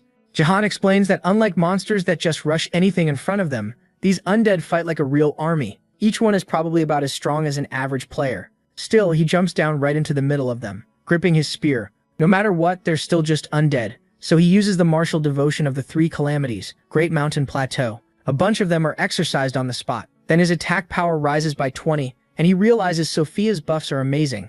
On top of that, the Phoenix Arrow's element is the perfect counter to undead, so this should be easy. The undead immediately react when they see him standing in front of them, and call him the king. They all point at him saying he's the man who will become the king, and that they have to kill him. Jihan has no idea what they mean. Then a hand bursts out of the ground aiming straight at him. Nobody knows what's going on and starts freaking out over what that thing even is. He recognizes it as the disciple of evil destruction brought in for defense, and then that hand starts smiling. It lunges at the boy, and the thing literally has a mouth in its palm. Whether it wants to bite him or smash him, it's bad either way. Even so, he dodges fast by using his lightning. Looking over, he remembers that last time it only summoned a flesh golem, but now it's attacking on its own. Then he hears a scream, and when he turns toward it, he sees the hand blasted a huge hole in the wall. Now the skeletons are pouring in, and 20% of the fortress wall has been destroyed. Sophia shouts an alarm, and they announce that everyone defending the North Gate will be disqualified if the tomb is breached. Jihan rushes inside, realizing things just got really bad. But then the hand speaks to him, saying it can see he has the potential to surpass the current king. Then it opens up, saying it will devour him and make that potential its own. Meanwhile, while watching Jihan's live stream, one viewer starts wondering what that monster even is. She says it shattered the wall in one hit, and asks him if she's ever seen something like that before. Im says that monster already appeared when Jihan was still in bronze. The viewer thinks he can't beat something like that, but Im calmly says not to worry. She's sure he can win. Then Im starts laughing, saying that after losing so many bets, she might finally win one. The other girl even foolishly bet all in on Wang, and Im can't believe it. Back at the fight, Jihan and his team keep battling the undead, but too many are getting through. Sophia keeps buffing everyone while thinking they can't keep letting them pass like this. She tells the others to hold on a little longer because Jihan will be back soon. But then a huge crash erupts beside her, and it startles her. She turns and sees that hand right behind Jihan. The hand grins and says he didn't dodge this time. But Jihan used his strength to form a shield and block the attack. Now he stands face to face with it. The hand praises him, saying this future king has a lot of fun tricks, and that eating him would be amazing. Jihan wonders what kind of monster this thing is, because last time it only ate zombies, but now it's clearly after him. He even starts thinking it may have broken the game's settings somehow. Then the hand tries again, slamming even harder into his force shield. The barrier starts reacting, and Jihan sees this thing is seriously persistent. The morale is in danger right now, and he knows it'll be bad if he keeps wasting time on this monster. So he decides to finish it fast, lifts his spear, and fills it with holy energy. The monster senses something is wrong just as he raises the weapon, and from the sky a massive bolt of lightning crashes down toward him. Jihan uses a technique that lets his body embrace lightning until he becomes lightning itself, glowing with that power. The hand is affected by the light, and Jihan says he doesn't have time for this. Using the nameless divine arts, divine technique of the lightning god, he goes all out. He wraps himself in the lightning body technique, and the monster realizes he's become far more dangerous. It knows this is bad and gets ready to run. But Jihan keeps pressing the attack even as the monster orders the skeletons to stop him. He simply swings his spear, drives it into the ground, and splits the earth open. Lightning races through the ground and shoots up through every skeleton in its path, hitting them all before reaching the hand too, burning its fingertips. Only then does it realize it let its guard down. It says it won't be able to eat him if he keeps fighting like this, so he should wait, because it'll be back soon. Then it starts vanishing right in front of him. Jihan is shocked and refuses to let it get away again, firing lightning at it, but he barely hits anything, and the monster escapes before he can stop it. It disappeared way too fast, and he can't figure out how. It's almost like it teleported to another dimension. Then his technique wears off, and he realizes why this felt familiar. Looking at the status screen, he sees it use the Void Cloak. Its skill works a lot like that item's effect. He can't waste any more time. There's no harm in testing it, so he puts on the Void Cloak and vanishes too. When he enters that void, he appears somewhere completely different, and the figure in front of him starts laughing. It says that really hurt, and he almost fried it alive. That's when Jihan realizes the thing is actually human. He asks if this is the true form of the Black Hand. The man says this king is no joke and that he's never seen anyone like him. Then Jihan notices the guy he beat to win the spear is standing nearby too. The man says Jihan is far stronger than the current king and asks if he doesn't agree, then brings up the Conqueror of the Tomb. Jihan remembers the goal of this game was to protect the Conqueror's soul, so he asks why this man is here. He doesn't know who the hooded figure is, but he's sure this can't be some normal NPC and it'll be a disaster if that guy eats him. The Phoenix Arrow only has one use left, so he knows he has to bet everything on a single strike. He grips his spear and prepares himself, but the man suddenly appears right beside him and asks what he's doing. He leans in right at Jihan's neck, and before Jihan can react, the man grabs him by the throat. Then he asks how Jihan got in there. Jihan can only wonder how this guy is so strong as he trembles and grabs at the hand around his neck. Then his cloak starts to glow.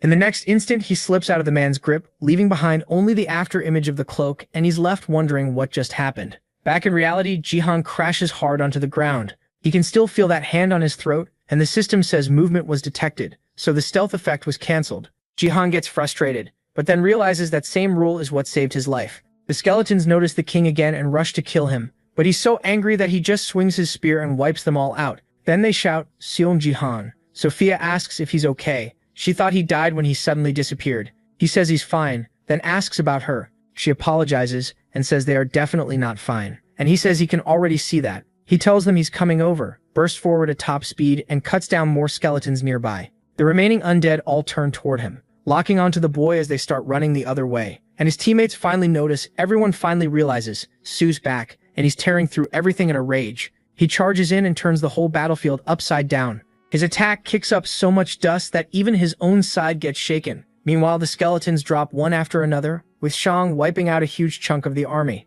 Still, he knows they'll all come back soon. At least this bought them some time. But the real problem is the guy behind him. The enemy returns as a giant hand again and realizes this is where he had gone. It asks if he won't attack right away this time. So Shang shoots back that if he does, the thing will just run after a few hits. The hand admits he's right, then asks if he'll be nice enough to let himself get eaten. The protagonist doesn't bother answering that nonsense. He grips his spear and pours more and more lightning into it. That catches the hand off guard. MC says this time he won't let it escape. He's ending it in one strike. He remembers the Phoenix Arrow has only one use left, so this is his only shot. He stacks the Phoenix Arrow with Sophia's buff, his lightning body, and the divine technique of the God of Thunder. With all of that combined, he can finally bring down divine punishment. But the mouth suddenly goes silent and barely slips past the attack. Then it says that could have gone very badly. It thought Song really might kill it in one blow, but too bad he missed. Still, it came way too close, and it doesn't notice the storm gathering above. Then a point of energy drops from the sky and he says this is the judgment of the ruler of the heavens.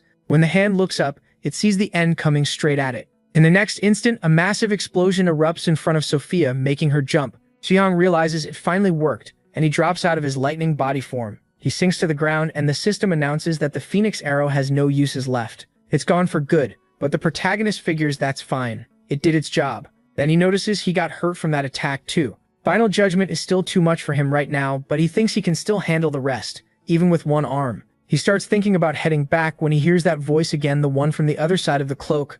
It laughs and laughs, and Sophia gets scared. A tornado forms right in front of them, throwing all the undead into the air, and Song realizes what's happening. He tries to resist with force, but it barely helps, and even his own teammates get dragged in. The voice keeps laughing, saying it's been a long time since it had this much fun. It says MC is worthy of far more than just being a king. He has the right to become its head. The thing keeps grinning while Song stares in shock. And then a system error notice appears. The Baronet system has detected an anomaly. It says the constellation Dead Star forced its way into the game illegally. Now he may be facing a constellation by himself. People talk about how this promotion match had piled huge penalties onto a single player, something never seen before. But the moment the protagonist crushed Black Hand and turned the whole game around, the hopes of countless viewers were crushed too. They start freaking out, asking what that even was, and saying that skill is way too broken. Everyone is losing money, until their boss catches them watching the Baronet stream during work. Some viewers cheer for Song and say they knew he could do it, while others lose everything for betting on Baron.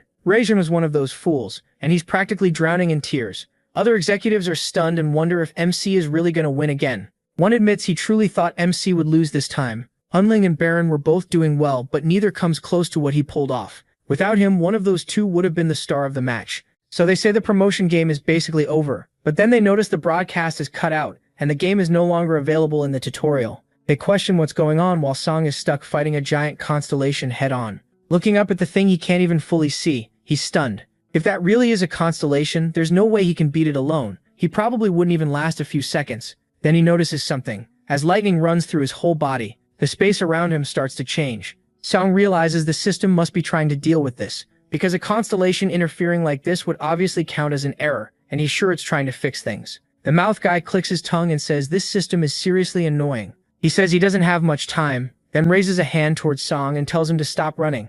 As that hand lifts, it gets ready to strike the boy. It says the two of them will become one. The protagonist stares at it in shock, because there is no way he can dodge this. But then a huge blast of force slams into the constellation's hand. It looks confused, asking what's happening. Then more holes of force rip into that thing from every direction. The system declares that the constellation Dead Star has no right to approach the promotion game. Its expulsion begins, and attacks rain down from all sides while it cries out that it hurts. Even then, the constellation shamelessly calls MC its partner, and tells him to stop that guy. But MC fires back. Who is it calling partner? He says the system is finally doing its job, and he's glad this mess should be cleaned up fast. Then the constellation begs the system to wait a moment. It says to give that guy back for a second, because it just needs to talk to Song briefly. That surprises him because this thing is the Conqueror's soul. Then the system sends him a proposal. It asks whether he'll accept. If he does, he'll get huge rewards from the Conqueror's soul, and more besides. The system also promises to block any mental attacks. He figures the system really wants him to take the deal.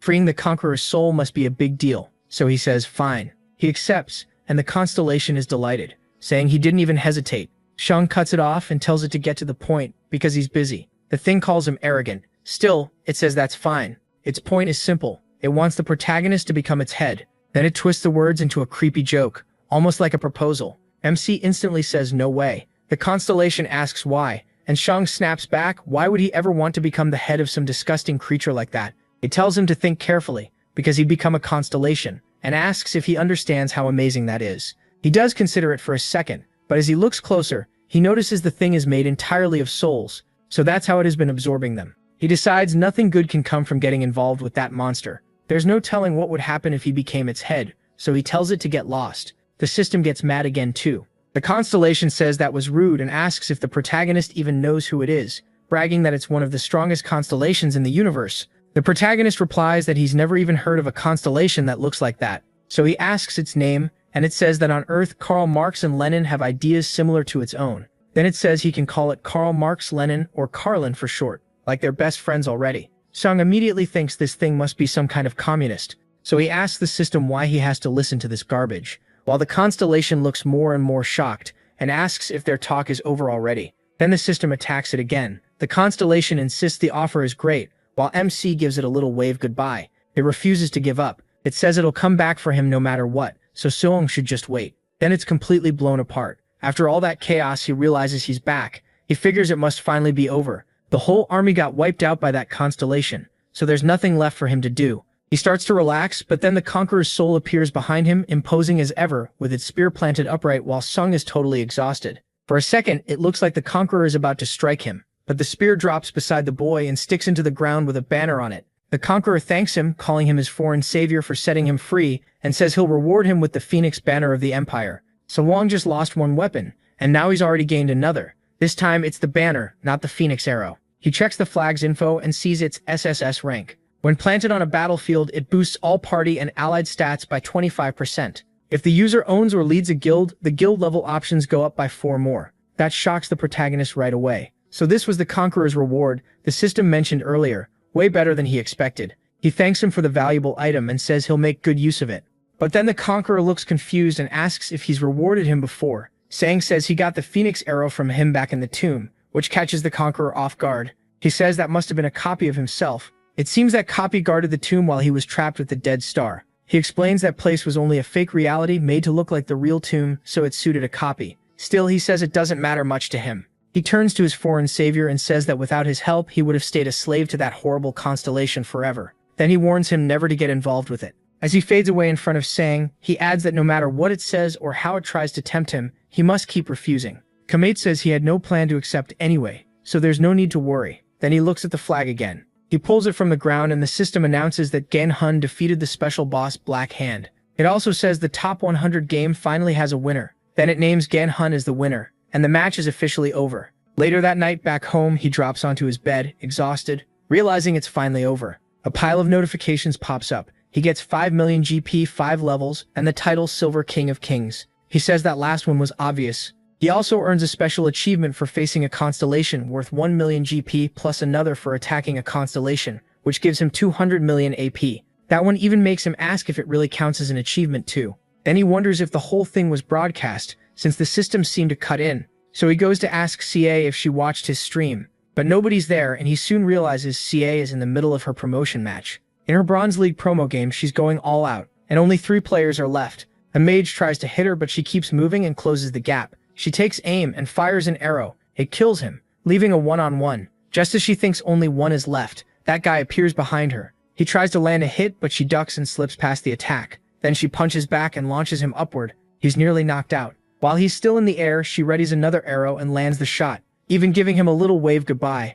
At last, she beats every enemy and the promotion result is decided. The system announces that CA won, and the game ends. She lights up, now she's in silver. She also meets every condition for an upgrade, and her gift improves. She wonders if it reached E rank now, but then she jumps in shock, asking what this is. To upgrade, she has to become the only owner of the late blooming gift, or be the first owner of that gift to reach gold. If she fails, her gift will be erased automatically. That leaves her stunned. She has to reach gold and on top of that be the first one to do it. Somewhere else, a woman watches that match while 2 bound men are dragged to her feet. They're in rough shape and beg for forgiveness, asking for mercy. She asks how they dare beg after betraying her, then orders her men to shut them up. One of them raises a weapon and blows both their heads off on the spot.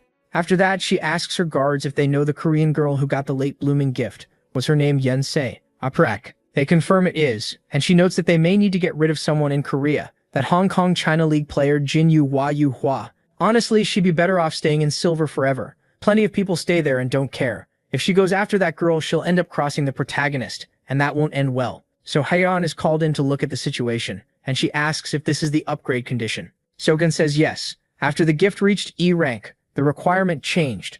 Haeyeon says the condition is pretty harsh. Forget losing the gift if she fails, the whole setup forces the 2 owners to compete. The girl says she didn't even know another player had the late blooming gift, and Haeyeon says she has a point. If someone else had that same gift, they should have become well known too. She says she doesn't know who it is, but hopes that person is weaker than her. He though thinks that if the owner is who he knows, then it's Yin Yu Hua, the person who ranked second before his regression. He explains that she likely got the same upgrade condition, so they need to stay alert. Almost everything about her besides her strength was hidden, but there was a rumor tying her to Stride. Now that CA is famous, he doubts she'll make a move carelessly, but they should still be careful, just in case. So he tells Sha to focus on her league promotion match in October and avoid going out for now. She agrees, saying she has no choice, but gets a little sad because she already made plans with Sophia for next week. Haeyeon tells her not to be down about it, and says they should celebrate both Jahan's and Xiaoyu's wins. Then she congratulates them and asks if Mgaejung won too. Xiong keeps watching and says something about all this is bothering him. She asks what it is, and he says she probably bet on that promotion match.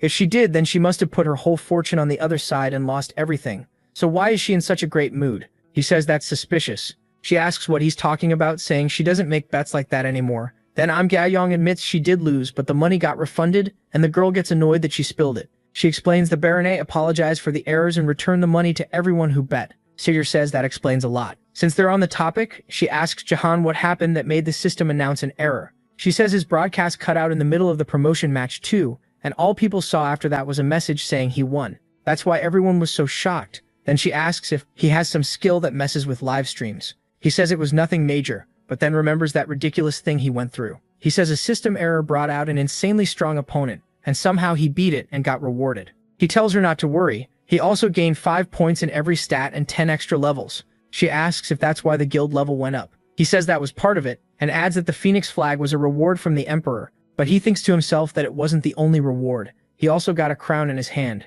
Then he says he's heading out and calls to see. She asks if he's free next week, and he asks Lee Heian why she wants to know. She explains that the Divergent Guild received an award. They said it was because he improved how the world sees Korea, so they asked the owner to come accept it as the representative. He asks if it really has to be him, and she reminds him he's the registered guild owner and already built up plenty of achievements himself. She tells the boss that his popularity keeps rising every day, so if this is urgent news, he has to go. It'll also help promote the guild. She keeps pushing until he gives in, saying fine, he'll try to make time. Then she says she'll text him the exact date and time, but he asks who exactly is giving the award. Sometime later at the Baronet administration office, he ends up face-to-face with Gyo Boy. Gyo Boy says Sion looks even better in person. He thanks him for coming all that way, says he must be very busy, and appreciates him making time to come. Jinra says there was no need to come greet them personally, but Gyo Boy asks how he could not. The protagonist doesn't like this at all because the man is way too overwhelmingly charming. Then Heian explains he's the new director, elected after the previous one was kicked out, because of the Taiwan newspaper incident. The Baronet administration office's image got much worse, so they're doing everything they can to fix it. MC even thinks they'd probably build a statue of him in Gangnam. If he asked, and even he can tell that would be too much. C is amazed the director came to greet them himself, and says he's seriously cool. Meanwhile, Diego Macid thinks he shouldn't ignore him now just because he's famous, but he asks what he's talking about since he was already a world star. Then he tells everyone to stop chatting and just go inside. But just as the mood is staying good, a man in a black car watches them from a distance, dressed head to toe in black with a hood and a weird cap. Then he heads in, clearly up to something. Inside, they announce that the award ceremony is about to begin, and Jinra ends up face-to-face with that leader. Everyone claps for him as he stands on stage. C says her uncle actually looks pretty good today, and Heian jokes that he should dress like this more often. Still, C points out he's improved a lot lately. She brings up what he wore at his first match, and Heian says if he still dressed like that, she would have burned his whole wardrobe. C tells her not to worry since he dresses well at home, but then a girl spills tea all over C,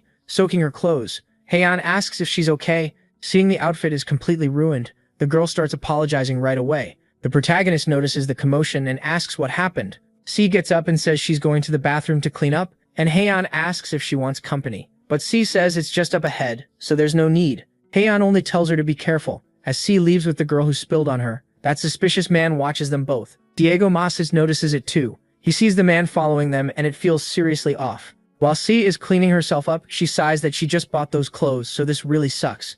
The girl keeps apologizing, but C tells her it's fine and not to stress over it. Then the girl offers her a tissue to wipe off with, but C suddenly notices something. There's still a little coffee on her neck. C asks if she's serious. How did it even get there? The woman then reaches into her bag and tells C to wait a second. She pulls out a syringe with a needle and moves to stab her in the neck. Meanwhile, in the hallway, Gaeyang starts feeling that something's wrong. She remembers what Mazid told her. A suspicious man had just followed Se, and even if it might be a coincidence, it really looked like he'd been waiting for her to stand up. The girl tells herself there's no way something happened that fast, but then she runs after Se and finds her slumped in that woman's arms. Right away, she realizes this is bad, and the woman turns at once, trying to run. Gajang sees it and goes after the woman, but someone appears behind her and slams her head into the floor with a brutal hit. Shocked, she looks back, and the man starts speaking Chinese. He thought the area was already clear. She realizes he's an accomplice, and he looks strong. He tells her to stay still, unless she wants this to get worse. Then he says that until he leaves, she won't be able to move from that spot.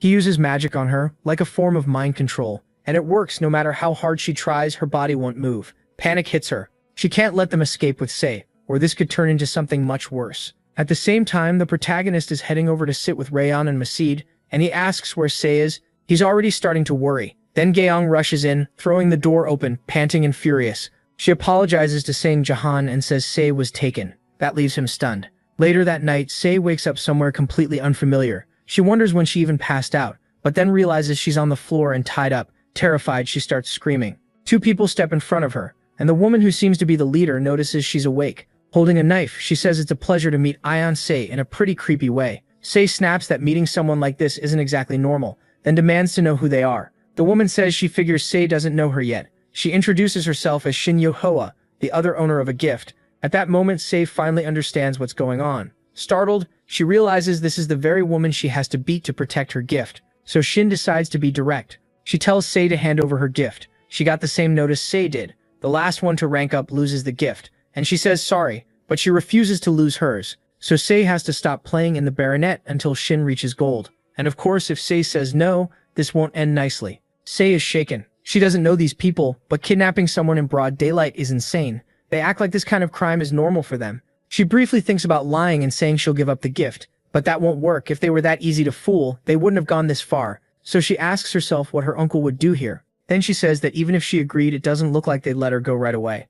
If they wanted her dead, they could have already done it. So if they went as far as kidnapping her, they're probably trying to avoid outright murder. Shai notices the girl is smarter than she expected, and admits things might be different if this were her own country. Killing a public figure like C would cause too many problems afterward, and C catches that she only cares about the consequences. C glances around, desperately searching for some way out. Shine can tell she has no plans to give up her gift, so she says there's no other choice. A man appears behind C and Shine orders him to kill her. He yanks her ponytail, forcing her head back. Shine explains that her subordinate's gift is suggestion. It's not useful in matches because it's hard to activate, but he can make C write a will and kill herself. Even if it's a hassle, Shine says she'll deal with the fallout. Xia gets more and more nervous as Shine coldly says goodbye. Then the suggestion takes hold, leaving Xia completely open. But suddenly, Xia thinks this is ridiculous. Shine asks her subordinate if they can finish it now, and he says no. A body turning up here would raise suspicion. They should do it closer to Xia's home, and he tells her to start walking.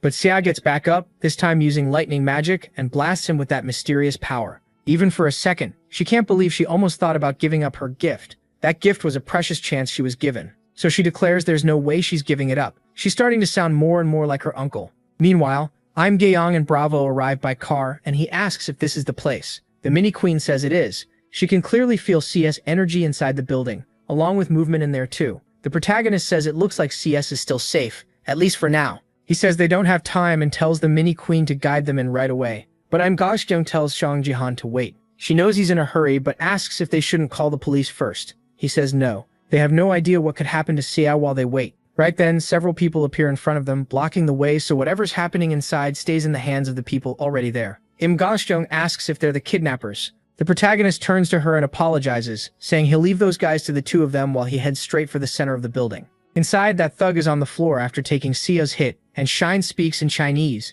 demanding to know what that was and what kind of power Xia used. Her assistant says she isn't sure. Xia realizes the seal her uncle gave her is what helped her get through that crisis. She remembers asking him what that thing even was. He had said he gained a special trait called Lightning Silo after winning his promotion match, and as his stats rise, he can give lightning silos to more people. She wasn't sure what to make of that, so she said it didn't sound that special and asked if it even did anything. He explained that first of all, since she had the silo, she could control lightning power. That immediately made her happy and shocked by what her uncle had given her. He also said it seemed to boost her resistance to mental attacks.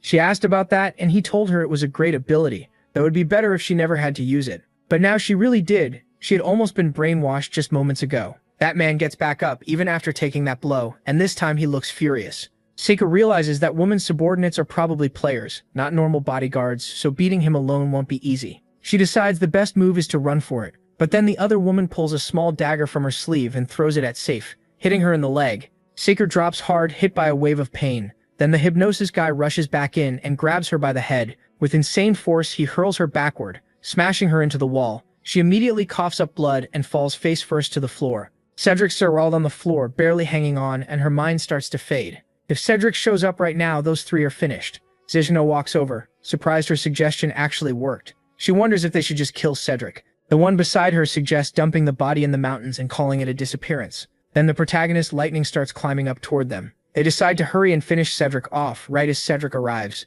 The second he shows up, every door gets shut and locked. His lightning shines so bright, everyone turns toward him. Seeing Sayer on the floor, he goes completely still. Sinyo asks, "Is he MC?" Then he looks to the side and sees the hypnotist's feet beside her. That's when he completely snaps. Everyone there gets tense, and one bodyguard tells his boss to step back. He tries to stop Sinyo by throwing a smoke grenade at his feet. As the smoke rises, the other attacker rushes in, trying to stab him with a small dagger. He stops the strike in midair with force. Then, with that same power, he slams the attacker into the ceiling, pinning him through the back. Blood pours from his mouth, the same way it had from Siane's. To finish it, Song drops him face first onto the floor. The hypnosis thug still acts tough and charges in. He grabs the protagonist's head and tries to drive him into the wall, trying to use his suggestion on him. But Song catches his hand in pure rage, nearly crushing it. Then he yanks him in close and smashes his forehead right into the guy's face, breaking his nose. Watching that, Zinyo starts to panic. She only knows how to act big around weaker people. As Sak trembles on the ground,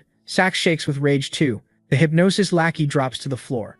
sees that, turns toward the door and says the next one standing is next. For the first time, Zinyo feels real fear. Sak stares at her and asks if she was behind all of this. There's no mercy left in him now, only payback. Sak finally comes to and sees her uncle furious. Then that other attacker tries to hit him from behind, but he dodges with ease and slams him in the face again, leaving him wrecked on the floor. Seiyu moves in, ready to throw another punch. Before he can, Xingyu shouts for him to stop and grabs Sadie as a hostage. She warns that if he even twitches, she'll tear Sadie apart. Even while shaking in fear, she tells herself she has to survive no matter what. After killing Sadie, she plans to run. But she clearly has no idea who she's dealing with as she presses that blade to Sadie's neck. Then we get the reason she turned out like this.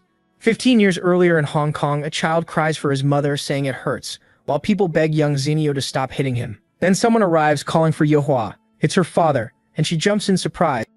He asks what all the noise is, and she says she wanted that doll, but her brother wouldn't give it to her. The woman nearby apologizes to her boss, saying her child just really liked the doll, but her father only smiles at his daughter's behavior, and Yohua notices. He tells her that if she wants something, she should take it. That's what his daughter should do. From then on, she learns that no matter what she does, her father will excuse it, and she likes that. Zinyo was the youngest daughter of the family that ruled Hong Kong's underworld, and from birth, that power let her have whatever she wanted. Years later, she hears about the Baron. People say every country will soon start raising players, and that catches her interest. She asks if 7 rank is the highest gift a player can get. She's sure she'll obviously receive a great one. But when her gift finally appears, it's only F rank. A few days later, she hears her friends talking about getting an S rank gift and asking what kind of power it is.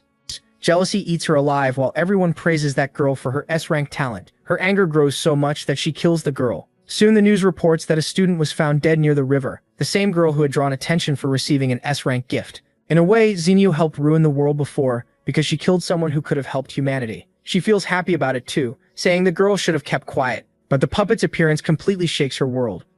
Then Sung reveals that gifts can evolve, and that gives her hope. She realizes her gift is a growth type and starts believing that one day she'll become the strongest. That thought becomes her only way to restore her broken pride. Now standing in front of Sung, she thinks the hostage gives her the upper hand and that killing Se would take less than 5 seconds. But the protagonist keeps walking toward her like nothing's wrong.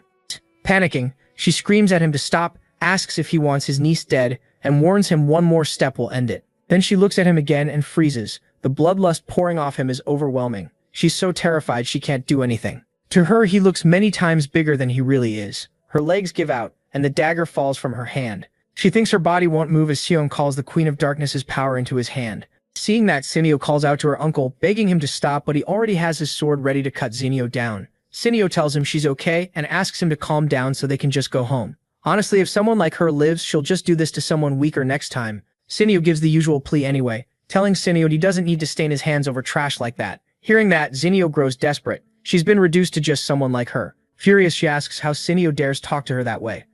Then she pulls a gun from her suit and points it at MC. The moment she fires, he activates force. She still tells herself there's no way she can be weak, no way she can lose.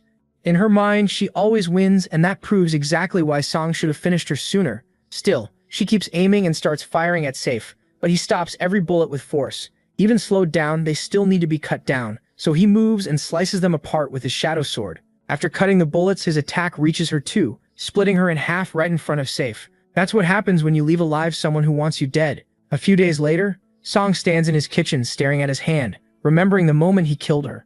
He tells himself he had no choice, so he tries to stop dwelling on it. After that day, Singyo and her group vanished without a trace. The incident was never reported anywhere. It happened inside a sealed building, and Singyo's side wanted to keep everything hidden. When the other two got there and saw her body, they were horrified. Song figures that even if Zinyo's backers were angry, they wouldn't dare move against him after seeing what happened there. But after that day, Safe becomes quiet and down. He walks over and asks what she's thinking about. She shyly says it's nothing, and he can tell the shock hit her hard. He knows scenes like that will keep happening once the tutorial ends, people dying, killing, and getting killed everywhere. While he's thinking about that, the doorbell rings. They wonder who it is, and it turns out to be Sophia, happily coming to see Safe. Safe is surprised, and Sophia asks why she's gotten so thin since last time. Was she dieting? Safe starts to ask why Sophia came, but Song says he invited her. Safe hasn't been going out much, so he wants the two of them to spend some time outside and get fresh air. Safe looks confused as Sophia asks the protagonist to come with them. He says he's fine staying behind, and Sophia pouts since she basically planned this like a date. She promises it'll be fun, but Song walks over to Safe instead. With a smooth smile, he says Safe's been feeling down lately, and asks Sophia to cheer her up. She's perfect for it. Sophia instantly latches onto that one word, perfect, and happily agrees. Safe quickly says she doesn't want to go out. Sophia ignores that, grabs her, and drags her out anyway. The mini-queen says that girl is totally crazy, and MC replies that she wasn't always like this. Once they get outside, Sophia drags Safe all over the place, determined to get her into the mood one way or another. By the end, Sophia is beaming with a Belle plush in her hand. She says she always wanted to win one, and Safe asks if they don't have claw machines in the US. Sophia says they do. She just never had friends to go with. Then she wonders what to try next, and asks if Safe is good at basketball, even offering her a 5-point head start. Safe asks what game she means. She says she's actually pretty decent, but then gets startled. Some people nearby are playing a shooting game, and when Safe sees a zombie getting blasted apart with blood flying, she remembers that girl being split in half and freezes in fear. She nearly throws up. Sophia notices something is wrong, and Safe runs to the bathroom to vomit in peace. A while later, after she calms down, Sophia asks if she's okay. Safe looks drained, but says she's fine. She just felt sick for a moment. Sophia clearly isn't convinced.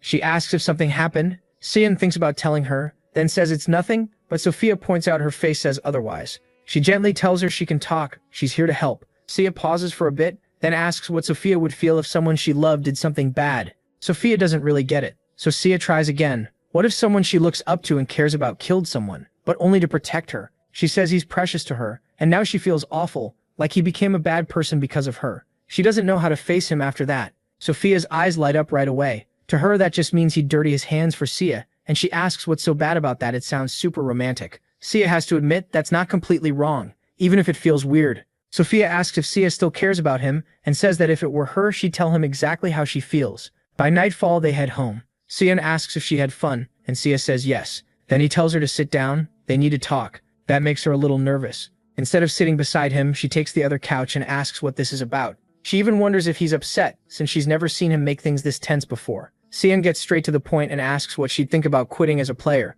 Sia is shocked and asks what he's talking about. He says she probably doesn't know this yet, but once the tutorial ends, Baron's games will become real. If you die in-game, you can only come back by spending GP, and if you don't have enough, you die in real life. That also means anyone she kills in there could really die. Sia's horrified. She asks how he knows that, and Salm says Ariel told him since he can't tell her the real reason. Then he asks if Ariel is wrong, and Sian thinks for a moment before admitting he isn't. Once the Space League opens, the games will be far crueler than she can imagine. If she wants to quit, now is the time. She goes quiet while Sian watches her. He says she doesn't have to force herself to keep going, but Sia rejects that. If something that awful is coming, then that's even more reason not to give up. Her answer catches him off guard. He asks what she means, and Sia says that just like he told her, everything she went through still haunts her like a nightmare. And if the tutorial ends and the games become real, the nightmares will probably get even worse. She's still trembling as she says it. Then she remembers Sophia's advice. If it were her, she'd help that person so they'd never have to go through something like that again. She wouldn't want someone that important, carrying all that pain alone. So Sia says she doesn't want to leave her uncle alone in a world like that. She's going to protect him. That hits Sian hard. He realizes how strong she really is. Sia tells him not to worry. Yes, she's still a little shaken, but she just needs time to sort out her thoughts. Then Ariel starts thinking about the time he flipped the whole dinner table because she wasn't eating properly, and figures he's gotten even worse. Sian is stunned and asks if that's true. Sian tries to change the subject and says no one knows what might happen, so she should keep this item with her. It's the Cloak of the Void. It looks a little sketchy, but it'll help keep her safe. He tells her to use it if something like that happens again, and she asks if she'll really need something like this. The protagonist says her other option is taking him with her every time she goes out. Seti jokes that he sounds like a stalker, and wonders if maybe he followed her that day. MC goes silent, which immediately scares her. She asks if he's serious. He admits he wanted to make sure she was having fun. Seti says if he was going to follow them, he should have just come along, but Semi says he didn't want to ruin the kids' fun. Sometime later, on the Gold League defense map at the One Bridge, everyone gathers as the game announces the battle map, Shangping. It's their first time on the One Bridge match, and some players ask if anyone wants tips. Before that goes anywhere, they hear someone yelling and cursing at everyone. A man in Chinese military gear demands to know why they're chatting when a battle is about to start. This is Bai Jiang, allied NPC guardian of the Cloud Empire gates. He asks how these so-called soldiers of the Cloud Empire can act like this. Everyone gets annoyed. He's so loud they want to know if there's a way to turn his volume down. Then he hears something and looks back to see a wave of undead crossing the bridge. He orders everyone to get ready to fight and tells those bastards to come at him. With a lightning-charged spear, he tears through skeleton after skeleton, dropping them fast, while the other players finish off the rest. They hold the line and keep the skeletons from crossing, but Bisiering starts getting tired. Then from the other side of the bridge, he hears someone call out to him. It's Hojo, enemy NPC and captain of the Phoenix Army. Hojo says it's not too late and tells Bai Jiang to join the Wind Empire like he did. Bai Jiang snaps back that he shouldn't say something so stupid. The Cloud Empire will never surrender, and he and his soldiers will defend this place to the end. Hojo mocks that answer and asks if Bai Jiang means that useless little group already lying dead on the ground. Right after that, Bai Jiang gets a notice. Over 50% of the players have died, so he says that if it's come to this, he has no choice. This place will become their grave. He unleashes an attack across the bridge, and Hojo watches as it starts collapsing. Everyone falls into the abyss. The game ends. Chat instantly starts complaining because the One Bridge map ended in Phase 1 again.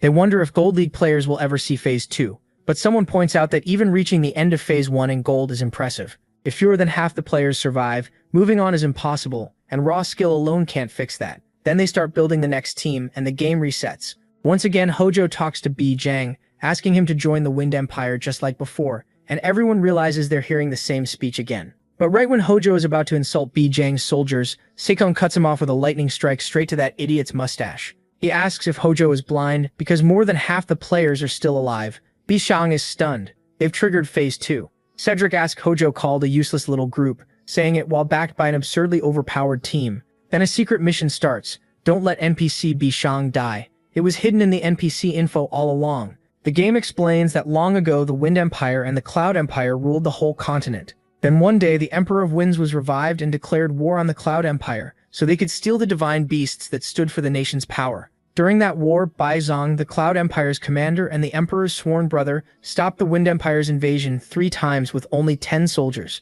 so the fight with the undead kept going. In unique bridge mode, the players fight beside Bai Zong. This mode is high level since only Gold League players or above can enter. The rules are mostly like other defense maps, but if over half the players die, Bai Zong cuts the bridge and the game ends, so keeping him stable matters. Sha says the enemies just keep coming and asks Sophia for another buff, but Sophia says she's out. The Prota can tell Sha is starting to struggle. That's when he decides it's time. He strikes his staff and a golden phoenix rises over the battlefield. The field is blessed by the phoenix, raising the stats of party members and allies by 25%. He looks pretty proud of himself for that. Rotro looks up and realizes it's the phoenix, the divine beast itself. After that, the other players finally start pulling their weight. Someone tells Jaya that buff was amazing, and another girl asks who kept calling Jaya just to support. The chat goes wild. They still had this hidden trump card, even after reaching Phase 2 in Gold League. To them, Jaya is a monster. Jaya is stunned, and the Prota asks what she thinks of the buff. She admits it's incredible, but says she may need to leave his party. It feels like her levels are rising without her. Okay. He tells her she can learn this stuff later, but she refuses and asks if he knows the upgrade conditions for her blessing this time. She explains them. Either win the top 100 promotion match or keep a win rate above 60%. If she wants to grow stronger fast, she has to win that promotion game, and he can't help her there. She wants to be useful to him too, so he gives in. Still, he thinks it's a shame. He wanted to party with both girls a few more times. Hearing that, Sophia rushes over and begs Jaya to stay in the party, saying she saves her buffs just for her. Jaya looks torn. Then Baishang walks over. He asks if that was the Phoenix, saying only the captain of the Imperial Guard should have a power like that. He asks if Jahan came from there. The Prota has no idea what this NPC is talking about. He tries to say it was just chance, but Bijang's interest in him only grows. Then a secret mission appears, keep NPC Bijang alive and earn his recognition. The Prota realizes this is his shot to be acknowledged, and he wants to grab it no matter what, so he goes along with it. greeting General Bijong as an Imperial Guard officer with his subordinate.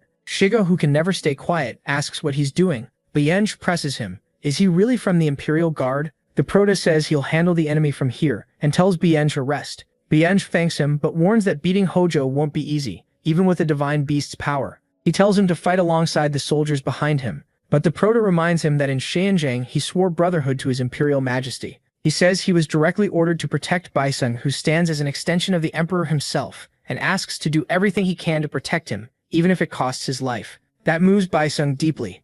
The Prota earns a huge boost in trust. Baiseng nearly tears up, saying it reminds him of the day he and his Majesty swore brotherhood beneath the peach tree. In the end, he accepts. Then he tells the Prota to take that blade and says he'll share the power of his lightning cloud spear. He orders him to go finish Hojo. The moment the Prota touches his spear to Hojo's, he gains another stolen power. The lightning cloud spear reacts with the thunder staff, boosting lightning power. The weapon accepts the player as its owner, and his lightning stat rises by 2. Even he didn't expect that. Then Hojo asks if the two of them are done with their little drama. He says he never expected to find someone who could control a phoenix. Then he orders all his men to charge and seize the phoenix. The Prota tells them to move to higher ground and asks Sophia to watch the allies in the rear. She asks what he's about to do. He answers that he's going to cut down the enemy with the 3 calamities martial devotion. With one slash, he tears through a huge line of skeletons, using the fury of 1,000 warriors. The skeletons fall apart right in front of him. Watching from afar, Hojo starts to panic as his troops get wiped out. Then the Prota rushes him in lightning form, forcing Hojo to defend at once. A massive blast erupts on the bridge, and Hojo faces the Prota as he raises his spear, taunting him to fight directly instead of hiding behind weaklings. That completely sets Hojo off. He comes at the boy with everything he has, mocking the idea that the great Hojo would ever hide from someone like the Prota. As he attacks again, the boy blocks it with his spear. Hojo sneers, telling the little rat to keep blocking if he can. The Prota really doesn't like that. He fires back and forces Hojo's hand away. Meanwhile, one of the skeletons speaks from behind Hojo, saying the darkness is coming. Once she reaches higher ground, she starts firing arrows. Sophia warns that they're coming again, and the girl says she knows. She looks shocked, wondering if her uncle will be okay alone. At the same time, the Prota keeps pressing Hojo hard, making him nervous as he struggles to block the attacks. Hojo manages to knock the boy back, but the instant he lands, the Prota triggers his lightning power and blasts it straight into Hojo's body. It barely seems to affect him, and Hojo just looks back at the boy and asks if that's all he's got. Then he plants his foot and absorbs the power. The Prota realizes Hojo is absorbing the lightning itself. That shocks him. Even with Heavenly Thunder boosted by the lightning silo and Baizang's power, it only did that much damage. As expected, this really is Baizang's rival. But he glances back just as Hojo prepares his next move and unleashes a wave of slashes at him. With his vision messed up, the Prota gets caught inside a whirlwind of air. Hojo bursts out of that vortex and nearly lands a direct hit. The Prota throws his arm forward to try and strike Hojo, but the boy only manages to graze his cheek. Hojo says that was close. He was aiming for the head, but the Prota still dodged, just like he expected from someone unusual. He offers to spare him if he surrenders, but the Prota's cut arm starts working again. Using Ariel's power, he reattaches it, and Hojo is left stunned. The Prota says plain lightning clearly won't work on Hojo, so now he wants to see what happens when he adds Phoenix Fire. His spear crackles with lightning, while the Phoenix lines up above him. Then he uses the Divine Lightning God technique Thundershock. That name is definitely skating close to trouble. After that Thunder Strike, Hojo ends up looking totally wrecked. He drops to the ground in front of the Prota. The boy finds that strange. Lightning alone did nothing, but once he mixed in a bit of Phoenix power, Hojo went down in one hit. For the supposed leader of the Phoenix army, he's weirdly weak against a real Phoenix. Then Bijong appears behind the Prota. Still shocked, he asks how this can be real. The Prota really beat Hojo by himself. Bijong says he wanted to help, but never got the chance. The Prota answers that you don't use a butcher's knife to cut the neck of a mere chicken. Now he starts thinking phase 2 must be over. He figures the final phase is about to begin and wonders who the map's last boss is. But then Hojo rises behind him like a mountain. When the Prota turns around, he sees Hojo changing completely. He starts to remember as crows burst from Hojo's body that the boss of Unique Bridge is the children of the Phoenix.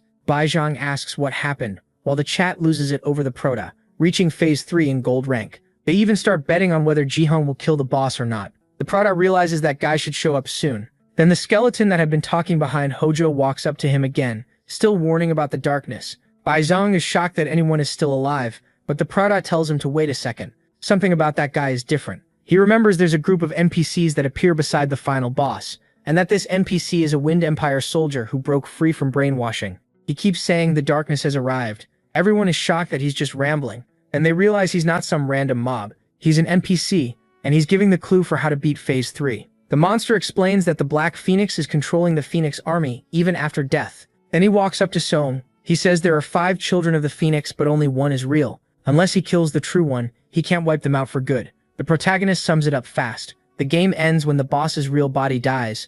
Even the chat is impressed he nailed the explanation. Lee is stunned that only one is real and asks how they're supposed to tell them apart. MC tells the general to leave that to him, though in the back of his mind he's trying to remember the trick. Then the skeleton keeps talking. It warns him not to mix lightning with the Phoenix's power. That throws Seong off, because this line was never part of the script. He even wonders if it's some special dialogue just for him. Then something clicks. The system detects an error in the NPC's dialogue, and the area around him starts changing. A warning appears: an unauthorized constellation terminal is approaching, and has slipped into the game. When Seong turns around, he asks who it is. The skeleton slowly starts to grin. Then it speaks to him, saying it looks like it's been found out. That seriously shakes Seong. He realizes a constellation has messed with the game again.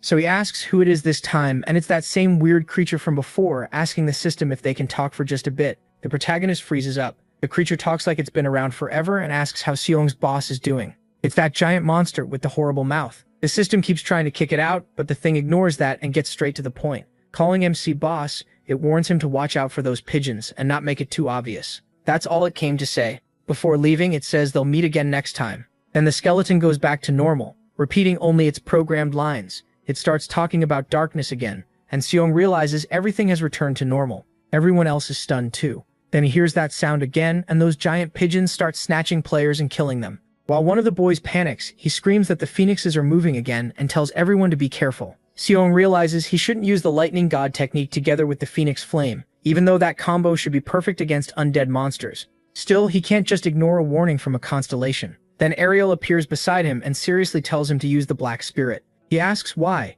She says those phoenixes served the World Tree Union and helped kill her people. Seong is surprised to see how angry she is. She says she's going to use this chance for revenge, but he stops her. He points out that the World Tree Union is an elven group and asks if elves were the ones who killed them. She doesn't answer before one of those birds charges at the protagonist, forcing him to dodge. Ariel says she'll explain later and tells him to use Eclipse right now. With no other choice while under attack, he draws Eclipse and slashes the bird, cutting one of its wings. Seong notices the hit worked really well. He thought it wouldn't since it was also dark type, but Ariel tells him not to underestimate the Black Spirit's power. Then the creature heads straight for a mage's barrier while she's doing everything she can to hold it. She doesn't even notice it's cracking and yells for everyone to reinforce it. Sophia answers that she already is. Then Lee jumps in to save them, blasting the bird with electricity and ordering it away from his subordinates. When one wing breaks, he thinks they've got it, but the wing instantly reattaches. Seong realizes that one isn't the original. The clones heal fast, even after taking damage, but if the real one gets hurt, the clones copy that damage too. So the key is finding the original as fast as possible. The problem is, players are dropping way too fast while those birds eat them alive. They're tearing players apart, and Seong says this is the best the so-called goats can do. Right now, only he and Lee can even hurt the phoenixes. But then Lee slams his staff into the ground and tells everyone this won't work. He orders them to gather around him and shouts at those birds to come at him instead. He won't let them touch his soldiers. MC is surprised when Lee gathers the players, because now the phoenixes bunch up too, and with that, Seong sees his chance. Certain it'll work. He runs to Lee, jumps onto his shoulder and launches himself into the air. Now he's right beside the birds. He says there's no reason to separate the real ones from the clones, as he draws out even more dark power. He decides to kill them all at once. Using the nameless divine arts, he activates the shadow god technique and traps all those crows together. Once the damage hits, many of them are destroyed. Then Song realizes he never thought about how he was going to land and starts falling. But Lee grabs him by the arm, stopping him from smashing into the river below. Lee can hardly believe it. He asks who Song really is, as the NPC finally recognizes the boy's skill. Later on, he keeps training his spear art in every direction, wrecking the whole area. He's surprised again by the result. Even while holding back, he's much stronger now. He's using the SS rank Cloud Lightning Spear, which greatly boosts fused gear and gives it the lightning element. Only SS rank gear or higher can fuse with it, and if it accepts its owner, it grants lightning summoning. Right now, it's fused with the Phoenix banner. Song says that after clearing the One Bridge mission, he got a lot of rewards, just like he expected. But the best one was the Cloud Lightning Spear Lee gave him. He realizes it's a rare item that can fuse with other gear, so he wonders if he could use it with Eclipse too. He imagines that black sword covered in lightning, so he asks Ariel what she thinks, and she says she's not sure. Lightning is the complete opposite of Eclipse, so she doesn't recommend it. It would probably just swallow Eclipse's power, and Song gets what she means. She adds that Eclipse is already strong enough, and with support from the original form, it'll become even stronger. But the protagonist brings up something more important. He asks why she suddenly grew, and she thinks that's a weird thing to say. She asks what's wrong with this form,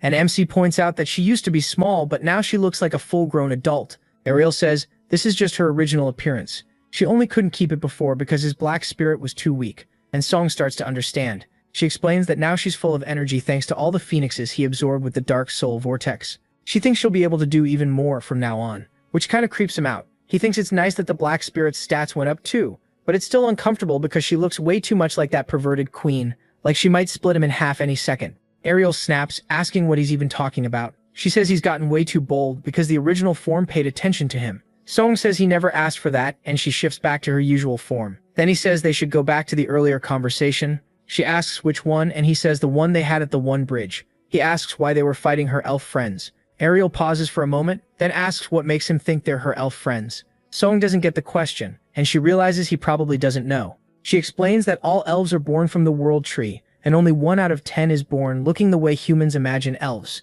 She was one of the countless defective ones thrown away for not looking good enough. The one who saved her was her original form, the Queen of Shadows. Ariel says she gathered souls full of resentment like hers, and revived them as shadow elves. Then she started a revolution on one of the planets ruled by the World Tree Union and declared it the planet of the Shadow Elves.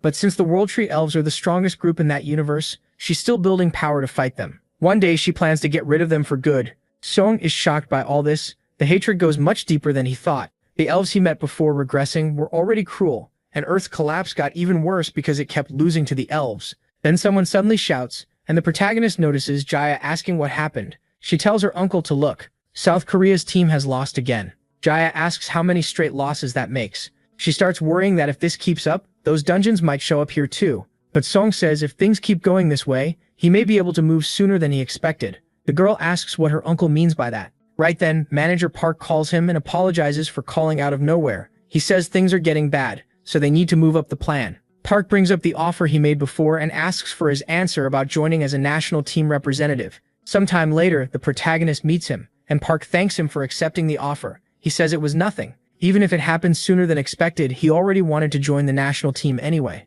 Park is glad to hear that. The protagonist says nothing good will happen if South Korea keeps falling in the rankings, so even if it's early, he'll do what he can to turn things around. Park tells him the first step is meeting the other national team representatives. But the moment they walk in, someone is already causing a huge scene and everyone is caught off guard. One guy is covered in blood, holding an iron bar. He curses at the others, asking if they ruined his image on purpose. Then he keeps beating the guy on the floor and swings at the others too, telling them to give him their best. Park calls out to Don Woo and demands to know what he's doing. Don Woo says he's just teaching those brats a lesson. Park snaps back, asking what kind of lesson that is. Then Don Woo notices the protagonist and asks if that's the new candidate for the national team. He reaches out and says it's nice to meet Jihan, adding that even if a gold-ranked player like him has no shot at being chosen, they should still do their best together. The protagonist almost takes the handshake, thinking maybe they really can work together. But then Don Woo laughs, pulls back his fist, and swings straight at Jihan's face. The punch lands. Park is stunned by how fast things go off the rails.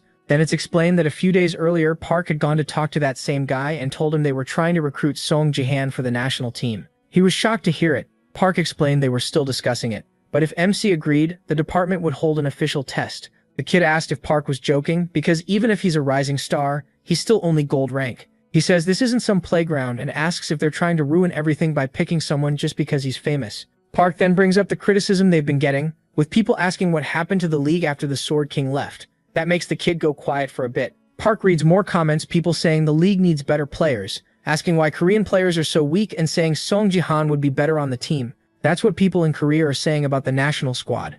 Park adds that the department has already received tons of complaints, and the more he talks, the madder the guy gets thinking about him. He remembers when reporters asked him what tactic he used to win that league, saying Jihan had been MVP in every round and asking him to explain it, then asking the Sword King to look at him, but the Sword King just walked away. So they asked if it was really fine not to interview the other players, and one reporter said why should they, since the Korean team was nothing without the Sword King. The rest did nothing but get carried all game, so what was there to ask them? From then on, that guy was furious about the whole thing. He already hated Song Jihan, and now that bastard is also his brother-in-law, which only makes him angrier. He thinks that if the protagonist really wants to join the team, then all he has to do is kill him. But back in the present, as the kid throws a punch at the protagonist's face, the protagonist catches his hand. He asks what he thinks he's doing, gripping him so hard that the guy freezes. A moment later, he calms down a little and laughs, admitting the protagonist is good about what he expected. Trying to save face, he says it was just a test and that he knew the block would work. Park clearly doesn't buy that, and the protagonist asks if that was the whole test.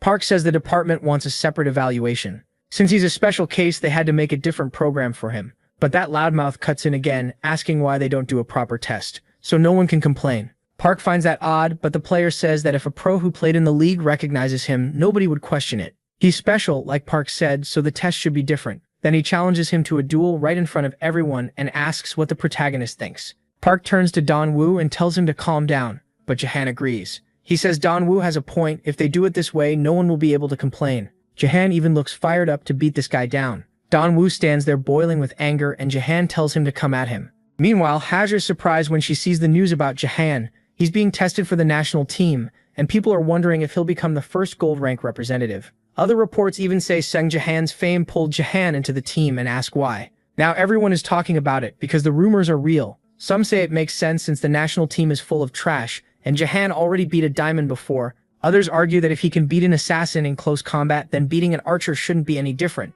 So most people are on his side. Har asks the boy if he's really sure about this. She says everyone is talking about a gold rank player being tested for the national team, but asks why it has to be a public duel on live TV. Jihan asks when it will happen, and Ha says 1 week from now, asking if he wants her to postpone it. He says no, it's perfect like this, and she just nods. Then she tells him that she believes he'll win this time too, but the protagonist knows she never really believed in him, and that leaves him feeling down. She tells him to call if anything happens. The protagonist thinks about this public duel being broadcast everywhere, and wonders if they're trying to humiliate him. He figures the other guy probably knows he isn't considered strong enough for the national team. Still, he has a hidden card ready as he checks his status, and the system tells him his martial power has reached 99, asking if he wants to invest 1 more point. He wonders if they all think he'll still be the same in a week, then pushes martial power and strength to 100. The moment he does, something changes, and it shocks him. It's only 1 point higher, but he can clearly feel the difference now, and now he thinks he can do it. By controlling the energy inside his body and the force around him, he'll break the walls separating the Dantians. He's trying to merge all 3 Dantians into one, but the pain is brutal, like his body is being torn apart. Even so, he can't stop halfway. He has to endure it. At last, he breaks the barriers and unites his Dantians, reaching a whole new level of power. When he drops to his knees, the system confirms he successfully unified the 3 Dantians. Martial power and strength combine into 1 stat, and he gains martial spirit, a star skill. Looking over the new skill, he wonders if this might be even better than a single combined stat. Either way, he's glad he pulled it off, but then a giant hand drops from the sky toward the boy and closes around him, dragging Shong Jahan into the middle of nowhere. Then he's told that the gift of martial spirit has summoned him to the wandering martial god. It's been a while since that martial god showed up. Last time, he nearly stole all the protagonist's power. Elsewhere, after being taken away, the protagonist wakes up on the ground and looks up to see countless weapons hanging in the sky like constellations. He wonders where he is and what this place is. Then he notices the system window saying the martial god summoned him. He mutters that the timing is strange. His 3 Dantians are only partly connected from last time, so he's shocked he got summoned again. Then someone appears behind him and says it's been a long time since they've had a guest. The protagonist turns around and jumps in surprise, asking if he's the wandering martial god. The man gives a small smile and says the protagonist's level is far too low to meet the martial god directly. He could die the instant they met, so he came in the god's place. He says he's that god's subordinate and has lived for 180,000 years. His name is Dongfang Shuo, and the protagonist recognizes it. The worn brush belonged to him, so he knows this man is tied to the martial god. Dongfang says he's sure the protagonist is wondering why he was summoned, so he'll get straight to it, give up martial spirit and become a servant of the martial god. The protagonist hesitates, and Dongfang explains that martial spirit is a power only 1 being per planet can hold. If he keeps that power, then several swords shoot toward the protagonist, stopping just short of piercing him. Dongfang says that once he reaches the right level, the martial god will kill him, but if he gives it up and serves instead, he can live forever as the god's subordinate. Now the choice is his. Sigoing starts thinking it through. If only 1 person on each planet can have the martial soul, then that means the martial god came from Earth. Still, that isn't the main problem right now. The choice in front of him is simple: die or become a servant, and the protagonist feels they won't kill him right away just for refusing. Dongfang can already tell exactly what he's thinking, so he says he'll give the kid some advice, since he values a young life like his. Then he points to the weapons and shields around that world. All of them belong to constellations, who challenged the martial god and lost. He tells Surung not to throw his life away on a fight he can't win. What good is freedom if it gets you killed? MC goes quiet for a moment, then admits he's not wrong. Hearing that, Dongfang thinks he's about to agree, But he says no, he won't be anyone's slave. He'll use the martial soul to beat the martial god someday. He has to protect his family, his home, and his whole planet. That's why he can't bow to someone else. That answer catches Dongfang off guard. Then he smiles, saying, Cedric may be young, but he really does carry the martial soul well. He likes that spirit. The man should have guts like that. Even so, he doesn't give the protagonist time to react, and suddenly rushes him. One strike lands and sends him flying, but Cedric still stays on his feet. Dongfang tells him the truest law in that place is simple: the strong survive. He says MC should already know the martial soul alone won't keep him alive. If he really wants to challenge the martial god one day, he'll need the strength to face him as an equal. Then Dongfang grabs a sword and sends a slash at him. The energy in that attack shocks him, and it's already rushing straight at him. Dongfang coldly tells him to endure it. Simju stares at the incoming blow, wondering how he's supposed to block something like that. Right then, someone orders the attack to stop. It's the martial god's shadow. Dongfang immediately drops to his knees in respect. Sang realizes this is the martial god himself, or at least enough of him to shake both his body and soul. The martial god asks if the protagonist really plans to defeat him before even becoming a constellation yet, and says that's interesting. Then he says it's fine, he'll wait. Already in terrible shape, MC starts fading away. The martial god says he looks forward to the day they meet again. And with that, Song is thrown out. He returns to reality with people all around him staring at him on the floor. His head feels like it's splitting open, like it got smashed with a hammer. Just looking at that being caused this much damage. Song wonders if that's the gap between him and the martial god.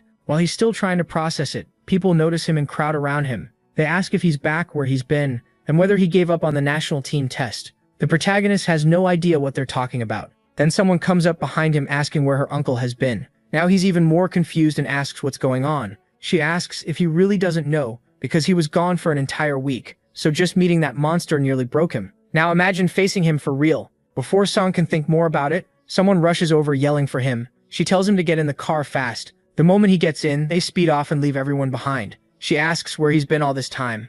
The whole week has been chaos. The police found no trace of him, and she says his niece was worried sick, but Xiang barely hears any of it. He's stuck on one thought. Did that meeting with Dongfang Shuo and the martial god really take a whole week? Then he checks his status and asks about the national team test. Wasn't it supposed to be today? Did it get cancelled? She says they still haven't heard anything clear about that. Meanwhile, outside BattleNet headquarters, reporters ask Don Wu if the duel will still happen as planned. He says it will, as long as MC shows up. When they mention MC has been missing for a week, and ask about rumors that he's hiding, Don Wu says he made a bold statement when they first met. Now he plans to crush him in front of everyone. The protagonist should accept his failure like a man. As for where MC is now, he says he doesn't care. He just wants him to take responsibility for his words and privately hopes Xiang never comes back, because that would make things easier for him. But then, almost like a lightning strike, he suddenly appears right behind them. He says he just got there. Everyone is stunned by that entrance, because he actually came back. They ask where he's been and if he still plans to take the test. Meanwhile, Don Wu starts shaking, part anger, part fear, while the crowd presses in. He walks up to Xiang and says he's glad he made it in time. Then he tells him to come inside so they can get ready for the duel, even as everyone keeps trying to ask questions. As they head in, Dong Wu walks ahead and says he thought the protagonist had run away in fear, so why come back now? Then he notices Xiang clearly looks terrible and wonders if he'd been hiding at home sick. But MC is focused on something else. He's still feeling the impact from Dongfang and the martial god. On top of that, he has this new martial soul status and no clue how to use it, which means this fight may be rougher than usual, and both of them feel the tension. Soon they step into the Colosseum. Everyone watches closely. One of the officials notes the duel is still going ahead, and another says he barely made it in time. Then they announce that the official test to choose the new national team representative can begin. This will be the public duel between Don Wu and Xiang. The match starts and the chat explodes. Some people are still asking when the protagonist even came back, while Dongfang Shuo and the martial god really take a whole week. Moxie says he doesn't need to worry, but Dongfang makes it clear it's not concern. He says he couldn't care less if Xiang is sick or not. He just doesn't want to hear excuses after he loses. Then Dongfang Shuo lunges in and he easily dodges. The protagonist is surprised that's the level of a national team member. When Dongfang comes again, Moxie says his speed and technique still aren't enough. If he keeps overcommitting like that, he'll only leave more openings. Xiang fires lightning at Don Wu, but Don Wu quickly twists his sword and counters at once. He slips away and appears behind him again, striking the back of Don Wu's neck. Don Wu turns in shock, asking what the hell that was. Then he grabs Xiang's hand and says those moves are way too obvious. That's when we get a better look at Don Wu's S-rank gift, precognition. It doesn't let him see far into the future, but it does let him read the opponent's next move. In theory, as long as his body can keep up, he can dodge anything. The protagonist starts putting serious pressure on him, but Dongwoo keeps slipping past every attack and countering perfectly. That forces Sin on the fence. While blocking the sword, his arm gets cut even though he's using his strength, and he realizes his absolute territory isn't activating like before. Dongwoo loves seeing that. He thinks MC is an idiot for fighting him one-on-one without magic or a weapon. If he keeps throwing obvious punches like that, he'll never touch him. So Dongwoo keeps pressing the attack, trying to kill Sina as dust erupts around them. The more it goes on, the more excited Dongwoo gets. Then, when he appears through the dust, blood is running down his chest. The executives are shocked. They ask what's happening because they can't even see the fight clearly. But then the dust starts to clear. Now they finally get a better look. Standing right in front of Sinong, Dongwoo suddenly drops his sword and tries to keep attacking barehanded, but something is clearly wrong. The protagonist is stunned. Dongwoo's hand is completely wrecked, like it's shattered from the inside. A second later, Dongwoo screams in pain. He yells, asking what the hell happened and why his arm looks like that. That's when Sinong realizes this is how his new power works, and his aura starts building up like crazy. Dongwoo is stunned, asking what hit him and why he's the one who got hurt. MC actually thanks him because after watching him dodge like a rat, he finally figured it out. Dongwoo panics and pulls his sword back out. He tells himself not to get shaken and to stay calm. Then he reads Jahan's next move, a right straight. He dodges it, but Jahan's aura kicks in again. Dongwoo still gets hit the same way and is sent flying. His face is wrecked and he can't believe it. He knows he dodged. So how did Jahan still land the blow? Jahan charges again, wrapped in that martial spirit, and now its true effect is explained. It mixes martial power with force. Martial power boosts the user's body, while condensed force covers the whole body like armor. If Jahan uses it the right way, he becomes untouchable. It works for both offense and defense, and he slams Dongwoo again, this time in the stomach. The hit launches him even farther. Everyone is stunned by the sudden turnaround. Right now, Jihan is completely overwhelming Dongwoo. As Dongwoo crashes to the ground, badly beaten, Jihan notices he's still awake. That proves he's no fake. He can really take a beating. Then Dongwoo starts laughing. He admits Jihan is way better than expected, especially for a gold player. He says he definitely knows that ability, and calls Jihan out for acting like he had everything under control. Then he says he'll allow Jihan to join the national team. Jihan answers with another punch to the face, asking who gave him the right to approve him. With that, the duel result is announced. Dongwoo can no longer fight, so the winner of the public duel is Jihan. The chat instantly goes wild. Even that woman who keeps controlling people looks shocked. Jihan really beat a national representative, which means he'll be in the next competition. Then they ask Saijen what he thinks about it. With a pretty dark expression, he says it means nothing to him. If Jihan gets in his way during the match, he'll cut him down like anyone else. Hearing that, she realizes just how cold his heart is. A servant walks up to pour wine for Chizuru, but some spills onto her hand. He quickly apologizes and says he'll clean it right away. Instead, she smacks him across the face. Then she says, "What a waste." She points at the spilled wine on the floor and asks if he can lick it up for her. At once he smiles and says, "Of course," like a dog obeying its owner. She watches him with a cruel smile and turns to Seijin, asking if he's sure he can beat Jahan. He hesitates a little, then says yes for now, but if Jahan keeps growing at this speed, he probably won't catch up. Chizuru is shocked because hearing Seijin admit something like that feels unbelievable. Still, she agrees Jahan has gotten much stronger since the day he created Akari. Not much time has even passed since then. Soon after, a reporter asks Jahan how it feels to be chosen for the national team. Jihan says joining the team was always his goal. He just reached it sooner than expected. The reporter says he's being too modest and that the win was fully earned. Then he asks Jihan to give a speech and show his determination as a national-level athlete. Jihan pauses, wondering if saying Jihan Seijin is watching right now. Then he speaks to the people watching, saying he knows everyone is worried about the country's poor results, but they can relax now because his country will never lose again. He adds that he may not seem reliable since he just joined the team, but that's exactly why he breaks down in tears and swears that next time they face the Sword King in a match against Japan, he'll cut off that filthy traitor's head. Hearing that, Saijin is badly shaken, while Jihan says he'll offer that head to every Korean who still wants revenge. Later, Lee Haeyeon gathers everyone around a table and raises a toast for Jihan becoming a national representative. She tells him he did great that day and Jihan thanks her. Then Seasum asks if he's going to the training camp. He says yes. They told him the training schedule would come later. Lee Haeyeon says she's been improving at a decent pace too, but it feels like she'll never catch Jahan. Sia tries to cheer her up, saying she's sure Lee Haeyeon will become a national representative soon too. She says that if they've come this far, both of them should aim for it. Sia is the archer and Lee Haeyeon is the warrior. She almost brings up the harassment issue, but he was born in Argentina, so she stays quiet. Lee Haeyeon says not everyone has to become a national representative. They just need to do their best in their own roles. Jihan smiles at that until the system sends him a message. An abnormality has been detected in the nameless divine arts skill. It says he has obtained martial spirit, the pillar of the nameless divine arts. If he reshapes the 3 techniques to fit him better, or discovers their real names, he may fully awaken the nameless divine arts. The system asks if he wants to guess the true name. Jihan realizes that in his past life he got the nameless divine arts too late, and Earth collapsed before he could learn their true name. This time the chance came much sooner. The 3 divine techniques are probably the secret shadow technique, the divine thunder god technique, and the god slaying technique. But instead of guessing the true name, he decides to modify all 3. That seems like the better choice. Then the others ask what he's doing, because at a moment like this he should say something. Jihan gets it and says he'll think about that later. To be honest, he says all he really did was gather talented people like them. Even so, they trusted him and followed him, so he wants to thank every member of the guild for all their hard work. He calls on them to celebrate again when South Korea takes first place in the World League. Everyone raises their glasses. Later on, a boy opens his eyes inside Gangnam's Gold League. He looks around in confusion after waking up in an experimental zone. It's a new map that can appear once someone reaches level 75 in Gold League. He's rattled. He just hit the required level and got thrown in without learning much about it. Then one of the players starts yelling that they landed in the red zone, and everyone's mood drops since their level is going to fall again. The boy asks what the red zone is, but before anyone can explain, the game begins. There are 100 survivors right now, and until that number drops to 50 or less, they have to keep fighting and staying alive. Then several Heim lasers tear through the area, killing a bunch of players near him. The bombardment keeps going from every side, and people die one after another. He has no idea what's happening. Then it's explained. Players summoned into the survival area are randomly placed in one of 3 zones: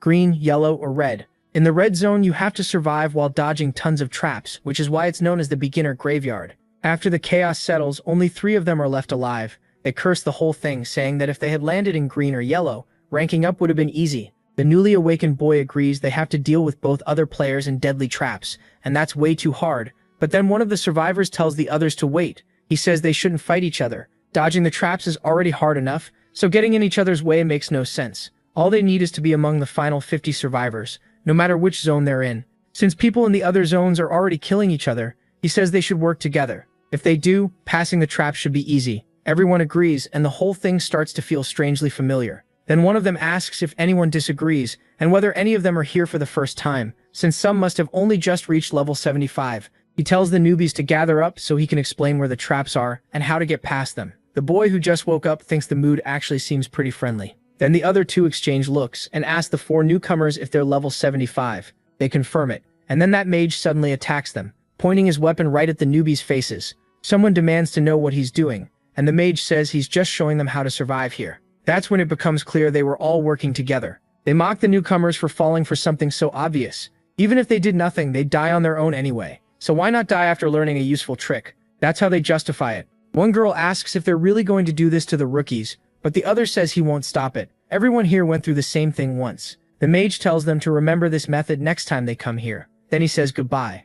But as he attacks, he freezes in shock. One of them is still alive, and that power looks very familiar. It protects him from the attack, and then he pulls all 3 enemies together. They panic and ask what's going on. Then Jihan walks up to them and says he almost forgot what this map was like, thanking them for teaching such an easy way to clear this place. With that, everyone gathered around him starts dying as the Prota cuts them down one after another, splitting bodies in half. The others quickly realize he's massacring his own so-called classmates. One of them even freezes up, but he also gets cut in half by the Prota. Then he asks if that's all. That leaves 54 survivors total, but he's the only one left in the red zone. He's shocked it still hasn't dropped to 50, getting annoyed since he can't exactly go to the other zones and kill people there. Then Ariel appears behind him and warns Song Jihan to be careful. That catches him off guard, and she says it's no surprise the place felt familiar. According to her, this is a World Tree Lab. The elves always leave research labs like this on planets they invade. She's looked into some before, and members of her own kind died after triggering the traps left behind. She never entered one as part of a game map before, so ending up here again like this feels pretty bad. The Prota says if she's right, then an elven facility showed up as a game map. He thought it was just a weird survival stage. Then a siren goes off, the lights turn red, and the system announces that everyone in the red zone was wiped out by one person. It also says an irregular test subject has been detected. The warning repeats over and over, ordering full extermination, and a bunch of those same laser beams from before fire at the Prota. He asks if that was seriously a hidden condition. Everyone is stunned, saying this is why he shouldn't have killed everyone in the red zone. Looks like he never read the guide. The Prota is surprised because this doesn't look dodgeable at all. They're basically telling him to die. Then Ariel calls out to Seong Jihan. She tells him to run for the central door. If she remembers right, an opening appears there when the trap goes off, and he can slip through it. He says it just looks like a normal wall, but she urges him to move now. The opening won't stay there long, so the Proto bursts forward with his lightning speed and says she better be right. The moment he touches the wall, he passes right through it and stares in shock because he's suddenly standing in a huge garden. As he looks around, taking in the place, he asks Ariel where they are. Even she doesn't know, she never expected this either. Then the system says he cleared the hidden mission, escaped the red zone, and unlocked an epic quest, find the test subject. He notices this mission feels different and wonders what these experiments are really for. Then he looks ahead, and a woman asks who he is. She can't believe a test subject actually escaped. He soon realizes she's an elf. Ariel confirms she's a real elf and tells Sung Ji-han to stay sharp. He says he already knows. Remembering Ariel's warning that this is a World Tree lab, he figures that Elf must be the one in charge of the testing zone, and she seems amused that a test subject made it this far. Since things turned out this way, she offers him a cup of tea. Apparently it's afternoon tea time. The Proto wants to kill her and take the information, but he doesn't know how strong she is, so he can't rush it. For now, he decides to play along and goes with the elf. He sits down getting ready to drink. She pours the tea and hands him the cup, but the Proto immediately suspects it might be poisoned. Ariel says that Trash is way too suspicious and asks why they don't just cut her down, but the Proto tells her to wait a moment. He says he has to act natural since they're still in the tutorial, so he can't take that kind of risk yet. Then he thanks the elf. She keeps staring at him in a very strange way. He asks what this place is and what its purpose is. Then he points out that she doesn't seem like a normal player and asks who she is and what she's doing in the experimental zone map. She says the Proto is a very curious child, telling him to slow down and ask one thing at a time. As for this place, it's just a garden she likes to care for, and of course she's not here to do the tutorial like he is. Her job is to analyze everyone going through the tutorial. The Proto notices she's talking way too much and thinks he might get answers more easily than expected. So he asks why she's doing all this analysis, and she says it's simple. If a special Earth test subject like him appears, they want to take him as a slave, and she says it with a cruel smile. The Proto is stunned. Then he realizes there really was something in the tea. He drops to the floor half-conscious and notices his body won't respond. The elf smiles at him like everything is going just as planned. She tells him it must be hard to control his body right now. Still, she says not to worry. His breathing and heartbeat will calm down soon. Then she grabs the Proto by the hair and says his mind will be filled with her, along with the desire to become her slave. The Proto really does start falling into a trance. Then someone in chat sends 10,000 days and asks what's wrong with Jihan because he suddenly started acting weird. Right after that, a window pops up between the two, and the elf lets go of him. Annoyed, she says he came here while those people were watching him. Now there are only 50 survivors left, and the system announces that the green zone has 26 survivors, the yellow zone has 23, and the red zone has none. So the game will end soon. The elf can't believe it's already about to finish, and says those weaklings are pathetic. Still, she thinks it's fine since she already planted the leaf. Now she just has to wait for the next chance. Treating the Proto like a servant, she says his master orders him to come find her the next time he enters a game. Then she sends the Proto back home. As soon as he gets back, Ariel starts calling out to him, asking if he's okay. She says she should have stopped it, because she didn't know that stupid elf would try to mess with a player before the tutorial ended. Then she says that Mark is definitely a leaf from the World Tree. Ariel tells the Proto to wake up and stop letting that curse guy fool him. And apparently it was a man the whole time. She keeps smacking him until the Proto grabs her hand. He asks who would ever fall for those pointy ears. Ariel is shocked, and just then the door opens. Someone rushes in, saying it wasn't bad enough that he got brainwashed by his brother-in-law's girlfriend and nearly wrecked the family line. Now he's being treated like a slave by an elf who gave him herbal tea and told him to serve as a master. Then they ask if he's okay. But when she enters the room, she finds the Proto and a random girl wrestling on the floor. He asks if Ariel is his master, and she yells no. After that, the Proto explains everything as they review what happened. He asks if Ariel means the elf planted that World Tree leaf inside him, and she says yes. She explains that a World Tree leaf can remove status problems, but it can also control other people. Even top warriors can't resist its effect. The Proto says he had no idea a single leaf from the tree could do that. Then she asks why he seems fine. Yoon-si remembers that he also resisted Chisoro's seduction, so maybe that's why. Ariel says answer Humilda's powers can't compare to the World Tree, and he says it's probably because of his martial spirit. After gaining martial spirit, he got full control over his body. At first he lost control because the strange feeling caught him off guard, but he quickly handled the outside energy trying to control him. Yoon-si asks Ariel if she understood any of that, and Ariel says it basically means her uncle is absurdly overpowered. Even so, he says he hates the idea of that feather inside him and asks if he can just cut it out. Yoon-si tells him not to say crazy stuff like that. Ariel says brute force won't work. It already fused with his body, so without elven tech, removing it isn't possible. The Prota says that means he'll probably have to meet that elf again. That makes Yoon-si uneasy. She asks why not just leave the leaf there if it isn't causing trouble. Then she says if something happens to him because he went back to see that elf, she'll be devastated. He tells Yoon-si it's fine and asks if she doesn't trust him. Then he says he's sorry. He doesn't want to make her worry. But for his plan, this might be necessary, especially now that he already controls part of that power. A few days later, the Prota is fully dressed up and heading out in a suit with several guards. Yoon-si asks if he's reached the department already, and he says yes. She says he has a whole group with him, and notes he looks like some celebrity now. Honestly, he's probably the most famous person there. He says that after joining the national representative team, training schedules started running his life. He's still uneasy about having to train with the same person he beat up in front of everyone, but it was mandatory. Yoon-si asks if he really has to stay in the dorm there, and he says he doesn't like it either, but he has to. He says today was just for checking the schedule, and training starts next week. Hearing that, Sia complains she'll be home alone and bored out of her mind. So Sung teases that he'll just bring her along to train too, though she clearly doesn't buy it. He says he's not being overprotective, he just thinks she'd starve without him. Sia shoots back that she was about to make food anyway, says goodbye, and hangs up. But right after that, some unhinged guy is watching her from a distance.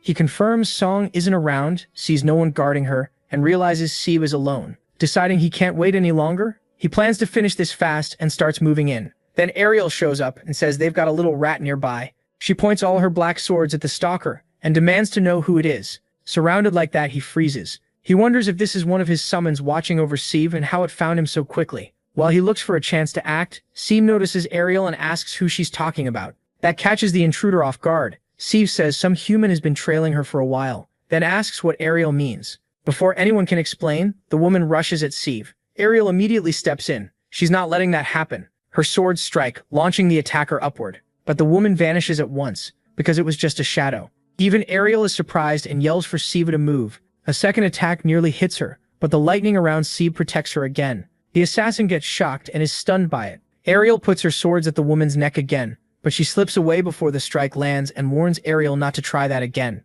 Ariel just answers that she's got her this time, calling swords above her target and dropping them to kill. C calls out to Ariel, asking if she killed her. Ariel says no, she knows how to hold back. She only paralyzed the woman, who lies there gasping in pain. Siva gets excited, while Ariel proudly asks if she saw that. Then they decide to check that pervert's face. Once they do, they realize it's the same woman who came after her uncle, the ninja who tried to kidnap him. Ariel says she knew the face looked familiar. She asks why the woman is back, and Siva is shocked that Ito showed up again. Ariel says those people are insanely persistent. If they came back after everything that happened, that makes the assassin remember when she begged Edo for forgiveness. She admitted she never expected a Silver League player to be that strong, said she was ashamed, and apologized again. Edo told her it was fine. They could use a different way to bring Song in. The assassin hesitated, and then Edo called someone else into the room. The girl was stunned when Edo brought in her little sister. Her sister called to Akari, and she was shocked to see Hayori there. Edo calmly said family should help family. Then she asked if the girl's name was Hayori and moved behind her. She said the whole plan failed because her sister was useless, then planted a suggestion in the girl's mind. Iorito said they needed to fix this and asked if she'd lend her body to make that happen. So the assassin says she only did it because she was ordered to. She asks who would do something like that, saying they only meant to use her to lure Song and weren't going to hurt her. C answers that no matter what, she can't just pretend nothing happened. This isn't only about her uncle's safety, it's about hers too. She says they should talk to the protagonist first, before calling the police. But the girl is still lying there, and secretly grabs one of her daggers to break free. While Siva is talking to her uncle, the assassin suddenly breaks loose and attacks Akari, cutting her in half. Siva is horrified, while Song keeps asking what happened, and Akari says she thought the girl would forgive her, so she acted all sad. Instead, she says the assassin is colder than she expected. That brings back the memory of her time with Ito when she begged to be used instead. She offered up her own body and asked them to spare her sister. Ito clearly liked that answer. Akari had signed over her body. She asks if Ito planned to use her as material for a clone, which would erase Akari's ego once it was made. And now the one inside that girl is Ito herself, joking that this is no way to treat someone who would soon be her stepmother. She basically swapped bodies to make a copy, nothing good about it. Siak recognizes the face at once, it's Ito. On the call, Siak still keeps asking what's going on. Then Ito smashes the girl's phone, steps closer, and says she's talking to her. She grabs Sito by the neck, and as the girl struggles, Ito tries to force her into submission, asking why she won't hang up and chat properly. Sito grows more and more alarmed, while the phone falls to the ground. Siang sees the broken call and instantly knows something is wrong. Sito asks if this is the same power that almost got her uncle. She thinks it's strange, because this is definitely the one who took her father away. But right then something changes. Her lightning activates again and blasts Ito away. The lightning mark resists the mental corruption, so the submission fails. Ito is shocked and asks what just happened. Another person resisted her power. Sadir is stunned too, staring at the mark on her hand. Then she snaps at the old hag to listen and never touch her again. Ito does not like being called old. She says Sadir needs to learn to respect her elders and charges at her again, but Sadir vanishes right in front of her. Ito is stunned, realizing the girl disappeared. She demands to know where she went and wonders if it's some stealth skill, ordering her to come out. She also can't understand how Sia shook off the submission, first Sikshong and now his niece too. As if that wasn't bad enough, Ariel appears behind Ito and asks what the hell she is. She questions whether Ito took over that ninja's body. That shocks Ito even more. She says Ariel suddenly got bigger and finds it interesting, then guesses this might be Ariel's real size. She walks up, grabs Ariel's head, and says that if so, Ariel must know a lot about Sio. So she tries using her power through direct contact and tells Ariel to spill everything. Ariel just starts laughing. The system says the gift can't be used on that target because the stat gap is far too huge. Ariel says this is almost funny. Did Ito really think the mind control of some lower race would work on her? That's when Ito realizes she's messed with something terrifying. This isn't just a species gap, it's beyond anything she has ever felt. Then the queen's hand appears behind her and slams Ito to the ground. Ariel says her movements are much slower than the body's real owner. She asks if that's because Ito took control by force. Then Ariel gets ready to finish her off, but a barrier suddenly appears and Ariel is surprised. Ito, on the other hand, is relieved. She says she didn't want to waste something so valuable, a one-use S-rank absolute defense talisman. She gets back up and Ariel calls her a roach that won't die. Ariel points out that Ito used an item stronger than her own abilities to cover that weakness, and asks how long she thinks dumb tricks like that will save her. Ito says not to worry, she's gotten plenty of gifts from people who adore her. Still, she knows her plan failed. She never expected Song Summon to interrupt her. Now she thinks the only option is to grab Set and run. But where the hell did that girl go? Set is still nearby, hidden under her invisibility cloak. Watching everything, she realizes it really works. Neither Ito nor Ariel can see her at all. It's like she's in another dimension. She remembers this is the item her uncle gave her. She didn't expect to need it so soon, but for now staying hidden is best. Then she looks back and hears that she's entered the void domain. A huge storm starts forming behind her, and the system warns that she must be careful not to get lost there. Song really saved her from one mess, and dropped her into another. Meanwhile, Ito starts throwing her blades at Ariel, who dodges and sends attacks back. But Ito keeps blocking with that perfect shield. She says those attacks won't work on her. Then suddenly Set appears behind them and drops to the ground. Ito is shocked that Set came back. Set asks what that was, saying if she hadn't removed the cloak in time, the storm would have swallowed her. She starts shaking and Ito finds it strange that she appeared out of nowhere. But Ito quickly decides this is her chance. She'll deal with the summon and do what she came for. Just then, Ariel senses something coming and says it finally happened. Ito asks what she means and Ariel answers that the angel of death has come for her. Song arrives with a giant hand over the woman's head, then swats her away like a bug, sending Ito flying. She smashes hard into the wall and realizes in the worst way possible that MC is here. He asks Set if she's okay, and she says yes. Then he turns to Ito and says he clearly didn't beat her hard enough last time since she had the nerve to come back. Ariel cuts in saying she's not the same girl anymore. Now she's a mall at Chisoro, and she's taken over that girl's body. Hearing that, she smiles, but inside she knows everything fell apart. Since the plan failed, she at least wants to save Gato Akari's body, because she still sees it as something valuable. She admits it. Looks like she really can't handle Song Jahan. They stare at each other and she apologizes before saying she's leaving. She vanishes into the smoke, but the protagonist moves before she can get away. He cuts her off, grabs her by the neck, and asks what she thought she was doing. Did she really think he'd just let her walk off? Then he starts smashing her face in. Even while getting beaten down, she can't understand how he reached her the exact moment she activated spiritualization, and she can't break free. That only makes her angrier because she made that clone with extreme care. As the beating continues, her body starts glowing in front of him. She speaks directly to Song Jahan. She warns that next time won't end like this, as her body starts fading away. The protagonist just gives a small smile. He says she's right. Next time she won't be escaping alive. He'll find her real body and wipe her off the map.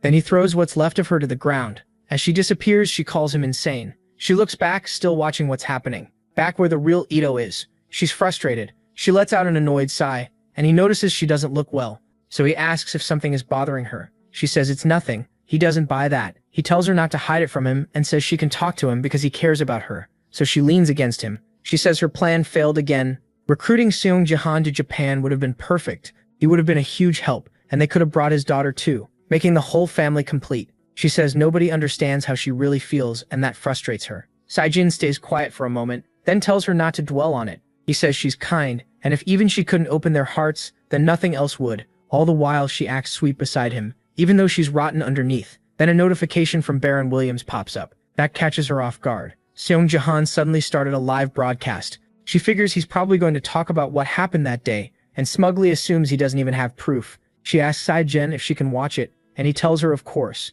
so she gets ready to hear what he has to say. But when the stream opens, something feels wrong. The girl on screen is Akari herself, greeting viewers around the world. She introduces herself as Gato Akari, a former servant of Ito Shizuru and a survivor of that woman's mind control. Ito gets more and more rattled. Akari says that from this moment on she'll expose everything Ito Shizuru did, that she witnessed herself. Ito blurts out in panic, asking how Akari is still alive, biting her nails in desperation. And once Akari starts talking, she makes it clear she's exposing every crime of Ito Shizuru that she personally saw and lived through. Ito keeps freaking out, wondering what Akari is doing there, and how she survived it all. A few hours earlier, somewhere else, the protagonist notices a golden light, but he has no idea what it is. Then Akari appears, screaming as electricity runs through her and unbearable pain hits her all at once. The system explains that Ito Shizuru's body is being destroyed because of spiritual separation, but player Gato Akari's will is resisting the collapse of her physical form. She screams in agony and even he is shocked. Then the destruction suddenly stops. After one last scream, both of them stare at her in disbelief. He asks Ariel what's happening to her. Ariel isn't fully sure either, but says the girl's energy changed completely. Somehow she thinks the body's original owner came back. The girl lies unconscious on the ground while they talk, and Ariel warns that she's in bad shape. If they leave her like this, she won't last long. That makes him panic. He rushes over and grabs her by the collar, saying he needs to save her if he wants answers. He uses excellent heal to bring her back. Some time later, at his building, she starts waking up. The protagonist is right in front of her. He watches every little movement and asks if she's finally awake. When she looks up, his face is anything but friendly. He tells her to say everything she knows about Ito Shizuru. He says she used to be one of Ito's trusted people, so how did she end up as nothing more than a clone? Did Ito abandon her, or was she following someone else's orders? The girl listens in silence. When he finishes, something clicks in her mind, and she starts remembering. She recalls the system telling her that player Gato Akari's body was being used as material to create a clone, and Ito thought that was perfect. Everything had gone smoothly. Ito had already taken over Akari's body, and the clone of Ito Shizuru was complete. Then her little sister arrived, calling out to them. Ito, now inside Akari's body, looked at her, and Akari immediately knew whatever she'd done to her sister couldn't be good. As she watched, Akari's original body started shaking with rage. Ito noticed the resistance right away. Since it was her first time using a diamond-ranked player as clone material, she found it impressive but also troublesome, because some willpower was still left inside. So just to be safe, she decides to run a test. At her cruelest, Ito orders Akari's body to attack her own sister and start choking her. Akari trembles as it happens, and her sister is horrified. With a twisted expression on her face, Akari keeps squeezing while the girl slowly loses strength. Her little sister calls out to her, and Ito laughs, enjoying every second of it. The sister keeps calling for Akari, and the real Akari, trapped inside, starts crying even though Ito's smile is still on her face. Akari says that in the blink of an eye she killed her own sister with her own hands. She says it while shaking with rage, and the protagonist realizes Ito Shizuru is even worse than he imagined. For a moment he doesn't even know what to do. Then the girl gets up on her own and says she's going to kill Ito Shizuru. She swears she'll tear her apart, burning with revenge. Then she tries to leave, but the protagonist stops her, asking who said she could go wherever she wants. She freezes on the spot. He asks if she really thinks she can find Ito Shizuru, let alone kill her with her current strength. If she rushes in like this, she won't get revenge. She'll just die for nothing. He reminds her she was lucky just to get her body back. Going after Ito now would be like walking straight back to the slaughterhouse. She trembles in anger because she knows he's right, so she asks what she's supposed to do when Ito Shizuru took everything from her. Her body, her life, even her only family. She has nothing left. Then she drops to her knees. She cries as she remembers the sister she was forced to kill. Watching her break down, the protagonist says there's a better way than throwing her life away. If she really wants to risk her life, then she should work with him. After all, Ito still has a lot to answer for, and his words give the girl a bit of hope. He tells her the first step is simple. Everything she just told him, she needs to tell the whole world, and that brings them back to the broadcast. There the girl finishes telling her story to the world, explaining that all of it happened after Ito Shizuru took over her body. Everyone is stunned. Now people are starting to realize this goes way beyond stealing players, and some are already saying BattleNet's international player laws need urgent reform. Akari says Ito hypnotized people, stole bodies against their will, and committed murder, and that still wasn't everything she saw while staying by her side. Ito Shizuru also used her powers to lure many people to Japan, from political figures to the very rich, all to cover up even worse crimes. Akari adds that she herself was one of the people forced to do Ito's dirty work. She can't even finish it all before breaking down in tears, so the protagonist tells her to breathe, and says he'll take over from there. He says it's tragic that they're dealing with such horrifying news when everyone should be focused on the upcoming Asian League. Still, he believes he shouldn't be the only one who knows how dangerous Ida Shizuru is. Players all over the world need to watch out for her, especially the ones joining the next league. He asks everyone to save and share that broadcast and to block any attempt by Ida Shizuru to contact or approach them. Most of all, he warns them not to betray their own country like the Sword King did. It looks like everyone heading into the tournament is paying close attention. Ito loses it, and smashes her teacup on the floor. She starts thinking about killing Akari, because she was sure Akari was already gone. Now she's confused, wondering how Akari survived. Are diamond rank players really that tough? Then the Sword King, still under control, tells Ida Shizuru to calm down. She snaps back, asking how she's supposed to stay calm when Akari just exposed her as a criminal after everything she did for her country. She says everyone involved will try to save themselves now. Messages start pouring in, asking if the broadcast was true and demanding an explanation. The Sword King grabs her and pulls her into a hug. He tells her not to take that nonsense to heart. Even if everyone else leaves, he swears he'll stay by her side. But her expression still looks off. Even so, she hugs him back and tells him to do her a favor after he leaves her body. If he meets Sane during the Asian League, she wants him dead. No mercy. Meanwhile, in a lab, an elf doing experiments is surprised to hear his name. He says that's very good, then adds that he'll begin using his precious test subject. As he thinks about Song, he also looks at that leaf from the world tree. Then we cut to total chaos. Sayata is facing the Sword Emperor. She watches him come closer, and once he's in range, he moves in for the finishing blow. But then the other two show up, Akari and the Plum Blossom Girl. They rush him, but he swings both swords and handles them with ease. Nils tries to help, only to realize she's out of flashes. The Sword King goes after her, trying to grab her, but she vanishes just before his hand closes. Nils is shocked by what just happened. Akari appears behind him and attacks, but the moment their blades meet, he deflects her. She keeps pressing, while the other girl moves in from the side, and the Sword Emperor knocks away both of her daggers, disarming her. He goes in to finish it, but Sayata appears, dropping her invisibility cloak with 3 flashes aimed right at him. They're fired at point-blank range, so there's no way he can react in time. With all 3 girls working together, they blow up the Sword King. The gambling girl gets hyped that they pulled it off, saying they successfully trapped the Sword King, and that it was way too close. The Plum Blossom girl says she learned a lot from this simulated fight. Then Sang shows up and says that was amazing. While Saek is happy to see he's back from training, he tells them they've all improved a lot. Diego complains that the machine is weird because it always kills him first. Someone points out that's because he's a long-range damage dealer, so of course he'd get targeted first. The protagonist says it may be a simulation, but it's still about 80% of the Sword King's real power based on official match data. Just standing against that is already impressive. Cedric says they owe it all to Tigrina for getting them this simulator. She says that's right, they better get stronger and make more money, which makes everyone pause. Then she explains the simulator cost half the guild's resources. While they talk, one of the girls is still crying nearby. Subarn looks at Akari and notices she looks awful, with dead eyes and huge dark circles. He notes that she's been much more cooperative since the broadcast. After she tells everything, MC informs the public that this is all they know about Shizuru for now. Once the livestream ends, he talks to Akari. He says he has a favor to ask, and she asks what it is. Subarn explains he can't leave Ariel with Sabai during the national team match, so he wants Akari to protect her during the game. Akari is confused and asks why she has to do it, while Cedric watches from a distance. In return, he says he'll do everything he can to help her get revenge on Shizuru, but if she asks for anything ridiculous, he'll kill her first. That threat makes her hesitate. Still, she agrees. Back in the present, Cedric watches the two of them interact and thinks Akari still feels awkward, but time should fix that. Then he asks Cedric if she likes her new class.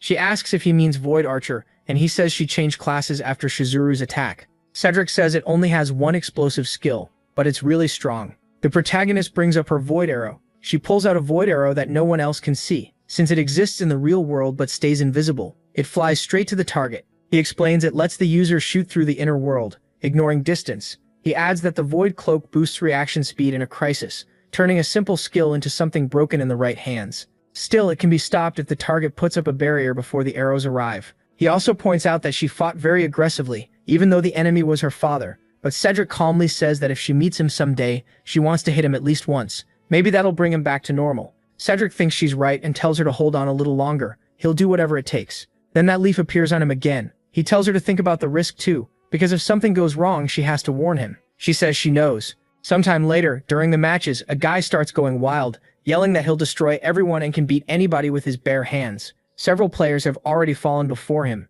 A few NPCs watching from afar wonder if that's Kim Dong-woo from the national team, and another says he got reported for bad behavior and suspended. They wonder if he came here to blow off steam since his personality is already a mess. As he keeps beating people up, he says he's still furious. That makes him remember when he called everyone together and demanded to know who was in charge of his collector, asking why nobody had organized it properly. He ranted that the place was a mess, and nobody liked his attitude. Someone told him to cut it out, and Dong-woo asked what he just said. The same guy mocked him, asking who would listen to a toothless tiger. That insult makes Dong-woo snap. He asks if the kid wants to find out whether he still has teeth. But then someone arrives, calls for Dong-woo, and says the department got a report on him. They ask if they can talk for a minute. Back in the present, he's still mad about being suspended for 2 rounds. He says he wants to see what the team can do without him. But then Nissan Loro shows up. Loro asks if he's the one causing trouble in the private server. Dong-woo says he came after hearing the rumors. Then he asks who Loro even is, saying he's only suspended, not off the team. Loro replies that to them, he's probably nothing if they tossed him aside that easily.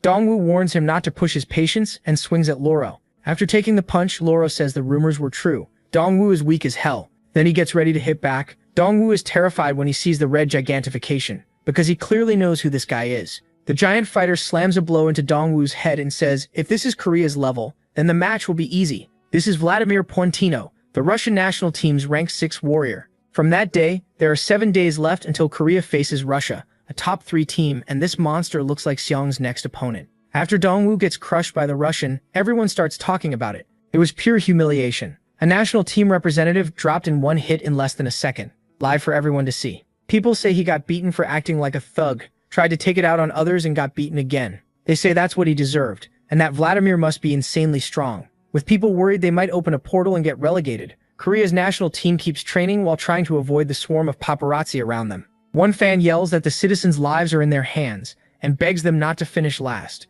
With all the Dong-woo drama, everyone's wondering if Jiraha can lift the team's spirit. Soon after, Baron's Korean management starts Jiraha's first training session, even though there still hasn't been an official statement. Seeing all that, the Prota thinks Dong-woo deserved what happened for causing trouble, then keeps walking. He spots someone saying Jiro will save them from relegation, but honestly that's not what he wants. Then someone calls out to him and says if they're doing this anyway, why not beat the Sword King and reach the Champions League right away? The Prota looks up, surprised. The person points out he's the U-rank player who declared war on the Sword King, and says it's nice to finally meet him. He says this is his first time seeing her in person. He greets the girl, clearly recognizing her. She's Ha Yeon-jo. She acts humble, but she's the national team captain and carries the SS rank gift precise shot. She says she's excited to work with him in today's special training for the match against Russia. Then the Prota completely overwhelms them during training. Everyone joins forces to hold him back, and the captain orders the turtle formation, telling them to treat Jiro like he's Vladimir. They all agree. She fires multiple curved shots while the mage moves into position behind them, and then she sends her arrows high into the air. A moment later, they all curve down toward Jiro, and he notices the attack coming from above. He uses lightning steps to dodge, not letting a single shot hit him, but another teammate charges in with a giant enlarged hand and a heavy smash. At the same time, the shield user activates shield push right in front of Jiro. Jiro says he wants to test how far they've grown with Nameless Soul evolution. Then he grabs his spear and wipes out both the giant-handed fighter and the shield user, even shattering the shield. Next, he uses the Celestial Bull charge. That's when he notices something behind the two he just beat. Ha Yeon-jo is aiming an arrow right at him. Even from far away, he sees the shot coming straight for him. She releases a critical arrow aimed almost at his eye, but instead of dodging, the Prota calmly watches it head-on and starts focusing his power. He says Martial Spirit uses absolute territory. Its attack point is much smaller than raw force but far more effective. When he catches the arrow with just 2 fingers, the girl is stunned. He shut down her attack way too easily. Then he leaps over the mage and rushes straight at Akira, who's too shaken to react. He thrusts his spear at her head, and she nearly dies of fear, but he only gives her a light tap, just to humiliate everyone. He's already crushed the whole team. They all end up on the ground and finally admit they lost, and the Prota feels disappointed, realizing Agiflis is still too weak. The Sword King is a one-man army, and if things stay like this, his plan won't work. Then someone outside starts screaming like a total fangirl. The Prota has no idea what's going on. A pink-haired girl shouts that she loves him and yells for Jihan, calling him the best. She's fully fangirling over him. After she starts making a scene, Yeonjo pins her down and says she was told to wait outside, asking Yuri if that was really so hard. The girl says she just wanted to see him up close, and the Prota is shocked to learn that this is Yeonjo's sister, Yuri. He asks if she isn't part of some super popular group, then remembers she really is an idol and wonders why she's even here. The girl gets back up to greet the Prota, and he's a little surprised. She introduces herself as Hi Yuri, vice president of his fan club, and says she also works as a singer, in other words she's an idol. The Prota says it's nice to meet her, still surprised she's actually his fan, and she excitedly says yes. She explains that since she couldn't watch his streams, she used her connections to meet him in person. She says she's been following him since his very first broadcast at the Sword Palace when he beat the twin swords. She starts freaking out and tells her heart to calm down, while her sister, dying of embarrassment, tells her to hurry up, take the photo she wanted, and leave. Since permission was already arranged with the guild, the girl starts fainting, saying she can die happy now. Seeing she's really about to fall, the Prota catches her with his power. She wonders if she's literally fainting from happiness. Then she realizes it's his power keeping her floating, and he asks if she's okay. Yeonjo says she's fine, probably just tired from her overseas schedule. Yuri gets all dreamy, saying feeling Jaehan's power firsthand is something reporters all over the world would put on their bucket list. Then she asks her older sister if she can join the guild so she can see Jaehan every day. But Yeonjo asks what guild would take someone with a C-rank gift. Watching the sisters bicker, the Prota thinks now isn't the time. Yeonjo says she worked too hard to get Yuri where she is, so she should do her job with gratitude. Yuri fires back that there's also a saying about leaving the stage while the applause is still loud, and the Prota thinks he finally managed to use absolute annihilation, but at this team's level, he won't have enough time to pull it off. The sisters keep arguing. Yeonjo says maybe a support gift could still fit on a support team, and Yuri asks if she's even thought about the salary difference. Then she says being close to Jihan is worth more than any paycheck. Yeonjo refuses, saying Yuri's gift is too unreliable. Meanwhile, everyone else is watching from afar, and the Prota notices. He asks why they aren't training. Even the manager is staring from a distance, and everyone's just talking about how Yuri looks even prettier in person. Then Yuri asks what's supposedly wrong with her. Analysis gift. Hearing that, the Prota gets even more surprised and asks her to repeat it because analysis could even be B rank. Yeonjo asks how Yuri would survive in that world with a C rank gift, and Yuri gets annoyed that her SS rank sister keeps looking down on her. The Prota cuts in and asks if her gift really is analysis. Just hearing his voice makes the girl's heart skip a beat. She says yes, it's a C rank gift. Then the Prota asks if she can show him her status window, and she agrees. She shows him C rank analysis and explains that it lets her see the target's essence, reveal hidden traits of items, and check other players' abilities. The Prota realizes it's true. He thought no player in this country had that gift. But then he notices something else, and thinks she could be useful for more than one thing, especially since everyone's obsessed with her. So he turns to Yuri and, putting on all his charm,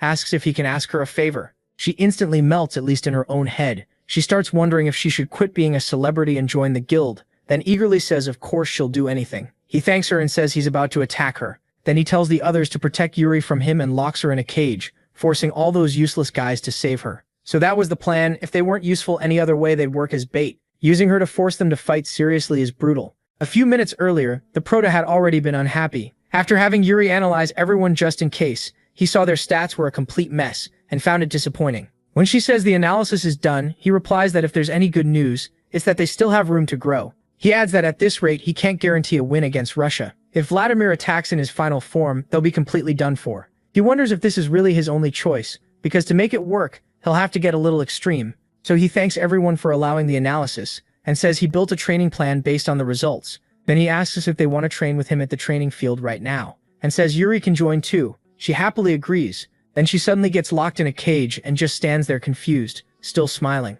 The Prota says the training is simple. They just have to protect Yuri from him. Everyone asks what he means. Protect her how? He answers from himself. The training won't stop until they can hold him off for 5 straight minutes. Then he charges at them for real, fully ready to beat down both the team and the girl if he has to. By the day of the match, everyone is fired up. Some people think Korea might finally climb out of last place, so everyone is cheering for their country. The host says they've waited a long time for this day. The Northeast BattleNet League is starting, and the gates are finally open. Aiming for the top is the Russian team, and the host calls them into the arena. Vladimir walks in with a squad of giant Russians, all built like tanks. He's a rank 6 warrior with the SS rank Berserker gift. Vladimir Pontino. The commentators point out that Russia's team is made up entirely of warriors. Vladimir is glad he finally gets to meet Song Jihan. Their opponent, fighting to avoid relegation, is Team Korea. They enter fired up behind the Prota. While the crowd begs MC to win, they've bet everything on this upset. The host asks who'll come out on top. The match starts, and the Prota charges first, just like they planned. The Russians rush in too, all at once, leaving Vladimir behind. Seeing them come, the Prota figures he should test them first. Gripping his spear, he uses Fury of 1,000 warriors and slashes the first 3 who charge him. They tank the hit, proving what he expected. They're above the Korean players in raw level. Then before he can react, Vladimir is suddenly right in his face. Face to face, Vladimir confirms he's Song Jihan and says he wants to taste his blood. He swings both axes, smashing into the Prota's spear, forcing him to block with everything he has. Even then, the Prota still mocks him. If Vladimir wants more power, he's the one who has to bleed. That's how a berserker works. Vladimir actually likes the taunt. He attacks again and the two trade blow after blow, meeting head-on and stopping each other's strikes, but little by little Vladimir gets cut and blood starts to run. That triggers his berserker. His Bloody Fury trait kicks in, boosting his attack and speed based on lost HP. He's already down 3/10. His body swells even more as he gets ready to strike, nearly twice his normal size. When he swings, the Prota doesn't try to block this time. He slips to the side instead. Then he uses his spear for leverage and drives a huge kick into the Russian's chin, snapping his head back. Vladimir feels the pressure right away. Even with Berserker active, he's still being pushed back. He decides it's early, but he'll have to use his trump card. So he calls to his teammates and asks them to lend him their strength. They look back and realize what they have to do. For victory for Mother Russia, they agree. Then they use the one-time sacrifice nail, giving a powerful buff to one ally for 3 minutes at the cost of themselves. The Prota sees what kind of game they're playing. He shouts to his team, ordering them to stop the Russians from using that item. Do it now! Hearing the order, Anju moves at once and draws her bow. She fires multiple curved shots over the field at the Russians. Every one of them gets hit before they can use the nail. Vladimir gets furious with them. His whole plan is falling apart and he can't do anything as they shut down the sacrifice nail strategy. He starts to panic, thinking that if this keeps up, he'll lose his teammates and end up trapped in their hands. Meanwhile, the Prota keeps hammering him from the front, never letting up. Then one of the Russians, completely unhinged, yells that something like this won't stop warriors like them. His body is already full of arrows, but he still grabs the nail and drives it into himself, and the others do the same. They use the sacrifice nail to pour their strength into Vladimir, and once all the nails are used, a bolt of lightning crashes onto him and the sacrifice effect takes hold.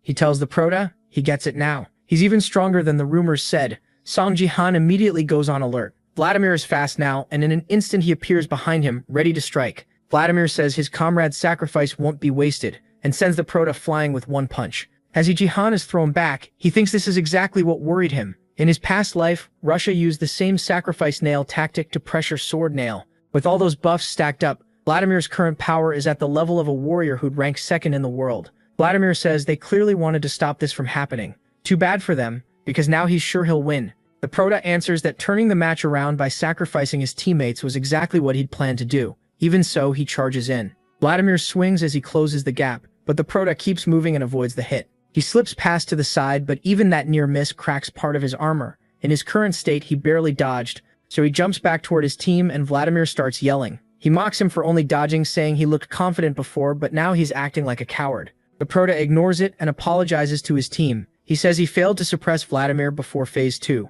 Now it's time. This time, he draws his shadow sword. Everyone gets ready as the Prota says they're switching to Plan B. Vladimir keeps shouting, telling him to stop hiding behind his teammates and asking how a warrior can fight like that without shame. But the Prota orders his team to surround him exactly the way they practiced, while Vladimir keeps insulting them as tiny worms. From the back line, the Prota watches with sword in hand and spear raised. He says he needs a moment to activate Plan B. That's why they went through that special training to toughen up the team. He remembers a few days earlier when that giant was winding up to hit him. The Prota simply blasted him away with his spear. Then the shield user stepped in and rushed him. The Prota slammed his spear into the shield and warned them that a fully buffed Vladimir would be even stronger than this. As the shield user pushed forward, Yeonju fired an arrow while the mage buffed him. The Prota told them not to stop attacking. They just needed to buy time. Back in the match, Yeonju's arrow flies in, so close to Vladimir's head that it nearly clips him, and that only makes him rage harder. Meanwhile, the Prota starts his setup, drawing a cross right under his own feet. Vladimir asks what that is, as light spreads from the cross, passing through everyone and reaching straight toward him. At the center of that light is the Prota. Then Jihan thanks everyone for buying him the time he asked for. He drives his spear into the ground and uses the nameless divine art's god-slaying technique, Blood and Iron Cross. Then he activates instant death. That effect spreads across the whole field, heading straight for its target. A notice appears, human detected. Resistance test failed. Vladimir stares in disbelief, calling it insane as a flash of light erupts beneath his feet. Even the Prota's own side is shocked by that instant death move. Then everyone gets the notice that they've died. Team Korea ends the match with 4 players down, while Team Russia is completely wiped out. The first match goes to Korea. The Prota is the only one left standing and nobody understands what just happened. he just killed 4 people on his own team too. He explains that the third branch of the nameless divine arts, completely different from light and shadow, is the god-slaying technique. It has 5 martial skills tied to the 5 elements, and the one he just used was the metal type. Blood and Iron Cross starts by drawing a cross on the ground, then the formation spreads outward. Once it reaches its limit and the center of the cross is pierced, every human inside dies instantly. For anyone seeing it for the first time, death is unavoidable. But after facing it once, people usually choose one of 2 options: run out of range as fast as possible, or stop the formation before it finishes. So in the second match, Vladimir charges the Prote right away. The Prote asks if he really thinks he can win without his buffs, but Vladimir says he doesn't need them. He says buffs aren't needed to beat a coward like him. Then the whole battlefield erupts, and while the 2 trade heavy blows, the host says the second round has already begun, and unlike the first, this one has turned into more one-on-one fights. The viewers are still stunned by the instant death skill. One asks if he's even playing the same game as everyone else, saying if he were on Russia's side, he'd do the same. This isn't just unbalanced, it's straight-up cheating. Amadeus even jokes that he died from the stands too, because the skill doesn't care who's ally or enemy. The Prote slips away from Vladimir's attack. He retreats from the brute and quickly realizes this fight is moving at a totally different pace from the first match. Vladimir keeps charging after him, and Seg figures the Russian side may be panicking because this is a best of 3. Even so, he remembers what he told CA that a dungeon will appear in Korea too. If this is about who wants it more, nobody beats him. Korea is 1 step away from relegation. He gathers lightning into his spear again. The moment Vladimir sees that, he starts to panic. Seong thinks he can't let CA live in a dangerous world, so he fires Thunder Shock straight at him. The attack heads for Vladimir's face, but he blocks it with his axe. Then he manages to knock the lightning upward with all his strength. But while that throws him off balance, the protagonist leaps right over him and gets ready to strike again, saying he'll finish this now. He uses Sage's footwork. 10 rapid hits crash down on Vladimir. Vladimir tries to stop them with his axes, but only gets angrier. He brings out his bloody claws, focuses on Seong, and charges in hard. MC realizes that every time he used Blood and Iron Cross before, he drew the cross on the ground, but who said that was the only way? The first condition is a vertical bloodline linking sky and earth. As Vladimir attacks, he counters and slams the butt of his spear into Vladimir's eye, cutting it open. Then comes the second step, a horizontal iron line crossing the ground. So he draws that line with his sword. With that, all the setup is done, just like he thought. The final step is to pierce the center of the cross with a spear. Vladimir's own body becomes the Blood and Iron Cross, and when Seong completes all 3 steps, instant death triggers. Vladimir has no resistance to it, so he dies right in front of him again. The protagonist says that in his past life he treated this as just another skill. Back then, he never noticed, but now, seeing it through martial arts, he knows the god-slaying technique can be used in endless ways. The crowd and even the announcer are stunned, wondering what just happened, as Russia surrenders and South Korea takes the win. A clean 2-0 victory. Elsewhere, in a strange world filled with weapons, someone demands to know who dared steal his achievements. That figure steps closer, appearing behind the man watching the live broadcast, furious enough that his presence alone tears apart a mountain. An old man asks if he woke up on his own, or rather, if that human was the one who woke him. The furious figure approaches with his spear, clearly not pleased at all. The elder calmly calls him Longinus, the true god-slaying spear. Longinus demands to know who dared rob his feats. Some being who isn't his master used his technique. The old man explains that the boy carries the nameless soul. That shocks Longinus, the human chosen by master. But the elder says no. Master already took back the power he gave him. Yet the boy is growing stronger by training martial arts on his own.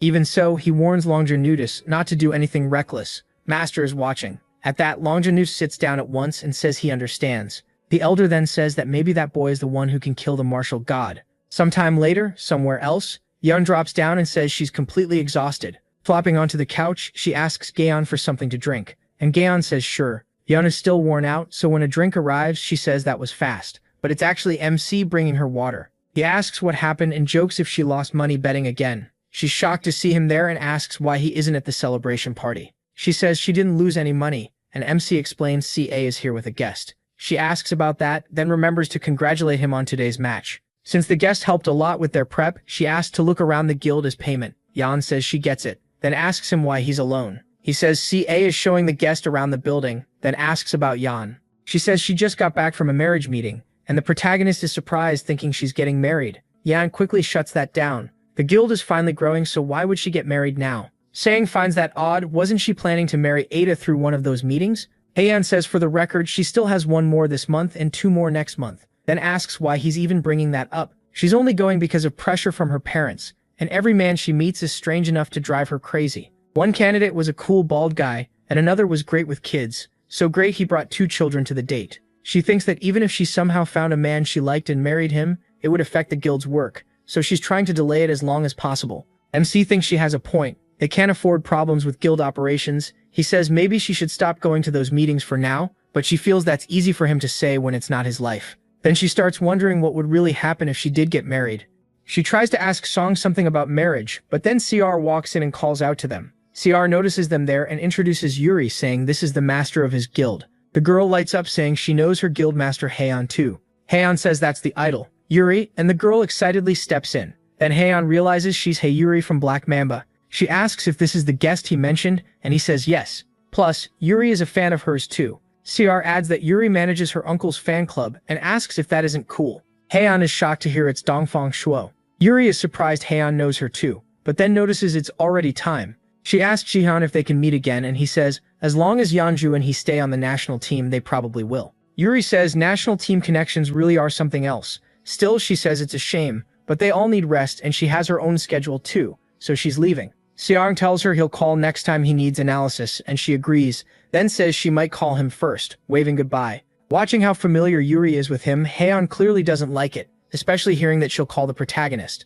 She notices Yuri already has his number, while he kept refusing to give it to Heian. To be fair, he really didn't have a phone before. She may feel rejected, but he wasn't lying. Even so, Heian starts wondering if MC's type is idols, though it definitely isn't. She thinks about her place as guildmaster, then lets it go. Instead, she says they don't have much choice and tells Song to look at something. Then a few days later, at Shaolin Temple in China, someone says Jihan may become a bigger threat than expected. After watching that match, it's hard to believe he's still only gold rank. After all, he beat Vladimir even with Berserker mode active. For context, Vladimir is currently ranked 6th in the world while Jihan is 27th, and China has a warrior ranked 4th. One of them asks Yurong if he's listening, but Yurong is just punching a stone wall and shouting whatever's in his head. Beer women, beer women. He has the SS rank gift Shaolin Abbot, so they ask how long he's been in withdrawal. One man says he's avoided alcohol and women for an amazing 2 days. Skipping drinks is one thing, but the second part is rough. The manager says to keep him like this until the match against Korea, and the assistant says he'll make it happen. Then they explain the East rank gift, Shaolin Abbot. Yaishem wasn't even a monk at first. He loved alcohol and women more than anyone. So the restrictions from this gift were unbelievably harsh. After Shaolin Abbot chose him, his body started changing to fit the gift and he went bald. That kind of power really comes with a brutal price. The gift gives him bonus experience and stats when he avoids worldly pleasures, but it also shortens his lifespan whenever he even gets close to alcohol or women. The moment the Chinese government learned that, they forced him to become a monk. Then the assistant says his real concern is Jahan's instant death skill, and the manager agrees that ability will be a serious problem. But Yurong gets furious hearing them talk so much right next to him. He almost smashes the whole mountain, then tells them not to worry, he's already completed the 108 Arab training. Everyone is left stunned that he actually finished it. The manager asks if that trump card wasn't supposed to be saved for the Sword King. Yurong says yes, but before he fights the Sword King, he wants to use Gehan as a test subject. Then Yurong tells them to stop worrying about the match with Korea and start getting lots of women and beer ready for him. The manager loves hearing that and says if that's the case, they should keep digging up Korea's weaknesses and scandals to spread through the media. The aide says they were already doing that, but something way bigger blew up in Korea and buried their whole plan. The manager asks what happened, and he says it's because of a photo posted yesterday. That one. He projects it in front of Yurong, who gets even angrier and starts cursing the prota. He's stuck here punching rocks while someone else is living the dream. Fueled by rage, he really does shatter the mountain and swears he'll kill Gehan. Meanwhile, the guy himself is in a photo, nearly kissing Hang-an. I've got a lot of questions, mainly how they even ended up like this. A few days earlier, Hang-an asked to speak with him. He lets her talk and she asks if he wants to create a scandal with her. He's totally confused, and so are the other two behind them, though one of them seems way too excited about this. The prota asks what she means. Sometime later, it looks like she convinced him. He asks if she's really sure this is okay. She says yes, as long as the scandal happens, everything will work out. He asks what she means, and she explains it helps her avoid those marriage meetings. It also helps him, because then no one can take his guildmaster position. She asks if he gets it. Still, he asks if she really thinks he can handle marrying into a rich family. She says of course, what does he think? Then Hei-on calls her out, saying she first got close to him to recruit him into the guild, and now she wants extra insurance. Hei-on says she's making it sound like she tried to seduce him, but inside she hates that it's exactly what her brother said. She remembers telling him the prota needed her gift, and her brother saying she probably used that as an excuse because she liked him, Now that things have gone this far, she needs to stay close to Song Ji-han and properly win him over. That's why she's so embarrassed. Still, she tells herself to focus. If this works, she can break free from her father and protect the guild. So the prota says it's fine. He's in. Then he asks what exactly he has to do. After a while, they're in front of the camera trying to act natural while everything gets watched. Sai asks Gahan what she thinks of the photos, and Gahan says Haeon's face looks almost AI generated, so they make them do it again. The two move closer, and she keeps telling them to try one more time as they get even closer. Then Sian asks Akari what she thinks, and she pops out from the tree saying it would look more natural if the photos were taken secretly. Even so, they tell them to try again, and Gahan starts noticing they're getting way too casual about this. Sian says the picture needs to be crystal clear, but Gahan asks why they're trying this hard. Then Sian tells them to kiss. She wants a photo of them actually kissing. Gahan immediately freaks out, saying a real kiss for a fake scandal is going way too far. That was not the plan. The prota stays calm, and she begs him to say something and get her out of this. C says they need to make sure nobody can call the scandal fake or she'll be dragged back into those marriage meetings. Hearing that, she gives in. She's clearly nervous under all that pressure, and when the prota looks at her, he notices how stiff she is for someone acting so determined. He wonders if he should take the lead, so he tells Haeon to relax. She apologizes and says he must be tired of this by now. Then he slips an arm behind her back and lifts her chin, catching her completely off guard as he brings his face close to hers. C says it looks perfect, and tells them to keep going. Then Haeon wonders if he's too close and if they're really about to kiss. He leans in until they're almost touching. When C finally says that's enough, she tells Haeon it looks great and asks if she can post it. Haeon is red as she stands beside the prota, and he says to Haeon, she opens her eyes, still tense, and he says he's looking forward to keeping up the good work in the guild. She can't even answer. Then the prota asks C if they're done, because he has to go. She says that's fine, he's probably tired from the match, so he can leave. Meanwhile, Haeon is so red even her ears turn pink. She wonders what's wrong with her, and why her heart is beating so fast. In her head, she thinks she must be going crazy. Then the photo spreads across every paper, and the fake couple Haeon and Haeon becomes huge news. People say it's insane, and some girls complain that they liked Haeon but now feel let down. Yuri calls Sida to ask if it's true. At the same time, the Sei says she's coming to Korea right now, if Sida doesn't tell her the truth. Sida nearly loses it from all the calls, and reactions are flying in from everywhere. Even Diego Macide starts bringing letters to the prota, and they're all from fans of the guildmaster wishing he would die. That's when the butterfly effect starts to kick in, and because of the first lie, they have to keep the act going. Tired of it all, the prota asks how long they have to keep this up. Haeon apologizes, saying she never thought about what would happen after the scandal went public. As they stop pretending and head to the car, a paparazzo is watching them. The prota senses killing intent and wonders if it's one of Haeon's fans. Just like Diego Macide mentioned, the guy rushes him and throws a punch, but the prota blocks it easily and stops his attack. She asks what's going on, and the prota tells Haeon to get in the car. The guy comes at him again, but the prota dodges the kick with no trouble.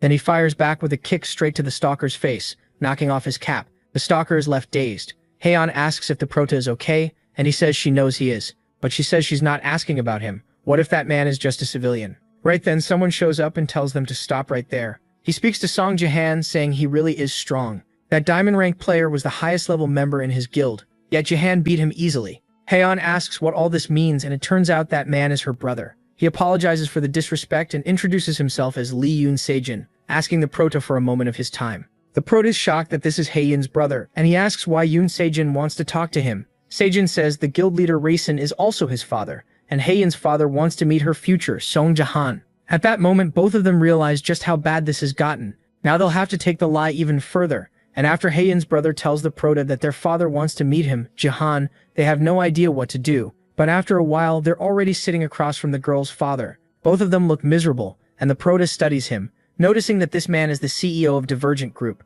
holding a glass of wine like he's putting on a show. He says it's a pleasure to meet the protagonist Jahan. The prota answers that he is Lee, the protagonist Jahan, and thanks him for the invitation. But when he calls him sir, the man says there's no need to be so formal. The prota asks what he should call him instead, while Haeon is dying inside, knowing exactly what her father is trying to do. The man says he can just call him MC Jahan. After all, he'll be his father-in-law from now on. Hearing that, the girl turns bright red. She quickly tells her father they only just started dating and he shouldn't rush things. The prota is just suffering through a mess that isn't even his fault. Since they had no time to make up a story before rushing here, he decides he'll just go with the flow. So he says they do like each other, but they haven't decided anything about marriage yet. Haeon agrees and tells her father not to pressure him so much. Her father agrees too, saying it's smart to be careful with these things. His daughter may be old enough, but she's still immature, so he asks the prota to be patient with her. But the prota says it's not like that, she's actually very reliable. That surprises her father, and he wonders if the prota doesn't know. He says his daughter is addicted to gambling,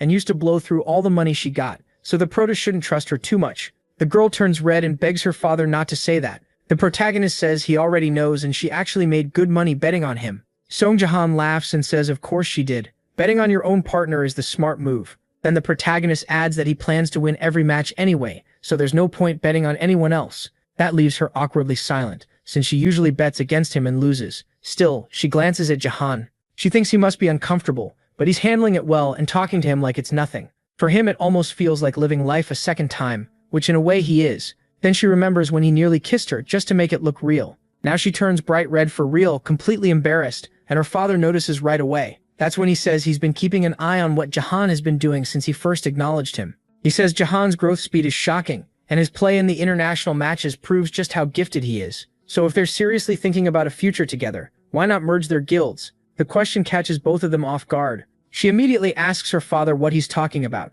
He explains that marriage isn't just about two people, it joins families too, and this could be a great chance for both sides.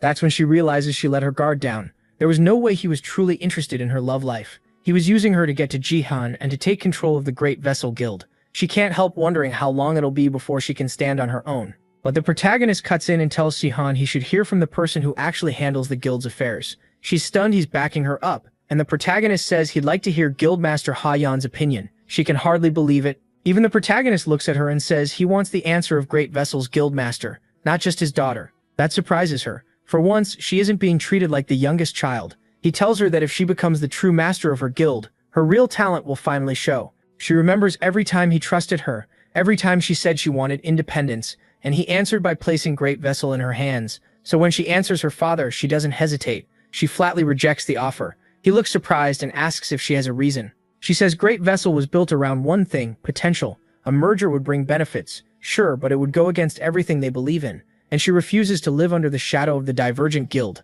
Jihan and the rest of the guild will grow it with their own hands. They're still in the middle of growing, and one day they plan to become even bigger than Divergent. When that day comes, maybe they'll be the ones offering an alliance. Either way, even if she gets married, she has no plan to merge the guilds. That is Great Vessel's decision, and the protagonist can see how ambitious she really is. He tells Soon that he agrees with her. MC is clearly surprised. Then he laughs, saying she got him good. He admits it's interesting, she barely seems like his daughter anymore. The same girl who used to waste his money on gambling because she couldn't find her place in the world. She shrinks in embarrassment and begs him to stop bringing up the betting. He says he thought marriage might help her, but it looks like he worried for nothing. In the end, he says he respects Great Vessel's decision and Guildmaster Li Heian's. Then he says he trusts the protagonist to take good care of his daughter. The protagonist says of course, but Sang cuts in and asks how long they plan to keep up this fake dating scandal. So he knew from the start. She's shocked, and he asks if she really thought he'd fall for something put together that badly. He had already looked into everything. The protagonist apologizes,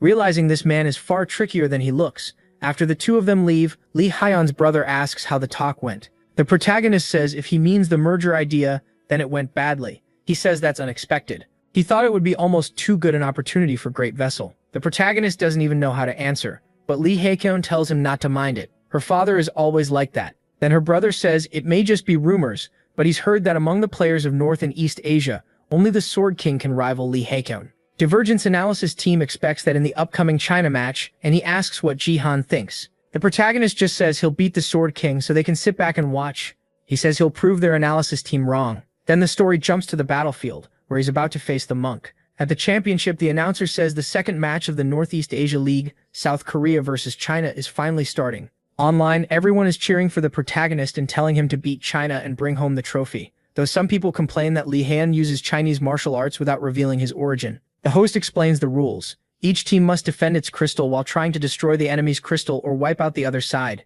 He wonders if Korea can really beat the second strongest team in Northeast Asia. Jihan's whole team enters the field with him and quickly takes formation. The commentators point out they have Jihan, the man who brought down Russia with an instant kill skill. And on the other side there's Li Heian. He's the one who could overpower a fully buffed Vladimir with raw strength alone. So now everyone is wondering who will win, and with that the match begins. Right away they note that the enemy team is out of reach of Ironblood Cross. The protagonist says this one won't be as easy as the last match, so he calls down lightning from the sky and channels it into his spear. Li Heian sees the skill lighting up the sky and is caught off guard while the protagonist uses the nameless divine arts. the Thunder God's divine technique, Judgment Day. A huge bolt crashes across the bridge and slams into the enemy team. But Lee Hae-young summons a massive shield-style barrier, and the protagonist instantly gets annoyed. He realizes it's a barrier cast by a mage with an SS rank gift. The mage says that now that Korea has greeted them, shouldn't they return the favor? He introduces himself as Lee Hyung, China's national representative and an 8th rank mage. Then he says he'll answer with his Bagua accumulation and starts spinning a roulette-like pattern. Bagua accumulation is a gift that boosts a mage's power. It randomly chooses from 8 trigrams and combines one with the user's spell, making it much stronger. The flame he was gathering turns into a fierce blazing bow, with up to 10 times its normal power, but the giant arrow suddenly turns to smoke in his hand. The skill has a risk.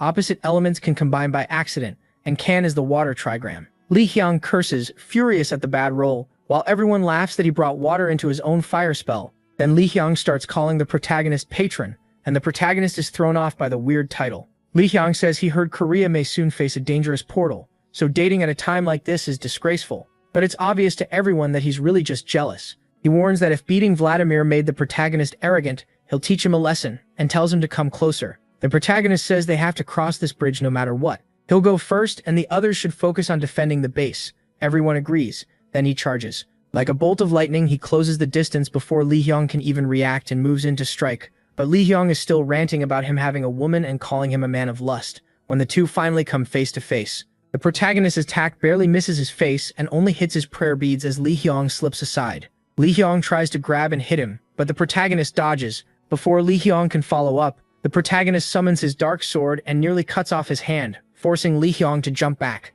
The protagonist realizes he's faster than expected. Then a spear suddenly flies toward him and almost lands, but Lee Hyung knocks it away and complains that outside support is unfair. The protagonist has no idea where it came from, but when he looks back, he sees the two women far away, and the archer says she predicted the shot. He's just too good. Lee Hyung says no one will interfere while he teaches this lesson. Then he summons a giant monk behind him and declares they're going somewhere else. The protagonist has no idea what's happening, and soon the monks appearing around him get ready to take him away, saying they'll test him. He's completely lost. Then Lee Hyung calls on Supreme Shaolin and countless golden copies appear around the protagonist. This is the formation of the 108 Arhats. Lee Hyung says Shaolin is the peak of martial arts, even beyond the protagonist's skill, and the protagonist realizes he's been dragged into a different dimension. A system message declares that he has entered the formation of the 108 Arhats. All stats are reduced by 10, and martial arts-related stats drop by another 10. The prota realizes his lowered stats stop him from using his god-slaying move, and this formation is a real problem.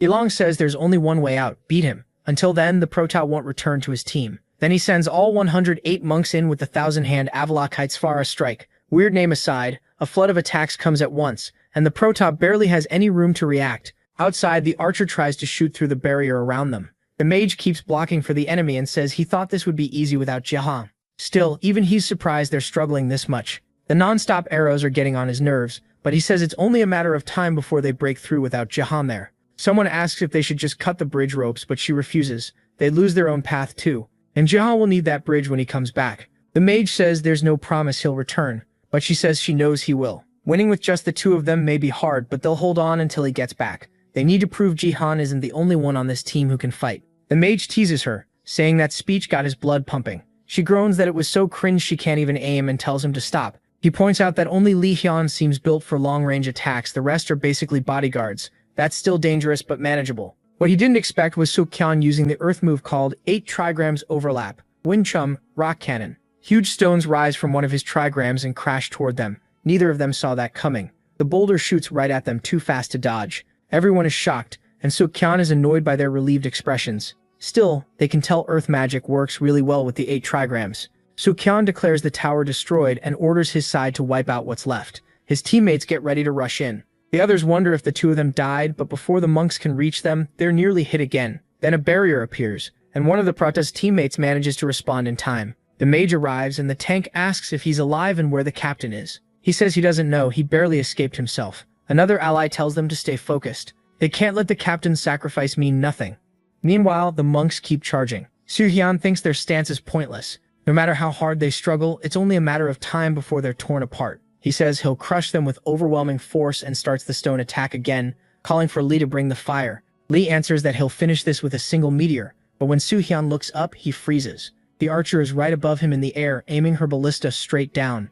Everyone is shocked she's alive, and the mage calmly says he never claimed she was dead. The instant she fires, Suhyun cancels his spell and throws up a barrier to stop the shot. Only now does he remember being warned about a single archer. He mocked that warning. Even the monk said Lee Hyun-jo was dangerous, the one who leads the Korean team whenever Suhyun Jihan isn't around. Now he realizes this is that famous sharpshooter. Still, he asks what kind of archer runs straight into the front line. She answers that if you want to hunt a tiger, you have to enter its den. Everyone starts cheering for her. Back inside that golden space, the prota is still fighting all 108 monks as they keep coming at him. He cuts them down one after another, but it's getting harder. No matter how many he kills, they come back right away. It never ends. Because of the debuff, each skill can only take out 1 or 2 at most. Still, after the levels they gained by beating Vladimir last match, his team is barely hanging on outside. Looking at the clones again, he realizes the real problem. The nameless soul stat isn't high enough, so he tells Ariel to cover his back. She thanks him, joking that Yilong's shiny bald head was hurting her eyes.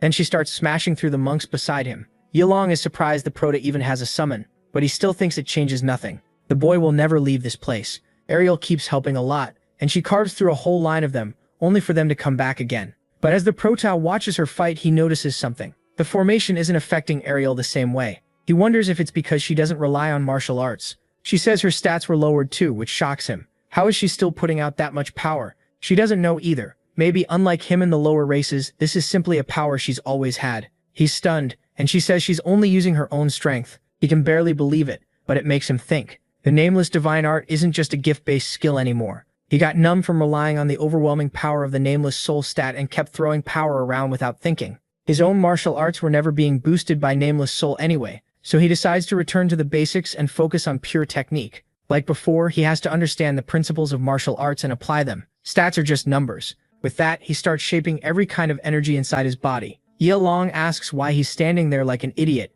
and says even if he gives up, he still won't go easy on him. The prota answers that man is the one who connects heaven and earth, and when he masters the martial arts of the 3 powers, even the heavens won't cover him. Mount Tai will lie beneath his feet. He becomes the one who surpasses Mount Tai, a true martial warrior, using the nameless divine art, extreme martial 3 powers.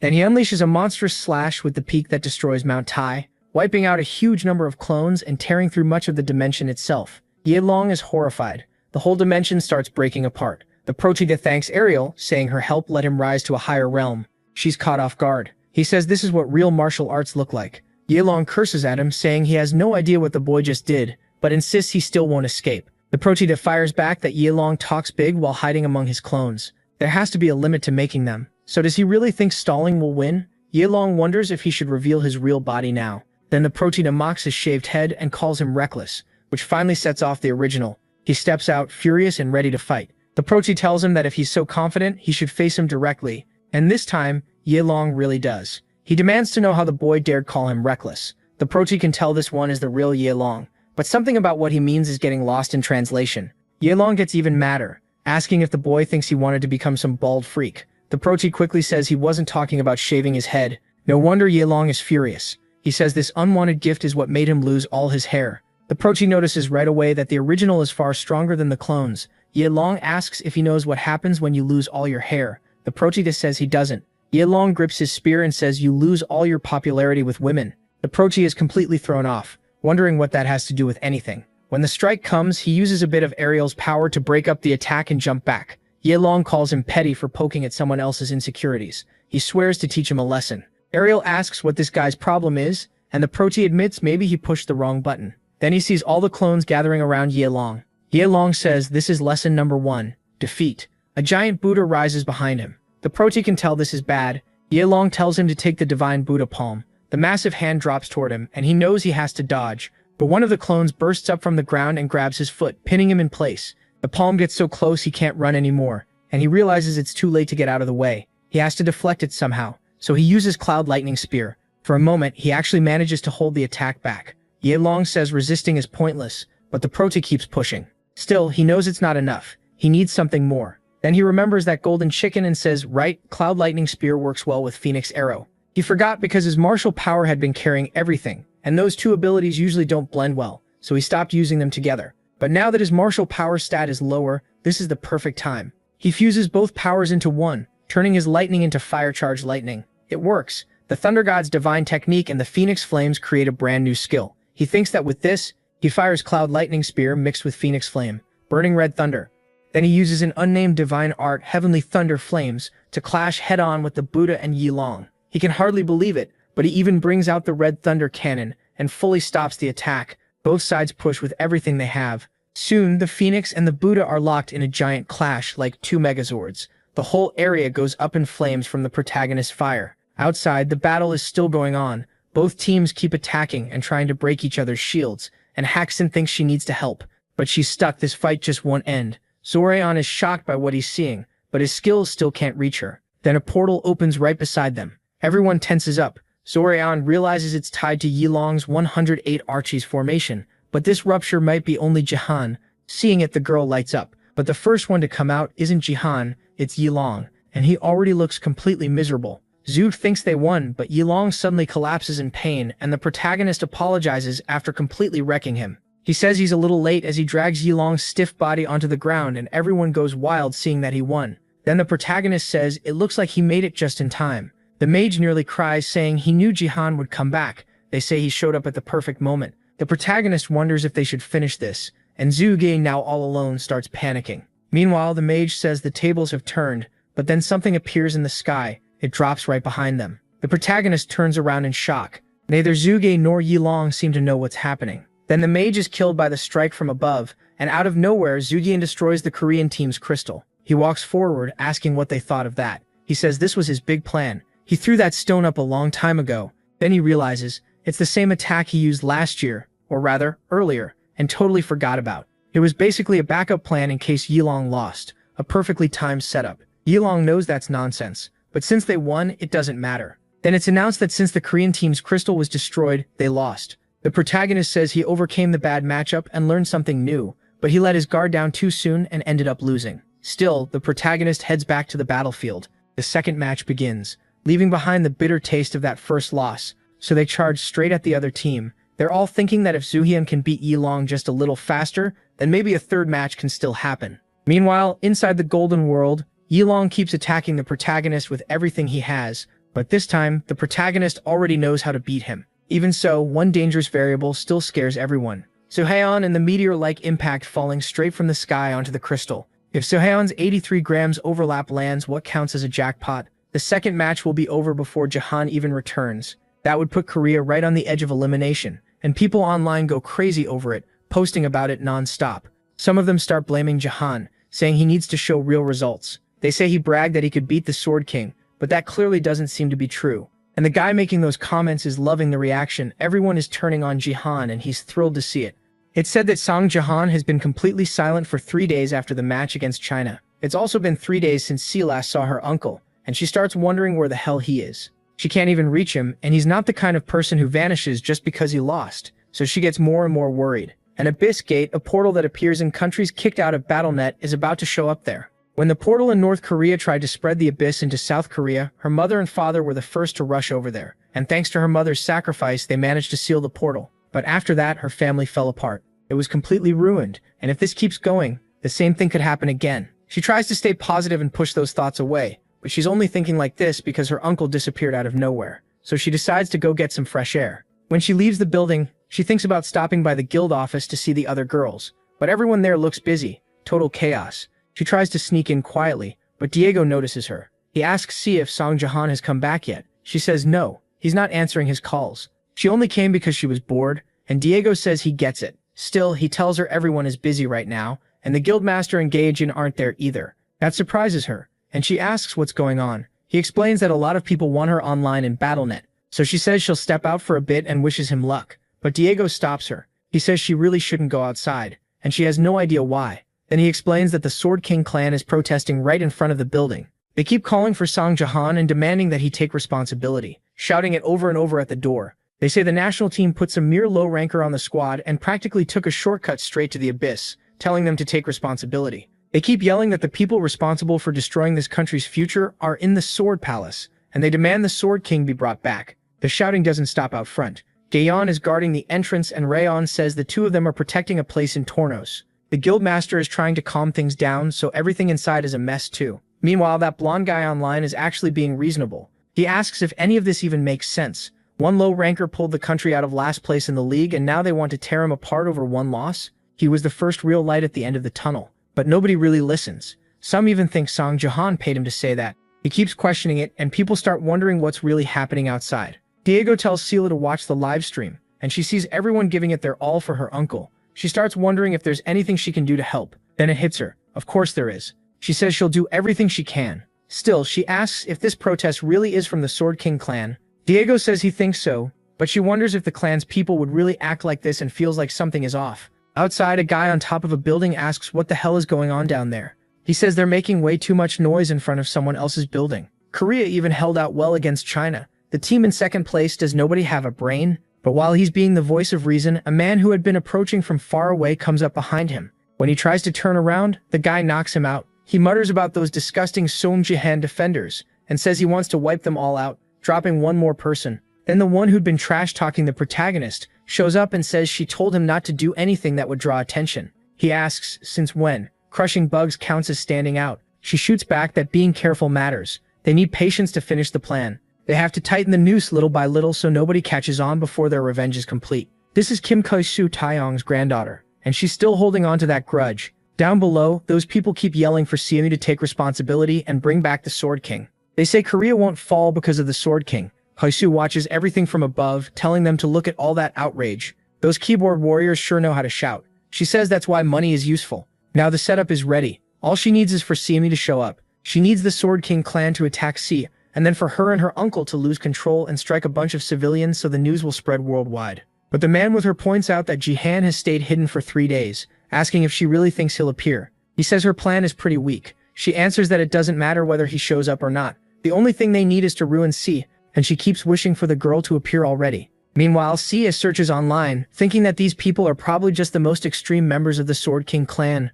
but the clan still doesn't seem like the kind of group that would do this, so she quickly realizes someone else must be behind it. A little later, she sneaks out of the building, trying not to be noticed. She moves along the side, but a few people recognize her and start following her. She knows she can't let them catch her yet, so she runs. She heads to a construction site, and when she gets there, she comes face to face with the men chasing her. She asks if they're from the Sword King clan, and they say she catches on fast. They start cursing Seely, blaming her for living with Mr.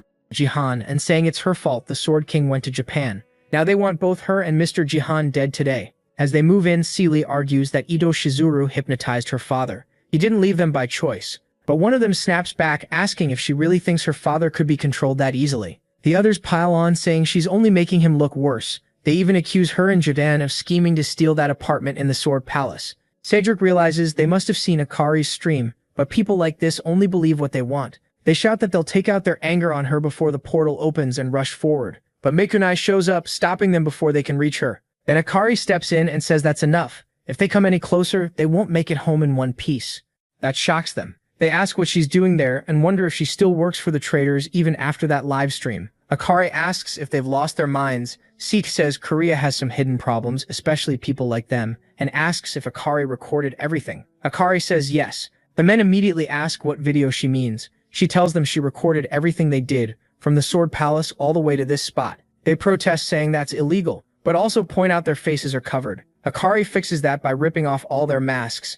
The girls tell them that's right. What they did was illegal too. They chased her down and walked right into her trap. All three go quiet, and Akari says she'll give them one chance. Tell her who hired them or she sends everything to the police. She tries to look calm, but inside her heart is racing. They're stunned she thinks someone hired them. According to them, they're doing this on their own for the Sword King, and her threat means nothing. Once a portal opens in Korea, they say none of this will matter, and they're gold-rank fighters anyway, so they charge Akari. Diamond gets ready to jump in, but Seek tells her not to kill them. Diamond crushes them with ease, and Seek can only think that had to hurt. When only one is left, Akari handles him without much trouble. He throws his sword up and she blocks it with her blade, more annoyed than anything. The other two were easy, but this guy is almost as skilled as a pro and his style really reminds her of the Sword King's fencing.